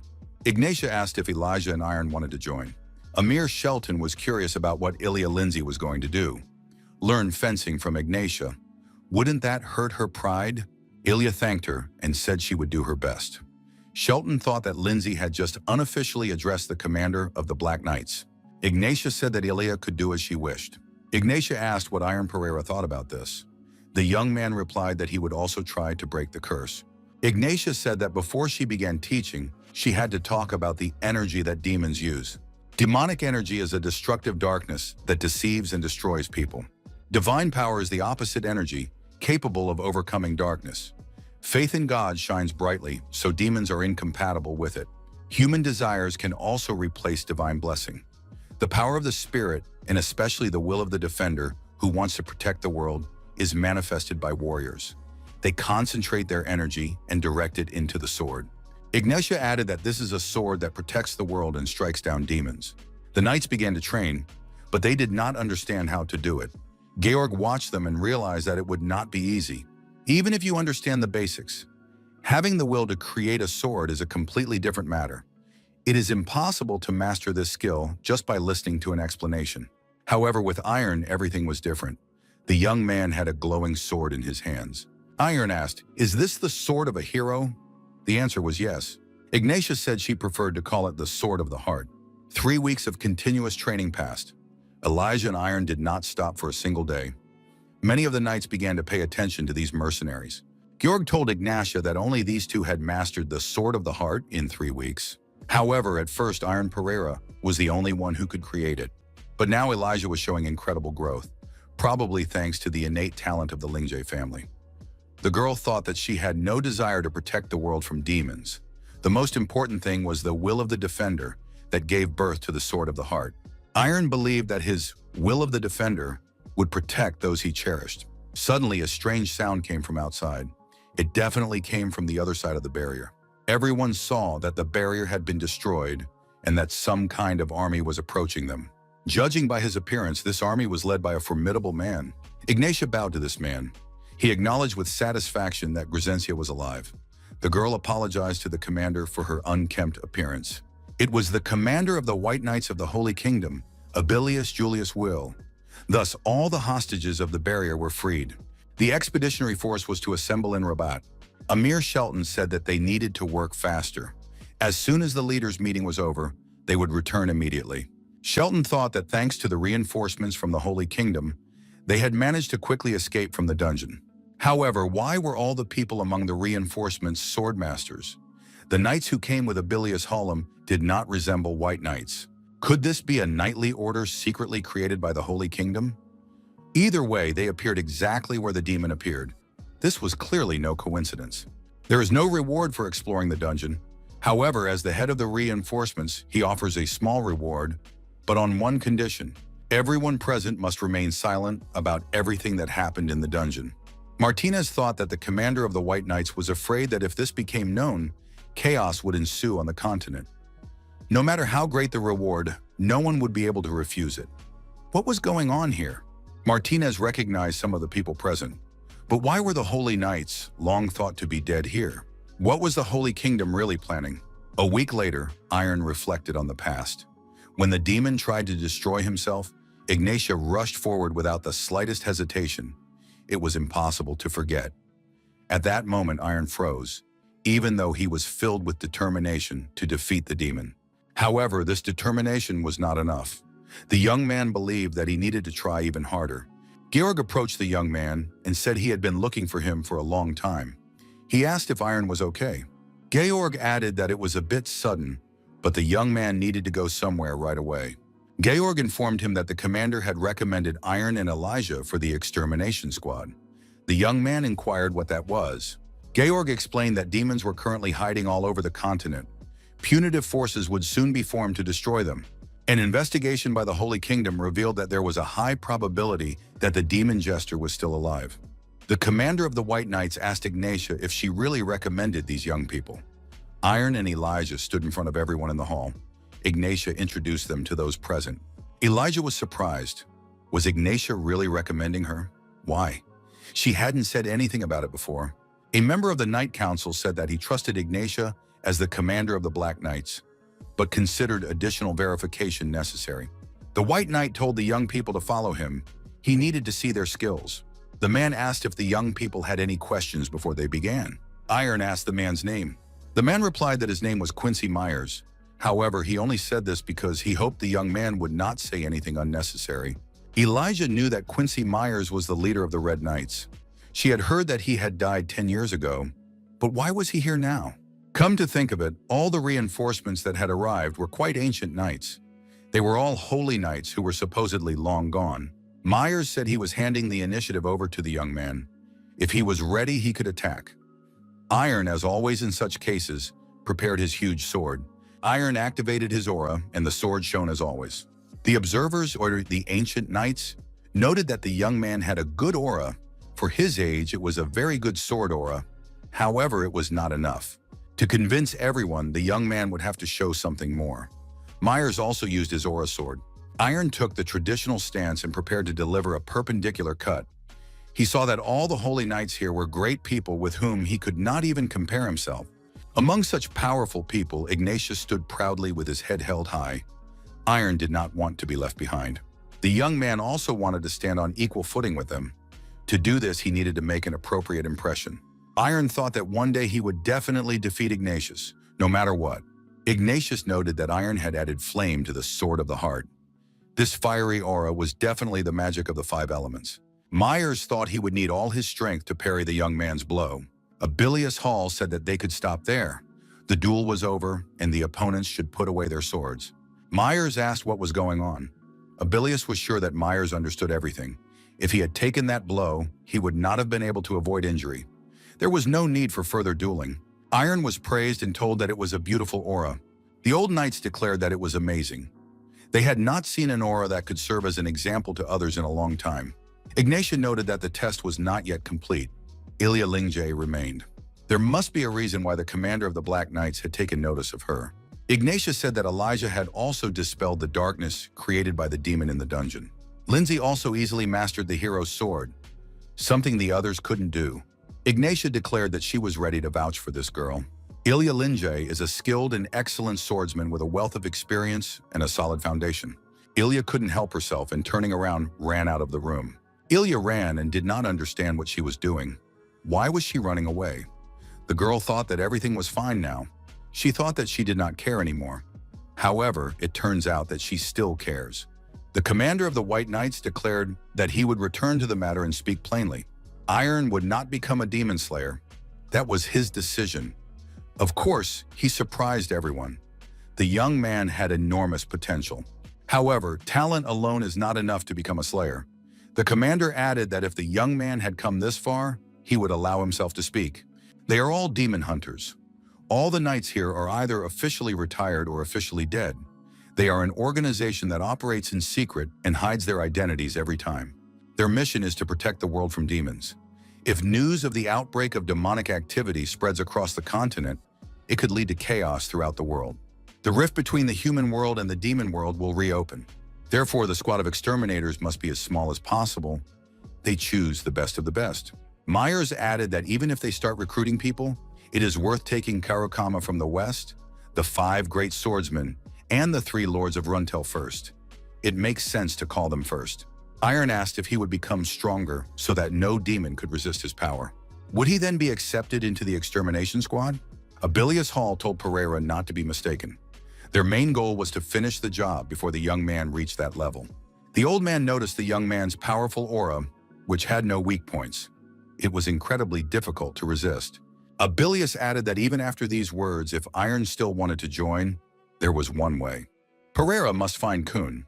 If the young man received his approval, then the matter could be reconsidered. After a long run, Ilya stopped in the middle of a forest road. The girl thought she had run away again. She had realized it back in the banquet hall. Ignatius was indifferent to her. Then Ilya decided that she was indifferent to Ignatius too.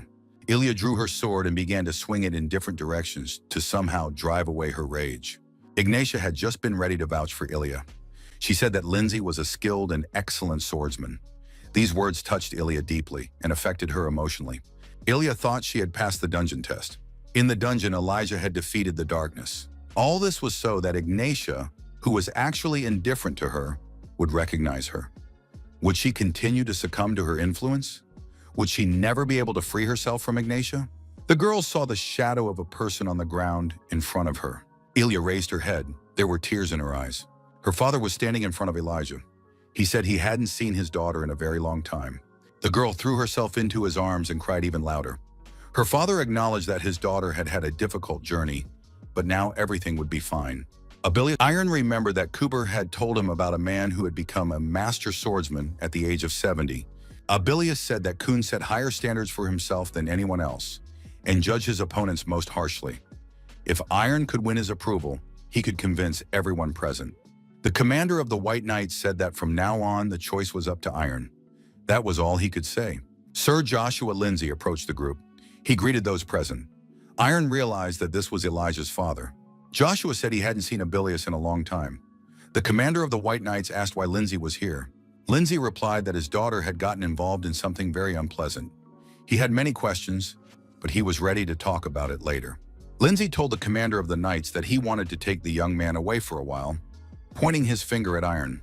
Mr. Lindsay said that if the young man was Iron Pereira, he should follow him. Abilius watched Joshua leave and said that it seemed he understood. Elijah was connected to a powerful demon. Myers noted that this was a minor problem. Abilius remarked that Joshua Lindsay became completely uncontrollable when it came to his daughter. Lindsay asked the young man if Pereira knew who he was. Iron replied that he had heard of the head of the Lindsay family. He was Elijah's father. Joshua said he had heard that Iron was very close to his daughter. Iron, unaware of the trick, confirmed this. Joshua Lindsay immediately flew into a rage. Was it really true and the young man was not hiding it? Joshua said he had also heard that the four of them were traveling together, but only two were here. Had the young man arranged this on purpose? Iron sincerely did not understand what was going on.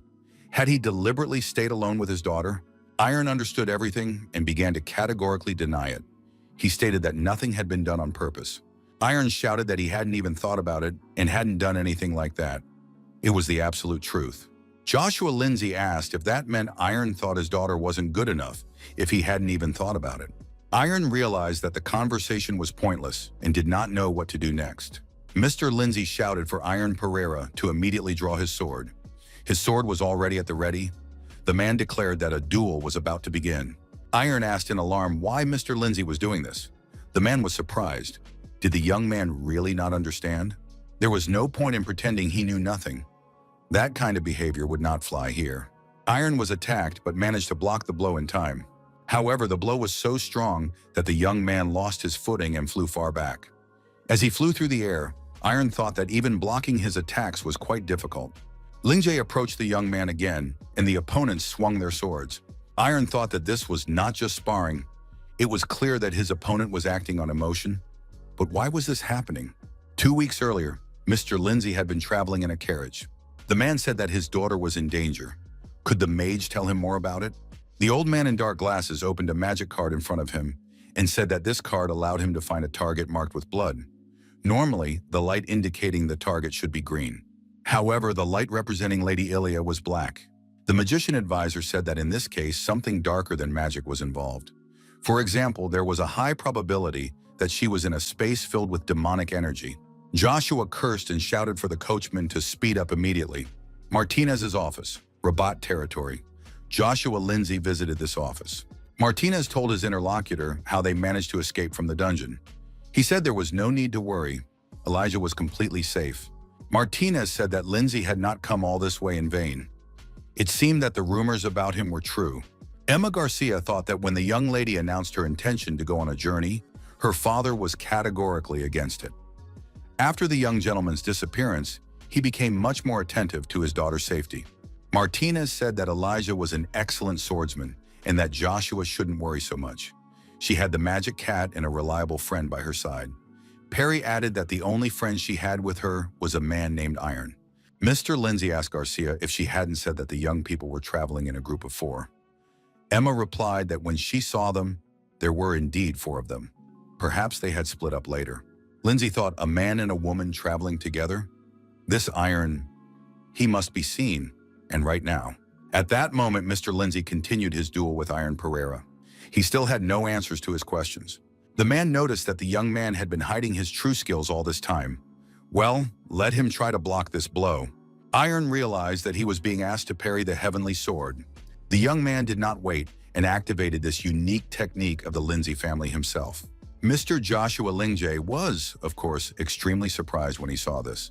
Lingjie shouted that this scoundrel had seduced his daughter and stolen the heavenly sword. Joshua added that now, in any case, this insolent man would have to be destroyed. There was a powerful explosion, and even from a distance, through the forest, a bright flash could be seen, shimmering with all the colors of the rainbow. When the smoke cleared, a deep dent had formed in the middle of the makeshift arena, at the bottom of which lay Iron Pereira. The young man lay motionless. Mr. Lindsay suggested that he might have overdone it. Elijah suddenly appeared in the clearing and immediately rushed to Iron, running past her father. Garcia followed her. The girl ran up to Iron and asked if he was okay. Ilya begged the young man to wake up. Ilya demanded an explanation. What had her father done to this young man? Mr. Joshua replied in a quiet voice that they had simply decided to spar. Ilya asked in surprise what kind of sparring this was. Iron opened his eyes and sat up. Elijah told Emma to help them. Iron got up and stood on his feet. Elijah asked how he was feeling. The young man replied that he was on the mend. He could already stand. Iron approached Mr. Lindsay and thanked him, adding that he had learned a lot from this sparring session. The young man asked if Mr. Lindsay could do a few more sparring sessions. Pereira said that he had a good reason to become stronger. Ilya gave her father a menacing look. Mr. Joshua had no choice but to agree. He said that they would train while the young man was here, meeting at this place every evening at 7 o'clock. Mr. Joshua said he needed to rest and asked Emma to take care of his daughter. The father thought that thanks to this young man, Iron Pereira, Elijah's condition had improved.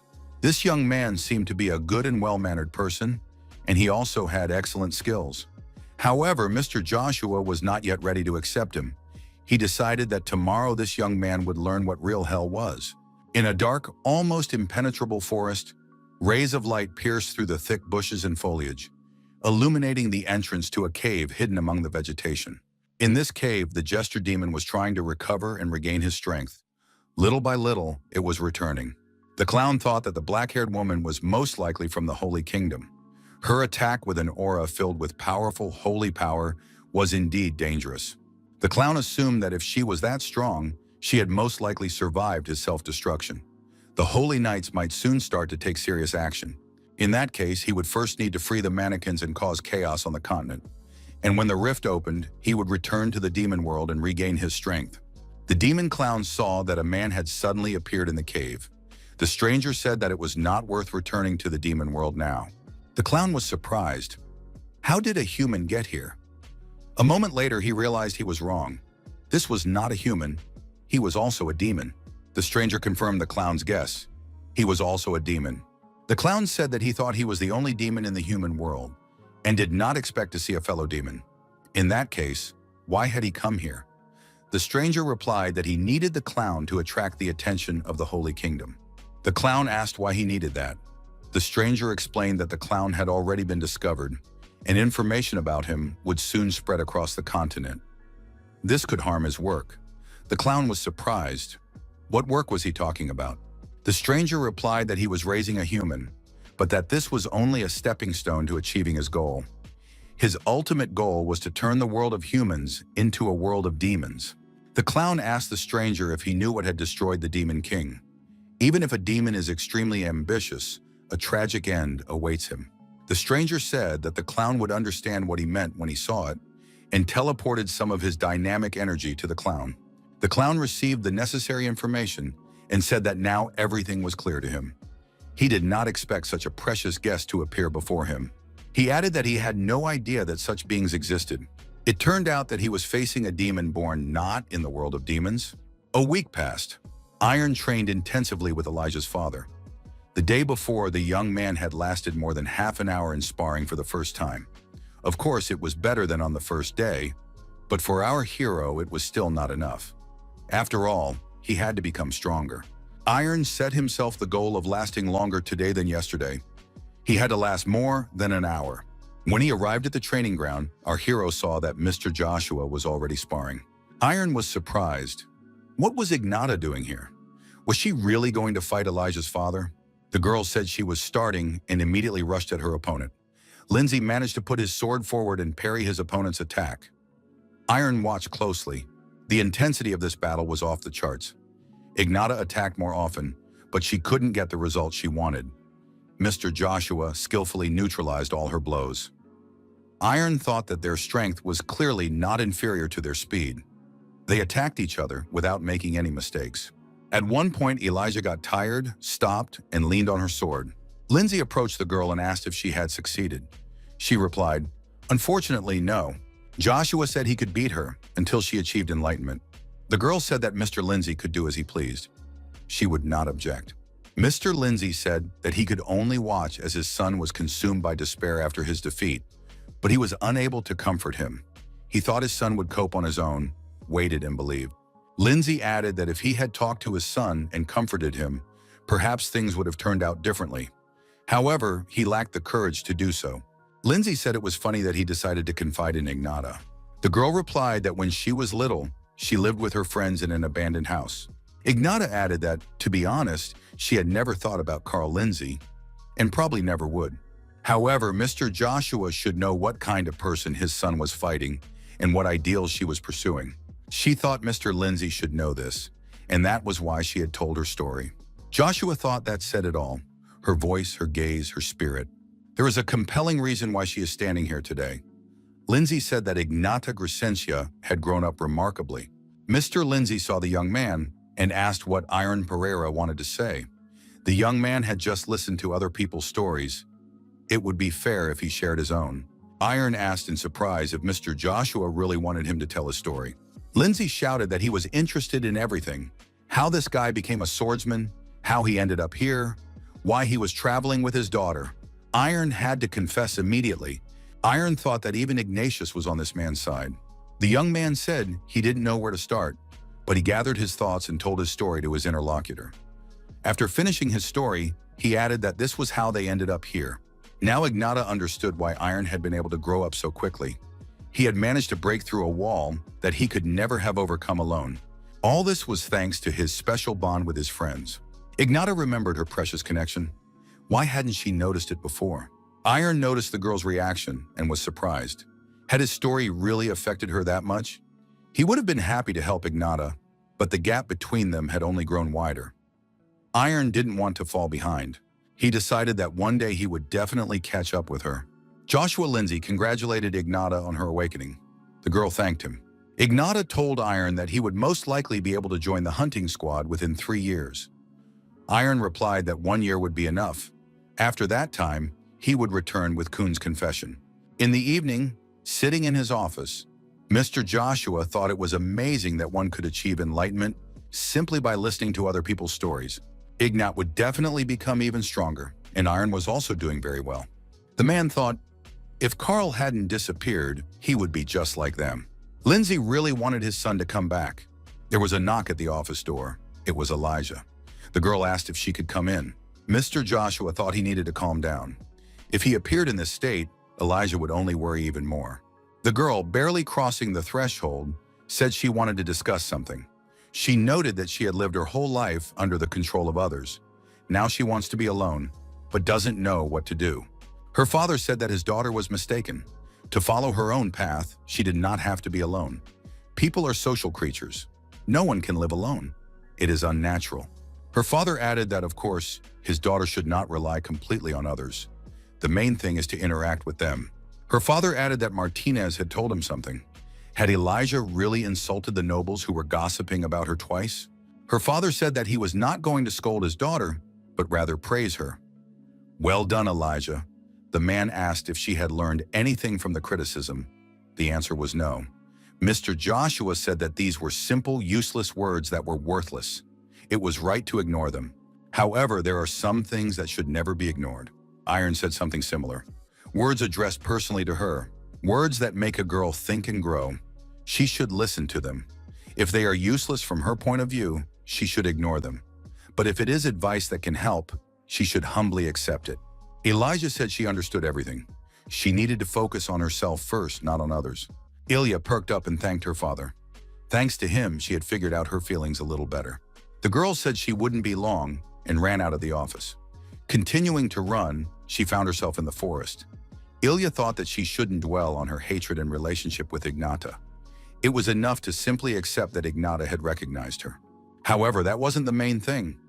Now there was someone who was more important than anything else in the world. Ilya continued running, increasing her speed. The girl stopped, saw a flash on the horizon, and thought that she wanted to give her heart to Iron. Ilya wanted to tell the young man this right now. Iron continued to train intensely. His sword sparkled, creating that very flash. Our hero saw the girl, approached her, and asked what Ilya was doing here at this hour. Ilya blushed with embarrassment. The words stuck in her throat. Should I talk about it now? Ilya thought. How does she look? Won't Iron find it strange that she suddenly appeared out of nowhere? She decided that this guy just thought of her as a friend. Iron asked if Ilya was okay. The girl decided she needed a little more time. While she hesitated, Ilya said she had come because she hadn't seen him in a long time. Ilya added that they had rarely seen each other lately. The girl decided to hide her feelings for a little while longer and asked how Iron's sparring sessions with her father were going. Iron replied that the sparring sessions were going well. Ilya thought she needed to become more confident. She needed to love herself. Anya, standing in the town square, asked if Lulu was still angry with her. The cat replied that everything was fine now. She was done with it. The girl was delighted and asked if Lulu would really be friends with her again. Lulu said that they had always been friends. Georg told Iron that it was time for them to go. He didn't know when they would meet again, but the young man had to take care of himself. Iron wished him luck. Ignata reminded the young man to try to become stronger in 3 years. Iron replied that he planned to join them in a year. Ignata noticed that Iron was overly confident. However, Kun was not such a simple person. Iron asked if Ignata had met him before. The girl replied that they had not met, but she had heard a lot about him. According to the Holy Kingdom, Kun was currently at the Krone Academy, so Iron had to decide for himself what to do next. The young man thanked her warmly. Ilya silently watched their conversation. Ignata asked if Ilya Lingjai wanted to say anything. Ilya suggested they have a sparring match at their next meeting.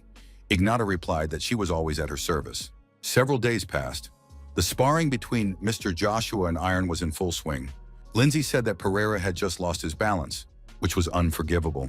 Mr. Joshua was extremely angry. After all, his daughter had run out into the street after their conversation to meet with Iron. He considered this absolutely unacceptable. During the sparring, Iron noted that Mr. Joshua was attacking faster and faster. But if he couldn't keep up, he would never catch up with Ignatu.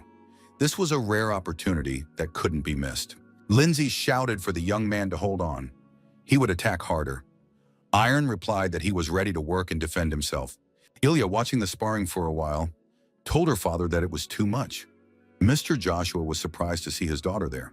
The man smiled at his daughter and said that Iron wanted it himself. He looked at the young man, hoping for his support. Iron confirmed that this was indeed the case. Elijah noticed that Iron was somehow reluctant to answer. During the break, the girl asked if Iron wanted to go with them. Ilya added that she and her father would be returning home soon. They couldn't stay here forever. She noted that Iron would be training all year anyway, and sparring with her father would be very helpful to him. A voice from above said that he wasn't going anywhere. The young people looked up and saw a huge bird with a girl sitting on its neck. The girl turned out to be Curlia, our hero's younger sister. But how did she get here? The monster bird made a soft landing near the young people. Mr. Joshua was surprised. Could it be a griffin? So this girl was a real sorceress. Curlia hugged Iron and said she had missed him very much. Elijah looked at the young people in surprise. Ilya was indignant. Who was this woman? Why were they hugging each other as soon as they met? Iron immediately explained everything. He said that she was his sister. He had told her about her before. Ilya remembered and calmed down. Iron had indeed said that he had a younger sister. Curlia greeted them and introduced herself. Ilya did the same. Mr. Lindsay also introduced himself to Iron's sister. Curlia said she had come to visit her brother because someone had left home and had not returned for 2 years. Iron said he had already decided where he would go. His destination was the Kronos Academy. He added that he had heard that Elder Kun was there. Even if he did not recognize him immediately, they would need to arrange a meeting in the future. Elia said she understood everything. Then they would have to part ways for a while. Curlia looked at her brother and the girl and thought that they were probably very close. She even felt a little jealous. Curlia said that if her brother had made up his mind, there was nothing she could do about it. She apologized and said that they would just leave. They hadn't seen each other for a long time and had a lot to discuss. The girl pulled her brother along with her. Mr. Joshua said that they would definitely see each other again. After telling her sister in detail about his adventures, Curlia said with surprise that her brother had even met a demon in the dungeon. It turned out that he had been through a lot. Lulu apologized because it was her fault that Iron was trapped in the magical barrier, and she had disappeared, leaving Curlia alone. The girl said that everything was fine. After all, it was in the past. She thanked the cat for looking after her brother all this time. Curlia said she also wanted to go on the journey with them. It was decided and not up for discussion. She was bored at home. There was no excitement there. The girl expressed confidence that Iron would not refuse his younger sister, whom he had left behind for 2 whole years. Lulu was delighted that Curlia would now be traveling with them. She said that now they would definitely have fun. As they parted, Ilia warned that Iron would have to visit her within a year. If that didn't happen, she would find him herself, and then he would be in for it. She accompanied this threat with a show of her fist. Iron promised, but felt sad to part with Ilia. The girl said she hoped Iron would keep his word. Seeing Ilia smile, Iron felt a little strange. The Lingjai family's carriage sped off in the direction of their estate. The brother and sister remained standing on the dusty road. Iron asked his sister if they would fly on a griffin, as it would be much more comfortable. Curlia disappointed him with her answer. They would not fly on a griffin. They would walk because this was her first trip with her brother, and she wanted to remember it forever. Curlia turned around and asked why he was silent. Did he not want his sister to go with him? Iron saw the expression on his sister's face and said that he really wanted her to. Lulu thought that Curlia looked rather scary at that moment. Several days passed. The young people walked confidently toward the Chrono Academy. Curlia looked at the nature around her with interest. The girl said she wanted to learn something. While her brother was sleeping, she accidentally noticed that he was not wearing the pendant she had once given him. Iron remembered and said that he had the pendant. He had to take it out of his bag. The young man explained that the pendant had broken after the battle with the demon jester. Apparently, the magic was too strong, and the pendant could not withstand such a load. Iron apologized because it was a gift from his sister. Curlia said that he shouldn't apologize. It wasn't her brother's fault, but the demon's. Curlia noticed that the pendant her brother was now wearing looked very beautiful. She expressed her confidence that one day this pendant would be of great help to him. Iron thanked Curlia for her understanding. His sister remarked that it would have been better if her brother had told her about it earlier. The young people arrived at the inn and decided to stay there for the night. Before going to sleep, the young man recalled Mr. Joshua's words. Lindsay said that before leaving, he wanted to tell the young man something important. Iron must be careful and not fall into the flames of Ignata. The desire to catch up with Ignata helps Iron grow. It is a natural and irreversible process. Lindsay added that the flame in the young man's heart was stronger than anyone else's. However, no matter how powerful it was, it could cause harm if handled incorrectly. He had to be careful, otherwise his own flame could consume him. Remembering these words, our hero decided to meditate before going to sleep and assume the lotus position. The young man felt that the flame had indeed become much hotter than before. It was growing. If it became too much, fueled by obsession and impatience, it would turn into anger and envy. Of course, in that case, it would be easy to lose oneself and break down. This must be avoided. The young man decided that he needed to carefully control the flame so that it did not become too hot. Iron understood that water was needed to keep the flame from getting out of control. The young man activated the energy of water. However, the water could not withstand the fire and evaporated. If this continued, he could indeed be consumed by his own flame. He needed to increase the power of the water as quickly as possible to create balance. While he was meditating, dark energy appeared behind our hero. At that moment, there was a knock at the door. His sister asked if she could come in to see her brother. Iron replied that Curlia could come in. The dark energy hid behind him. The girl said indignantly that Iron was training again. She knew it. After all, she had said that her brother should rest, at least while traveling with her. Iron urged his sister to calm down. When the girl left, Iron thought that there was no need to rush. As before, he just needed to move forward gradually. The next day arrived. The young people arrived at the gates of the Chrono Academy. Lulu was delighted. They had finally arrived. The students recognized Iron Pereira and surrounded him on all sides. They greeted the young man and said they hadn't seen him in a long time. Had he really become a master swordsman? Everyone was curious about what had brought Iron here. The young man replied that he was looking for Kun. There were rumors that the elder was here. The students said that Kun had left a few days ago with Judith. She had become his student. The students asked if Judith and Brad had started dating. What had happened on their journey? Iron was surprised. Were Judith and Brad really dating? The head of the academy approached and said that he had come because of the noise. It turned out that Iron had returned. Chrono Ian greeted him and said that he and Iron hadn't seen each other in a long time.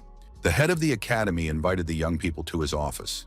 The elder realized that the young man had come here to meet with Kun. Now he is trying to master the energy of water, which can extinguish flames. Iron confirmed this and added that his flames were growing stronger. If this continued, they could consume him. Chrono Ian said he fully understood the young man's fear. Excessive competition often leads to self-destruction. He had seen countless people who could not withstand such pressure.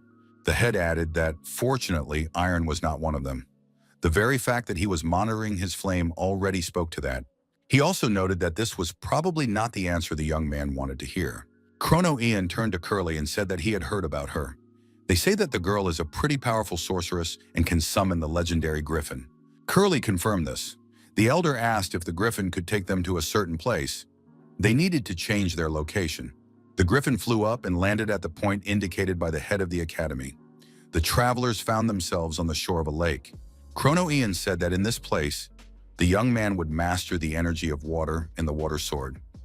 Iron thought that the lake looked completely ordinary. The elder said that now he would show them everything and drew his sword. The head of the academy struck a blow, and something unusual happened. At the point of impact, the water parted, revealing the bottom of the lake. The blow was so powerful that waves on both sides of the cut rose to the sky. Curlia and Lulu were both surprised. Had the old man really cut through the water? The head of the academy asked if Iron had seen what he had done. The young man, of course, had seen it and said that the elder had cut through the water. Chrono Ian replied that this meant the young man had not seen anything yet. The head of the academy explained that Iron must understand the heart of water and what needs to be done to comprehend the water sword. It might seem vague now, but with practice, Iron would come to understand everything. The old man asked if the student could do it. Iron replied that he would try. The young man approached the shore and swung his sword with all his might. The blow struck the water's surface, but nothing happened except for a splash. Pereira thought that this was completely different from the hero's sword. Iron decided that he needed to understand how the head of the academy had done it. He continued to swing his sword. The young man believed that he had no time to rest. He had to keep trying. The result remained the same. The next day came. The splashes were higher, but the result was still the same. The old man approached the young man and asked if Iron had been practicing all night. The young man had indeed not slept a wink. Chrono Ian asked if the young man had made any progress. The answer was no. The old man suggested showing him again, acknowledging that the exercise was indeed difficult. Iron agreed. The head of the academy struck, but the desired effect was not achieved. Iron was surprised. Had the old man not cut through the water? Chrono Ian noted that it was different from what he had shown the day before. The elder said that yesterday and today he had shown the same thing, doing everything exactly the same way. The young man was puzzled. Today everything looked different. What did that mean? The old man told him not to be upset if he didn't understand and advised him not to rush, but to continue training. The old man turned around and said that he would be away for a few days, so the young man would have to train alone. Iron wanted to ask many questions, but he understood that there was a reason why the head did not want to talk. He decided to continue practicing and find the answer himself. The elder believed that the young man would not be able to achieve enlightenment at this time. It had taken him 30 years to master the art of the water sword. At the same time, paradoxical as it may seem, the head wanted Iron to destroy his own doubts. 4 days passed. The elder was training in front of the waterfall again. Earlier in his office, the head of the academy had received a letter from Kirafin's deputy. This letter came from the head of the White Knights, Avilius. After reading it, the head of the academy realized that a new threat had emerged. Demons. Standing by the water, the old man thought that perhaps their generation would still be able to stop the demons, but one could not be overly confident. Avilius Hall, Quincy Myers, Caracum, they were all too old. Soon the continent's power would be halved. Chrono thought that there were many outstanding students, but there was too little time for them to grow. Suddenly, a treacherous attack was made on the head of the academy. The old man noticed it and managed to defend himself. The attacker held an aura sword in his hand. The old man asked if he was attacking without warning out of habit. Elder Kun, who had carried out the attack, replied that if Ian was training here, he should be prepared to spar with him. Chrono declared that he would make his opponent regret it. Kun replied that he would be interested to see how the old man would fare. The old friends continued their fight, moving from the water to land. Chrono Ian asked how long Kun would be obsessed with them. He replied, "Does Ian still not understand?" His opponent said that it would continue until he defeated Ian and became the strongest swordsman on the continent. Kun added that he would not stop. Chrono noticed that Kun had become much rougher and his movements were less fluid. Chrono Ian declared that in that case, he would not hold back either. Elder Chrono activated his aura sword and prepared to attack. The sword in his hands made sounds as if it were under tension. Kon said that this sound was always unpleasant. It made him nervous.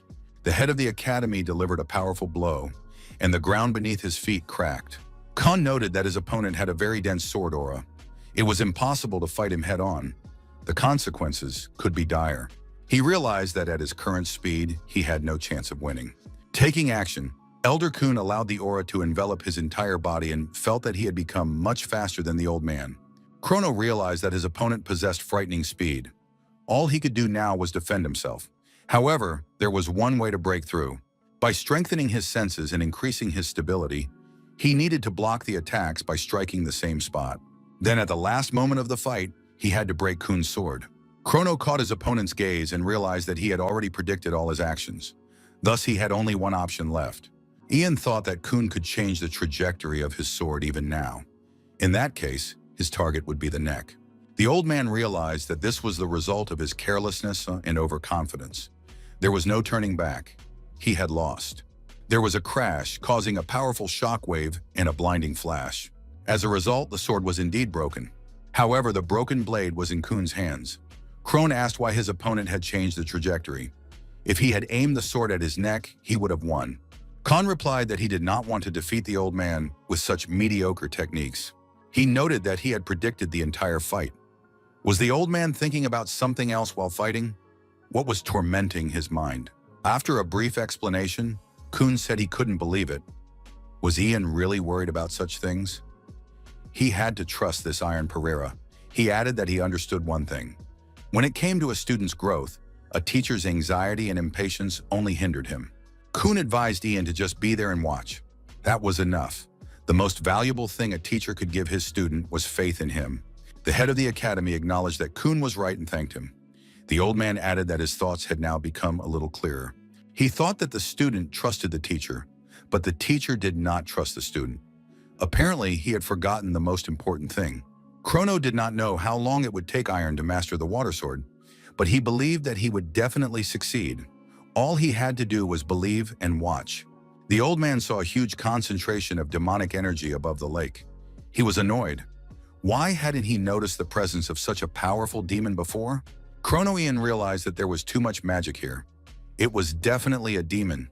It needed to be isolated, deactivated, and destroyed immediately. The remains should be sent to the laboratory for research. Curlia flew in on a griffin and shouted at Chief Ian not to touch the veil. The old man demanded an explanation. The girl replied that she didn't know herself. This thing had suddenly appeared in the middle of the lake. The main thing was that Iron was inside. Iron was indeed there, trapped.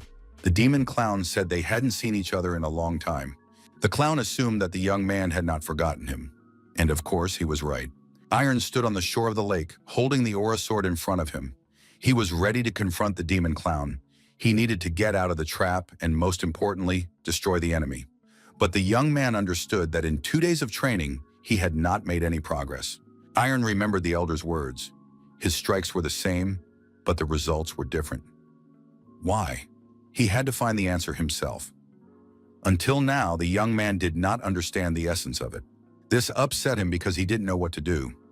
Iron pulled himself together and decided it was too early to despair. Pereira began swinging his sword with all his might again. 2 days passed, but he still did not achieve the desired result. Iron was upset again. There was no progress. Maybe he should find another way. However, he couldn't waste time. He needed to master the water sword as soon as possible. Iron was still inside the space created by demonic energy. The demon clown said he had been looking forward to meeting him for a long time, but now everything would be different. Iron was indignant. The demon jester had indeed survived. However, this would not happen again. The demon was glad that the young man still remembered him. Iron asked a perfectly logical question. Why had the demon come here? Without waiting for an answer, Iron Pereira delivered a powerful blow that dispelled the darkness. But the monster was ready for this and was not hurt. He told the young man to calm down. He would not be able to destroy him here.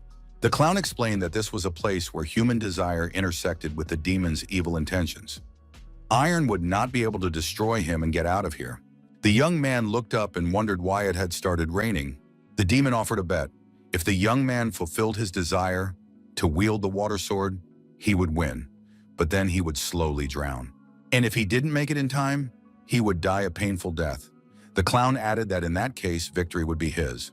The clown smiled. This was a battle between the strength of human spirit and the malice of the demon. Now they would find out which was stronger. The demon said he would watch over the young man, so there was no need to despair. The water was rising and already reaching his knees. Iron decided not to waste time thinking. If this place was half created by his own desire, as the demon jester said, then it was perfect for studying the water sword. The protagonist decided to start all over again. Curlia reported to the head of the academy that they had evacuated everyone. The old man praised her. At that moment, he was standing in the water next to a clump of demonic energy. The elder asked if the veil was holding.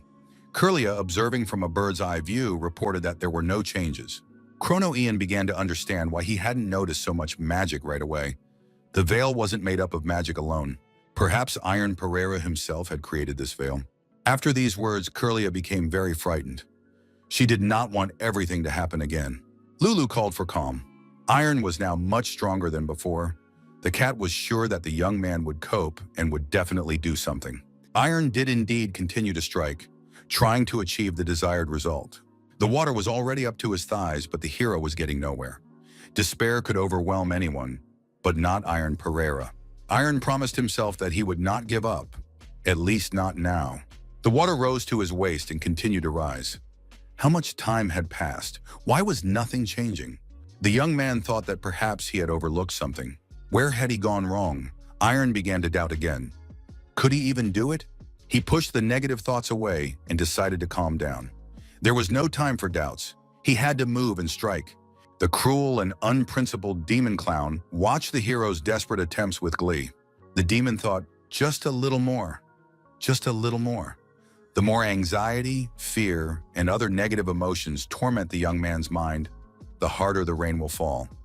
He wanted Iron to continue doubting himself. The man must drown in his own fears and disappointment, plunge into the hell of self-torment, and then fall into an eternal sleep. A huge wave rose above Iron Pereira. It was no longer rain. The young man found himself underwater and began to slowly sink to the bottom. Iron thought he needed to rise to the surface and swing his sword again, but how much longer would he try in vain? He unclenched his fingers, releasing the sword, and, closing his eyes, thought that he could not die here.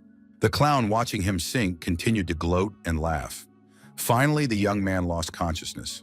All that remained was to wait for the darkness to engulf him. The demon decided that Iron Pereira had lost this time. Iron thought he couldn't see anything. Was he really dead? Why was it so dark around him? But in the distance, a faint light appeared. The young man opened his eyes and tried to do something to rise to the surface. The demon was surprised. It couldn't be. The absorption should have been complete by now. Why was this man still conscious? Had there been a malfunction in the matrix? Iron said that this clown had lied to him. Half of this space consists of his desire, but all he can do is summon the sword and swing it. At that moment, our hero's aura sword appeared in his hands. Iron added that, in other words, it can only help fulfill his desire. At that moment, the young man was truly filled with desire. In that case, this space can help in carrying out evil intentions, but it cannot harm him directly. Realizing this truth, Iron swung with his new knowledge and struck a blow. The young man understood that it was very difficult to swing a sword underwater, but he couldn't change his surroundings with his magic. The only thing he could fully control here was his body. Iron decided that this was enough. The demon said it was pointless. After all, the young man should already understand that his futile efforts would change nothing. Iron replied that he had already had a similar experience when he was a child. After the tragedy with his mother, he didn't want to get out of bed. He wanted to fall into a deep sleep to escape reality. Even within the magical barrier he had created, there were many days that caused him pain. He was disappointed in his inability to grow, despite thousands of sword swings. Iron noticed that he still didn't give up because he understood that if he didn't try, he wouldn't even have a chance to grow. After losing consciousness, he saw a ray of light. It was his own voice trying to tell his fear-stricken self that even if there was no way out, even when it seemed like there was no hope, he had to keep swinging his sword. He must always keep trying and find the strength to do so. The demon thought that this man's energy was growing stronger and that he must be stopped at all costs. The clown shouted for the young man to stop because he would not succeed. Was the guy really going to cut through the water? But that was pointless. The young man said that the clown was wrong. Come to think of it, the head of the academy had never told him to cut through the water. Now Iron understood everything. He understood where to strike and what exactly to cut through. The protagonist realized that he had to cut not the water, but the possession. The demons screamed loudly in fear. Curlia and Chrono Ian were patrolling the area aboard a griffin. They noticed that the dark energy was beginning to disappear and the place was becoming bare. Where the dark energy had disappeared, the bottom appeared, and Iron Pereira stood there with a sword in his hands. The young man had finally achieved his goal. Curlia, seeing her brother, jumped off the griffin, rushed into the water and ran forward. Curlia said she was very worried. Lulu said she wasn't worried at all and believed that Iron would succeed. Chrono Ian also approached the young man and said that something had apparently changed while Iron was behind the veil. Iron told the elder that his heart had become colder than before. Perhaps he had understood something. Back in his office, the head of the academy told the young man that the space he had created with the demon was probably connected to his past life. Iron replied that he thought so too. The old man handed the young man a graduation badge and told him to take it. Iron said that he still had a lot to learn and didn't know if he deserved it. The old man said that this was just a new beginning and that he certainly deserved the badge. The fact that the young man had graduated from the Chrono Sword Academy meant that they could now exchange ideas about fencing on equal terms and that the young man was on his level and could meet with Kun. Chrono Ian was confident that Iron would be able to earn his approval. On the way to the elder, Curlia noticed from a bird's eye view that Judith was also there. Iron knew that Judith was studying with Kun. At his sister's request, Iron told her that Judith was a little rough around the edges, but that they were close friends. She always supported him and believed in him. After landing, the brother and sister headed towards Judith and Elder Kun. Iron saw a cloud of dust and assumed that they were in the middle of training. Judith saw Iron through the dust and cursed loudly. Kun told Judith to shout even louder. Curlia said she was scared. Iron was also surprised. Judith's expression did not bode well. The girl was indeed aggressive. Judith rushed at Iron and shouted that she would destroy him. Iron was seriously frightened. A few days ago, after training, Kun asked the girl if she was no longer so tired. At that moment, Judith could barely stand on her feet. The mentor told the girl to fuel her will with a passion for the sword and rivalry if she wanted to become the best in the world. Kun suggested she look at him. Even when he gets tired, his willpower keeps him from collapsing from exhaustion. He is almost 100 years old, but he is still so energetic and agile. Kun burst out cursing the head of the academy. Judith was surprised. Were these shouts really necessary in training? Kun nodded affirmatively. The mentor said that it helps people with bad tempers, like theirs, to become stronger. At least they don't fall behind the talented ones. They use their anger, envy, and complexes against their rivals. Judith remembered her rival, Iron Pereira. At that moment, she saw him. The girl shouted that Iron always leaves and comes back even stronger. She tries to catch up with him, but he leaves again. Kun told his student that this was what she needed to do. She must have remembered someone. Judith continued to scold Iron. Kun declared that from now on, his student must always call this man a scoundrel.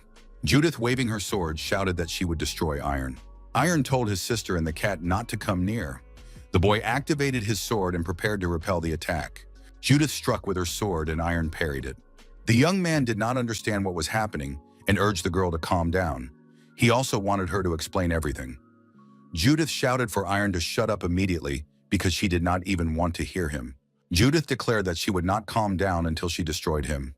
The expression on the girl's face showed that she was not joking. Judith added that she wanted to defeat him, no matter how many years it took.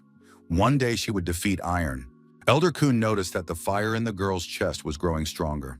The fire was growing stronger not only in her chest, but also at the tip of the sword Judith was wielding. Iron also noticed the frightening flame in the girl. It could only be repelled by the aura of the sword. The young man activated the aura sword and, reflecting the attack, put in a little more force than necessary. The consequences for Judith were dire. The girl flew far back. Judith was deactivated and lay motionless somewhere at the edge of the forest. Khan said it was magnificent. She even took the aura sword strike. The elder added that Judith had shown good progress. The teacher noted that practice was much more important than theory. He thanked Iron because, thanks to him, the young man had determined the right path for teaching Judith. Iron was surprised. Did it really work? Kun was different from the person the young man had imagined. Curlia and Lulu ran up to Judith. The girl said that Judith seemed to have lost consciousness. Kun said that everything was fine. She was not that weak. She would soon come to and get up. This happened from time to time. Curlia shouted for the elder to be quiet because the girl had indeed lost consciousness. Curlia said she needed to do something and asked Lulu to help carry Judith to another place. Lulu turned into a girl with wings and lifted Judith without much effort. Curlia said she would go to the house and lay the victim down. Khan asked who this girl was. Iron replied that she was his sister, Kyria. Khan noted that she was an interesting person. The elder drew his sword again and said that Kronos Ian had told him about this young man. Did he really need recognition? In that case, they would not interfere and would settle the matter right now. Kun showed his sharp sword and asked if the young man was afraid. Iron replied that he knew no fear. The duel began, and sparks flew in all directions from the clash of swords. Iron needed to impress the elder. Iron noted that this man possessed tremendous speed. Every time he tried to swing his sword, his opponent instantly struck back. Our hero had no opportunity to attack at all. Chrono Ian previously said that the water sword is a technique for inner improvement. Harmony with the energy of fire will give the young man calmness and composure in any situation. There is no need to chase after Kun's speed. One must be patient and remember the heart of water. Kun said that he expected more from the academy head student. To earn recognition, it is not enough to simply come here. The elder noted with surprise that this young man's aura flows like water and shows enviable composure. Unexpectedly, our hero delivered a blow that was unfamiliar to his opponent. The shock wave threw Kun upward. The elder said it was very clever. The young man struck the ground to create momentum for his attack. Kun thought that Iron had exceeded all his expectations, and it was not only because of his metal energy. His attacks also contained the same hot energy of fire. But what was most striking now was the energy of water, as if he were facing Chrono Ian. Khan understood that this was not an energy that could be easily mastered. The elder thought, could this young man be Judith's rival? Khan said that the young man's path would be much more difficult than hers. Iron decided to use fire magic to help him. Several hours passed, and the duel continued. Curlia was surprised. Were they still fighting? Lulu noticed that they hadn't even taken a break. When the sun approached the horizon, the fight stopped. Iron looked noticeably tired. Khan said it was time to end it. Iron said he could still continue. The elder said that he would decide. Such a young man was able to use all techniques harmoniously. However, there are things that geniuses like Iron and Chrono cannot achieve. Khan said that it was about the crushing force that overwhelms the enemy. Judith's fire grows stronger every day. It is for this reason alone that the girl trains with all her might. Even though she has to endure enormous suffering, the level she will reach in the end will be completely different. Khan noted that the day will surely come when Iron will lose to this girl. The young man added that even now he does not consider himself better than Judith in any way. Iron added that he would try very hard to remain worthy of her friendship. Khan said that this guy had listened to a lot of nonsense in his time. The elder said it was time for him to leave. Iron thanked him and added that he had learned a lot today. Khan threw a small object and told the young man to take it. Iron caught it, a small token. Kun said that with this, the young man would be accepted with respect even in the sacred kingdom. The elder praised the young man. Judith thanked Iron's younger sister for her help. Curlia noted that her help was small. Kun said that Judith could finally move again. The girl said she would like to talk to Iron. She would return quickly and be ready for night training. The teacher said he was tired today, so Judith could train on her own. Iron told Judith what had happened to him. The girl asked if this demon was connected to his past life. Iron replied that he wasn't sure about the connection. Lulu watched the pendant, but its color did not change. Was this necklace really supposed to help Iron? Judith noticed that Iron had become much stronger, not at all like he was in Drukali. She added that Iron and Elijah were much better, but she was also feeling motivated. Today's stories would be useful for tomorrow's training. Iron asked Judith to tell him about herself. Was it true that she had started dating Brad? The girl was surprised. How did Iron find out about this? The young man admitted that his classmates from the academy had told him everything. How did that happen? Judith blushed with embarrassment. Why would they talk about such things? A few months earlier, Brad had asked if Judith was free tomorrow. A group of classmates pursuing their own interests secretly watched the young people. Brad realized that once training with Kun began, he wouldn't be able to see Judith for a long time. Besides, he had to return to the province, so they didn't have much time. Brad suggested going to a show and having dinner together. Judith blushed with embarrassment. Brad waited for her answer. Their classmates watching from around the corner realized that it was an invitation to a date. Something had definitely changed between them after their trip. Judith agreed and said they could meet tomorrow at 2 o'clock. The next day came. The young people met and went to a musical performance. After that, Judith and Brad attended a street performers show. The young people also had dinner together, but they didn't talk much. Each of them was embarrassed in their own way. Evening came. Brad asked the girl if she had enjoyed herself today. Judith replied that it had been fun. Brad and Judith sat silently and looked around awkwardly. Their classmates, watching from the bushes, hoped that the young couple would kiss after all. Brad asked if Judith felt uncomfortable with him. The girl immediately replied that nothing of the sort was true. The young man asked if she hadn't responded before because she didn't like him. However, Judith couldn't answer because she was embarrassed. The girl was the first to give in. She said she didn't care and threw herself at Brad. Judith pulled him toward her and kissed him on the lips. Brad kissed her back, but he was extremely embarrassed. Their classmates, who were hiding in the bushes at the time, got what they wanted and saw their first kiss. Judith said that from now on, Brad should only answer yes to her questions. The young man agreed. Judith noted that if she became friends with the mentor, she would see Brad sometimes, so he could come. Brad replied, "Okay." Judith warned him that there was nothing to do there except train. He couldn't even dream of asking her out for a walk, a drink, or anything else. But he still had to come. Brad replied, "Okay." Brad also had to train hard at home. With each meeting, he had to become stronger, otherwise she wouldn't even see him. Judith announced that they were now officially dating. Brad was embarrassed for him but replied, "Okay." Judith turned away and told Iron not to ask her how it happened. Iron replied, "Okay." The girl asked Iron to do her one favor because it would be faster to travel on a griffin. Judith asked Iron to take a letter to the Lloyd's house. Iron agreed because he was going to meet Brad anyway. Elder Kun told the young man to leave quickly because he needed to train. Lulu asked if he could come back and have fun with Judith. Judith replied that she needed to focus entirely on her training, so it was best not to distract her. As she left, the girl said that she would become so strong that Iron would surely be surprised. Iron said he would wait for their next meeting. The young man said goodbye to the elder. Kun was surprised. Was he still here? The young people climbed onto the griffin, and it spread its wings and began to gain altitude. Curlia said she envied Judith and wanted to find a boyfriend too. Iron asked what type of guy she was interested in. His sister replied that she didn't know. He had to be good and reliable. Curlia asked if her brother wasn't thinking about anyone. His sister said that it was time for Iron to find a girlfriend. At that moment, Iron thought of Elijah. However, the young man couldn't understand why he remembered Elijah in this context. Checking the navigator, Curlia told her brother that they had arrived. Below them was the province of Lloyd. After landing, the young people noticed that the atmosphere here was completely different from other cities. The residents were very cheerful and carefree.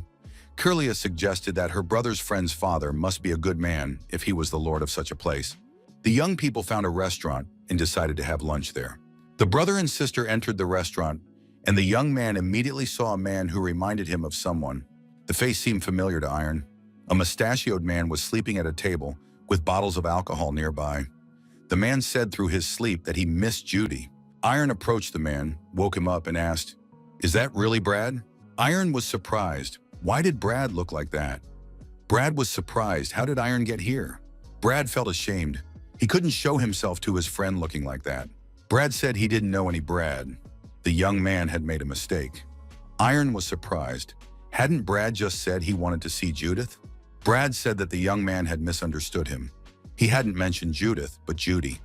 Lulu asked what had happened to Brad. Lulu noticed that Brad wasn't even surprised by the talking cat. He was definitely Brad. Iron said he had brought a letter from Judith. Brad was extremely happy. Had she really sent him a letter? Curlia thought that this man was not at all what she had imagined him to be.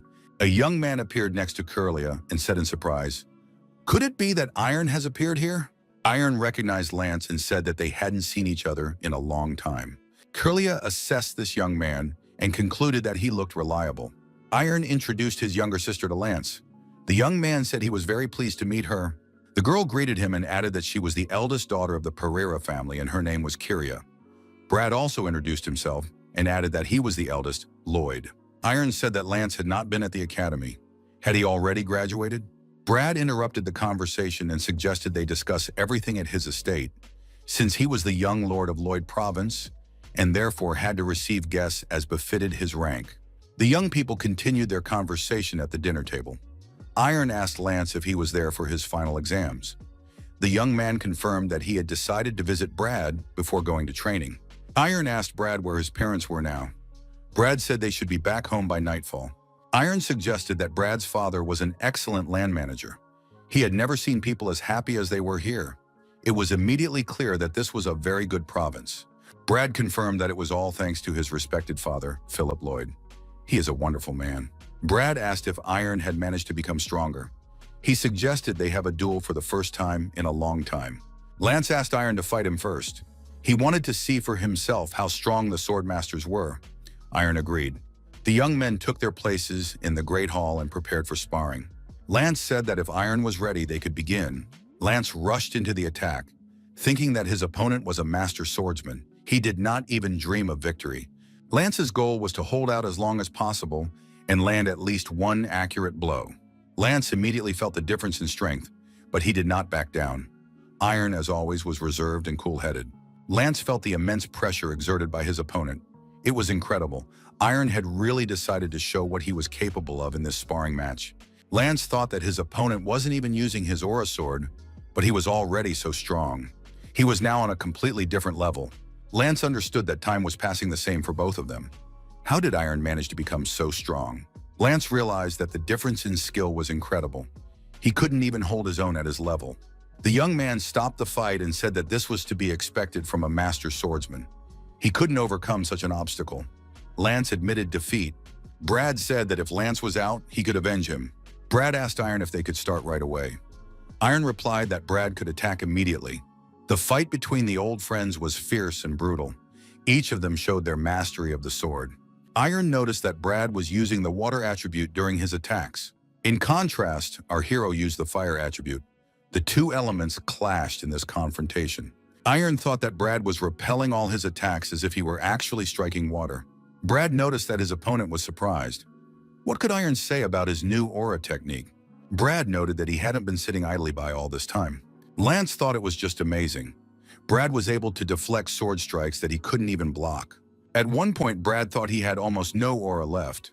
Iron decided that this was his chance. The protagonist moved dangerously close and prepared to strike. Iron took advantage of the opportunity and knocked the sword out of his opponent's hands. The fight was over.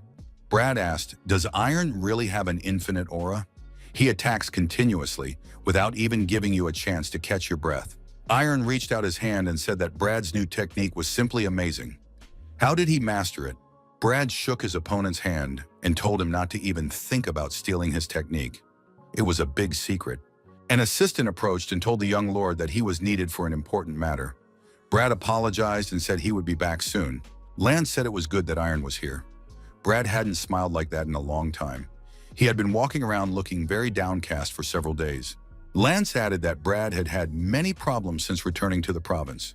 He was under a lot of pressure to become an excellent lord. He had a huge mountain to climb. At that moment, Brad approached his parents. The biggest and greatest mountain in the Lloyd family was the head of the family, Philip. The kingdom of Kober, Lloyd Province. The prosperity of this province is highly regarded throughout the continent. The reason for this rapid success was the tax reform and innovative approach of Philip Lloyd. That is why the Lloyd family is so highly respected everywhere. It is also the reason why Philip's adult son, the young Lord Brad, who is to inherit the province, is under close scrutiny. Lance said that his disguise in the tavern was a necessity, as he was constantly being watched. Brad greeted his parents. "Welcome back." His father said that they really hadn't seen each other in a long time. Brad announced that they had guests. His academic friend, whom he had told his parents about, had arrived. The family members and guests gathered around the table for a welcome conversation. Mr. Phillips said that he had heard a lot about this young man from his son and had wanted to meet him for a long time. The atmosphere was tense, and the conversation was awkward. Lulu even said that she was having trouble breathing. Philip Lloyd said that they all needed to get closer somehow. The dinner table was set with a large amount of alcohol. The head of the family expressed hope that this would help. Several hours passed. Curlia asked if she could call the young man simply Lance. Lance didn't mind. Lulu noticed that everyone was very happy. She decided that she should try the drink too. Philip asked if Iron had drunk alcohol before. The young man replied that he had tried it a few times, but never in such quantities as today. Lulu threw the bottle aside. She didn't like it. Iron apologized and said he wanted to get some fresh air. Curlia suggested that Lance take a walk with her. The young man replied that he didn't mind. Mrs. Lloyd said she would also go out for some fresh air and advised Brad not to drink too much. Brad finished the alcohol in his glass and said he would do so. In the end, everyone left, and Brad remained alone at the table. The young man remembered the letter from Judith and took out the envelope. Finally, he had his chance. Judith wrote the letter and thought it was very strange. It was her first time doing this, so the young man shouldn't pay attention to the mistakes. Judith said she was trying very hard in her training with her mentor. It was hard but fun. Brad finished reading the letter and wondered, was he happy here? He didn't even know how to answer that question himself. Iron admitted to Mr. Lloyd that it was very beautiful and cozy here. Philip noted that his son had said that Iron was doing a lot of good for world peace. Iron admitted that this was the reason he had taken up the sword in the first place. Philip said that he was the same when he was young. He moved forward with only one thought in mind, to create a place where people would not know what pain was. Philip asked if he was missing anything. In pursuit of a big dream, people often forget what is close at hand. When you look at it that way, people start to lose something more important than the dream itself. Mr. Philip asked how things were going with Iron. Perhaps he was missing something in his haste? Iron was confused. He didn't understand why he couldn't answer this question. Mr. Lloyd apologized and said that it was indeed a difficult question. The man noted that Iron probably hadn't been getting enough rest lately. Iron replied that on the contrary, he was trying to make more time for rest and asked if he was sleeping well. While he was here, it was important to get plenty of rest. The host remarked that he pays special attention to the guest rooms. After the conversation, Iron went to his room with the intention of really resting. The young man lay on the bed and wondered why he was so confused by that question. Was he really missing something? Iron closed his eyes and tried to fall asleep. The young man found himself in an enchanted place. Why was he here again? An unusual sound caught our hero's attention. Iron looked back and was surprised. Iron saw himself instead of Winker. This time, Pereira Mahal was holding a sword. What was going on here? Iron jumped out of bed and realized it was a dream. But why was he suddenly back there again? Could it be that even after escaping from Karen Winker's dream, he continued to train in his sleep? But this was definitely not training. Iron was focused on the dream he wanted to fulfill, but he was consumed by negative emotions because he couldn't do it. Iron decided that he needed to let go of useless attachments. He understood what Lord Lloyd was talking about. He needed to think a little about rest. The battle between the head of the academy and Lloyd's student was in full swing. At the end of the fight, the exhausted Brad thanked his mentor and said he had learned a lot. Chrono Ian asked Brad if there was a reason why he was no longer focused on his growth. The young man's aura technique had not changed at all since the last time. The headmaster said that Brad had talent. He could become an expert and even more if he wanted to. Was there a reason why the young man was holding back his growth? Brad replied that he had realized something thanks to that journey. The young man realized that it was more important for him now to become a worthy lord than an excellent swordsman. The courtiers noted that the young lord had returned. He had become more manly. However, it would not be easy for the young man. It is very difficult to become a worthy replacement for his father. Visitors arrived at the estate and asked if Mr. Philip Lloyd was there. Brad replied that his father was away, but that he, as the young lord, could hear the guests. The visitors said that there was no need. They would return when Lord Lloyd was there. Everyone understood that it was still difficult for Brad to gain trust, as he had been away from the province for quite a long time. Iron noted that even in such a cozy room, he was unable to sleep well. It turns out that sleeping soundly is also difficult work. Brad entered the room and said that his father had told him about Iron's condition. It turned out that he had not been resting or enjoying himself properly all this time. Iron acknowledged this but said that everything was fine. Thanks to Sir Philip's advice, he felt much better. Brad suggested that Iron had probably stayed up all night again, thinking about how to establish peace throughout the world. Brad said that today he would be responsible for Iron, so he should get ready and come out of his room. Iron said that this was his first time riding a horse. Brad replied that there was no need to worry. He had chosen the calmest one. Brad told Iron not to think about anything and to go ahead boldly. The young man was to look around and admire nature and the sunset. The next day arrived. Curlia suggested that her brother go for a walk. Another day passed. Lulu suggested that the young man go about some cat business. She also had new friends and she even found some black cats. After a while, Mrs. Lloyd suggested that Iron attend a performance at the theater. Iron heard the music in the theater and thought it was very nice. Before, he would not have been able to concentrate on the music at all. Thanks to the rest, our hero felt lighter at heart. The young man closed his eyes and dozed off. A huge pit appeared before him, into which dark energy flowed. Iron realized that this was his imaginary world, and the pit was deep in his heart. All negative emotions and fears about not being able to fulfill his dream are concentrated in this pit. All the negative energy is there. Iron noticed that the negative energy was being washed away by the water and disappearing. He felt lighter. After the theatrical performance, Iron woke up. Brad suggested that his friend had understood something new. Brad said he had to ask the administration for permission to wait until the young man woke up. Iron said he felt light and his head was clear. Brad said that was great and suggested they go home. Brad added that if they stayed any longer, the theater administration would definitely not be thrilled. Even without words, our hero felt the warm hearts that cared for him and their good intentions. Therefore, Brad told his friend that there was no need to say such embarrassing things. Everyone understood Iron perfectly well. Iron's face suddenly changed.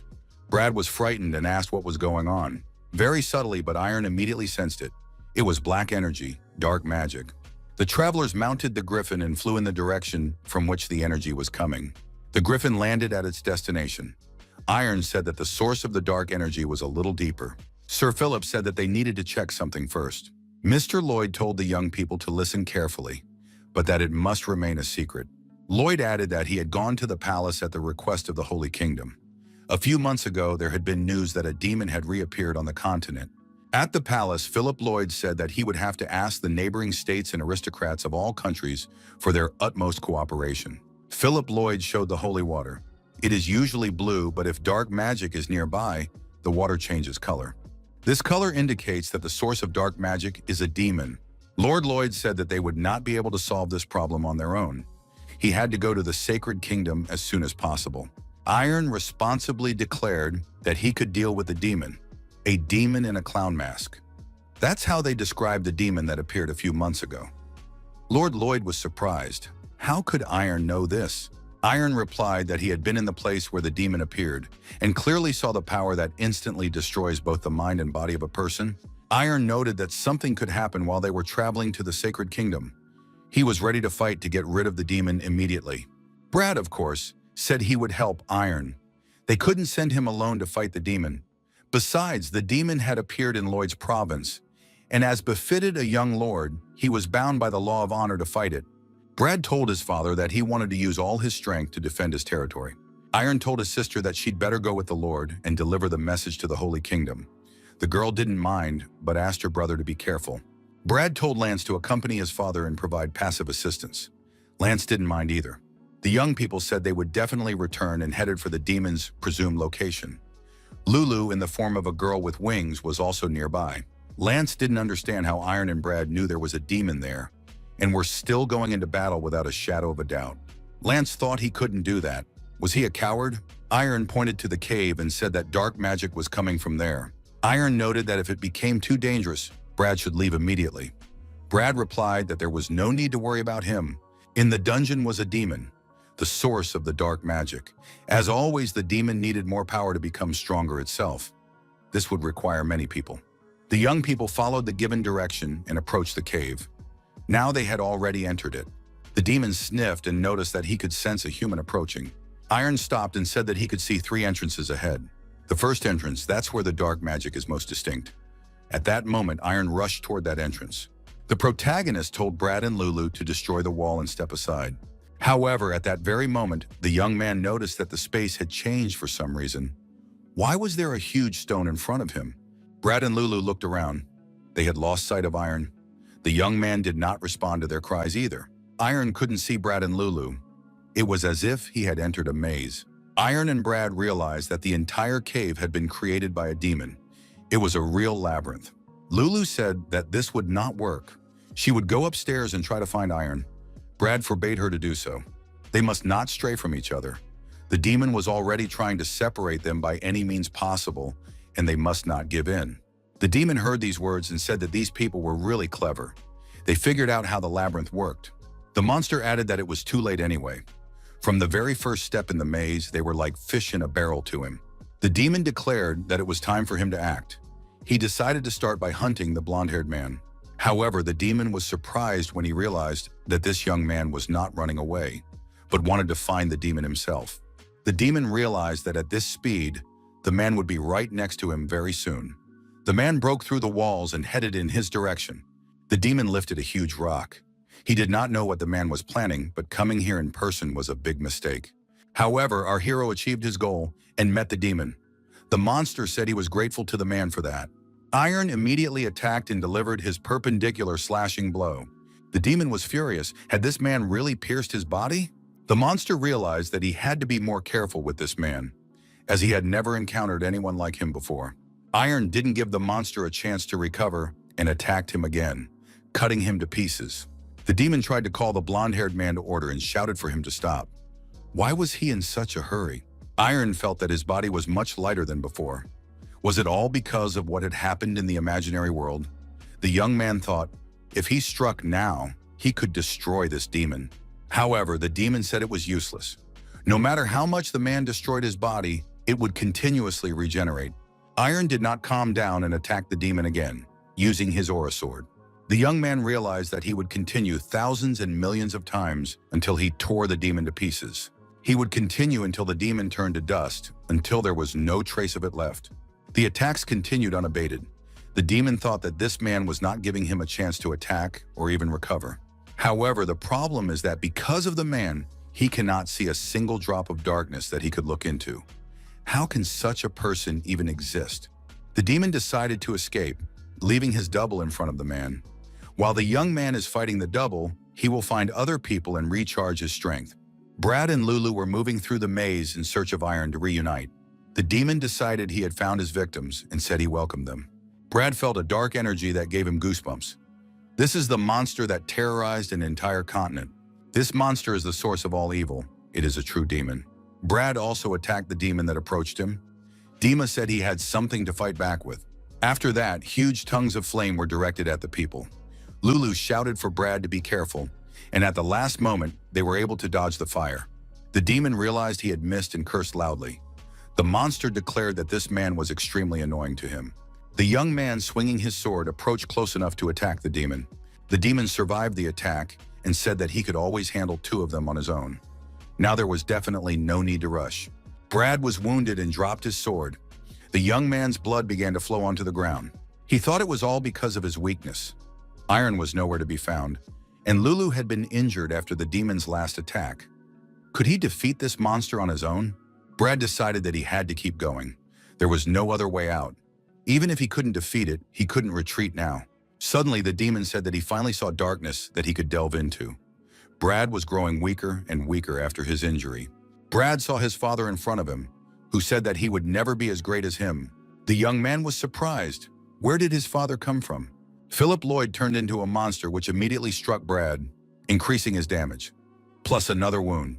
Brad screamed in pain and fell to the ground. The young man told himself that he had to pull himself together. He couldn't give in. The demon was deliberately using his father's image to weaken him. The man asked how the demon dared to attack him with the image of his own father. The demon turned back into Philip Lloyd. He said that Brady was not worthy of him. How could he compare himself to his fair-haired friend? The demon, in the form of the academy's headmaster, asked if he realized that he was incapable of anything as a swordsman. Was that why he had fled to the countryside? Chrono Ian said he could read the young man's thoughts, which were hidden deep inside him. Everything he was saying now were his true thoughts, which Brad had hidden until now. In fact, it was all a lie invented by the demon. In this way, he could completely change a person's consciousness. The demon said that the young man realized the big difference between himself and his friends and suddenly remembered a forgotten dream. Maybe he really thought that was his true goal, but in reality, it was just a way to escape to the countryside. Weakened by his injuries, Brad said that this was not the case. The monster added that even after escaping here, the young man only became more aware of his powerlessness. Brad wanted too much to return to the happy and carefree days of his childhood memories, when everyone admired him. However, when he returned home, he had to realize that everything had changed dramatically. He had new responsibilities like a young lord. The expectations and stares had become too much to bear. They followed him everywhere. A huge wall appeared that was impossible to get around. Brad felt insignificant compared to his father and his authority. The demon added that it was then that the young man realized that even in his own province he was good for nothing.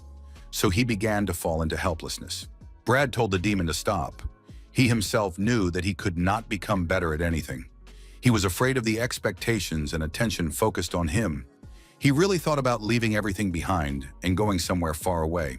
The demon understood that in this case, the man's dark energy would make him even stronger. At one point, Brad said that it was impossible. He remembered a beautiful sight that he had remembered since childhood. The happy faces of the townspeople who remained the same despite the passage of time. The young man said that this was why he had returned home. The world he wanted to protect was here. Brad struggled to his feet and told the demon that he was here for his estate, his family, and his subjects. Brad decided that no matter what, he would be able to win. The demon couldn't understand what was happening. Why was the darkness diminishing? It turned out that the blonde-haired guy had managed to destroy the doppelganger without approaching the original demon. Iron struck another crushing blow and cut the demon into two symmetrical pieces. The demon regenerated and recovered again. He thought that this man could only leave a scratch on him, but what had changed now? Brad said he wouldn't give up. No matter what he did, no matter where he was, he always had loved ones who believed in him and supported him. Brad shouted that he couldn't stop for their sake. The demon yelled at the man to shut up immediately. At the same time, a flame appeared inside the demon, which gradually grew in size. Eventually, the flame burst out. Brad did not lose his composure and, despite his injuries, activated his water magic. The two opposing elements collided and excess energy was released. The demon was surprised. How could such an insignificant creature get in the way and refuse to die quietly? Brad gathered his strength and prepared for the decisive battle. The young man said that he would not give up or retreat, no matter what trials he had to go through. He had to win at any cost, but the demon would have to pay that price. Brad attacked the monster and once again said that he was not going to give up.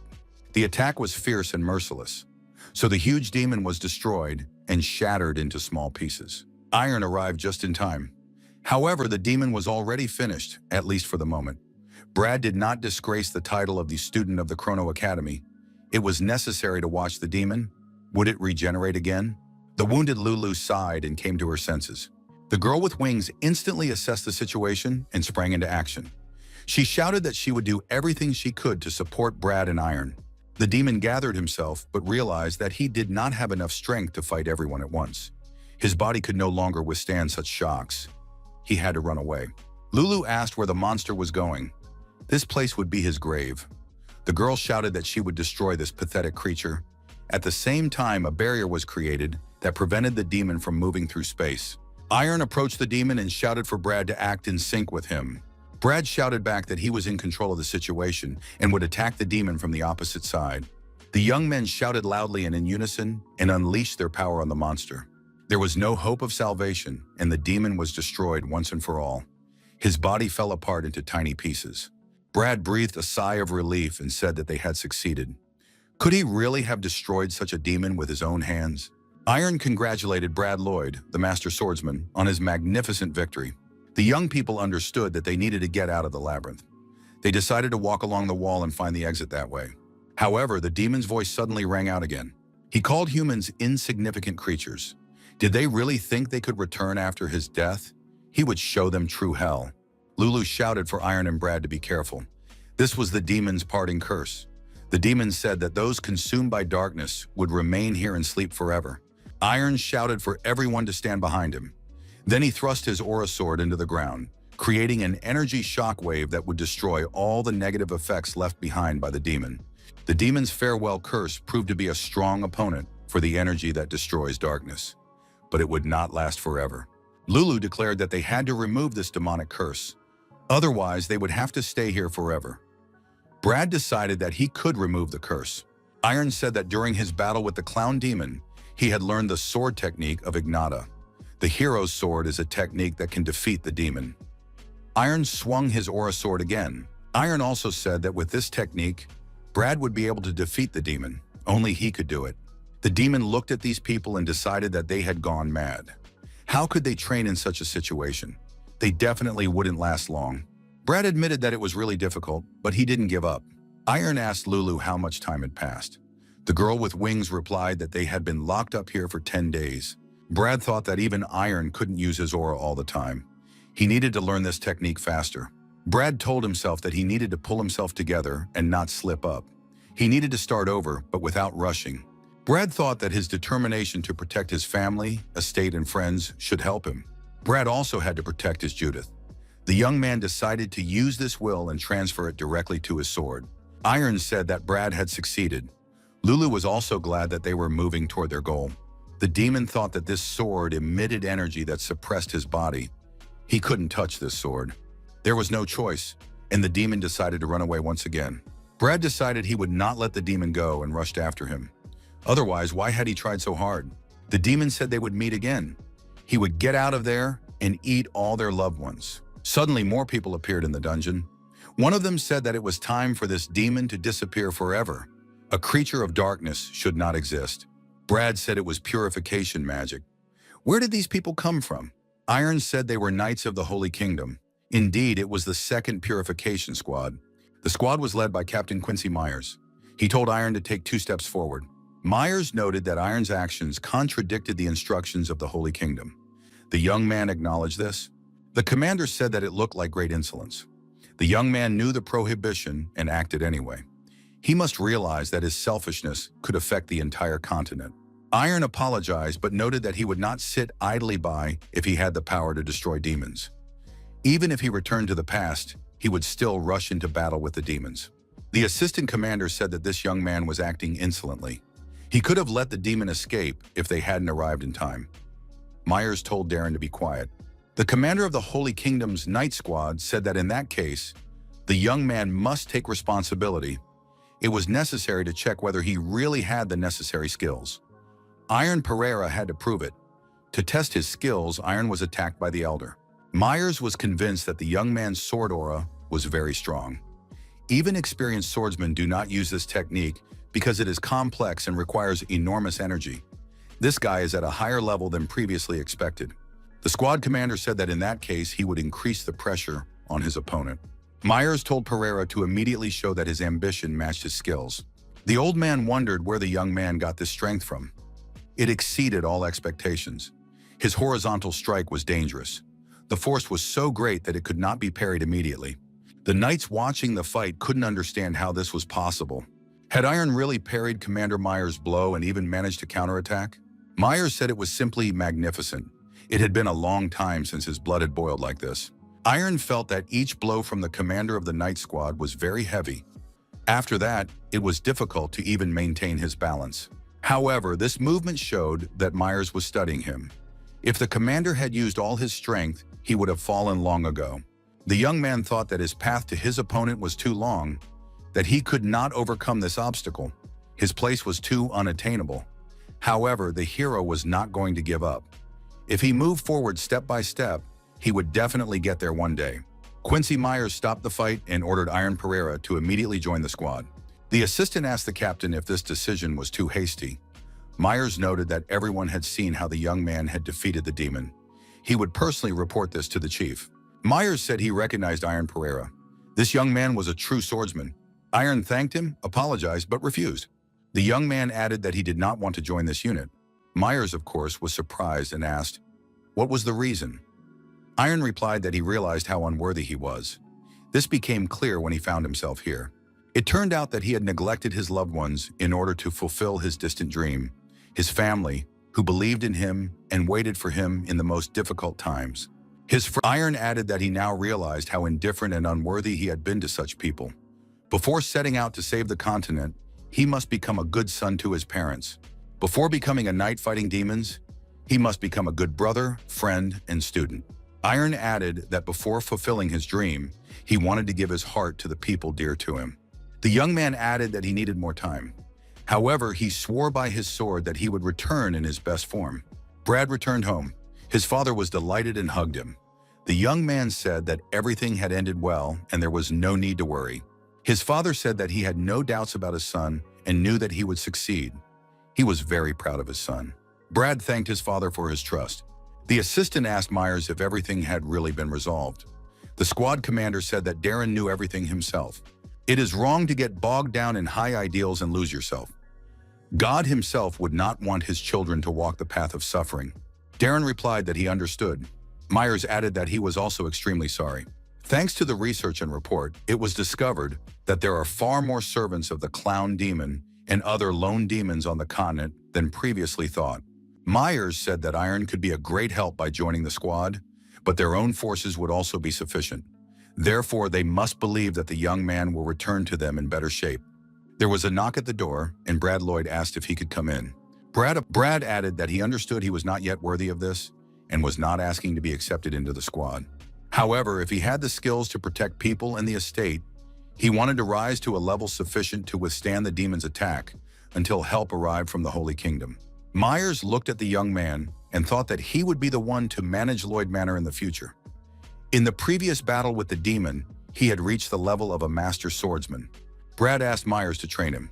The commander of the night squad thought that this was quite good for someone who had only recently become a master. Myers agreed and said he would wait for Brad and Iron at the training ground. Myers was going to show the young men the techniques of the Holy Kingdom. The old man told the young men not to overthink things. They had become masters, which meant they already had their own style.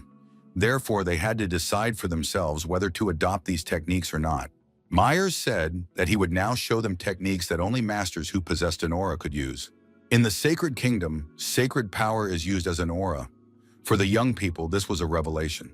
During the demonstration, Myers said that because of this, they can use it more than all other kingdoms. Based on the enormous power of the aura, they control it with blades, creating an aura sword of the desired shape. Iron thought that in this case, the shape of the aura was similar to a sphere. This is similar to Ignata's technique. The old man said that the formed aura could be released and also changed according to the necessary goals. It could take the form of a shield and be used for protection. In this technique, its changes critically affect the course of the battle. The demonstration was over. Myers said that the young men could try it right now if they were interested. The elder said that it would be better for young people to start by concentrating the aura on the tip of the sword. After a while, Iron stated that the concentration of the aura on the tip of the sword had been successful. However, the rest of the time was wasted. If you waste energy, you immediately lose your strength. Brad was upset. Nothing was working for him. The young man lost his strength and fell to his knees. It turned out that much more aura was needed. It was not as easy as concentrating the aura on the tip. However, Brad Lloyd was not going to give up. He repeated the necessary movements over and over again to achieve the desired result. At that moment, Lance was sitting alone at a table in the corner of the restaurant with a large number of alcoholic beverages. The young man felt very depressed. He thought that now even Brad Lloyd had become a master swordsman, while he was still not moving forward. Even when a demon appeared and a good opportunity arose, he was frightened and froze in fear. Lance considered himself completely hopeless. The assistant to the head of the academy said that Lance should not be afraid of his inadequacy, but should use it as a source of growth. Lance remembered these words well. However, it was very difficult to get rid of feelings of inferiority. Lance didn't know what to do next. The young man turned around and saw that Curlia had approached him. The girl greeted him and asked if she could sit down. Curlia was worried that Lance had hardly been seen since that day. The young man said that he was fine, he just needed to think about a lot of things. Curlia noted that if Lance shared his feelings, it would ease his heart. The girl looked the young man in the eyes and took his hand. Lance was surprised. Kyria said shyly that she thought it was obvious. It was the first time this had happened to her, and she didn't understand why she was so unsure of herself. Kira said she would like to get to know Lance better. What was bothering him? The next day arrived. A squad of white knights led by Commander Myers approached the central city gates. Myers said they would advance quietly. However, at this dark hour of the day, Lance was intensely practicing hand-to-hand combat techniques with a sword in the town square. Curlia watched the young man and said she didn't see any problems. Both good and bad people sometimes feel inadequate. Everyone carries their own pain in their hearts and lives with it. But even so, things get better for everyone. You have to live through difficult days. Surely Lance also went through difficult times to end up here. Curlia added that if it was hard for the young man to move forward alone, she was ready to keep him company. After all, it's fun to walk together across the vast expanses. Lance mentally thanked the girl because her words comforted him. The boy decided that he had to muster up his courage once again, so that her warm words and comfort would not remain mere sounds. Myers looked at the young man and thought that this generation really did have a lot of talent. One day, Curlia said that they were finally returning home, and her parents would undoubtedly be delighted. She hadn't seen her friends in a long time. Iron remarked that before that, they would need to visit one more place. Lulu inquired what place he was referring to. Iron said it was not far away, in the western part of the continent, in the kingdom of Adon. Our hero wanted to see Elijah. As they said goodbye, Brad said he would miss them until they met again. Brad added that Iron wouldn't recognize him when he saw how strong he had become. Curlia and Lance looked at each other and wished each other luck. They hoped to meet again.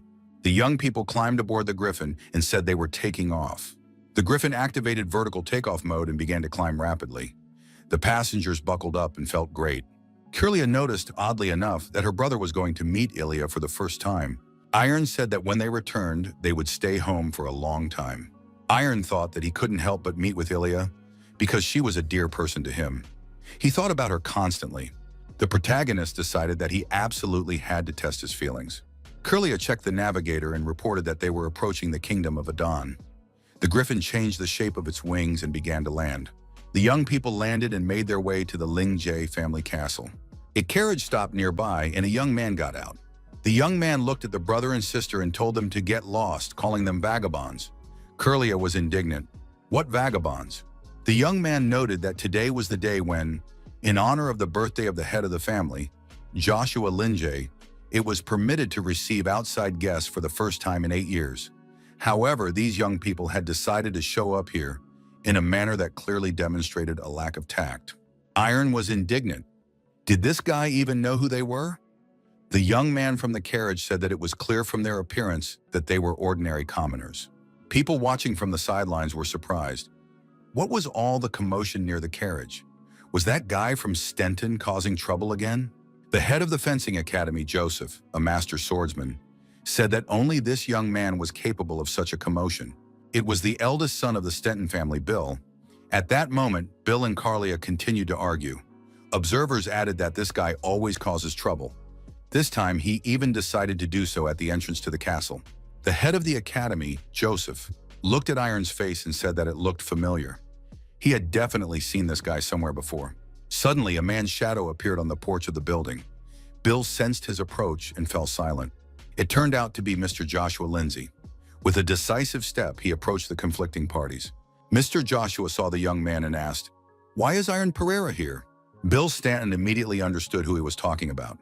After all, this was the very same champion of the Earth Trials. The head of the academy, Joseph, also remembered. This was indeed Iron Pereira, the Earth Trial champion who had defeated Elijah Lindsay and become a master swordsman. Iron did not lose his composure and congratulated the head of the family on his birthday. Mr. Joshua asked why he needed these congratulations. Had the young man come to see his daughter? Lindsay told Iron to follow him immediately.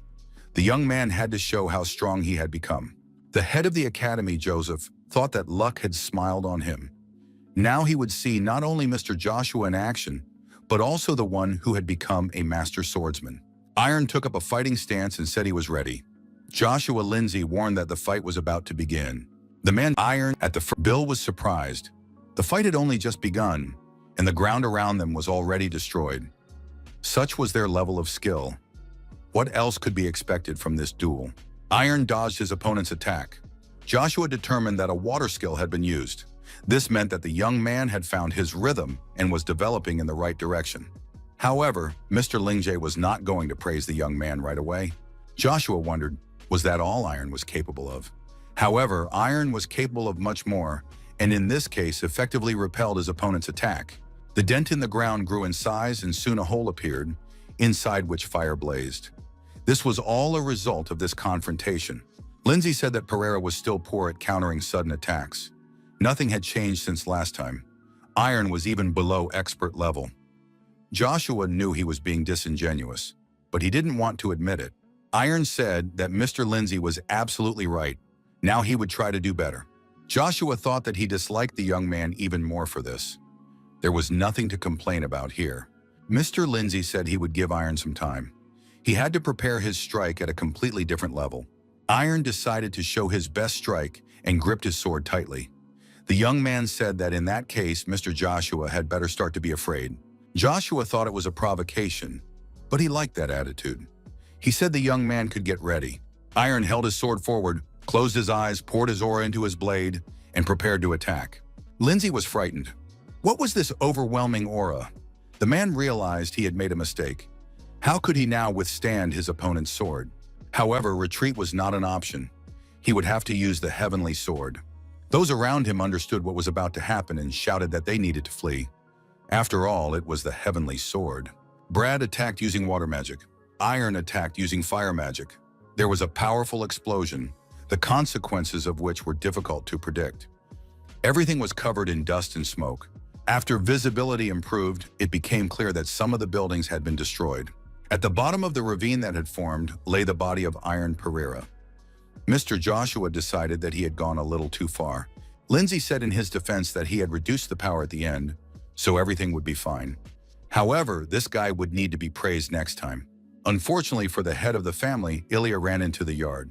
The girl asked her father, what was going on here? Why did he suddenly use the heavenly sword? Mr. Lindsay realized that trouble was inevitable. Elijah came closer and asked in surprise, what is Iron doing here and why is he lying on the ground? Her father replied that they had had a duel. Joshua said that Iron was incredible.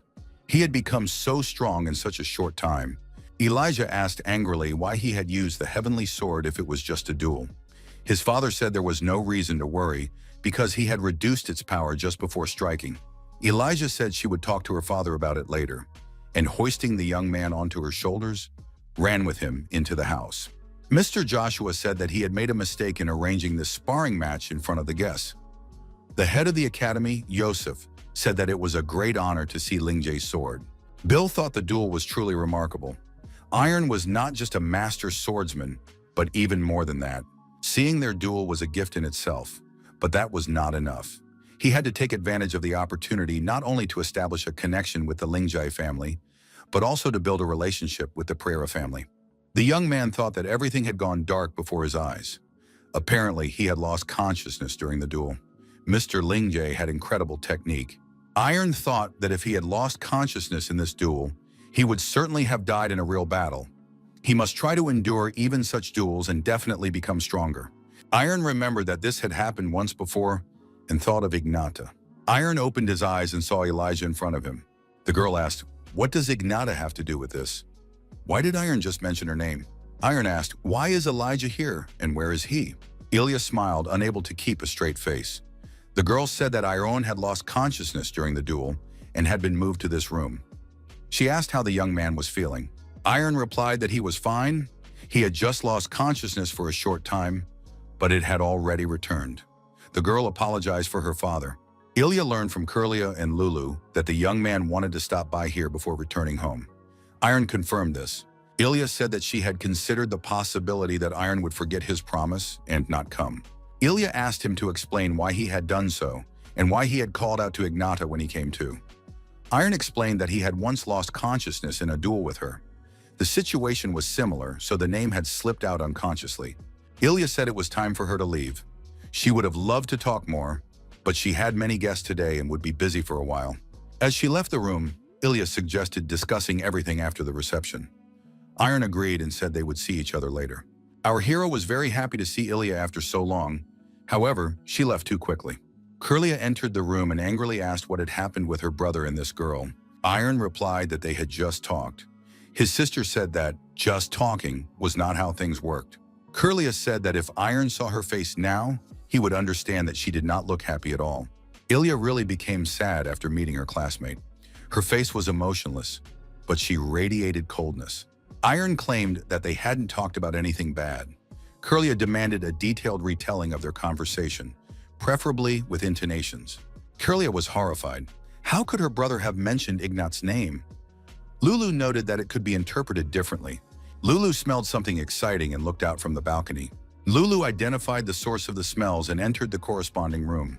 Bill set the table with fish dishes and waited especially for the cat. The trap worked. Bill greeted the magical cat and said he had a lot of food for her to try.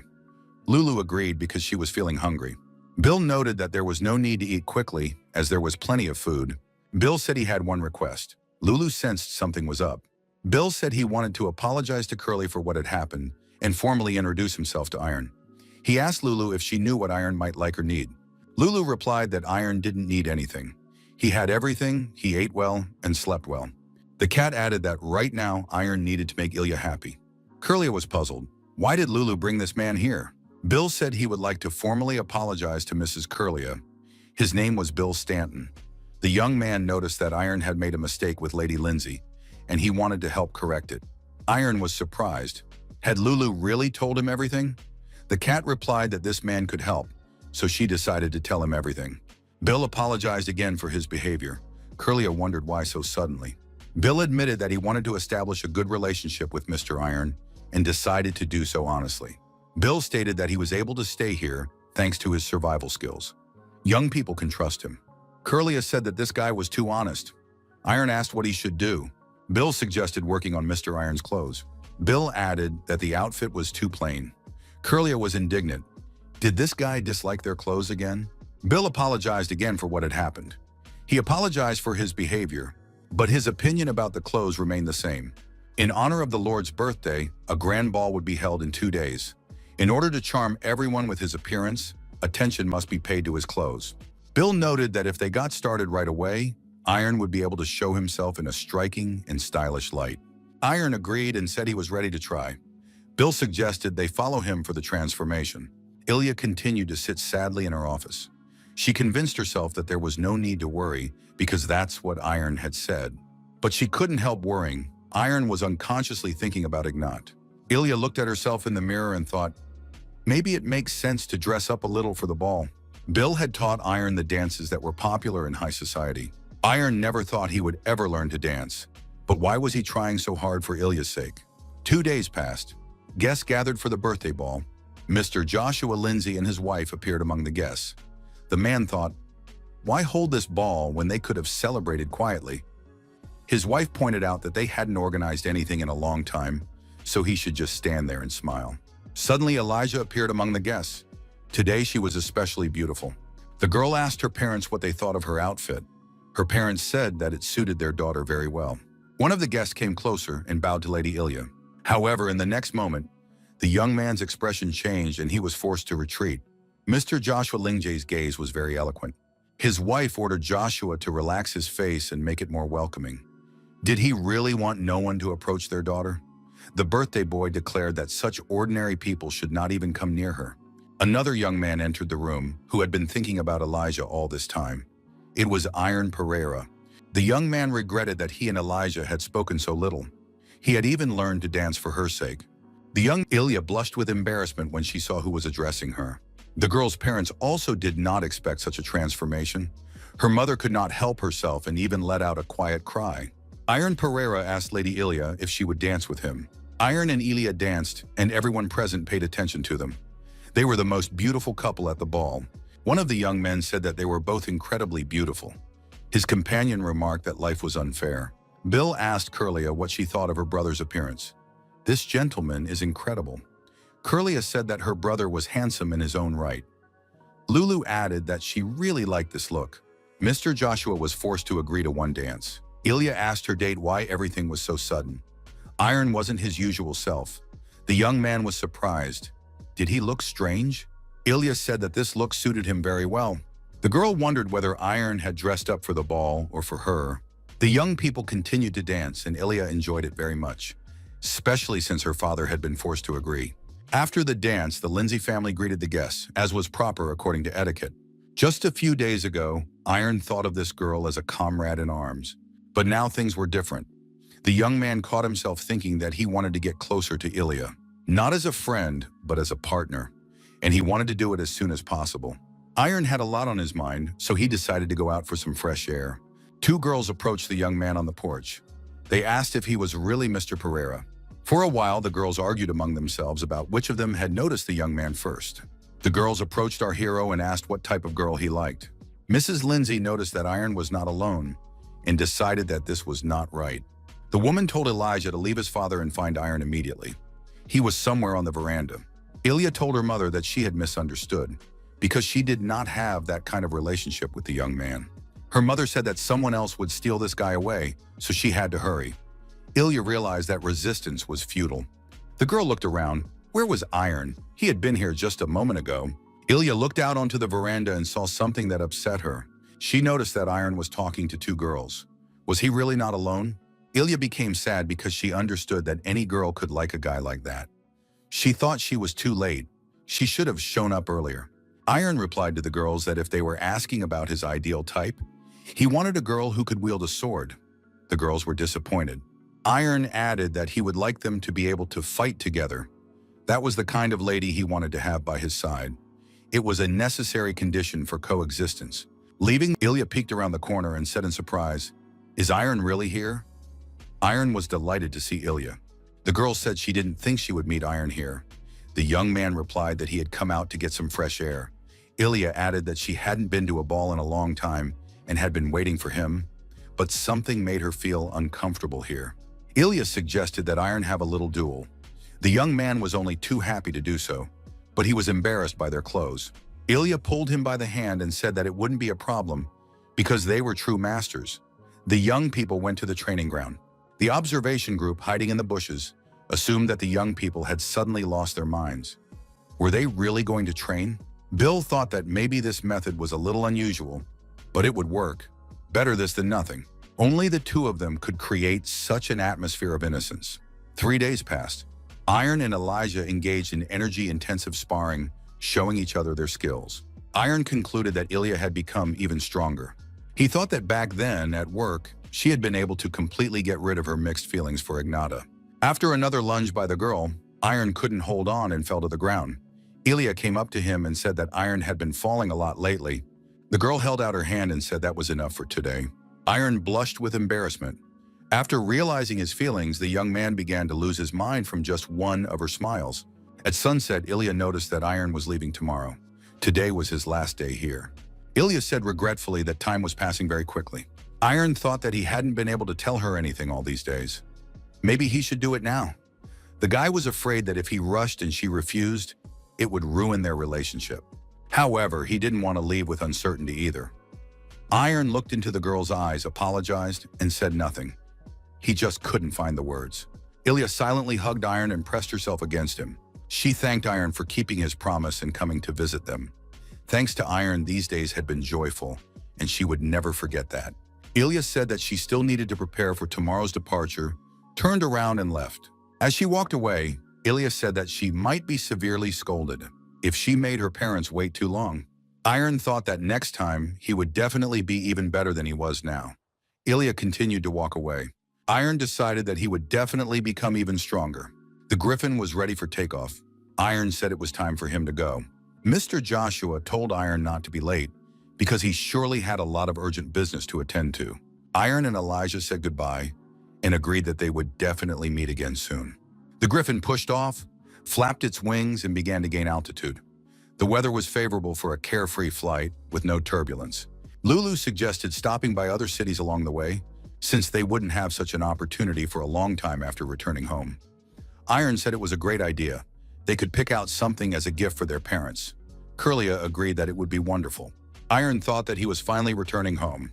Come to think of it, he had been very neglectful of his parents. During his travels across the continent, he hadn't even been able to contact them and had never truly shown his gratitude.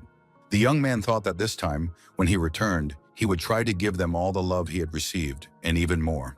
When the young people returned home, the first person they met was Marcus. The servant said that who would have thought that the young master would return so mature? He had never even dreamed of it. Iron asked Marcus if everything had been all right while he was away. The servant reported that he had kept an eye on things and that everything was fine. Iron asked where his father was now. Marcus replied that the master and mistress were in the castle. Iron said he had a gift for his parents and would like Marcus to take a look at it, since he had been with them the longest and surely knew them better than anyone else. Marcus remarked that the young master had already brought the greatest gift. The young man was surprised at what he was talking about. A blacksmith appeared on the estate with his assistants. He said that he had finally met this Iron. Iron was surprised to see Vulcanus there. Vulcanus shouted that Iron had not come for his sword even after a year. No one had ever done that to him before. He had waited for the young man and finally decided to come here himself. Marcus said that the blacksmith had arrived about a month ago and had been waiting for the young gentleman all this time. Vulcanus said he was waiting for an explanation from Iron. If it was convincing enough, he would forgive the young man and give him the sword with the number. Iron apologized to the blacksmith and admitted that he had completely forgotten about it. The blacksmith was stunned by such a convincing explanation. The young man added that it was not intentional, but he still asked for forgiveness. Vulcanus said that since the young man was honest, he would forgive him this time. Anyway, the sword was made only for Iron. It would not fit anyone else. The blacksmith said it was time to show the sword and pulled it out of its sheath. It was the 10th sword numbered by Vulcanus. Lulu said that this sword was impressive, but Iron's magic sword was much better. At the blacksmith's request, Iron showed his evolved sword. The blacksmith and his assistants examined the sword and were amazed. They had never seen such elegance. Even at first glance, they could sense its perfect balance and harmony. The assistants thought it was a masterpiece, a sword that would become a symbol of an entire era. Perhaps it was even better than the sword numbered by Vulcanus. The blacksmith was depressed. His assistants asked if he was all right. The master lost consciousness and collapsed next to the sword. Curlius said that the old man needed to be moved to the nearest room and that Marcus should help her. The girl told her brother not to pay attention to this and to go to the castle. She and Marcus would take care of it themselves. Curlius said that those who missed him most were waiting for the young man at the castle. Iron went into his father's study and said he had returned. His parents were overjoyed. Iron looked at them and didn't even know where to start. He apologized for not contacting them for so long and added that he had prepared a gift. Amelia hugged the young man and burst into tears. His father also approached his son and said that they had been watching him. Iron had done well. 3 days passed. The blacksmith did not open the door and did not let anyone in, not even his assistants. The men did not understand how long Vulcanus intended to continue this way. He had been sitting locked in his room for 3 days now, which had never happened before. Vulcanus was sad. Empty alcohol bottles lay scattered around him. Life seemed to have reached an impasse. Swords were all there was to Vulcanus's life. He was never good at anything else. It was the only talent he had found in himself. As long as he could forge swords, he could endure even the hellish heat of the forge. He endured it every day. Drenched in sweat, looking at the swords he had finished, Vulcanus always thought that this was his path, the reason he lived. The blacksmith believed that this was his life, the very embodiment of it. He devoted himself to swords and vowed to follow this path to the end. However, this golden blade changed everything. All the swords that Vulcanus had created before were surpassed in every way by the golden blade. The moment the blacksmith first saw the blade, he knew he could never create such a sword. Now he considered himself a worthless craftsman. Vulcanus felt as if someone was denying his entire life. Everything he had achieved now seemed meaningless. The old man believed that he could no longer rise and that his end had come. It was all over. Iron managed to get into the closed room. The young man said that the blacksmith's friends had come to ask for his help. Vulcanus shouted at Iron not to come near him. The young man realized that the old man's condition was worse than previously thought. Something had to be done urgently. The blacksmith asked to be left alone. One of the things the young man realized during his journey was that the aura could be used to influence other people, and not just to intimidate an enemy. The aura can calm the soul, give strength, and even change one's mood. Through his aura, the protagonist influenced the blacksmith and told him not to be afraid. Vulcanus gradually began to calm down. The young man reminded him that he was the great Vulcanus, who had created many beautiful swords. He was sure that this time, too, he would forge something incredible. Iron added that for himself, for his friends, and for everyone who supported the blacksmith, he had to make a little more effort. The old man felt his head clear. It seemed strange. He asked the young man to allow him to stay on his land. Here he would spend the rest of his life making swords. Iron gave a positive answer. Vulcanus got the necessary premises, moved his equipment here, and began creating masterpieces. Marcus said that the young gentleman was simply magnificent. It was great that Vulcanus was staying in these lands. Now the best craftsmen on the continent would flock here. Curlius suggested holding a special event to mark the occasion. A special lecture on the art of the sword by the Master of Swords. People would come from all over the kingdom. Her brother would be the speaker. Marcus said it would be wonderful because it was an excellent idea. Curlia noted that if it was too difficult for Iron, they could do nothing. Iron agreed to try. The young man thought if he had returned, he would do everything he could for his family and his people. Now he was not just a swordsman, but the heir to the Pereira family. A few days passed, and a large crowd gathered at the lecture venue. People discussed the news that a master swordsman had appeared in their kingdom. Iron took the stage and thanked everyone who had come today. A diverse crowd had gathered here. He thought long and hard about what to say. Iron took out his sword and it glowed. It was an aura sword, unique to masters. The young man said that he would tell everything he had learned and achieved from beginning to end. The master reminded everyone that it was not only the sword that moved. The audience saw the manifestation of the aura. The hooded stranger attending the lecture now had a rough idea of who Iron Pereira was. This guy did not have the arrogant confidence that is often found in young geniuses. This is perhaps the most important thing. Iron said that he would now perform a sword dance and conclude the meeting. But first he wanted to ask one question. Why did those present hold swords in their hands? Why did they continue to walk this difficult path? He himself had once been unable to answer this question. Iron began to swing his sword and told people not to stop searching for the answer. That was the most important thing. The reason they held weapons, the meaning of their path as swordsmen, was their own sword, their goal, their beliefs, and their will. Iron added that in searching for this, he had become stronger and more determined. We must continue to search, fight, and move forward. Ultimately, people will find their reason and discover their path. Iron announced that the special lecture was over and thanked everyone for their attention. The audience thanked him for the meaningful conversation. The information they had gained from listening would certainly be useful to them in the future. The stranger in the hood thought, finally a master of the sword had appeared in the kingdom of Hale, which until now had remained only a small power. Today he could see it with his own eyes. Iron Pereira was the new hope of the kingdom of Hale, a bright ray of light. Was this really the same man who had been called the lazy scum of the family? It was amazing how people could change. Lulu announced that Iron was magnificent.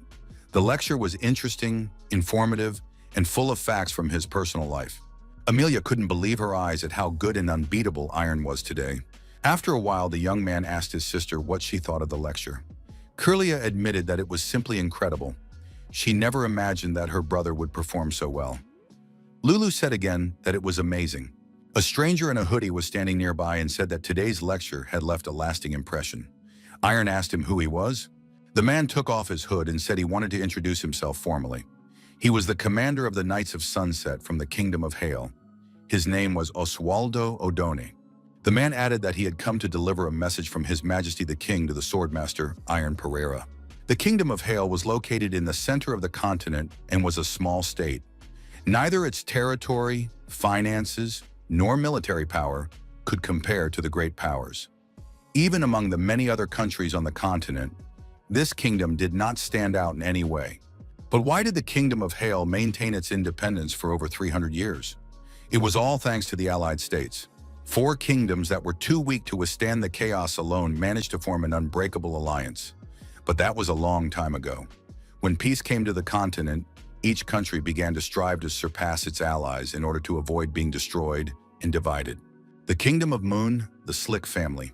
The coachman reported to His Highness that they had arrived. Duke Bissau, Kyle Murdoch, stepped out of the carriage. The Duke would never have thought he would find himself in this sinister place. If it weren't for the ball coming up in a few days, he would never have come here.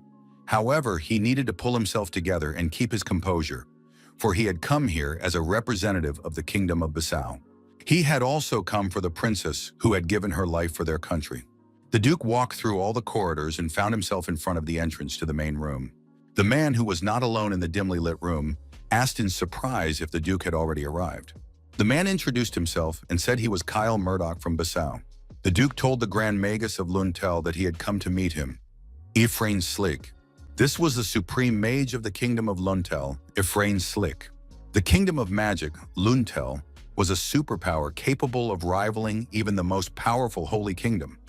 The continent respected Luntel for its power, which grew thanks to its powerful supreme mages and income from the sale of magical artifacts.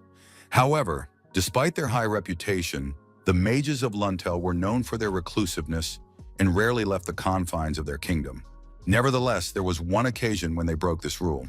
It was when the Archmage of Luntel, Ephraim Slick, entered into a dynastic marriage with the princess of the kingdom of Bissau. The people perceived this event as an attempt by Luntel to expand its influence to the central territories of the continent. After the Duke's story, Slick noted that the kingdom of Hale now had its own master of the sword. Slick added that the age of this master was a cause for concern. He had heard that the next reception would take place in the kingdom of Hale. The supreme mage suggested that this was why the Duke was here. Ephraim Slick stated that the kingdom of Bissau, which was allied with Luntel, could not lose face because of some boy. The High Mage added that he had not been outside the palace for a long time. The Duke asked if the Archmage himself was going to attend the reception. Slick was indignant. Did this man dare to question him? The Duke apologized for his unforgivable audacity.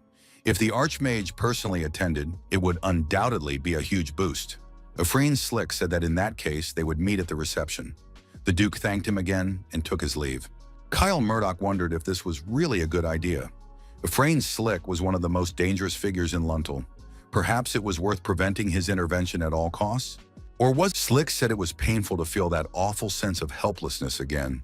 The girl next to him was bound hand and foot.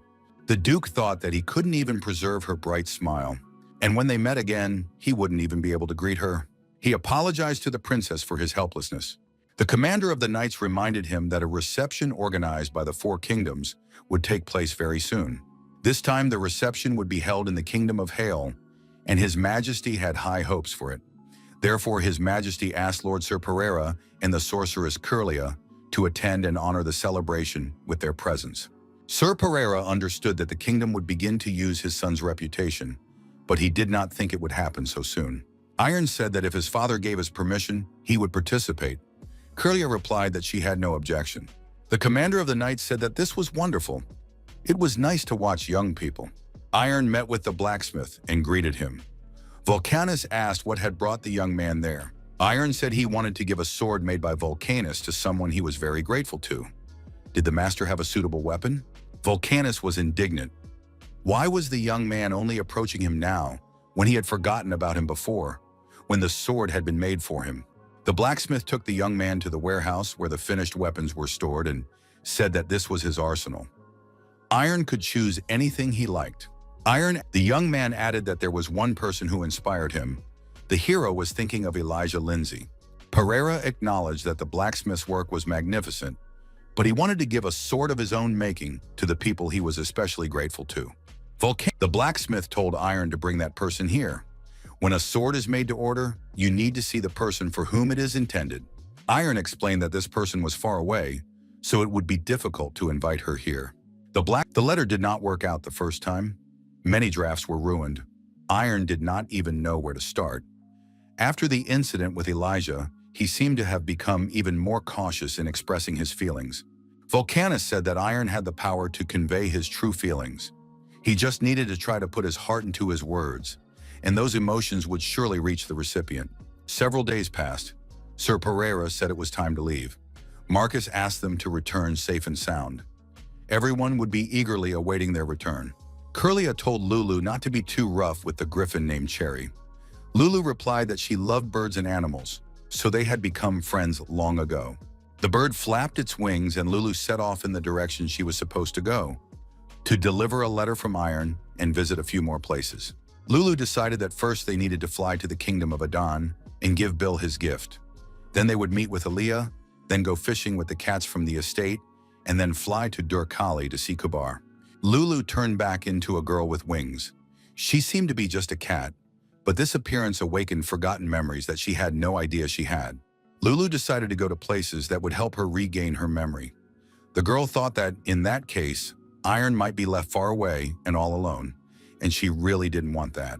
The Griffin went to land, and Lulu said that they hadn't seen Elijah in a long time.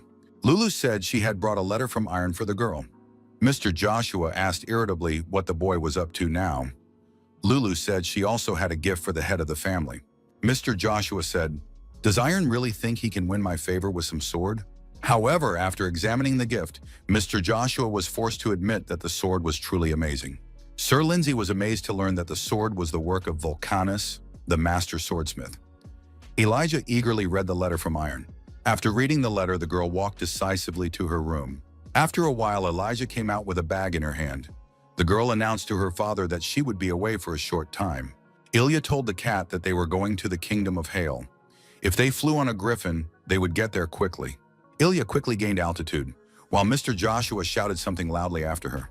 Ilya decided she couldn't wait any longer. She was flying to Iron. Waking up after her hasty flight, the girl thought she must have gone mad. She realized that she had acted too impulsively. She had rushed into it without thinking. What would the others think if they found out that she liked Iron? The training yard of Pereira Castle. Marcus asked if it was true that the girl's name was Ilya Lindsay. It was a great honor for him to meet her. He said that Iron was currently in the capital on business. Ilya mentally reproached herself. She should have thought first and then flown. Brad entered the room and said hello. Lulu asked in surprise what he was doing there. Brad replied that he was traveling nearby and decided to visit an old friend. Lulu was amazed. Was Brad traveling now? Brad asked if Elijah had come to see Iron. The girl flinched, and the young man noticed. Brad smiled and said he understood everything. Iron and Elijah seemed to be close. Iron, it turned out, was not so simple. Ilya flushed and shouted that it wasn't true. Brad laughed. If she reacted like that and blushed, then everything was clear to him. Angry, Ilya challenged him to a duel. It had been a long time since they had fought. Brad agreed but warned her that he was not the same person he used to be. Both activated their aura swords and prepared for battle. Meanwhile, the passengers in the royal carriage were informed that they would soon arrive in the capital. The commander of the knights announced that he wanted to talk about the program for the upcoming banquet. Osvaldo Odone said that first there would be a meeting with delegates from all the kingdoms at the palace, where they would introduce each other. Then there would be a small hunting tournament. In reality, this was more of a ceremony than a competition. The kings would take turns shooting arrows at a target, thus opening the festivities, an ancient tradition. After that, as evening fell, the banquet would begin. The commander added that there was one more thing he needed to warn them about. Suddenly, the carriage stopped abruptly. The passengers looked out the window. The coachman was stunned. Ahead lay a chasm over which a bridge had once crossed. Now it was destroyed. Osvaldo frowned. The bridge had been intact when they had traveled here just a few days ago. Curlia noticed that the griffin was not with them, and it was impossible to fly across the chasm. The commander replied that he knew another way. If they left now, they would make it to the start of the tournament. Meanwhile, at Hale Castle, the deputy commander of the knights, Hill, reported to the king that not all the guests had arrived. He suggested sending people to check on the situation. The king was upset. He had hoped to impress his allies with his swordsmen. Hill said that the ceremony could not be postponed any longer and suggested moving straight to the hunting grounds. The king sighed heavily. He had waited so long for this day. All the invited representatives gathered in their places. The kingdom of Hale, led by the king, arrived first. Deputy Commander Hill and his detachment were also present. Soon delegates from Sonnen, Colin, and Bisso arrived. Each kingdom sought to show its greatness, but the most impressive was the huge carriage of the House of Slick. King Sonnen thought he had never seen anything like it. Had they really brought it here? King Cullen noted that the entire structure seemed to be held up by magicians. Could it even be called a carriage? Knight Hill ordered the trumpeter to announce the start of the hunt. The trumpeter obeyed. Hearing the sound of the trumpet, Osvaldo said that it was the signal for the start of the tournament and told everyone to hurry. Iron followed him. The doors of the Slick carriage swung open, and Ephraim Slick, the supreme mage of the kingdom of Luntel, stepped out. The languid girls remained in the carriage, calling him back.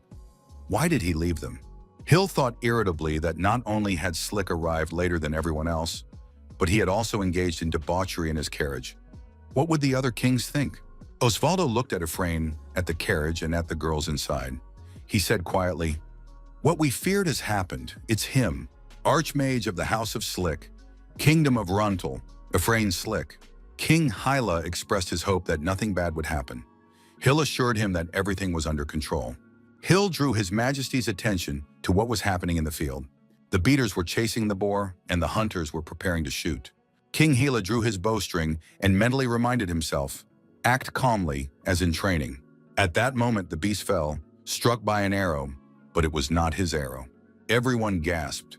In Ephraim Slick's hands gleamed a magical bow. It was from this bow that the shining projectile had flown. Hill turned pale. Slick had just insulted their king, the host of the ceremony. He had violated all the traditions of the four kingdoms. Hill reported that another boar was approaching. Ephraim Slick raised his magic bow again, ignoring order and propriety. Suddenly, the young man shouted for the Archmage to stop immediately. The young man added that it seemed the Archmage was not very familiar with the rules of the event, so he needed to explain them to him. This hunting tournament was created to strengthen the friendship between the four kingdoms. There was no place for rivalry here. Everyone hunted their chosen target in turn. Iron reminded everyone that the king of the kingdom of Hail, as the host of the banquet, would shoot first. As for Slick's actions, all the kings present would show generosity and forgive him. Iron asked Mr. Ephraim to lower his arrow. The young man added that it was necessary to show respect to King Hail and all those present. King Hail thought that this young man was the sword master Iron Pereira. Even at first glance, one could sense his extraordinary energy. This young man had achieved mastery at such a young age. Ephraim Slick said that he was not familiar with the name Iron Pereira. Ephraim Slick asked if Iron Pereira would like to join Runtel. "It would be interesting," he said. Iron politely but firmly declined. Slick smiled and said that the young man had misunderstood him. The Archmage snapped his fingers. The mages of Runtel gathered around the huge cube that had appeared. What was it? Those present could see nothing else. One of the mages announced that the Great Mark preferred a quiet conversation face-to-face, so everyone should be understanding and just wait. They could ignore it and continue hunting. Osvaldo O'Donnell quietly told Curlia not to be nervous and just watch. It was extremely dangerous to interfere now. Iron asked the Archmage what he was doing. Slick replied that he just wanted to talk to him face-to-face. After all, the place was completely soundproof. Iron was surprised. What else was there to talk about? Hadn't he said he didn't want to join Runtel? Why did the Grand Mage want to take him so badly? He wasn't a mage after all. Slick, a family equal to the three great houses of Runtel. Runtel, Slick, and Corcoran. The birth of the great city of swordsmen. The beginning of a story capable of surpassing the five great houses of the West. Ephraim decided that Iron was perfect for this role. Many geniuses have left their names in history, but none of them have created their own great house. However, it was not their fault. The environment in which they lived and the people around them were miserable. Slick noticed that Runtel was different. The sooner the young man left this miserable kingdom, the sooner he would be able to spread his wings. There was no need to fear the consequences. Runtel would take care of everything. Iron replied that his decision remained unchanged.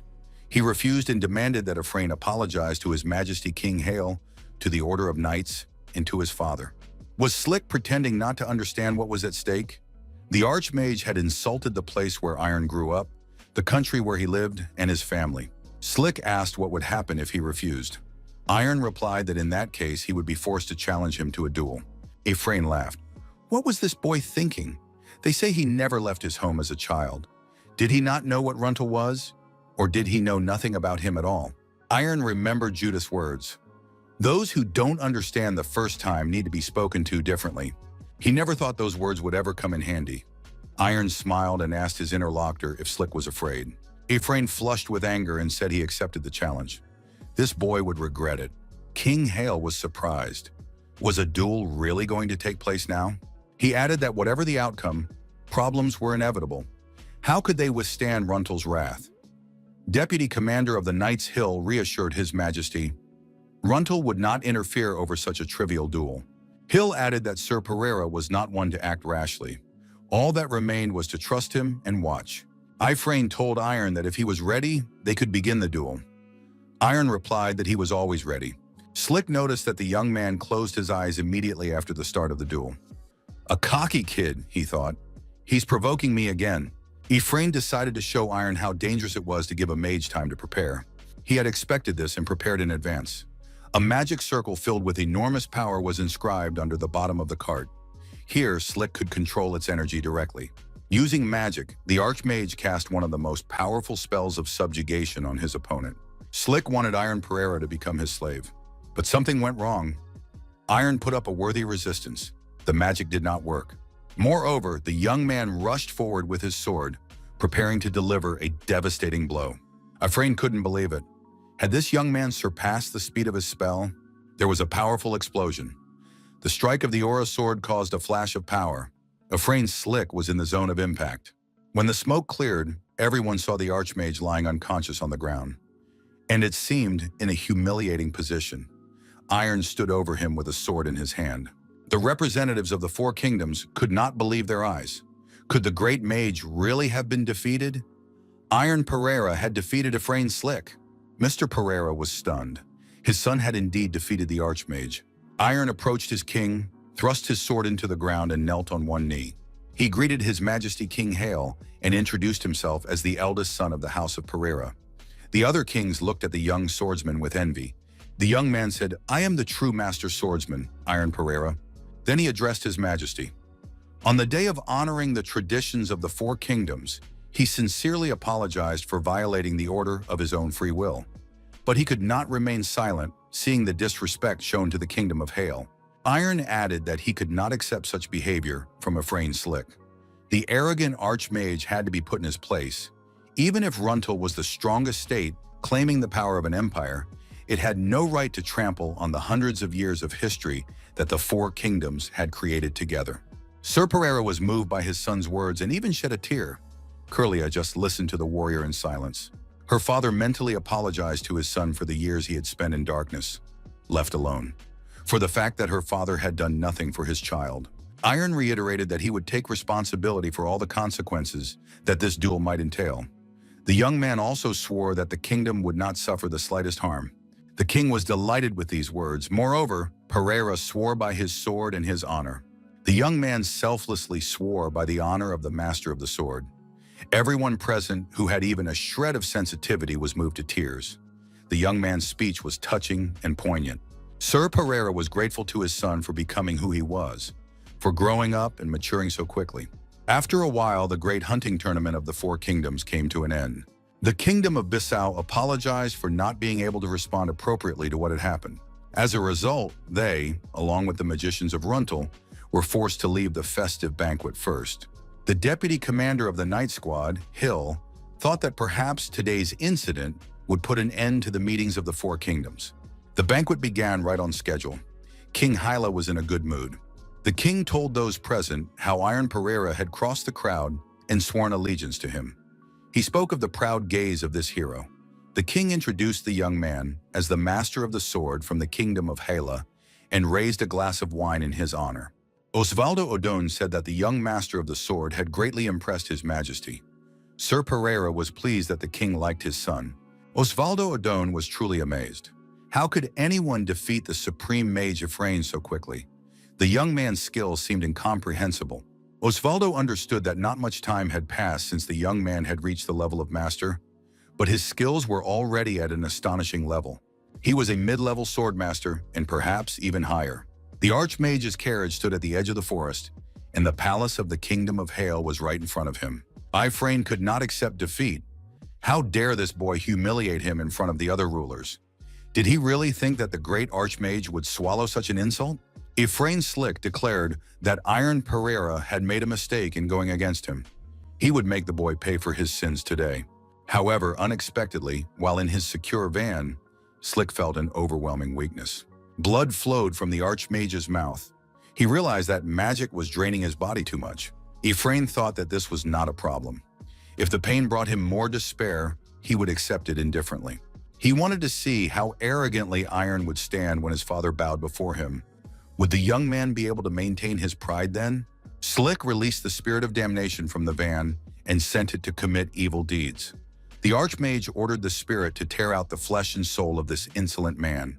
The spirit of damnation approached the royal castle and began to watch the people inside treacherously.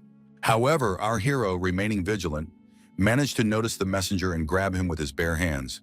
Iron clutched this wild, dark mass of energy, which seemed incredible to him. He noticed that the spirit of the curse rushed straight to the window. Could his father be the target? Ephraim Slick realized that his cunning plan had failed. The spirit of the curse was now in the hands of his main rival. The Archmage was furious. How was this possible? How could this young man have caught his magic with his bare hands? Suddenly, the dark energy vanished. Iron wondered, had the five-element amulet sealed it away? However, Ephraim was depressed because his black magic had dissipated. But that shouldn't have happened. Slick repeated to himself, this can't be. Why isn't everything going according to plan? Suddenly, Slick heard some voices. Someone was saying that it was dangerous here and that they should stay away. What could that mean? The next moment, our hero appeared before the Archmage. He approached Slick with determination. Ephraim, this young man really did not succumb to darkness. He did not become a creature from the abyss. But why is this guy so strong? Iron, in turn, did not understand why this man radiated such vile energy. Slick turned out to be extremely dangerous. Iron thought that if he left Ephraim alive, he could pose a threat in the future. Slick fell to his knees and said that he was wrong, that he would never appear before Iron again and would not approach his family and loved ones. The Archmage asked for forgiveness just once. Iron shouted that these cheap tricks would not work here, not with him, nor with his loved ones. If this man ever decided to plot something again, he should remember today. Iron added, Slick should remember him as he was now. The young man turned and left the half-ruined carriage, leaving the Archmage alone. Returning to the castle, Iron wondered, had he done the right thing?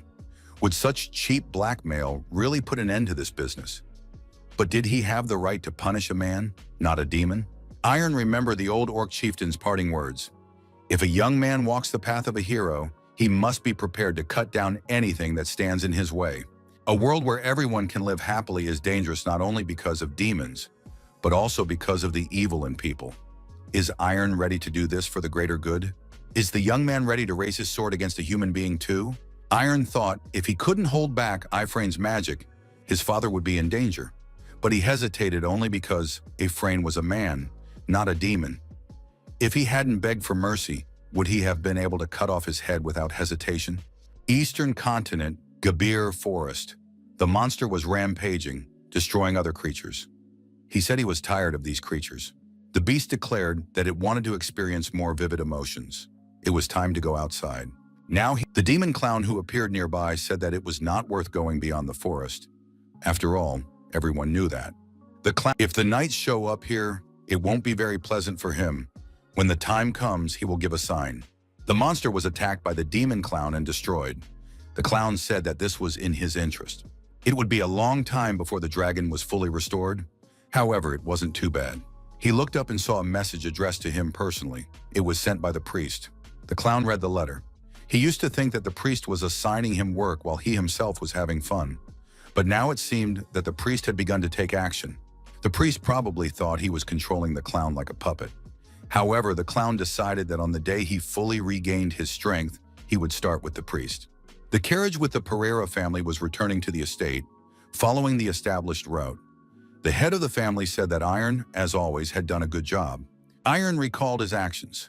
Could he really just leave things as they were? Maybe he should go back. He had to think about it. Even if he went back and punished that man, would they be able to cope with the consequences? His actions now could create problems for his family and for the kingdom of Hale. What should he do? What would be the right thing to do? Iron thought if it had been Ignata, she would definitely have acted differently. Curlia asked where her brother had disappeared the night before. Everyone was asking where Iron was. She was very worried. The young man replied that he had felt dizzy and decided to take a short walk. He apologized for making his sister worry. Curlia demanded that Iron warn her next time. Our hero decided not to tell anyone about what had happened the night before. It would only cause unnecessary concern. Sir Pereira asked his son if he had ever thought about marriage. The day before, His Majesty had said that if he had a beautiful daughter, he would certainly marry her to this young man. Proposals for marriage alliances had come from the kingdoms of Sonnen and Cologne. His father explained that he had refused, as he considered his son's opinion to be paramount. Perhaps new proposals would come in the future? Iron blushed with embarrassment. Based on his observations, his father suggested that the young man already had someone in mind. Could it be someone from the Lingjie family he had mentioned? Curlia noticed that their father was too perceptive. Several days passed. The Pereira family returned from their trip and found themselves in the courtyard of the ancestral castle. Servant Marcus saw the return of his masters and rejoiced. He said that the young master's guests were already waiting for him. Ilya saw Iron and immediately threw herself into his arms. Iron, in turn, was extremely surprised. The young man asked how Ilya had ended up here. The girl replied that Iron himself had said he wanted her to come. He noticed that Ilya was clearly very drunk. What had happened here? Iron didn't understand what was going on. Maybe Brad and Lulu could explain something? Ilya grabbed the young man by the face and asked where he was looking. He should only look at her. Mr. Pereira looked at the girl and said that, contrary to expectations, she turned out to be quite cheerful. Curlia suggested that the situation had escalated. Curlia told her brother to take Elijah to his room and come back. She added that a family meeting was urgently needed. Once in bed, Elijah kept repeating Iron's name. Brad and Lulu were allowed to attend the family meeting as witnesses. What Ilya had said was practically a confession of her feelings under the influence of alcohol. And it happened not in private, but almost in public. Curlia noted that tomorrow morning, when the girl came to her senses, she would be overcome with shame and would want to leave these lands. They needed to figure out how to fix the situation before morning. Brad admitted that he was also to blame. However, Iron was also at fault. After all, he was the one who had brought the girl to this state. Brad asked if Iron was really going to delay even at a moment like this. Iron promised to come up with something. His sister asked what he was going to do. Iron said he would confess his feelings for her. Morning came. Elijah opened her eyes. Her head was splitting with pain. The girl tried to remember what had happened the day before. She remembered drinking with Brad and Lulu and then meeting Iron. She felt incredibly ashamed. Elijah decided she had to leave the estate immediately. However, the main entrance would not do. Maybe she could just jump out the window. At that moment, there was a knock at the door. Elijah realized that all her plans had fallen through. What should she do now? Lulu appeared at the door dressed as a maid. The girl asked why the cat looked like that and what it was doing there. The maid said that Lord Iron Pereira would like to spend the day with Lady Ilya Lindsay. Lulu asked if the girl would accept his invitation. Ilya was surprised. It was a direct invitation to a date. But why so suddenly? Was it because of what had happened the day before? What should she do now? A real brainstorm raced through Ilya's head and she agreed. The girl said she would get ready quickly. The maid replied that she would wait. Ilya tried on several outfits and settled on one. Lulu suggested some matching shoes. The maid opened the door and said that Lady Ilya could come in. Iron Pereira was already waiting for Ilya in the open area. The young man also looked smart. Iron said that they hadn't seen each other for a long time and thanked the girl for visiting their estate. Ilya thanked him for the invitation. Iron noted that the girl had a very beautiful dress that suited her well. Ilya thanked him for the compliment. Ilya said that Iron also looked unusual and handsome. She scolded herself for being shy and stuttering. A blush played on the girl's face. Ilya asked where they would be going today. Iron looked up and said that she had arrived just in time. A griffin harnessed to a carriage appeared above. As always, the griffin was controlled by Curlia. Curlia greeted them and said that she would be in charge of transportation today. It all looked like a scene from a romantic fairy tale. Curlia opened the carriage doors and invited the young people to get in. When they sat down, Curlia said that in order for the bird to move as smoothly as possible, only the comfort mode should be used. Iron told the girl that the place he wanted to take her to was far away and asked if it would be too bumpy. Ilya replied that in this version, the comfort mode was excellent. There was no shaking at all. Ilya thought that Iron hadn't said a word about yesterday. He was probably trying not to embarrass her. The young people flew to the kingdom of Gerbera, to the free city of Seventino. The streets were crowded with people. The festival was in full swing and was supposed to last until the end of autumn. They stopped near a street artist, and Iron agreed to have his portrait painted. When the work was finished, Ilya admitted that the resemblance was simply magnificent. Iron was also pleased. After a candlelit dinner at a fancy restaurant, Iron asked what the girl thought of the food. Ilya admitted that everything was very tasty. The chef definitely deserved Michelin stars. The waiter asked permission to clear the plates and inquired how the guests liked the wine, as it was supposed to pair perfectly with the steak. He added that he would bring dessert soon and could recommend a cocktail to go with it. Ilya was surprised to see that Brad was acting as the waiter. The mustachioed waiter objected that he was not Brad at all and that the girl was mistaken. Iron said that everything was fine. Brad could stop pretending. Brad wished them a pleasant stay and ran away. The young man wondered how Ilya could have recognized him. Wasn't the costume perfect? Lulu told Brad to behave more discreetly. Ilya said she enjoyed everything, had a lot of fun, and thanked the young man. The girl admitted that she was grateful to Iron for showing her all these places.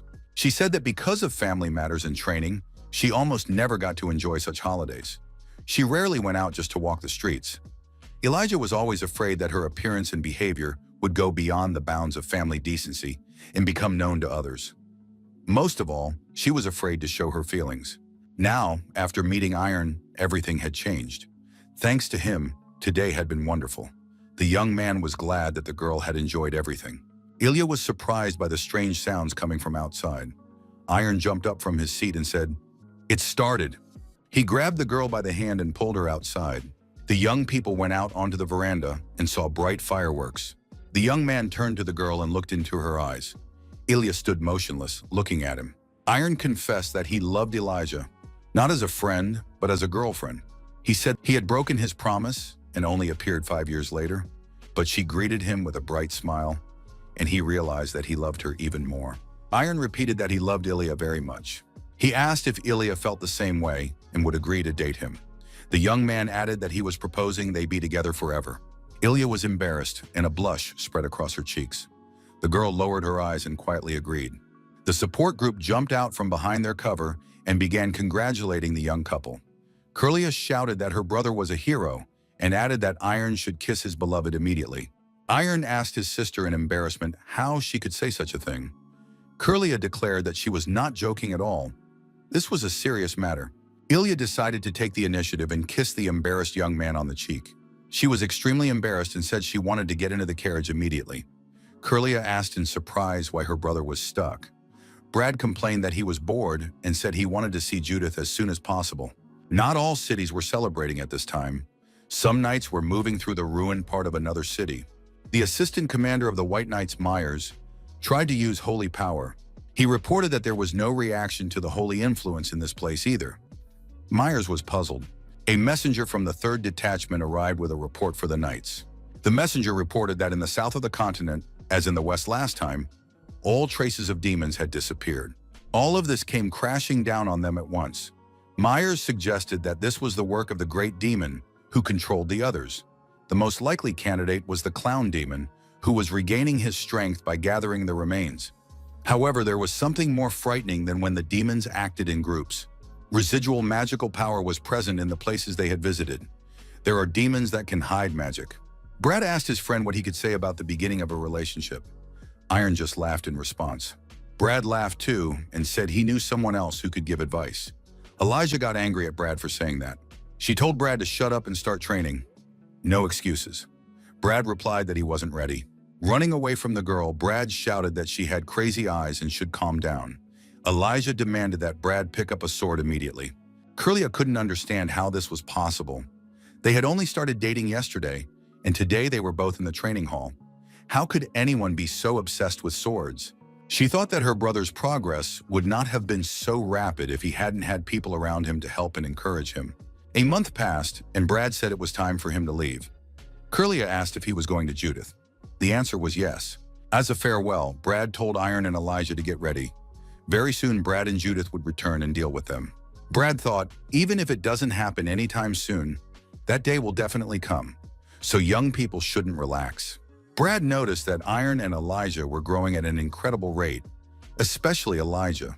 She had become so much stronger that it was incomparable to how she used to be. What had changed her so much? Before, Brad would have been discouraged by such things, but now everything was different. He could simply let go of all those useless emotions like envy or inferiority complexes. The young man decided to go at his own pace, his own way. Suddenly, out of nowhere, a gust of wind appeared. What was it? The gust of wind disappeared as suddenly as it had appeared. Brad wondered, could someone have created it? The fact is that Sir Joshua Lindsay rushed past Brad in the same direction.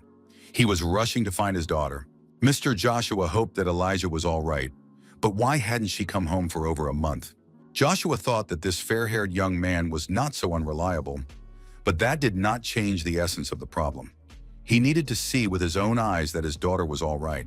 Sir Lindsay saw the Pereira estate and realized he was almost at his destination. The guards at the entrance checked his documents, determined that the traveler had come from the west, and wished him a safe journey.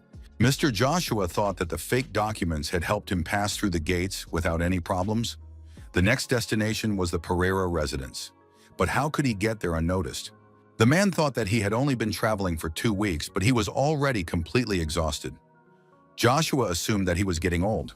There was a tavern directly on his route where the traveler decided to take a break and then move on. A bowl of soup helped him regain his strength. Joshua felt considerably relieved. Looking out the window, Lindsay noted that it was an interesting place, small in size but seemingly much quieter than other places he had seen. A local resident approached the traveler and said that this place was indeed quite nice. The food here was excellent, and the prices were reasonable. The man asked if he could sit at this table. Lindsay clarified that he was not talking about the tavern, but about the city. The traveler added that the city looked much better than the neighboring estates.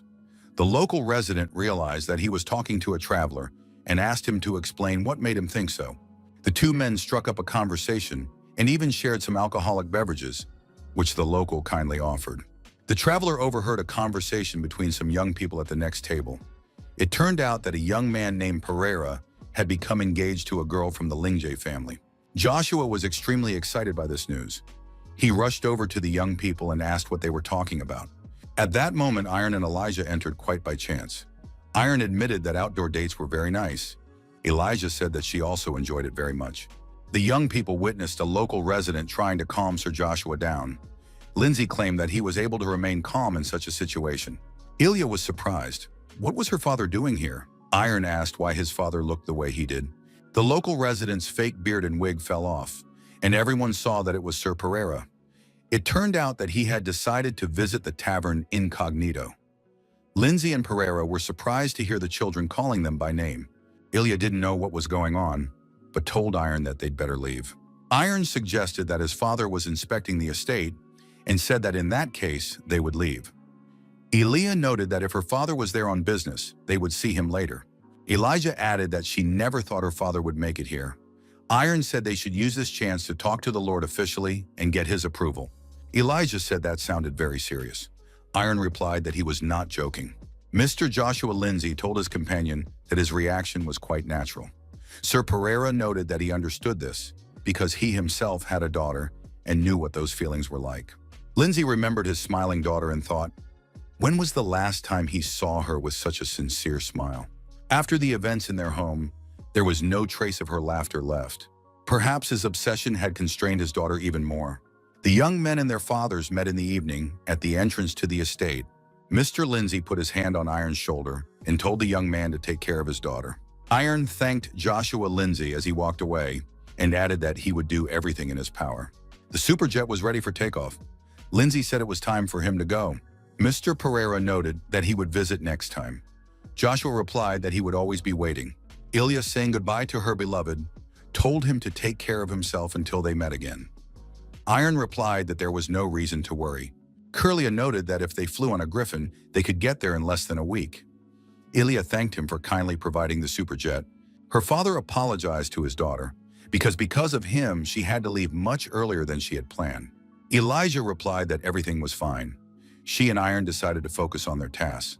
It was important for her to master the family sword. Mr. Joshua thanked his daughter for her words. Sir Lindsay thought that he had learned a lot and finally understood what he had been missing all this time. Why was he so attached to his daughter's safety and future?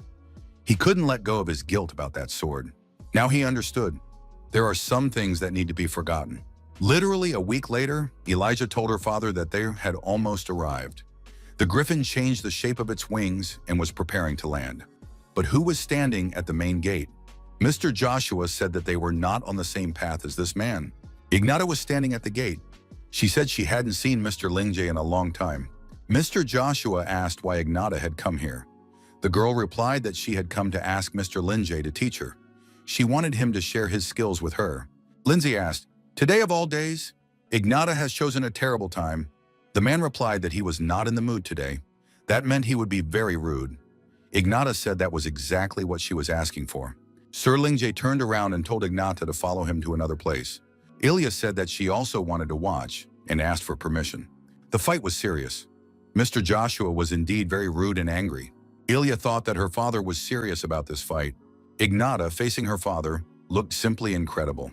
They were completely evenly matched. Elijah wasn't the only one watching the fight. A few other people were standing a little further away. The demon clown said to the young man, "These two seem ready to destroy each other."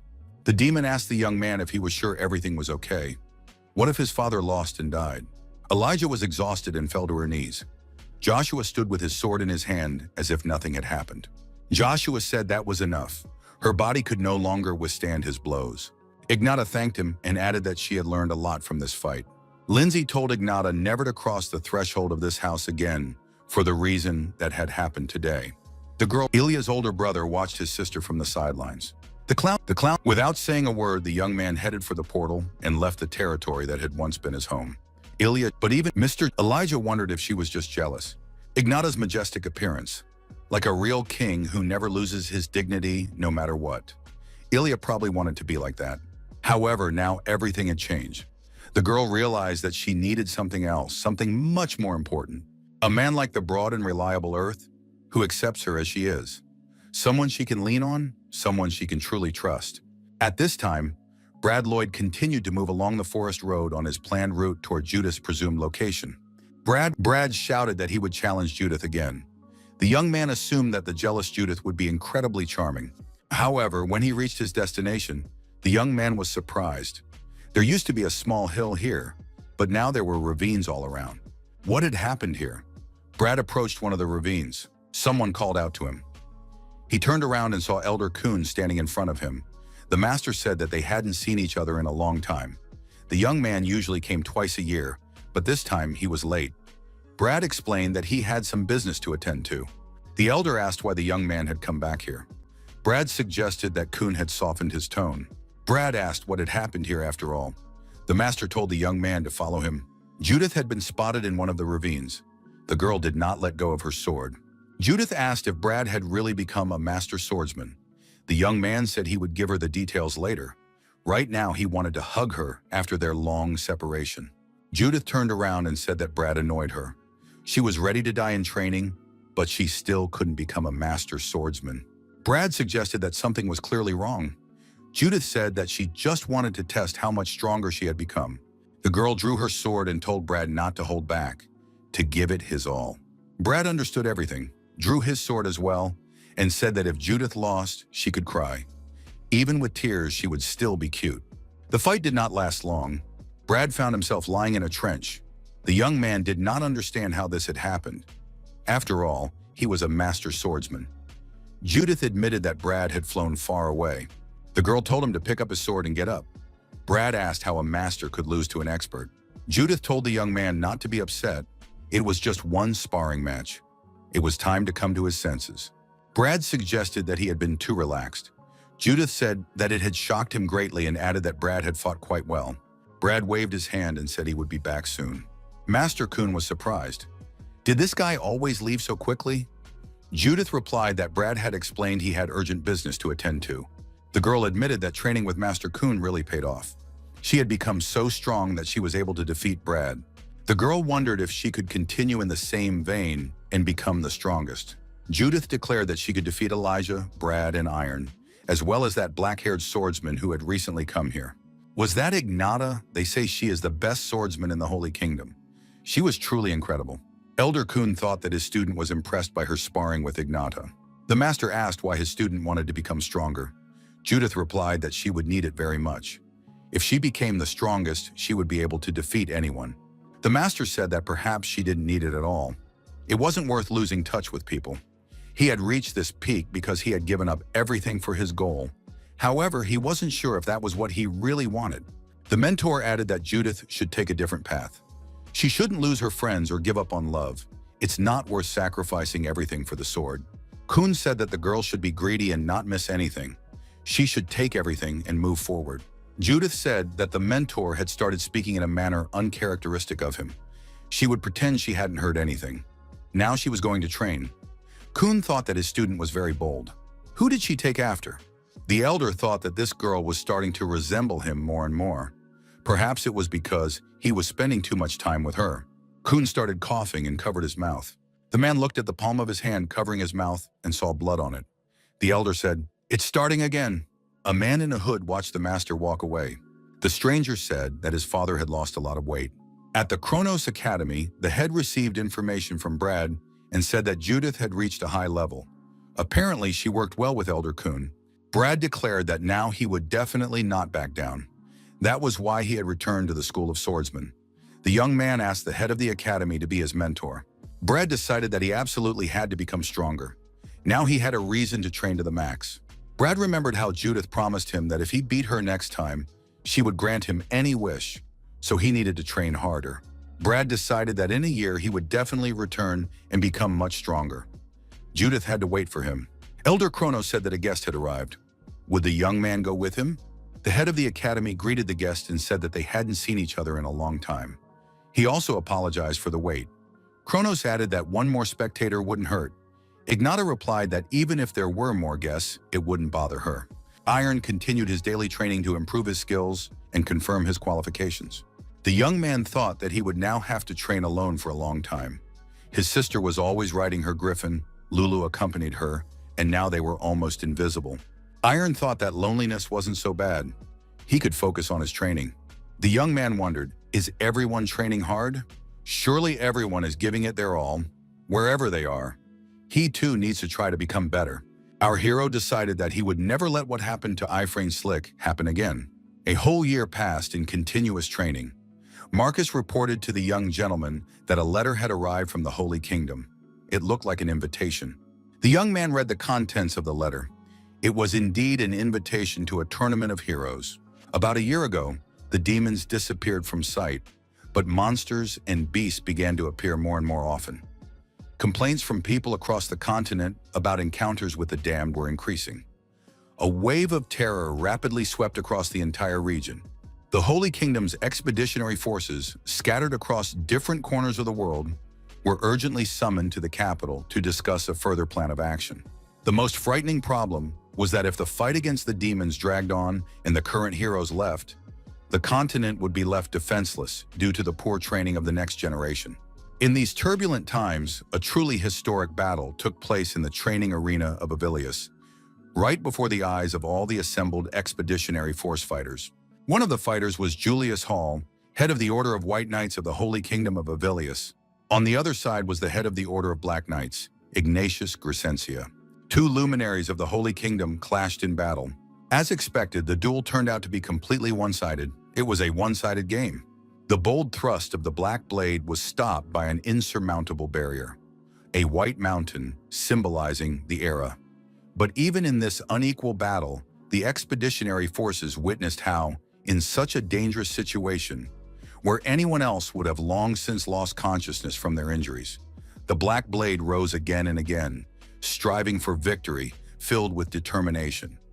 It was the sword of light, a new hope for the protection of a new era. With the return of the demons, darkness and fear enveloped the entire continent, but a spark of hope flashed on the horizon. The Duel of Heroes, a sacred ritual, had begun. Not only Iron, but Brad and Judith also received such invitations. After reading the message, Iron told Marcus to take it to the library. Late at night, after training, our hero indulged in meditation. The young man found himself in the space of his imaginary world. To calm the storm in his heart, the protagonist mastered the element of fire. To subdue the flames that were raging and burning everything in their path, he learned to control the element of water. The young man also mastered the art of earth, capable of holding water, restless like a heart full of doubts. He managed to master all this in a year of persistent training. Iron wanted to take up the sword for the sake of this world. To keep his promise, he needed to understand how to use his power correctly. Guests appeared before the young man.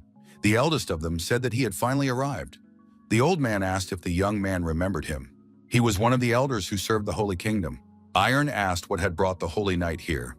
The old man said that the young man had not responded to their invitation. Was he full of doubts? Had the young man's heart long been mired in uncertainty?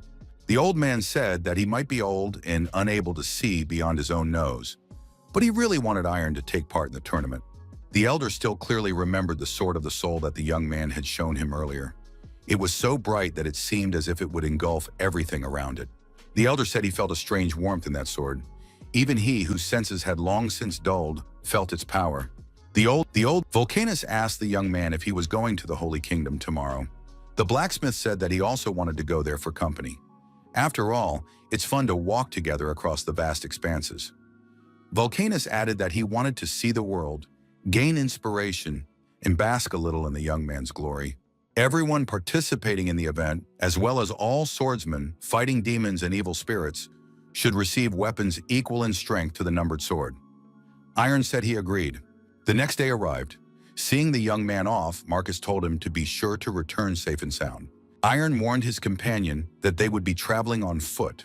The blacksmith replied that he always traveled that way and asked if Lulu would be going with them. The young man replied that the cat had left these lands several months ago. However, Lulu, Iron, and Night, even Volcanus admitted that much had changed over the past year. However, there was no need to worry because the young hero would change the world for the better. Iron told the blacksmith not to pressure him or rush him. Everything had its time. The young man sensed someone approaching them and told Volcanus to be careful. Travelers emerged from the forest onto the clearing. One of them said that they were glad to see the light of the fire in such darkness. The young man showed them the official mercenary badge and said that they were not dangerous. There were 4 travelers and they introduced themselves. They were Keenan, Giovanni, and Jareen. The leader of the group was a mercenary named Ethan. The blacksmith said he was a dwarf and his name was Volcanus. The young man said his name was Iron Pereira. The blacksmith looked at the young man. After all, they had agreed to use pseudonyms. Iron admitted that he had completely forgotten about this agreement. The mercenaries laughed and said that it was very clumsy acting. Once again, someone was trying to call himself the hero Iron Pereira. This was already the 6th such case. The leader of the mercenaries said he had seen such imposters trying to use the master's name. There were many such people.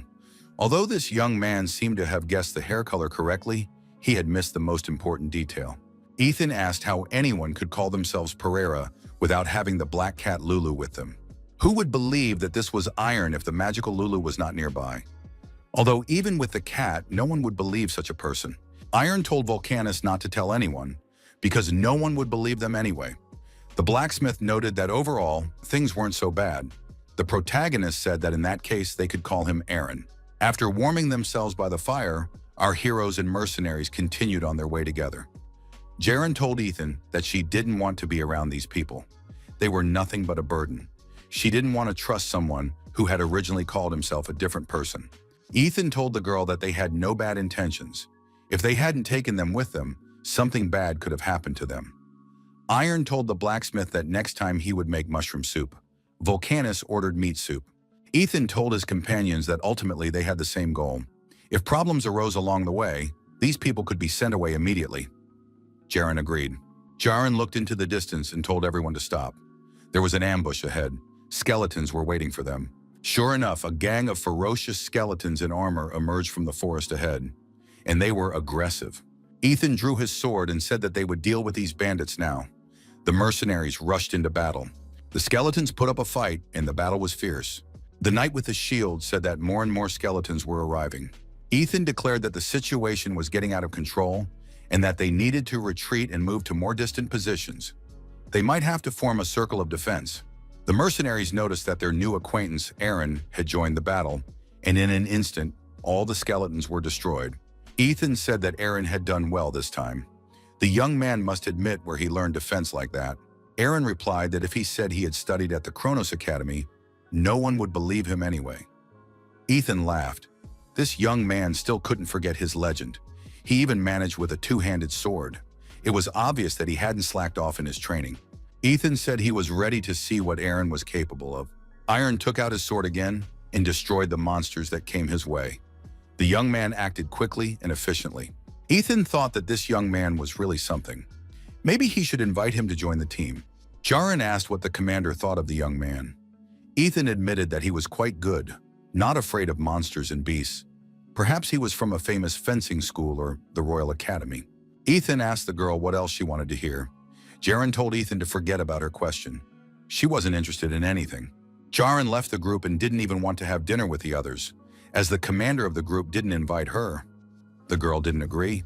Ethan returned to the campfire and continued the conversation over a bowl of hot porridge. The travelers discussed the likely candidates to win the Heroes Tournament. Volcanus said he had heard that Camlin Ray from House Ray would also be participating. This time, only those under the age of 60 could participate, so this knight had every chance of winning. Ethan said that he was indeed a strong knight. Due to the age restriction, the heads of houses and old masters would not be able to participate. Giovanni said that the commander of the Black Knight Order could win. They say that the Holy Kingdom is organizing the tournament just to show off Ignata's sword. Keenan was indignant. Could someone in their 30s really compete with masters who were already over 50? The masters from the southern lands would definitely win. Jarot, the tiger of the southern lands, and his brother-in-arms, the king of the southern mercenaries, Zakwang. Both masters are already over 50, but their experience should not be underestimated. The interlocutor asked Iran who he thought would win. The young man replied, Ignatius Crescencia, Elijah Lingje, Brad Lloyd, Judith, and Iron Pereira. He was quite strong when they traveled with him, but now he is probably even stronger. Aaron laughed and said he was joking. Of course, he didn't know any of the young swordsmen he had just listed. Ethan said that they would soon reach the Tamo forest, as they had been moving in the right direction all this time. Usually they just pass by, but recently a demon had been spotted there twice, so they needed to be careful. On the way, the travelers saw a camp set up by knights. A flag with the wise crest flew above the camp. Volcanus said that it was the coat of arms of a famous clan. It is said that they own all the wealth of the continent, but they are known for more than that. They are also famous for their kindness. They help the poor by distributing grain and have even established a fund for those who were unable to get an education. Recently, the clan began supplying weapons and armor to heroes fighting demons. The clan is now headed by the eldest son, the half-elf Gale Wise. Judith asked her mentor if he really wasn't going. Kun repeated once again that it was better for him to train. It was more useful for him. The girl asked if he couldn't spare a little time to at least support her in some way at the tournament. Kun said he had no free time, otherwise he wouldn't be standing here. Judith said that in that case, the master could stay here and train alone, torturing his body to exhaustion. The girl said that the master could at least say a few words of support to her. Kun shouted for Judith to go fight Ignata, Brad, and Iron. She should destroy everything there and return victorious. Judith was delighted and said she would do just that. She would take her trophy and return immediately. Until then, the mentor had to keep himself in shape. The girl left and Kun began coughing again and losing strength. The master fell to his knees and blood came out of his mouth along with his cough. The elder grabbed his sword. He thought that he could not go on like this, that he had to act before it was too late. Earlier, Kun told his friend not to spread rumors. Chrono Ian confirmed that he had indeed heard such things. They say that only by passing all the stages can one achieve the highest level of mastery. If he could reach that level, he would be able to obtain a new body. Even if he was old and sick, he would be able to be reborn in a new body. He would be given a second chance. Kun did not know whether to believe these stories, but if the rumors were true, maybe he really did have a chance at a new life. However, he had already challenged the impossible many times. Now he must also achieve the impossible and seize even the slightest chance. Someone's voice said, "That's enough for today." Kun turned around and saw a young man. The old man was surprised. What was going on? He hadn't even noticed his presence. Kun asked who he was. The young man greeted him and said his name was Carl. He had come here to study with the Grand Master. Kun thought he was looking at the silver-haired swordsman. Could this be Carl Lingje himself? The young man took out his sword and said that he had long since left that surname in the past. Kun noted that even as a hermit, he had heard of this young man. The elder congratulated the young man on his return to the game. Khan wondered if Carl's opponent should be Ignata. The young man had to hurry to the Holy Kingdom. Not only Ignata, but all the strongest were gathering there. Carl held his sword forward, clearly showing that he was preparing to attack. The elder laughed. Apparently, this young man had no idea who he was trying to intimidate with his sword. Was he serious? Kun added that if the young man had come for his head, he risked losing his own. In the ensuing battle, Elder Kun said that this young man clearly underestimated him. The master thought, how could he have ended up in such a situation that such a young man was trying to threaten him? Kun added that it even annoyed him. This was followed by a kick to the jaw, and Carl was thrown far back. The young man fell on his back, and a dent appeared in the ground. Kun looked angry. Carl jumped to his feet and prepared to attack again. Elder Kun decided to act more energetically and end the fight a little faster than planned. The master thought that this guy seemed to be retreating, but in fact he was constantly deflecting his attacks with precision as if a needle were dancing on the edge of a razor. His talent was simply unimaginable. Hiding such a level of skill all these years was simply a waste of time. Most likely he had now come up against a wall that seemed impossible to climb over. Surely this had broken him. He probably didn't even try to move forward. Just thinking about her, he was already ready to run away. It was humiliating, and the master knew that feeling because he himself had been stuck in that pit for a long time. The old man said that he had only become a master at the age of 70, but he guaranteed it to the young man. Kun said that he would spare Carl this time. The young man should leave while he was giving him this chance. The old master had the elder told Carl to renounce the darkness before it was too late. He had to get rid of what he had obtained dishonestly and start all over again. All was not lost yet. Carl asked what was wrong with using dishonestly obtained power. He had only done what his mentor had told him to do and gained the power he had so desperately dreamed of. Kun asked, what is the point of power if the young man turned away from his humanity to gain it? The master decided to show his opponent how repulsive and pathetic the power he had chosen was. This time, Kun attacked Carl. The old man noted that the young man had been unable to control himself, had given in to his emotions, and had let everything go. Carl had no idea how wrong that was. The elder said that the young man would now feel it to the depths of his bones. However, Kun's health deteriorated sharply, and he began coughing up blood again. To avoid negative consequences, Elder Kun used his most powerful technique. A pillar of dust appeared, and fragments of stone flew in different directions. The young man said he was impressed. He was sure that he had already sent his opponent to the other world with his sword. However, the old man was able to perform such a maneuver in a split second. Blood was already streaming from the elder's mouth. The master's right hand was seriously injured. Carl once again expressed his admiration to his mentor. The young man said that now, with respect for his mentor, he would end the elder's life. Carl said that the opportunity to cross swords with Elder Kun was a great honor for him. He considered it a true blessing of fate. Kun thought he should have attacked him while he was preparing for the blow. The next moment, Kun was again attacked by demonic forces. Carl was amazed by this man's strength and courage. Both of his arms were injured, but he still did not give up. Elder Kun grabbed the sword with his teeth and was ready to continue the fight even in this condition. Carl said he was sorry. However, now that the master could no longer hold his sword, he intended to finish what he had started. At that moment, there was a crash of breaking boards and the elder fell somewhere below. A cloud of dust rose and nothing could be seen around. The roof of the house where the battle was taking place collapsed, and the old man fell to the floor. The master lay among the rubble of the destroyed building. His condition did not allow him to continue the fight. Khan remembered how Judith had previously yelled at the master that the roof needed to be repaired on time. The old man thought that now the girl would give him a beating for the destroyed house. Carl thought he had overexerted himself. He would have to focus solely on recovery for a while. This fight was at the limit of his abilities. The young man thought that if it weren't for his opponent's illness, he would have been the one to lose. However, Master Kun had no intention of giving up. Even in his condition, he was ready to face his opponent. The old man got to his feet and approached his opponent again. Carl said that the master surpassed everyone he could imagine. Was the old man indestructible? The young man gathered his strength, swung his sword, and said that now Kun had no chance of winning. The old man replied that perhaps now he really was indestructible. The young man looked at his opponent and was surprised. His whole body was covered in cuts. Both opponents were running out of strength. Kun remembered his friend's words. Was this what he meant when he spoke of the ultimate level of mastery? The old man told the young man that their meeting was no mere coincidence. At that moment, the master's hands appeared, woven from energy. It was as if they were created from his aura. Khan asked Carl if he knew that two wolves lived in a man's heart. Ethan told his squad that in order to safely pass through the Tamo forest, he had decided to join Wise's caravan. The journey to the Holy Kingdom would take about a week. Ethan told Jaren that this was a necessary measure, that they had no other choice. The girl replied that she understood. Aaron noticed that after meeting Wise's caravan, Jaren had been gloomy the whole time. Had something happened? Ethan suggested that the young man not meddle in other people's business. They had to leave early tomorrow, so Aaron had to get ready.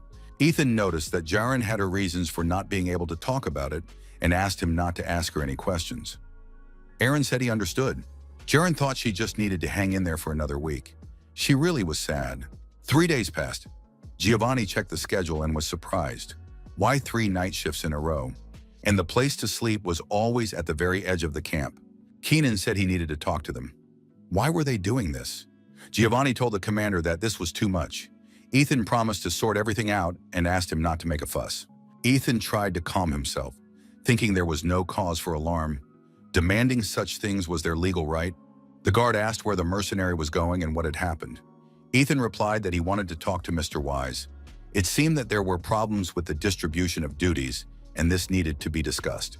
The guard said that Mr. Wise was busy at the moment, but he could pass on the message. Aaron approached and said he would explain everything himself.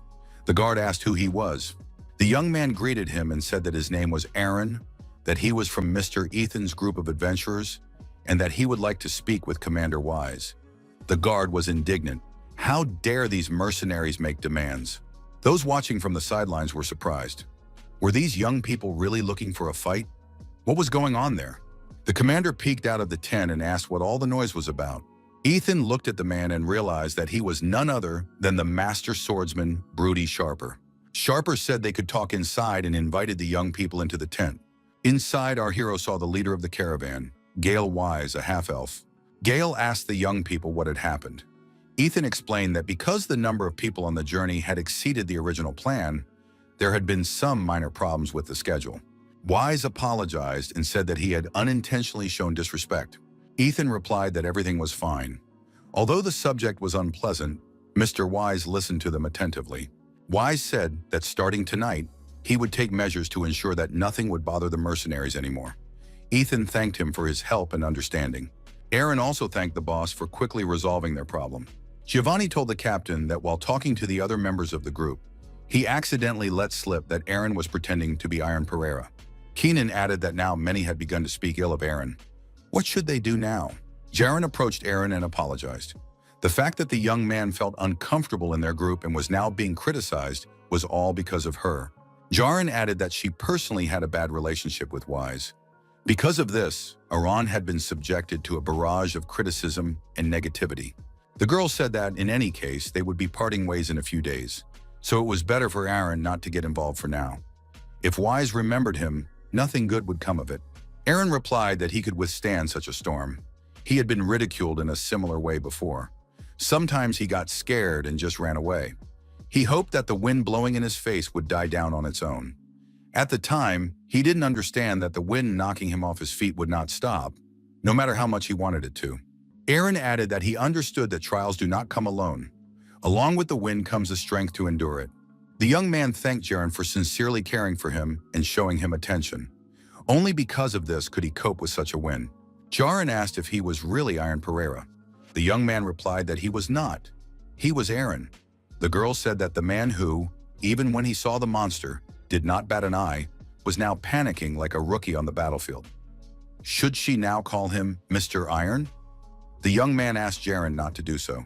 The girl demanded that he admit why he was hiding his identity. Iron replied that he had to do so because he wanted to travel in peace. Jaren agreed that being famous was not easy and promised to keep his secret. Iron stopped Jaren and asked her to tell him what had happened between her and Wise, or at least hint at it. Jaren replied that she couldn't talk about it. Knowing would be the young man's undoing. Ethan told Jaren and Aaron to end their conversation and return immediately. An order had been given for a general assembly. Demons had appeared in the forest. A general assembly had indeed been announced at the knight's camp.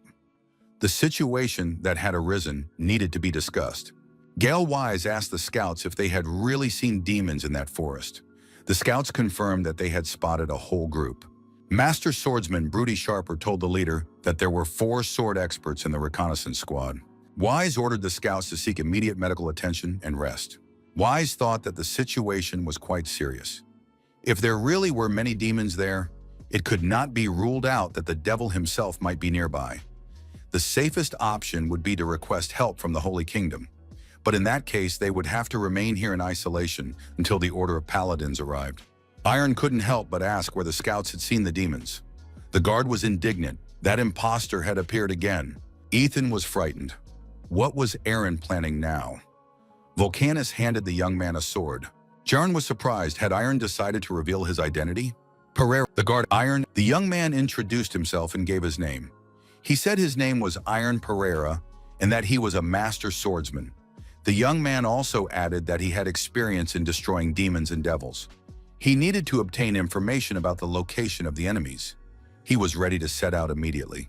The guard, wise Gale, in the dark, one of the demon, she asked. However, the demon was outraged. Had this man completely lost his fear? How dare he show up here as if it were his own home? The female demon flew into a rage. How dare this scoundrel threaten her kingdom? Her Majesty realized that this man was too dangerous and that it was better to avoid direct confrontation with him. The roof of the dark castle was broken, and the female demon intended to leave the territory so as not to suffer. However, the swordmaster Iron Pereira recorded the demon woman's trajectory and decided to deal with her according to the law of honor. The female demon said she had memorized this man's face. When they met again, she would tear him to pieces and tear those pieces into even smaller pieces.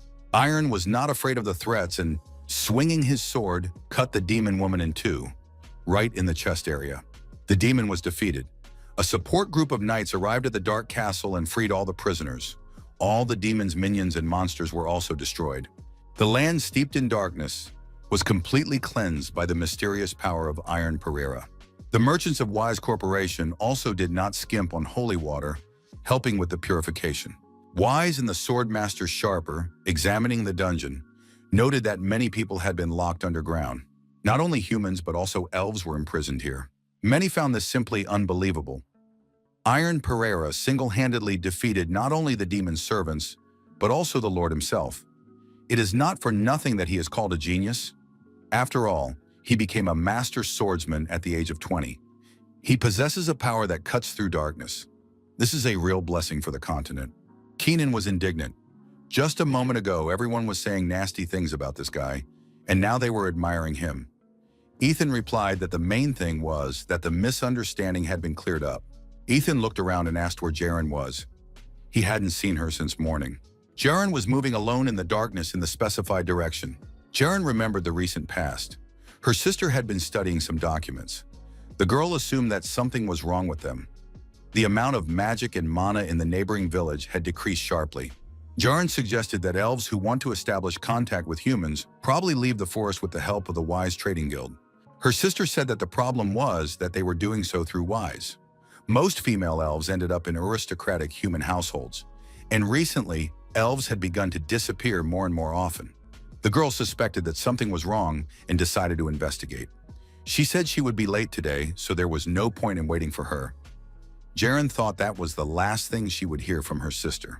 When Jaren realized that her sister had disappeared, she began her own investigation into the Wise Corporation. Jaren's father saw this and told her to stop immediately. The man realized it was too dangerous. He couldn't lose her, too. Then Jaren saw her father's face and understood everything. 7 long years have passed since then. The accusations against the Wise Trading Guild are still based only on speculation. Jaren decided to find out what they were up to. This time, she wanted to see everything with her own eyes. Jaren sneaked into the dungeon where the prisoners were held. The girl tricked the guard by throwing a stone near him. The guard reacted to the sound and took his attention away from watching his territory. The guard was deactivated, and Jaren managed to open the door to one of the cells. An alarm went off in the dungeon. One of the knights informed Lord Wise that something incredible was happening there. Jaren entered the cell and looked around. A terrible sight met her eyes. There were elves in the cell. They were wounded, and their condition was cause for concern. There was also a flower growing in the cell that exuded demonic energy. The elves were exposed to it. Moreover, there were not only prisoners in the cell. The young man standing with his back to Jaren said that even without looking, he guessed who it was. He admitted that he had hoped this day would never come. The young man turned around and said that he hadn't seen Jaren in a long time. It was Gale Wise. Jaren demanded that this disgusting lawlessness be stopped immediately. She had thought so. It was Wise who had taken her sister. Wise said he had forgotten to warn her. If you inhale the scent of this flower without taking an antidote beforehand, your mind will become clouded. At first it will hurt, but then a rather pleasant sensation will follow. Gale asked why Jaren had come here at all. The girl felt weak. She tried not to lose consciousness, but her strength was rapidly leaving her. Jaren managed to keep her wits about her and noticed that her consciousness was gradually returning. The flower's effect was weakening. Something incredible happened. The swordmaster Iron Pereira entered the room. Wise was surprised. How did Lord Pereira get here? Iron said he did not want to harm anyone, so it would be best if no one moved. Gael Wise asked Pereira not to misunderstand him. Iron ordered Jaren to move to a safe distance. Wise shouted for Lord Pereira not to come any closer. However, Iron sent Gael Wise flying with a lightning-fast punch to the face. Our hero approached the mysterious flower and said that everything was as he had expected. The young man realized that the dark stream was coming from this very plant. This scent was confusing the elves. It had to be stopped. The pendant on our hero's chest radiated energy that affected the flower, causing the plant to wither. Swordmaster Broody Sharper burst into the room and asked if Mr. Wise was all right. Wise demanded that Pereira stop immediately. Was he going to destroy everything here right now? Wise declared that if he was destined to answer for his actions, he was ready to do so in the Holy Kingdom. According to the law, only elves or abilious could judge an elf. Was Iron really going to break that rule too by taking the law into his own hands? Iron confirmed that this was indeed the case. Our hero said that Wise would go there accompanied by him. Ethan saw Jaren and asked where she had been all this time. The girl reminded him of what she had said earlier. Gael Wise was responsible for all of this. Now the truth had come to light. The knights and mercenaries left the camp and set off in carts along the planned route. Wise, as planned, rode in a cart accompanied by Iron and Volcanus. Wise asked Pereira if he realized how much influence the Wise Corporation Trading Guild had on the continent. They had connections with influential people in every corner, even in Abilius. Wise thought, everything is going as he expected. This Pereira would not dare touch him. He knew many like this boy. They were all honest, righteous, acting for the greater good. You couldn't bribe them, but there was no need to fear them either, because they always acted within the bounds of their own principles. Wise decided that all Iron could do in Abilius was stand and watch as he slipped away right under his nose. The carriage stopped, and the guard announced that they had arrived at their destination. Volcanus glanced around the area and noted that everything looked grand. This was the sacred kingdom of Abilius. Wise asked if they should at least put handcuffs on him. Iron did not answer. Gael thought it was too boring. The game was over. Broody Sharper had probably already gone ahead and taken care of everything. Wise wondered if Iron Pereira really thought he could resist the connections he had built over the years. Horseman Wise was surprised. Who was this man? From his clothing, he was a holy knight. It turned out to be Myers. Iron greeted him and said that they hadn't seen each other in a long time. Wise was frightened when he realized that they knew each other. Myers said he had already received the news. They say Pereira had single-handedly destroyed the demons. The young man confirmed this and added that this time he had acted first. He apologized for not warning them. Iron said he had to finish this business. Myers understood what the young man meant. The Holy Knight noted that Iron had already fulfilled his duty. He needn't worry any further. The Holy Kingdom would now take care of it. The Black Myers Irons, a knight stood in front of the entrance to the reception hall. He said that Iron Pereira must continue on alone from here. An old man with glasses was sitting at a table in the back of the hall. He said that he had finally met Iron Pereira and asked the young man to come closer. Iron wondered who this man sitting next to him was. The young man said that he had been warned that they wanted to meet him. The old man noted that the name Pereira was now on everyone's lips in many corners of the continent, and that was why he wanted to talk to him personally. Iron replied that he also had something to say to His Majesty. Pereira told the story of what had happened at Wise. His Majesty understood that Gael Wise was actually involved in dirty business. His Majesty said that he already knew about it. Iron was surprised. Why then had he not been stopped earlier? His Majesty replied that it was all done in the name of peace on the continent. Iron was outraged. After all, they were brainwashing innocent elves, breaking their will, and selling them to vile human aristocrats, thereby increasing the influence of their trading company. Did His Majesty really believe that turning a blind eye to this was the path to peace? The old man asked if the young man had any idea how much they contributed to the treasury each year. Sad as it was, Wise was one of the pillars that kept this unstable world from collapsing. Iron replied that he knew what influence they had on the continent, but money gained from the suffering of elves was worthless. Sacrificing some for the benefit of others was like selling your soul to the devil. His Majesty said that this was only the opinion of a young man. There are countless people who are willing to slit someone's throat for a piece of bread. The man added that they are all part of this world, part of humanity. Does the young man really believe that they are willing to sell their souls to the devil and do not deserve to live? Iron replied that His Majesty was exaggerating. He had not said that. The old man said that in that case, the young man should abandon his empty ideals and answer. In this world full of chaos, what solution did he see? Iron admitted that he did not know. He added that he had thought about it for a long time, but had not found an answer. That is why he asked His Majesty to untangle this knot of chaos with the wisdom that young people are incapable of. The old man was surprised. Was the young man mocking him? Iron replied, not at all. He was not going to be stubborn or prove anything. He was just an inexperienced young man who lacked knowledge and was unable to offer a solution to such a large-scale problem. That is why he wants to ask His Majesty, or someone even wiser, to help him. Iron added that he would definitely do everything in his power. Iron Pereira firmly stated that he would become the champion at the upcoming Tournament of Heroes. He would prove his strength to give people hope and dispel their fears. He would make every effort to achieve this. That was all he could do at the moment. The assistant said that separate rooms had been prepared for all participants in the Heroes Tournament. If the young man needed anything, he could just ask. Iron was left alone in his room and tried to rest.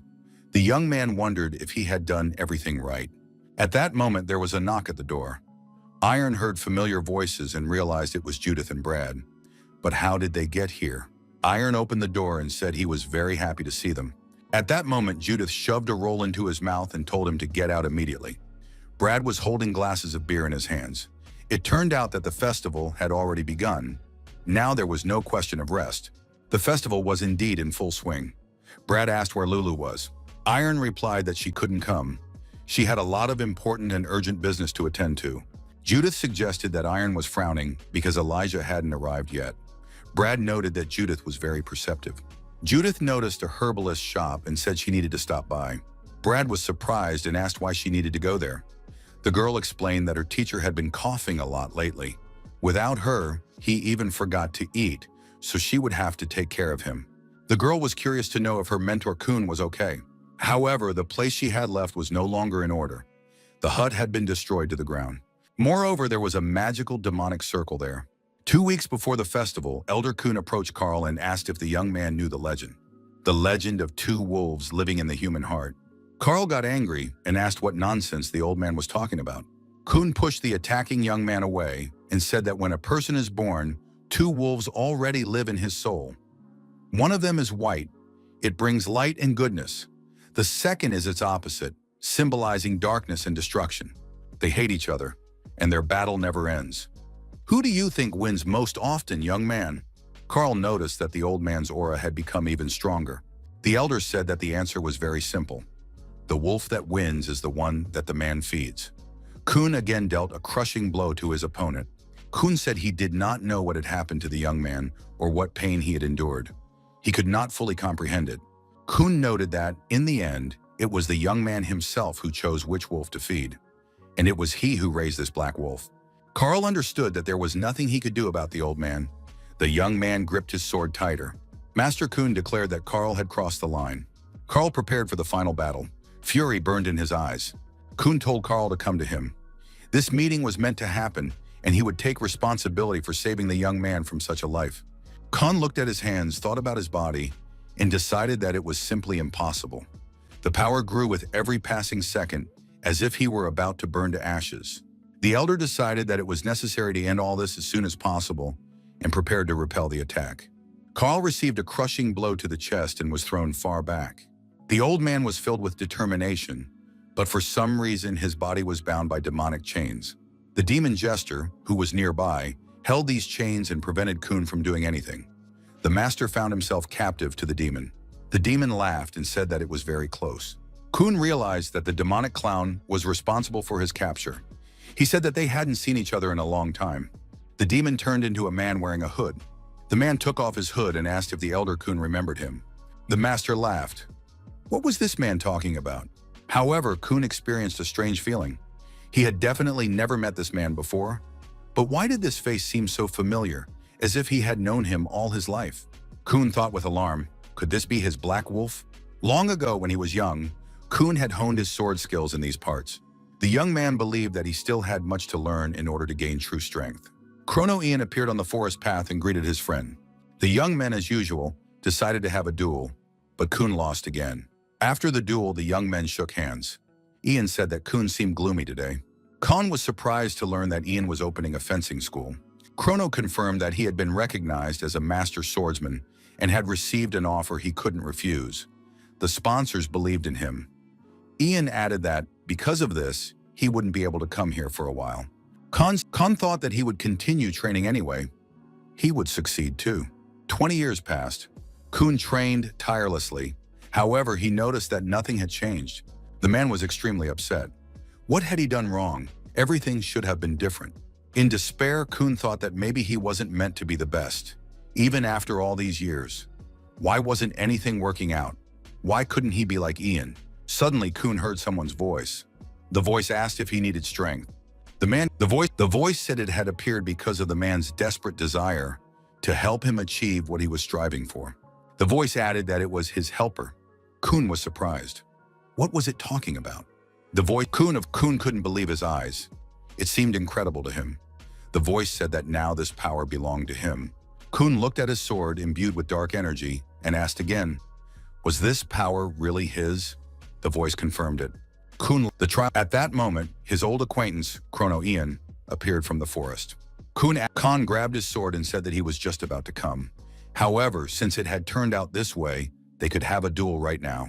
Chrono Ian was amazed when he saw how Kun looked as he attacked him. The fight turned out to be really fierce. Kun asked if Ian would give up so easily. The hermit told the head of the school to take out his vaunted aura sword and put up a worthy fight. Chrono Ian couldn't withstand the onslaught and was deactivated. For the first time, he lost to this opponent.